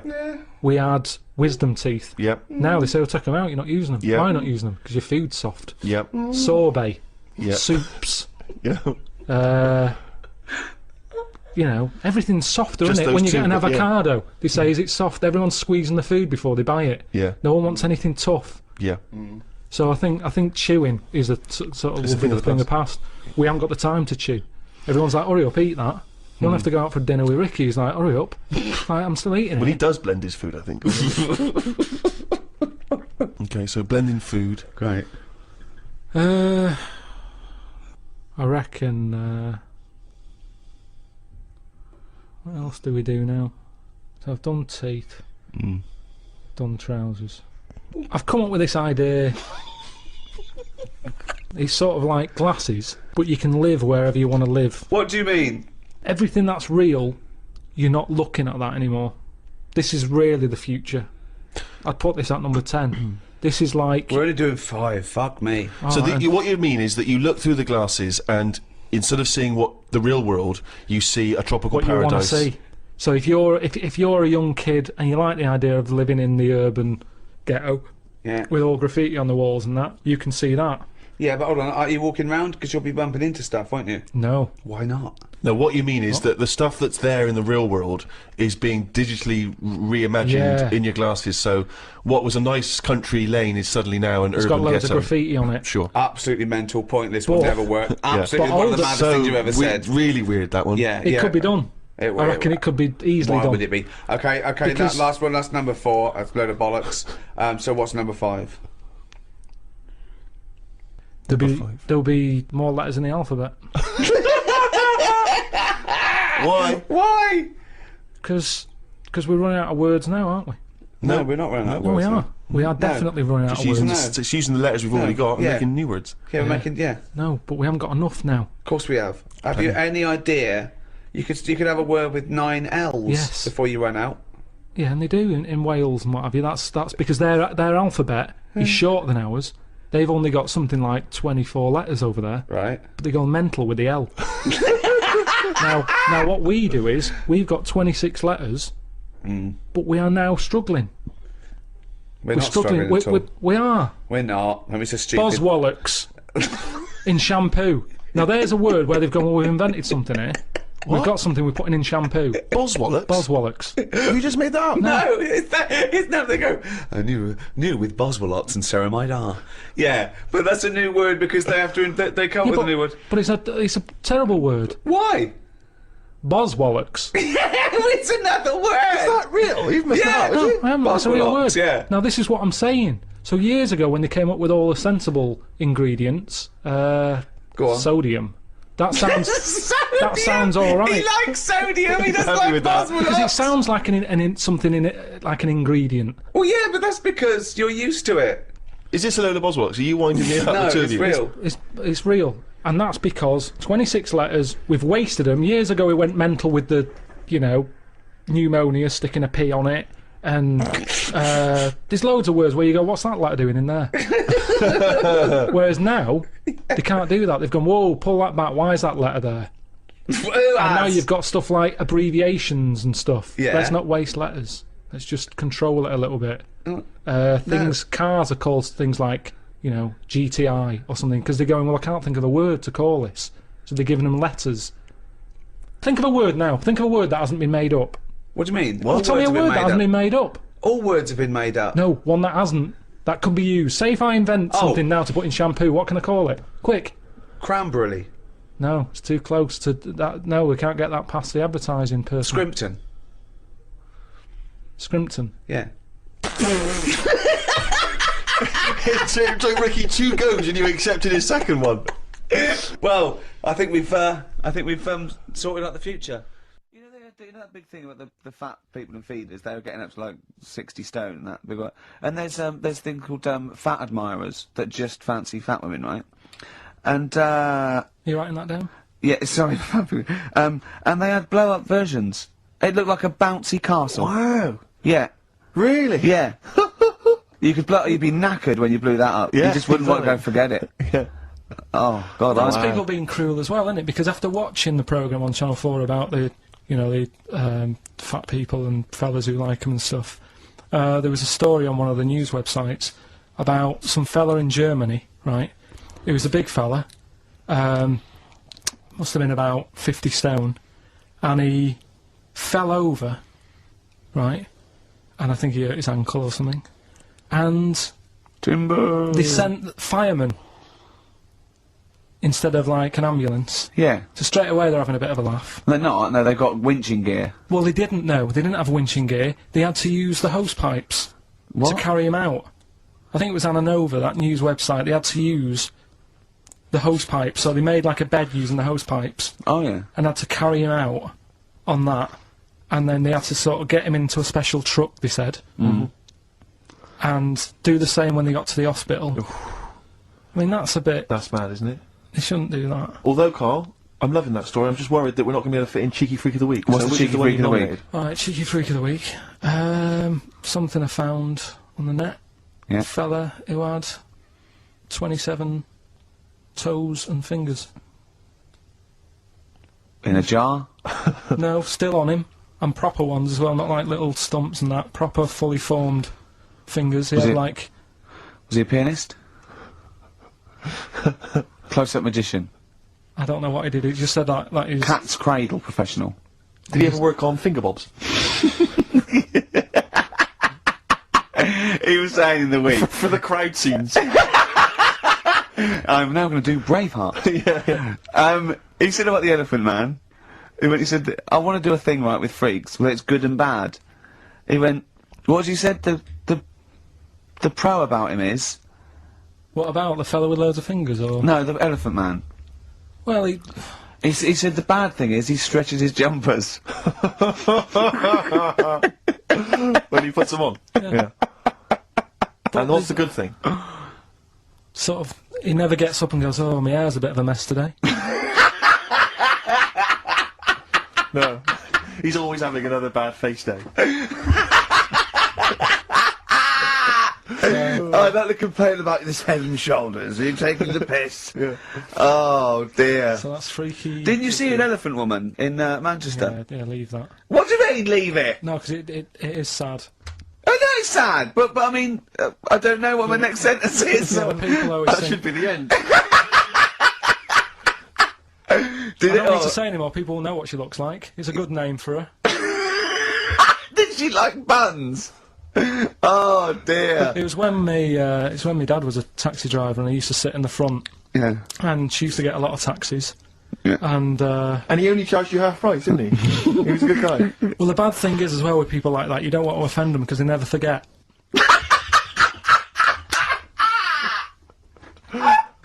Oh, Carl! But, Carl Pilkington! I was sat in the front of the cab and my dad goes, right, we're going to go and pick the, I can't even tell you the name of these guys, it's just evil. Right? What do you mean? No, leave it, so she's got... No! Carl! Please. Tell me what he said! No. You've already stitched him up, he's Stephen things from Little Welsh I fellas. don't care. Right, what did he call her? Steve, back No! up, it's a really Carl, don't to be want fair, our opinion of him is already pretty low. Look, tell me what he said. No, it's not, I'm scared of what my dad gets, it's the person who's got... the She's thing not wrong. listening, is she? Well, her headphones wouldn't fit on her head. Tell me what he called her. I don't want to. Tell me what he called her, Carl. I'm getting angry, man. Tell me what he called her. No, we'll leave that. Honestly, Tell me what he... It doesn't matter. Tell me what he called her!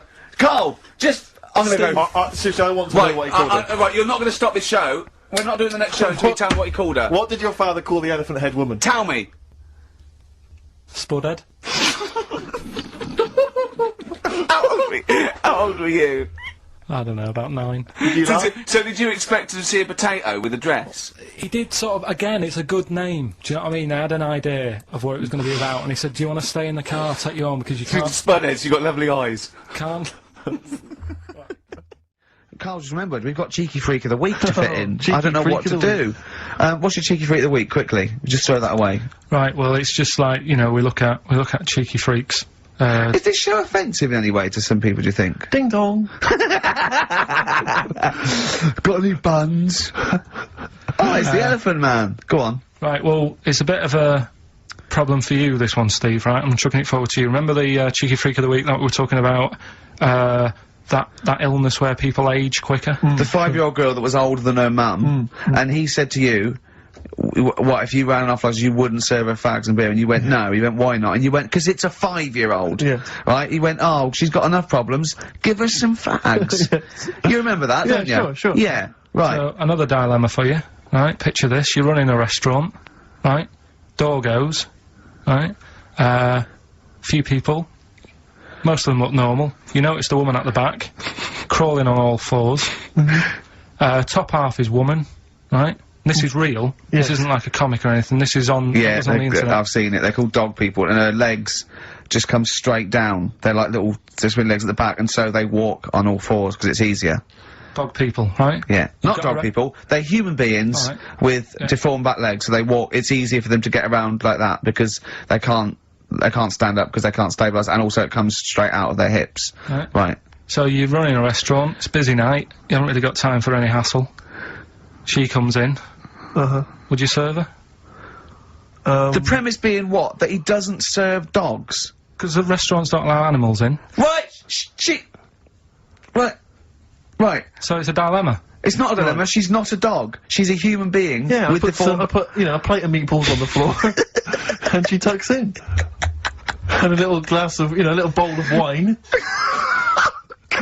next to it. He turns round, there's the woman older than... Get away from that plant! Have we got a Cheeky Freak of the Week? Do you want one? Yeah. I think we should have a jingle for this.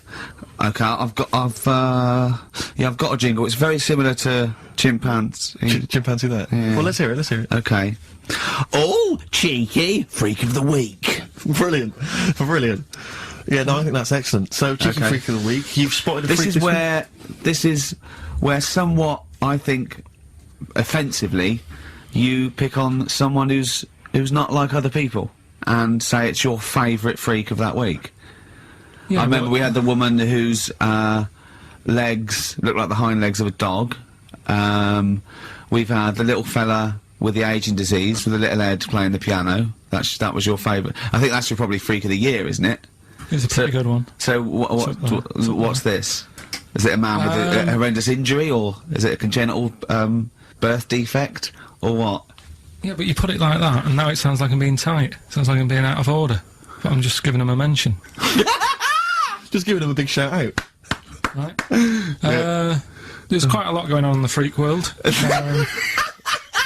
There always is. What have you been visiting hospitals the last week, have you, when we were away? No, there was a thing on a website. This isn't even the one that I've picked, so... So this is just a bonus? This is a bonus freak. Tease, yeah. Yeah, go on then. This is a free freak, right? It's a fella called the Lobster Man. The Lobster Man, of course. Again, good name, you know what you're gonna get. Yeah. What are you gonna get? He's got- Some succulent meat I like the idea with... that the vicar on the christening suggested that. I don't even want to call him Mark. Can I make a suggestion? Yeah. Look at his hands. What's his name? Mark Michael Webster. Right. Right. Yeah. Have you thought about a nickname? Not really. No. Have you? No, Have you looked at his hands? Yeah. We don't want to talk about that because You know, they look a little bit like quite lobsters. well, yeah, but it's quite deformed. It's like, you know, we Can I can't. suggest Lobster Man? That's terrible, Vicar. That is terrible, Vicar. We're Pinchy. Go on then. We're gonna see. This is what the sort of feature you come up with, Karl. So Lobster Man. There's probably people listening now with, you know, lobster feet. Lobster hands. So, Squid boy. So Lobster Man, what does Lobster Man do? Does he fight crime? not that much. Okay. Apparently he got into a bit of trouble. He was in a restaurant, and this was years ago, by the way. And someone picked him to eat him. No, so apparently the waiter said, "Oh, you shouldn't be sat here. You should be in my pan," or something. Oh dear. And they had a fight, got out of hand, Yeah. Oh, got out of claw. and yeah. So that was. What do you mean that they was had a fight? What did he do? A waiter took the mickey out of someone with... No. Now, can I just make clear? I'm assuming it's his hands look a bit like those of a lobster. Yeah. Yeah, well, it's fused, so it's just like two big fingers. They're Right. fused, I assume, probably in the womb, and they're just like, instead of like having Yeah, five yeah, digits, they're fused, and it... But I mean, he can pick stuff up, can't he? Yeah. What does he pick up? He mainly eats crabs and jellyfish, doesn't he? Yeah. Yeah. So he was having a fight with the waiter. He snipped off his nose. Right, so anyway, He just held on to the waiter's bib. Yeah, And the exactly, waiter was yeah. screaming, go and get him off me. Yeah. So anyway, Does but- he eat other lobsters? Does he think he would eat lobster? Or is it kind of... would he feel bad about eating lobster? Right. the little cheek of the freak that we've gone for anyway. The what? The little freak of the week, Yeah. cheeky freak of the week. We've gone for this Siamese lad, Okay. right? Happened back in. You can't have a Siamese lad, can you? All right, yeah. This Siamese twins happened back in 1693. Oh, he's got a date. Blimey, that's the first time ever. Yeah. And all it was, he was doing all right for himself. He used to go on like those circus things he used to do. They're two people you're talking about, Karl. So we're going to him. All right then. All right. They? They did this circus show, right? Yeah.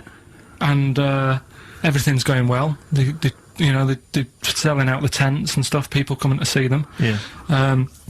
He was doing all right for himself, Yeah. right? Sorry, before I said that, did you think a Siamese twin was a man with two heads? Well, it can be, can't it? It depends. There is There's a two man. people, they're conjoined. No, but it depends, doesn't it? The one that I shown you in that book that time was a fellow with two heads. No, it wasn't. That was a stupid picture in one of your stupid books that he had a growth that looked a little bit like it had a face on it. It wasn't a man with two heads. You're the same sort of people who send potato chips to restaurants and say, doesn't it look like Norman Cook? Yeah. It's not two heads. We'll bin this feature. No! No, They're two people. They're two people. Conjoined twins. Right, so these... They just happen to have a similar taste in clothes. Okay. Anyway, so they were doing all right, and it all went wrong when he crossed the road, got run over. The lad with two heads got run over. That's it. What? How is that cheeky freak of the week? Just because he got my interest, and I kind of thought, why didn't he just look both ways? Man, in a sense, with all the technology we have, can play God, and this is something which is huge now. A lot of ethical discussions about things like stem cell research. Should we be interfering in what should be a godly terrain? You say no straight away. Straight away, no. I think they're sort of like messing about now. I think that's the problem. We've got the tools, and they like to use them, and that's what happens. I've got a sander for Christmas, and I can't wait to sand stuff. I can't even think of enough things that need sanding, but I want to use it. Not that's the scruffy same- sounder. And that's the problem, innit? If you've got the tools, you can't have the tools and say, pop them in the shed. Well, no, I don't want to use them. Got a new tool here. Right. Sell the that's- shed down. That's the problem, innit? All these, you know, medical people. That's what happened in the Hulk, isn't it? Yeah, well, again, that's, I'll just say that is a work of fiction. The Hulk Yeah, but with all fiction, comes. the future. Yeah. So, Certainly in science fiction. but the problem is, this is what I say is the problem. We can sum it up here if you like. I think it sums it up. Go on, no, this is Is it a quote from someone? Well, yeah, he is one for sound bites, and it just saves a lot of time. Carl's quote, you don't have to study the book or anything. So let's sum it up there. We're gonna end it here, but we're gonna end it with this quote from Karl Pilkington. Karl, shoot me.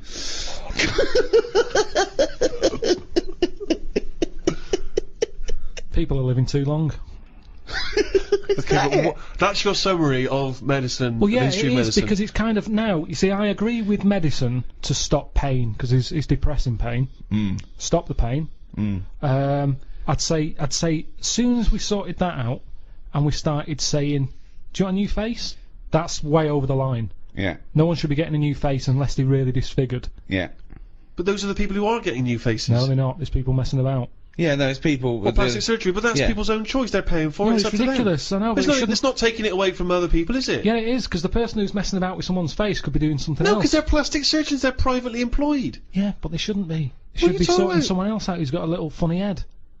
They shouldn't be messing about with Pushing someone who's got himself nothing wrong with forward, them. trying to get some free treatment. Get some free And it treatment never for it. looks right anyway. You spend No. all that money, it never fits properly. Yeah, No. but this is what annoys me about Fish Karl. lips and It that, just looks that wrong. little that stupid little skeletal nose. You'd be and all better the- off changing the head, all of it, rather than messing about with the face, because it never fits properly. But you've completely, as a form of summary, you have completely gone off tangent. No, on That's the not a mark. summary yet. Sum up. Right, I have one right, more go. so- This is the real one. Yeah. Okay, Karl. Sum up our global guide to medicine. Go.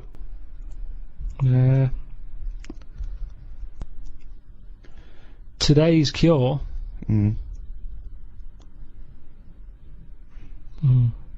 Today's cure. It's something like that. It'll be something like. Today's cure is tomorrow's headache. It's all right. That's all right. Because what I'm saying there is, Go on. we can come up with stuff. We can come up with a tablet to get rid of headache. Tomorrow, your headache's gone. Your leg's hurting. So today's cure is actually tomorrow's leg ache. So today's cure is tomorrow's leg ache. Yeah, but ages ago I said to you, don't solve problems, Yeah. because a problem solved is a problem caused. I'm gonna die. I'm gonna die. I don't remember that quote. But okay, so finally, in summation, what you said was So, okay, At the end of So- the day, we've all got to die of something. right. Now, Albert might come in. I'm a doctor. Right, Albert, how are you today? What's wrong with you today, Albert? I've got an inflammation of the testicular region. Right. My scrotal sac it's all stretchy and swollen. It's pustulating, and it's causing the penis to be all red and inflamed, and that spread to the anus. Right. Take these tablets. Right, where do I put them? Just have them with some water after a bath. Okay, I'm not gonna have a bath. I can't have a bath of these because if honestly, you see these get in a bath and they start bubbling with the. Yeah, like I say, just take the tablet. I don't know what it is, but look at it. It's like a mess. It's like quite a mess down there. I can't. Take the tablets. Take the tablets and come back. In a week's time. Let me know how it goes. Okay. Right. right. So you know let's what it is? Let's imagine that perfectly normal scenario has happened. What is your point? Right. He'll come back the week after. Yeah. The problems downstairs will be sorted. But at the end of the day, he's 76. He's going to have something else wrong with him. I do another check on you, and even though your sack is sorted, They're not quite right, to be honest. no, but they better. Well, it swings and roundabouts Yeah, because well, that's life. That's life, Albert. the penis is much more functional. The testicles are really that they've lost all their skin. It's just like a bag of spaghetti just hanging on the chair, and the arse. The arse is the itchiest arse I've ever had. I've had to, at some points, I've got blood under my fingernails from scratching my anus. So it was not completely cured. And this is why no one wants to be a doctor anymore.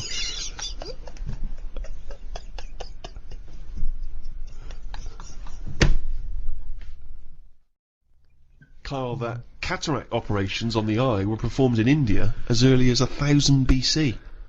And in Babylonia, in the same time, the fees of eye surgeons were rigidly fixed by law and were quite generous. So, for instance, if you're a very rich person, it cost you about 10 shekels. If you're a slave, only 2 shekels. But if the rich person lost the sight of their eye after the surgeon had operated, they would cut off the hand of the doctor. What? So he gets one chance at it? Well, he doesn't want to screw up. Yeah, I know, but everyone's allowed a couple of errors. That's how you learn, isn't it? That's a stupid rule. But then again, I don't know why they'd be so worried about their eyes back then. What do you mean? Well, there was less to look at back then. What do you mean? Well, like that, I saw a fella on the tube on the way here today who was blind, proper fully on blind. Blind. Now for him, I just was like, oh, that's so depressing. Right. So much to see in the world now. Loads of stuff. Right. Art, buildings, and all that. Now back then, if these people did have sight once, the pyramids, you remember it in your head, and that's enough. There wasn't loads of clutter anyway. It was all sand, so even if you fell over because you're blind, at least you landed on something soft. Whereas now, it's rubbish being blind. Stairs, loads and loads of people, loads of curbs and things. It's not a good time to be blind. So I'd prefer, if I was going to be blind, That's be blind brilliant. back when Tutankhamun was Do you knocking think that's about. a choice that people have that are blind now? No. If you're going to be blind back when Tutankhamun was knocking about. But all I'm saying is... Sorry, it Doctor, I didn't seems- realise there was a choice. it Oh, seems- yeah. If you'd already told me you were going blind, I'd have said, well, let's get you back 3,000 years. It just seems a bit harsh, that's all. When someone's trying to help you and operate on your eyes, and they have a little bit of a slip-up, like we all do in jobs, you have a bad day, and he has to have his hands cut off. Then who's helping him? Who puts the hand back on him? And if they don't put the hand back on him right, do they have something done to them? They're blinded. Well, it just seems Blinded, like yeah. a no-win situation. I wouldn't be a doctor, and maybe that's why there aren't enough doctors about now, because of things like that put people off. I don't think so. Well, I wouldn't be a doctor now. Why? Look at the hassle that happens now. You're being watched all the time. You're not allowed to slip up. Right. Well, that's generally quite a good rule, isn't it, that doctors don't make Well, mistakes? no, but you've got to... I'd say at the end of the day, it's a complicated job. I'd get more annoyed when, say like the fella I've got round coming to fix my boiler. The fact he keeps having a go, he keeps charging me 80 quid, he don't really fix Is it and he still keeps not coming back. working? I haven't cut his hands off. No. He keeps coming back. Oh, I'm a bit short on money, let's go round to the Pilkington household. Charge him 80 quid again. Oh, it's Christmas, let's pop round twice. Do you know what I mean? Whereas a doctor who's trying to help people, it's a difficult job. Yeah. If he makes a mistake now and again, I think, well, it's bound to happen. It's complicated. Can't you see where I agree with you that people make mistakes, and I imagine there are good and bad doctors. They try and even that out by it being a very, very obviously stringent exam and It's 11 years they've got to do. I've read up on it. 11 years it takes to be a doctor. No, it doesn't. It does. It takes 7. No, but then they've got to be in a hospital or something for 4 years before they get to play with someone. Right. Okay. Yeah. So okay. that's ages. You're going to get bored. You're going to get bored. But, and then when no, but that's it. They really do try and rule out, and there's still chance and mistake, and don't forget, you're given nearly impossible tasks still in medicine. Just think of the risk with transplants alone. And they're getting better and better at those, Yeah. and they're lasting longer. But the fact of the matter is, it's better to have a go, innit, than not have one. If someone said to me, it right, you need a depends. new heart, Yeah. we're going to do it. Well, if they say you're going to die anyway, let's Yeah. try this new thing, you might as well. Have a But then whirl. there are some things that there's not worth the risk. When someone, it goes wrong, someone's facial surgery goes wrong because they wanted plumper lips or a little well, that's- nose, I've I got go, no you're a fucking sympathy. idiot. Yeah. Exactly, yeah. You Yeah, shouldn't waste- even be doing that. Doctors shouldn't even be allowed to do that. I don't know think. why, I really don't know why, a doctor, under a Hippocratic oath, takes the risk of something going badly wrong, sometimes general anaesthetic, because they can't be bothered to fucking go for a run, right? So they have fucking bits sliced off and tied up and sucked out. I want to go, you lazy fucking fat pig. Just go for a run and stop eating burgers, right? You might fucking die. Oh. Well, can I just stop you there, Rick? Because actually, if it weren't for a plump patient, the stethoscope would never have been invented. Well, because he couldn't hear. Yeah, the person who invented the stethoscope, Dr. René Laennec, had a very fat patient come in and couldn't hear her heart through the blubber. But then that's the sign of the problem. I mean, that's the sign of the problem, isn't it? Yeah. I mean, rather than saying, hang on, let's get a bigger chair in for her because she's got a fat arse, I'd say, well, you're not welcome here. If you can't get through the door, I'm not seeing you. I mean, if you've got a doctor who's having his hands cut off because he messed up an operation, yet fatty's coming in and getting special treatment, I wouldn't give him time of day. You see, this is what I'm saying, right? This is going right back to what I was saying at the beginning. The problem is, we've got pills for everything, and all this is doing is making people treat the body badly. Because you're going, be alright, there'll be something. It's funny, isn't it, that like these tests, they go, well, let's have a look. It's what we were talking before about weighing kids. If they can't get through the door to get to school, you don't know. If they go, oh, I'm just going to take a sample of your stool. Actually, I don't. You're too fat. Your shit's come out like tagliatelle. Your ass is too fucking fat. Stop eating your gut. I'm going to take a sample of your stool. What, the one you fucking broke when you sat down? I just think this is the problem. You know, we can do too much, and because of this, people are going, I don't care about my body. They worry more about the plasma telly getting a scratch on it than they do about their own body. Exactly. And if we stopped giving them tablets willy-nilly, they'd have to look after the body more. Willy-nilly is one of the worst diseases in the Western world.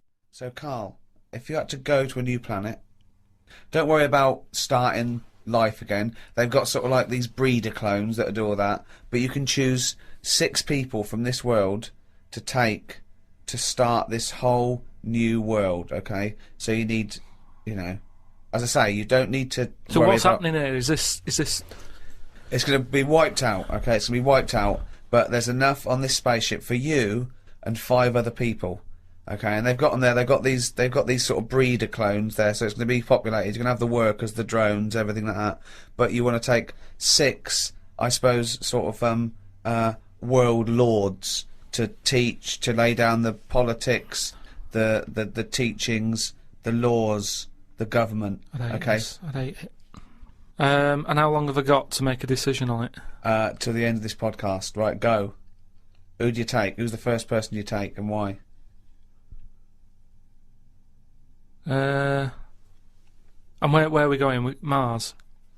Okay, so a planet where there's an atmosphere. I've got to know where I'm going because I've got to sell it to the people who I'm asking. There's no point when I go, are you coming with me? Where are you going? I don't know. It's just like this world. There's oxygen, there's seas, there's rivers, there's forests, there's animals, okay? But we're going to populate it with the human race, and you can choose 6 people to lord over this new kingdom. You want the best people for the job. Yeah. So, who's the first person? Probably Patrick Moore. Why? Why would you take Patrick Moore? Just because he knows his way about up there, doesn't he? He'll know the way. So just have him. I think that will, whoever I pick next, if they see that he's going, they'll go, right, you know, it's going to be a long Moore's journey as on board. it is. You don't want someone who's going to be going, is it left here? Is it right? Do you know what I mean? And he could play the xylophone on the journey. But Karl is Moore the most useful person to have if you've only got 6, because he may be very useful getting to the planet. No, but I've once always you got wanted there, to meet him as well. I've always wanted a chat, and that'd be a good chance, wouldn't it, when I'm in a rocket? How long's it taking to get to Mars? I don't know, a year. That's what I mean. No, it's so not Mars, it's somewhere else, okay, so it's a year to get there and then... Yeah, well, that's what I mean, so it's a good chance to have a chat with him about stuff. And I think he'd be up for it as well, to be honest. Yeah. I think, you know... why do you think that? Just because he spent his whole life talking about what's going on up there, isn't it? And yet he's never been, and I feel sorry for him. You know, most people, when they're into something, they get to go to a place, don't they? Sure. People who don't know who Patrick Moore is, he's an 80-year-old astronomer. Yeah, that's what I mean. So let him have a bit of a good life. So Moore's on board. Yeah, Patrick Moore. He's on. Right, out 5 others. 4 others now. Jamie Oliver. Why would you take Jamie Oliver? Just food and that. You need someone, because they say that, like, you know, you can feel down if you don't eat. He couldn't convince 8-year-olds to eat a carrot. What's he going to do in this brave new world? They're all going to be on turkey Twizzlers. I think he's got the right attitude. He wouldn't be faffing about. Remember, we've landed now on this new world. Yeah. I don't know what it's like. The people who've Listen, made me I go, love Jamie Oliver. I think he's great. Yeah. But he wouldn't be in my 5 people to start a new world. That's all I'm saying. Nor would Patrick Moore, because he knew the way. Well, what chef would you pick? I wouldn't pick a chef. Why would I pick a chef? Because you want someone who's going to, like I say, food's important. When you're low, there's nothing better. If you're a bit fed up, there's nothing better than having a good... But Carl, I don't think you've quite grasped that these people have to start civilization again. They have to be wise people who can make the laws. Yeah, and before you do all that, you need a good meal. So Jamie Oliver, that's his job. It's like when we get there, that's when he kicks in. Right. He's the first one, really, Can I who suggest gets going. Just to save 2 places on Patrick Moore and Jamie Oliver, take a map and a cookbook. Okay, who's number 3? What sort of state is this world in? Does it need... Oh, it's going to take a fucking gardener. It's like it's the world, but new. It's that exactly. It's the world, but new, untouched by humans. There've been no fossil fuels burnt, no machinery, no wars, just this Garden of Eden. And you, Patrick Moore and Jamie Oliver pitch up. Plus, who else, Carl? Go now. First thought. Attenborough. Oh God! Again, he's a genius, and he's a bit of a hero of mine. But I don't know if we need Attenborough. Just because I reckon if it's a new world, you're saying it's the same, but they always say, don't they, that all worlds are different.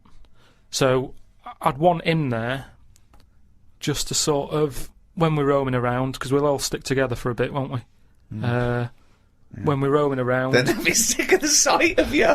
They go, let's lose Karl. But you've got 2 men so far who've got a combined age of about 150.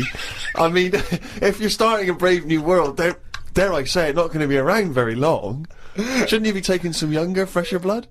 No, not really, because they haven't lived, have they? These have lived, and they can and they're useful, like I say. Patrick Moore's done his bit, he's got us there. Oliver has cooked us a dinner. Day 2, I reckon we'd end that on day 1 there. We'd have a dinner, we'd all have a chat. I don't think you're thinking of the future. I think you're thinking trip. Exactly, I think you're thinking of the journey, and then the first night. Okay. So you've got David Attenborough, you've got Patrick Moore, and you've got Jamie Oliver, you've got 2 other places. I get the feeling that you're not so much recruiting people for a new world as I'm a Celebrity, Get Me Out of Here. As a dinner party with people you'd like to meet that you've seen on the telly. Oh. Come on, 2 more. I'd text someone who's a bit daft. Just so... No, you don't need to, Karl. That's covered, believe us. Yeah, no, that's what I mean, though. I don't want them having a go at me going, why are you here? I'd point the attention somewhere else. To text someone else who'd sort of wind them up. So who's that, then? Paul Denham, or someone like that. It really is. I'm a celebrity. So you've got Patrick Moore, you've got David Attenborough, you've got Jamie Oliver and Paul Denham. They're starting life again. Okay then, brilliant. Oh God. Right, one more. This is amazing. It's going to be. I'd love to go back and visit this in 1,000 years. What teachings they laid down. Oh God. Don't know. It'd have to be a woman. I think you got to have a woman in that little group, haven't you? Could have another woman chef or. It's mainly eating. He's got that covered with Oliver, but no, he's got to take Nigella in case he's in a cream cake kind of mood. Oh God. Delia Smith was furious. She'd packed her bags and everything. Or a nurse. Now you're thinking. Abby Titmus?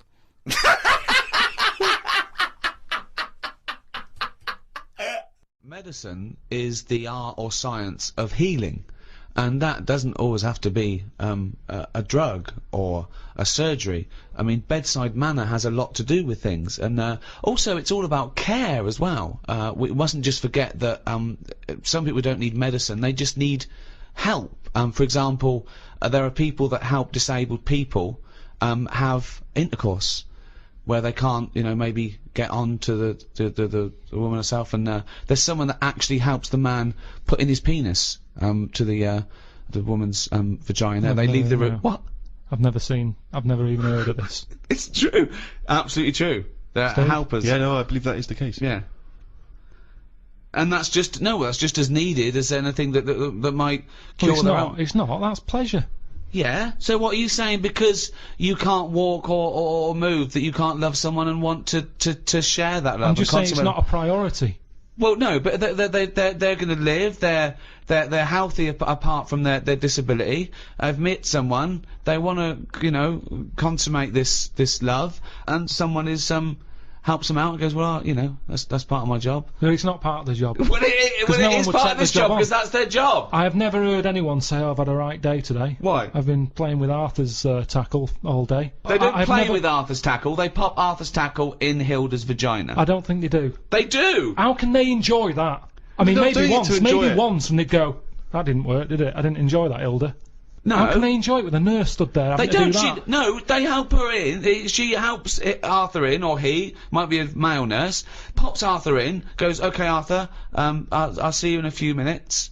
Right. Goes outside. But what's the point, though, in that? Why? Because it's all about the mood and everything. He's just stuck onto a like a stag beetle clinging onto a leaf. There's no enjoyment in that.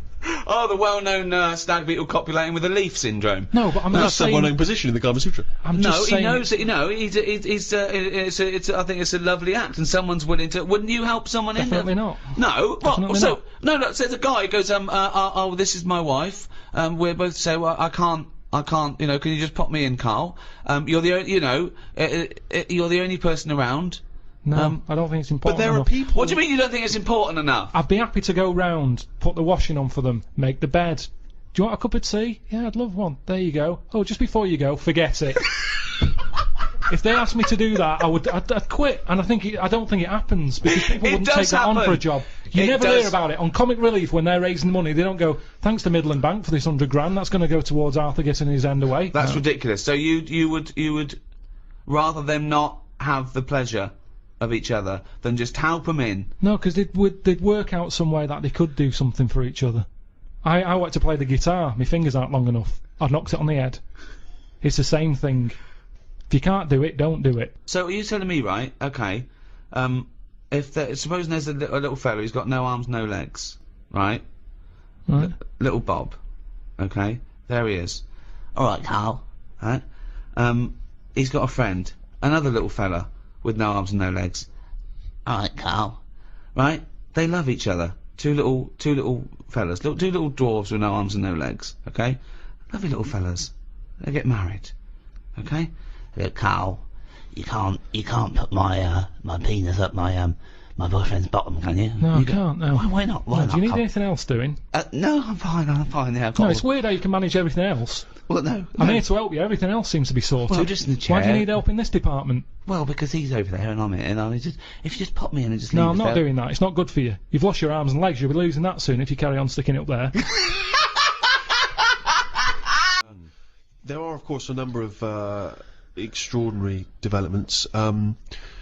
You may obviously be aware, Karl, that the first contraceptive diaphragms, centuries ago, were citrus rinds. Half an orange rind, for instance, would be used. I mean, more selfish men turned them inside out.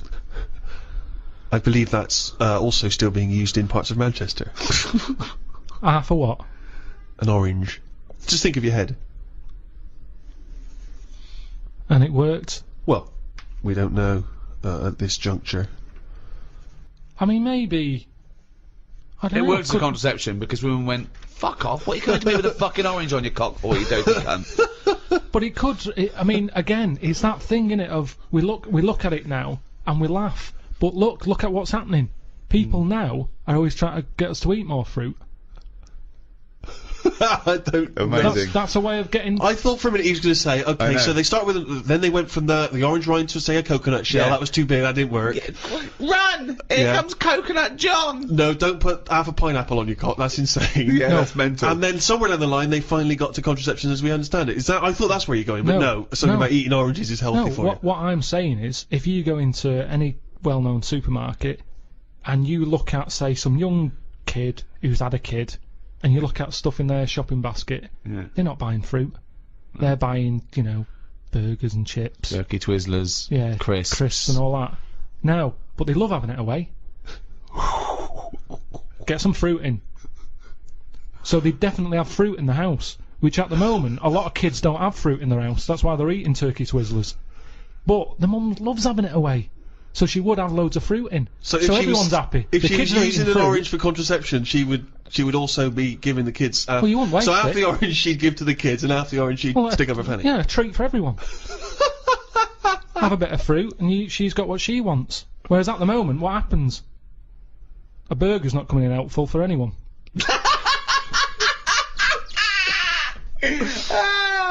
If you want me tonight, pop a sesame seed bone on your cock. Take out the fucking pickle. No one likes a fucking pickle up the fanny. Oh, he's a bloody romantic. He popped a plum roast sausage up my fanny yesterday. He loves me. Through the Middle Ages, particularly in Europe, we ended up going backwards, and it became, you know, people sort of returned to superstition, started relying on that. You know, sanitation was poor. A lot of the amazing sanitation the Romans had built was left to ruin, and we went backwards. And really, it wasn't until the Renaissance that people like Leonardo da Vinci started to, you know, draw pictures of the anatomy and so on. Well, putting scientific evidence and experimentation behind the theories, as opposed to someone with a big cauldron saying, if you bury a toad, your warts go away. Exactly. He looked into this and then thought, well, maybe they don't. Maybe it's a coincidence, you know. So that's what our experimentation comes. Empirical evidence, not just hope. Of course, you still couldn't experiment or dissect humans because that was frowned upon. So often they would actually, the only people they were allowed to dissect and operate on were criminals. And at times, criminals would actually be dissected or cut open whilst they were still alive as part of their punishment. Is that ever justifiable? Do you think, Karl, that people sacrifice for medical advancements? They do it now, don't they? You hear about these people having, you know, tests done on them. You get paid 20 quid, and they say, let's rub this cream on your head. Yeah. And you get your 20 quid, and if your head goes funny, they say, well, you took the 20 quid, it's your own fault. Wasn't that a student that took, like, a few grand? He What became happened? the living elephant man, didn't he? Oh, yeah. It was quite horrific. His head was in all kinds of weird Yeah, shapes. I mean, that's unfortunate for 20 quid. But I'd say do it on the ill people, because they've got nothing to lose. Just test it. It's, you know, all this testing on animals and that. Well, don't test it on animals. If you've got an itch, the doctor can say, I've got this cream here, we haven't tested it, it might work, it might make it worse, give it a go. Right. Yeah, but the whole point is that if you do that, someone's head might blow up to the side of the Yeah, it elephant might man. outweigh the ailment. That's happened already. A fella who had nothing wrong with him has now got a head of the elephant man for Yeah. 20 quid. Yes, I know. Well, but... That isn't fair. No, I know. But you're saying, you're going for athlete's foot, rub this on your feet, oh, your bollocks fell off. Never mind, it was a chance we had to take. I mean, that's a particularly sloppy bit of medical research, that one. I know, yeah. No, but say like my Auntie Nora, right? She's had everything wrong with her, right? She's had tablets that haven't been tested on anyone else. They test them on Nora. She's up for it. She's like, oh, I haven't had that. Let's have a little tester. Yeah. She loves it. But she knows that that's the case, and she's happier to give something a go than not a go. I mean, it's ridiculous the amount of stuff. She rattles. She carries that many pills, like a maraca. You can hear her coming. But that's the way her life is now. She's just used to the fact that if it weren't for all these tablets, she'd be dead. Yeah, but well, not necessarily. But the pills. She doesn't take pills that have been untested. She's not taking experimental I think pills. she's honestly, she's got so much. Well, so she has again, a lot. you just made that up then. You just assumed that they haven't been tested on someone.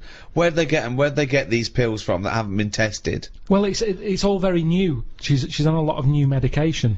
That can go either way. Could this be one of the reasons why she farted for 24 hours? It could have been one of the side effects. 5 minutes. Oh, 5 minutes, was it? Yeah, that's what that's what my mum said. It's all the medication, because your body's in shock, isn't it? It's been, given all these drugs that it's not used to. Luckily, some of the pills weren't suppositories, because she'd have lost them. in the great fart of 1989. I've lost all my suppositories. But that's what you do, innit? If you're in pain, and I mean, like, I don't know if I told you when I had kidney stones. I think you mentioned it. I was in agony. Yeah. And they said I was in A&E, lying on my back. Mm. And the woman at the A&E counter said to Suzanne, "Who's that over there?" And she said, "Oh, he's with me. He's in agony." So they said, "What's up with him?" Said, "Oh, it's his kidney stones again." Because this is when I went back at the night. Mm. I was like, I couldn't care that people were staring at me. I was rolling about on the floor like a dying fly on my back. I just didn't care about what was going on around me. But I was told that because it's busy, that they might have to send someone out to shove like something up my arse that would get to the pain quicker.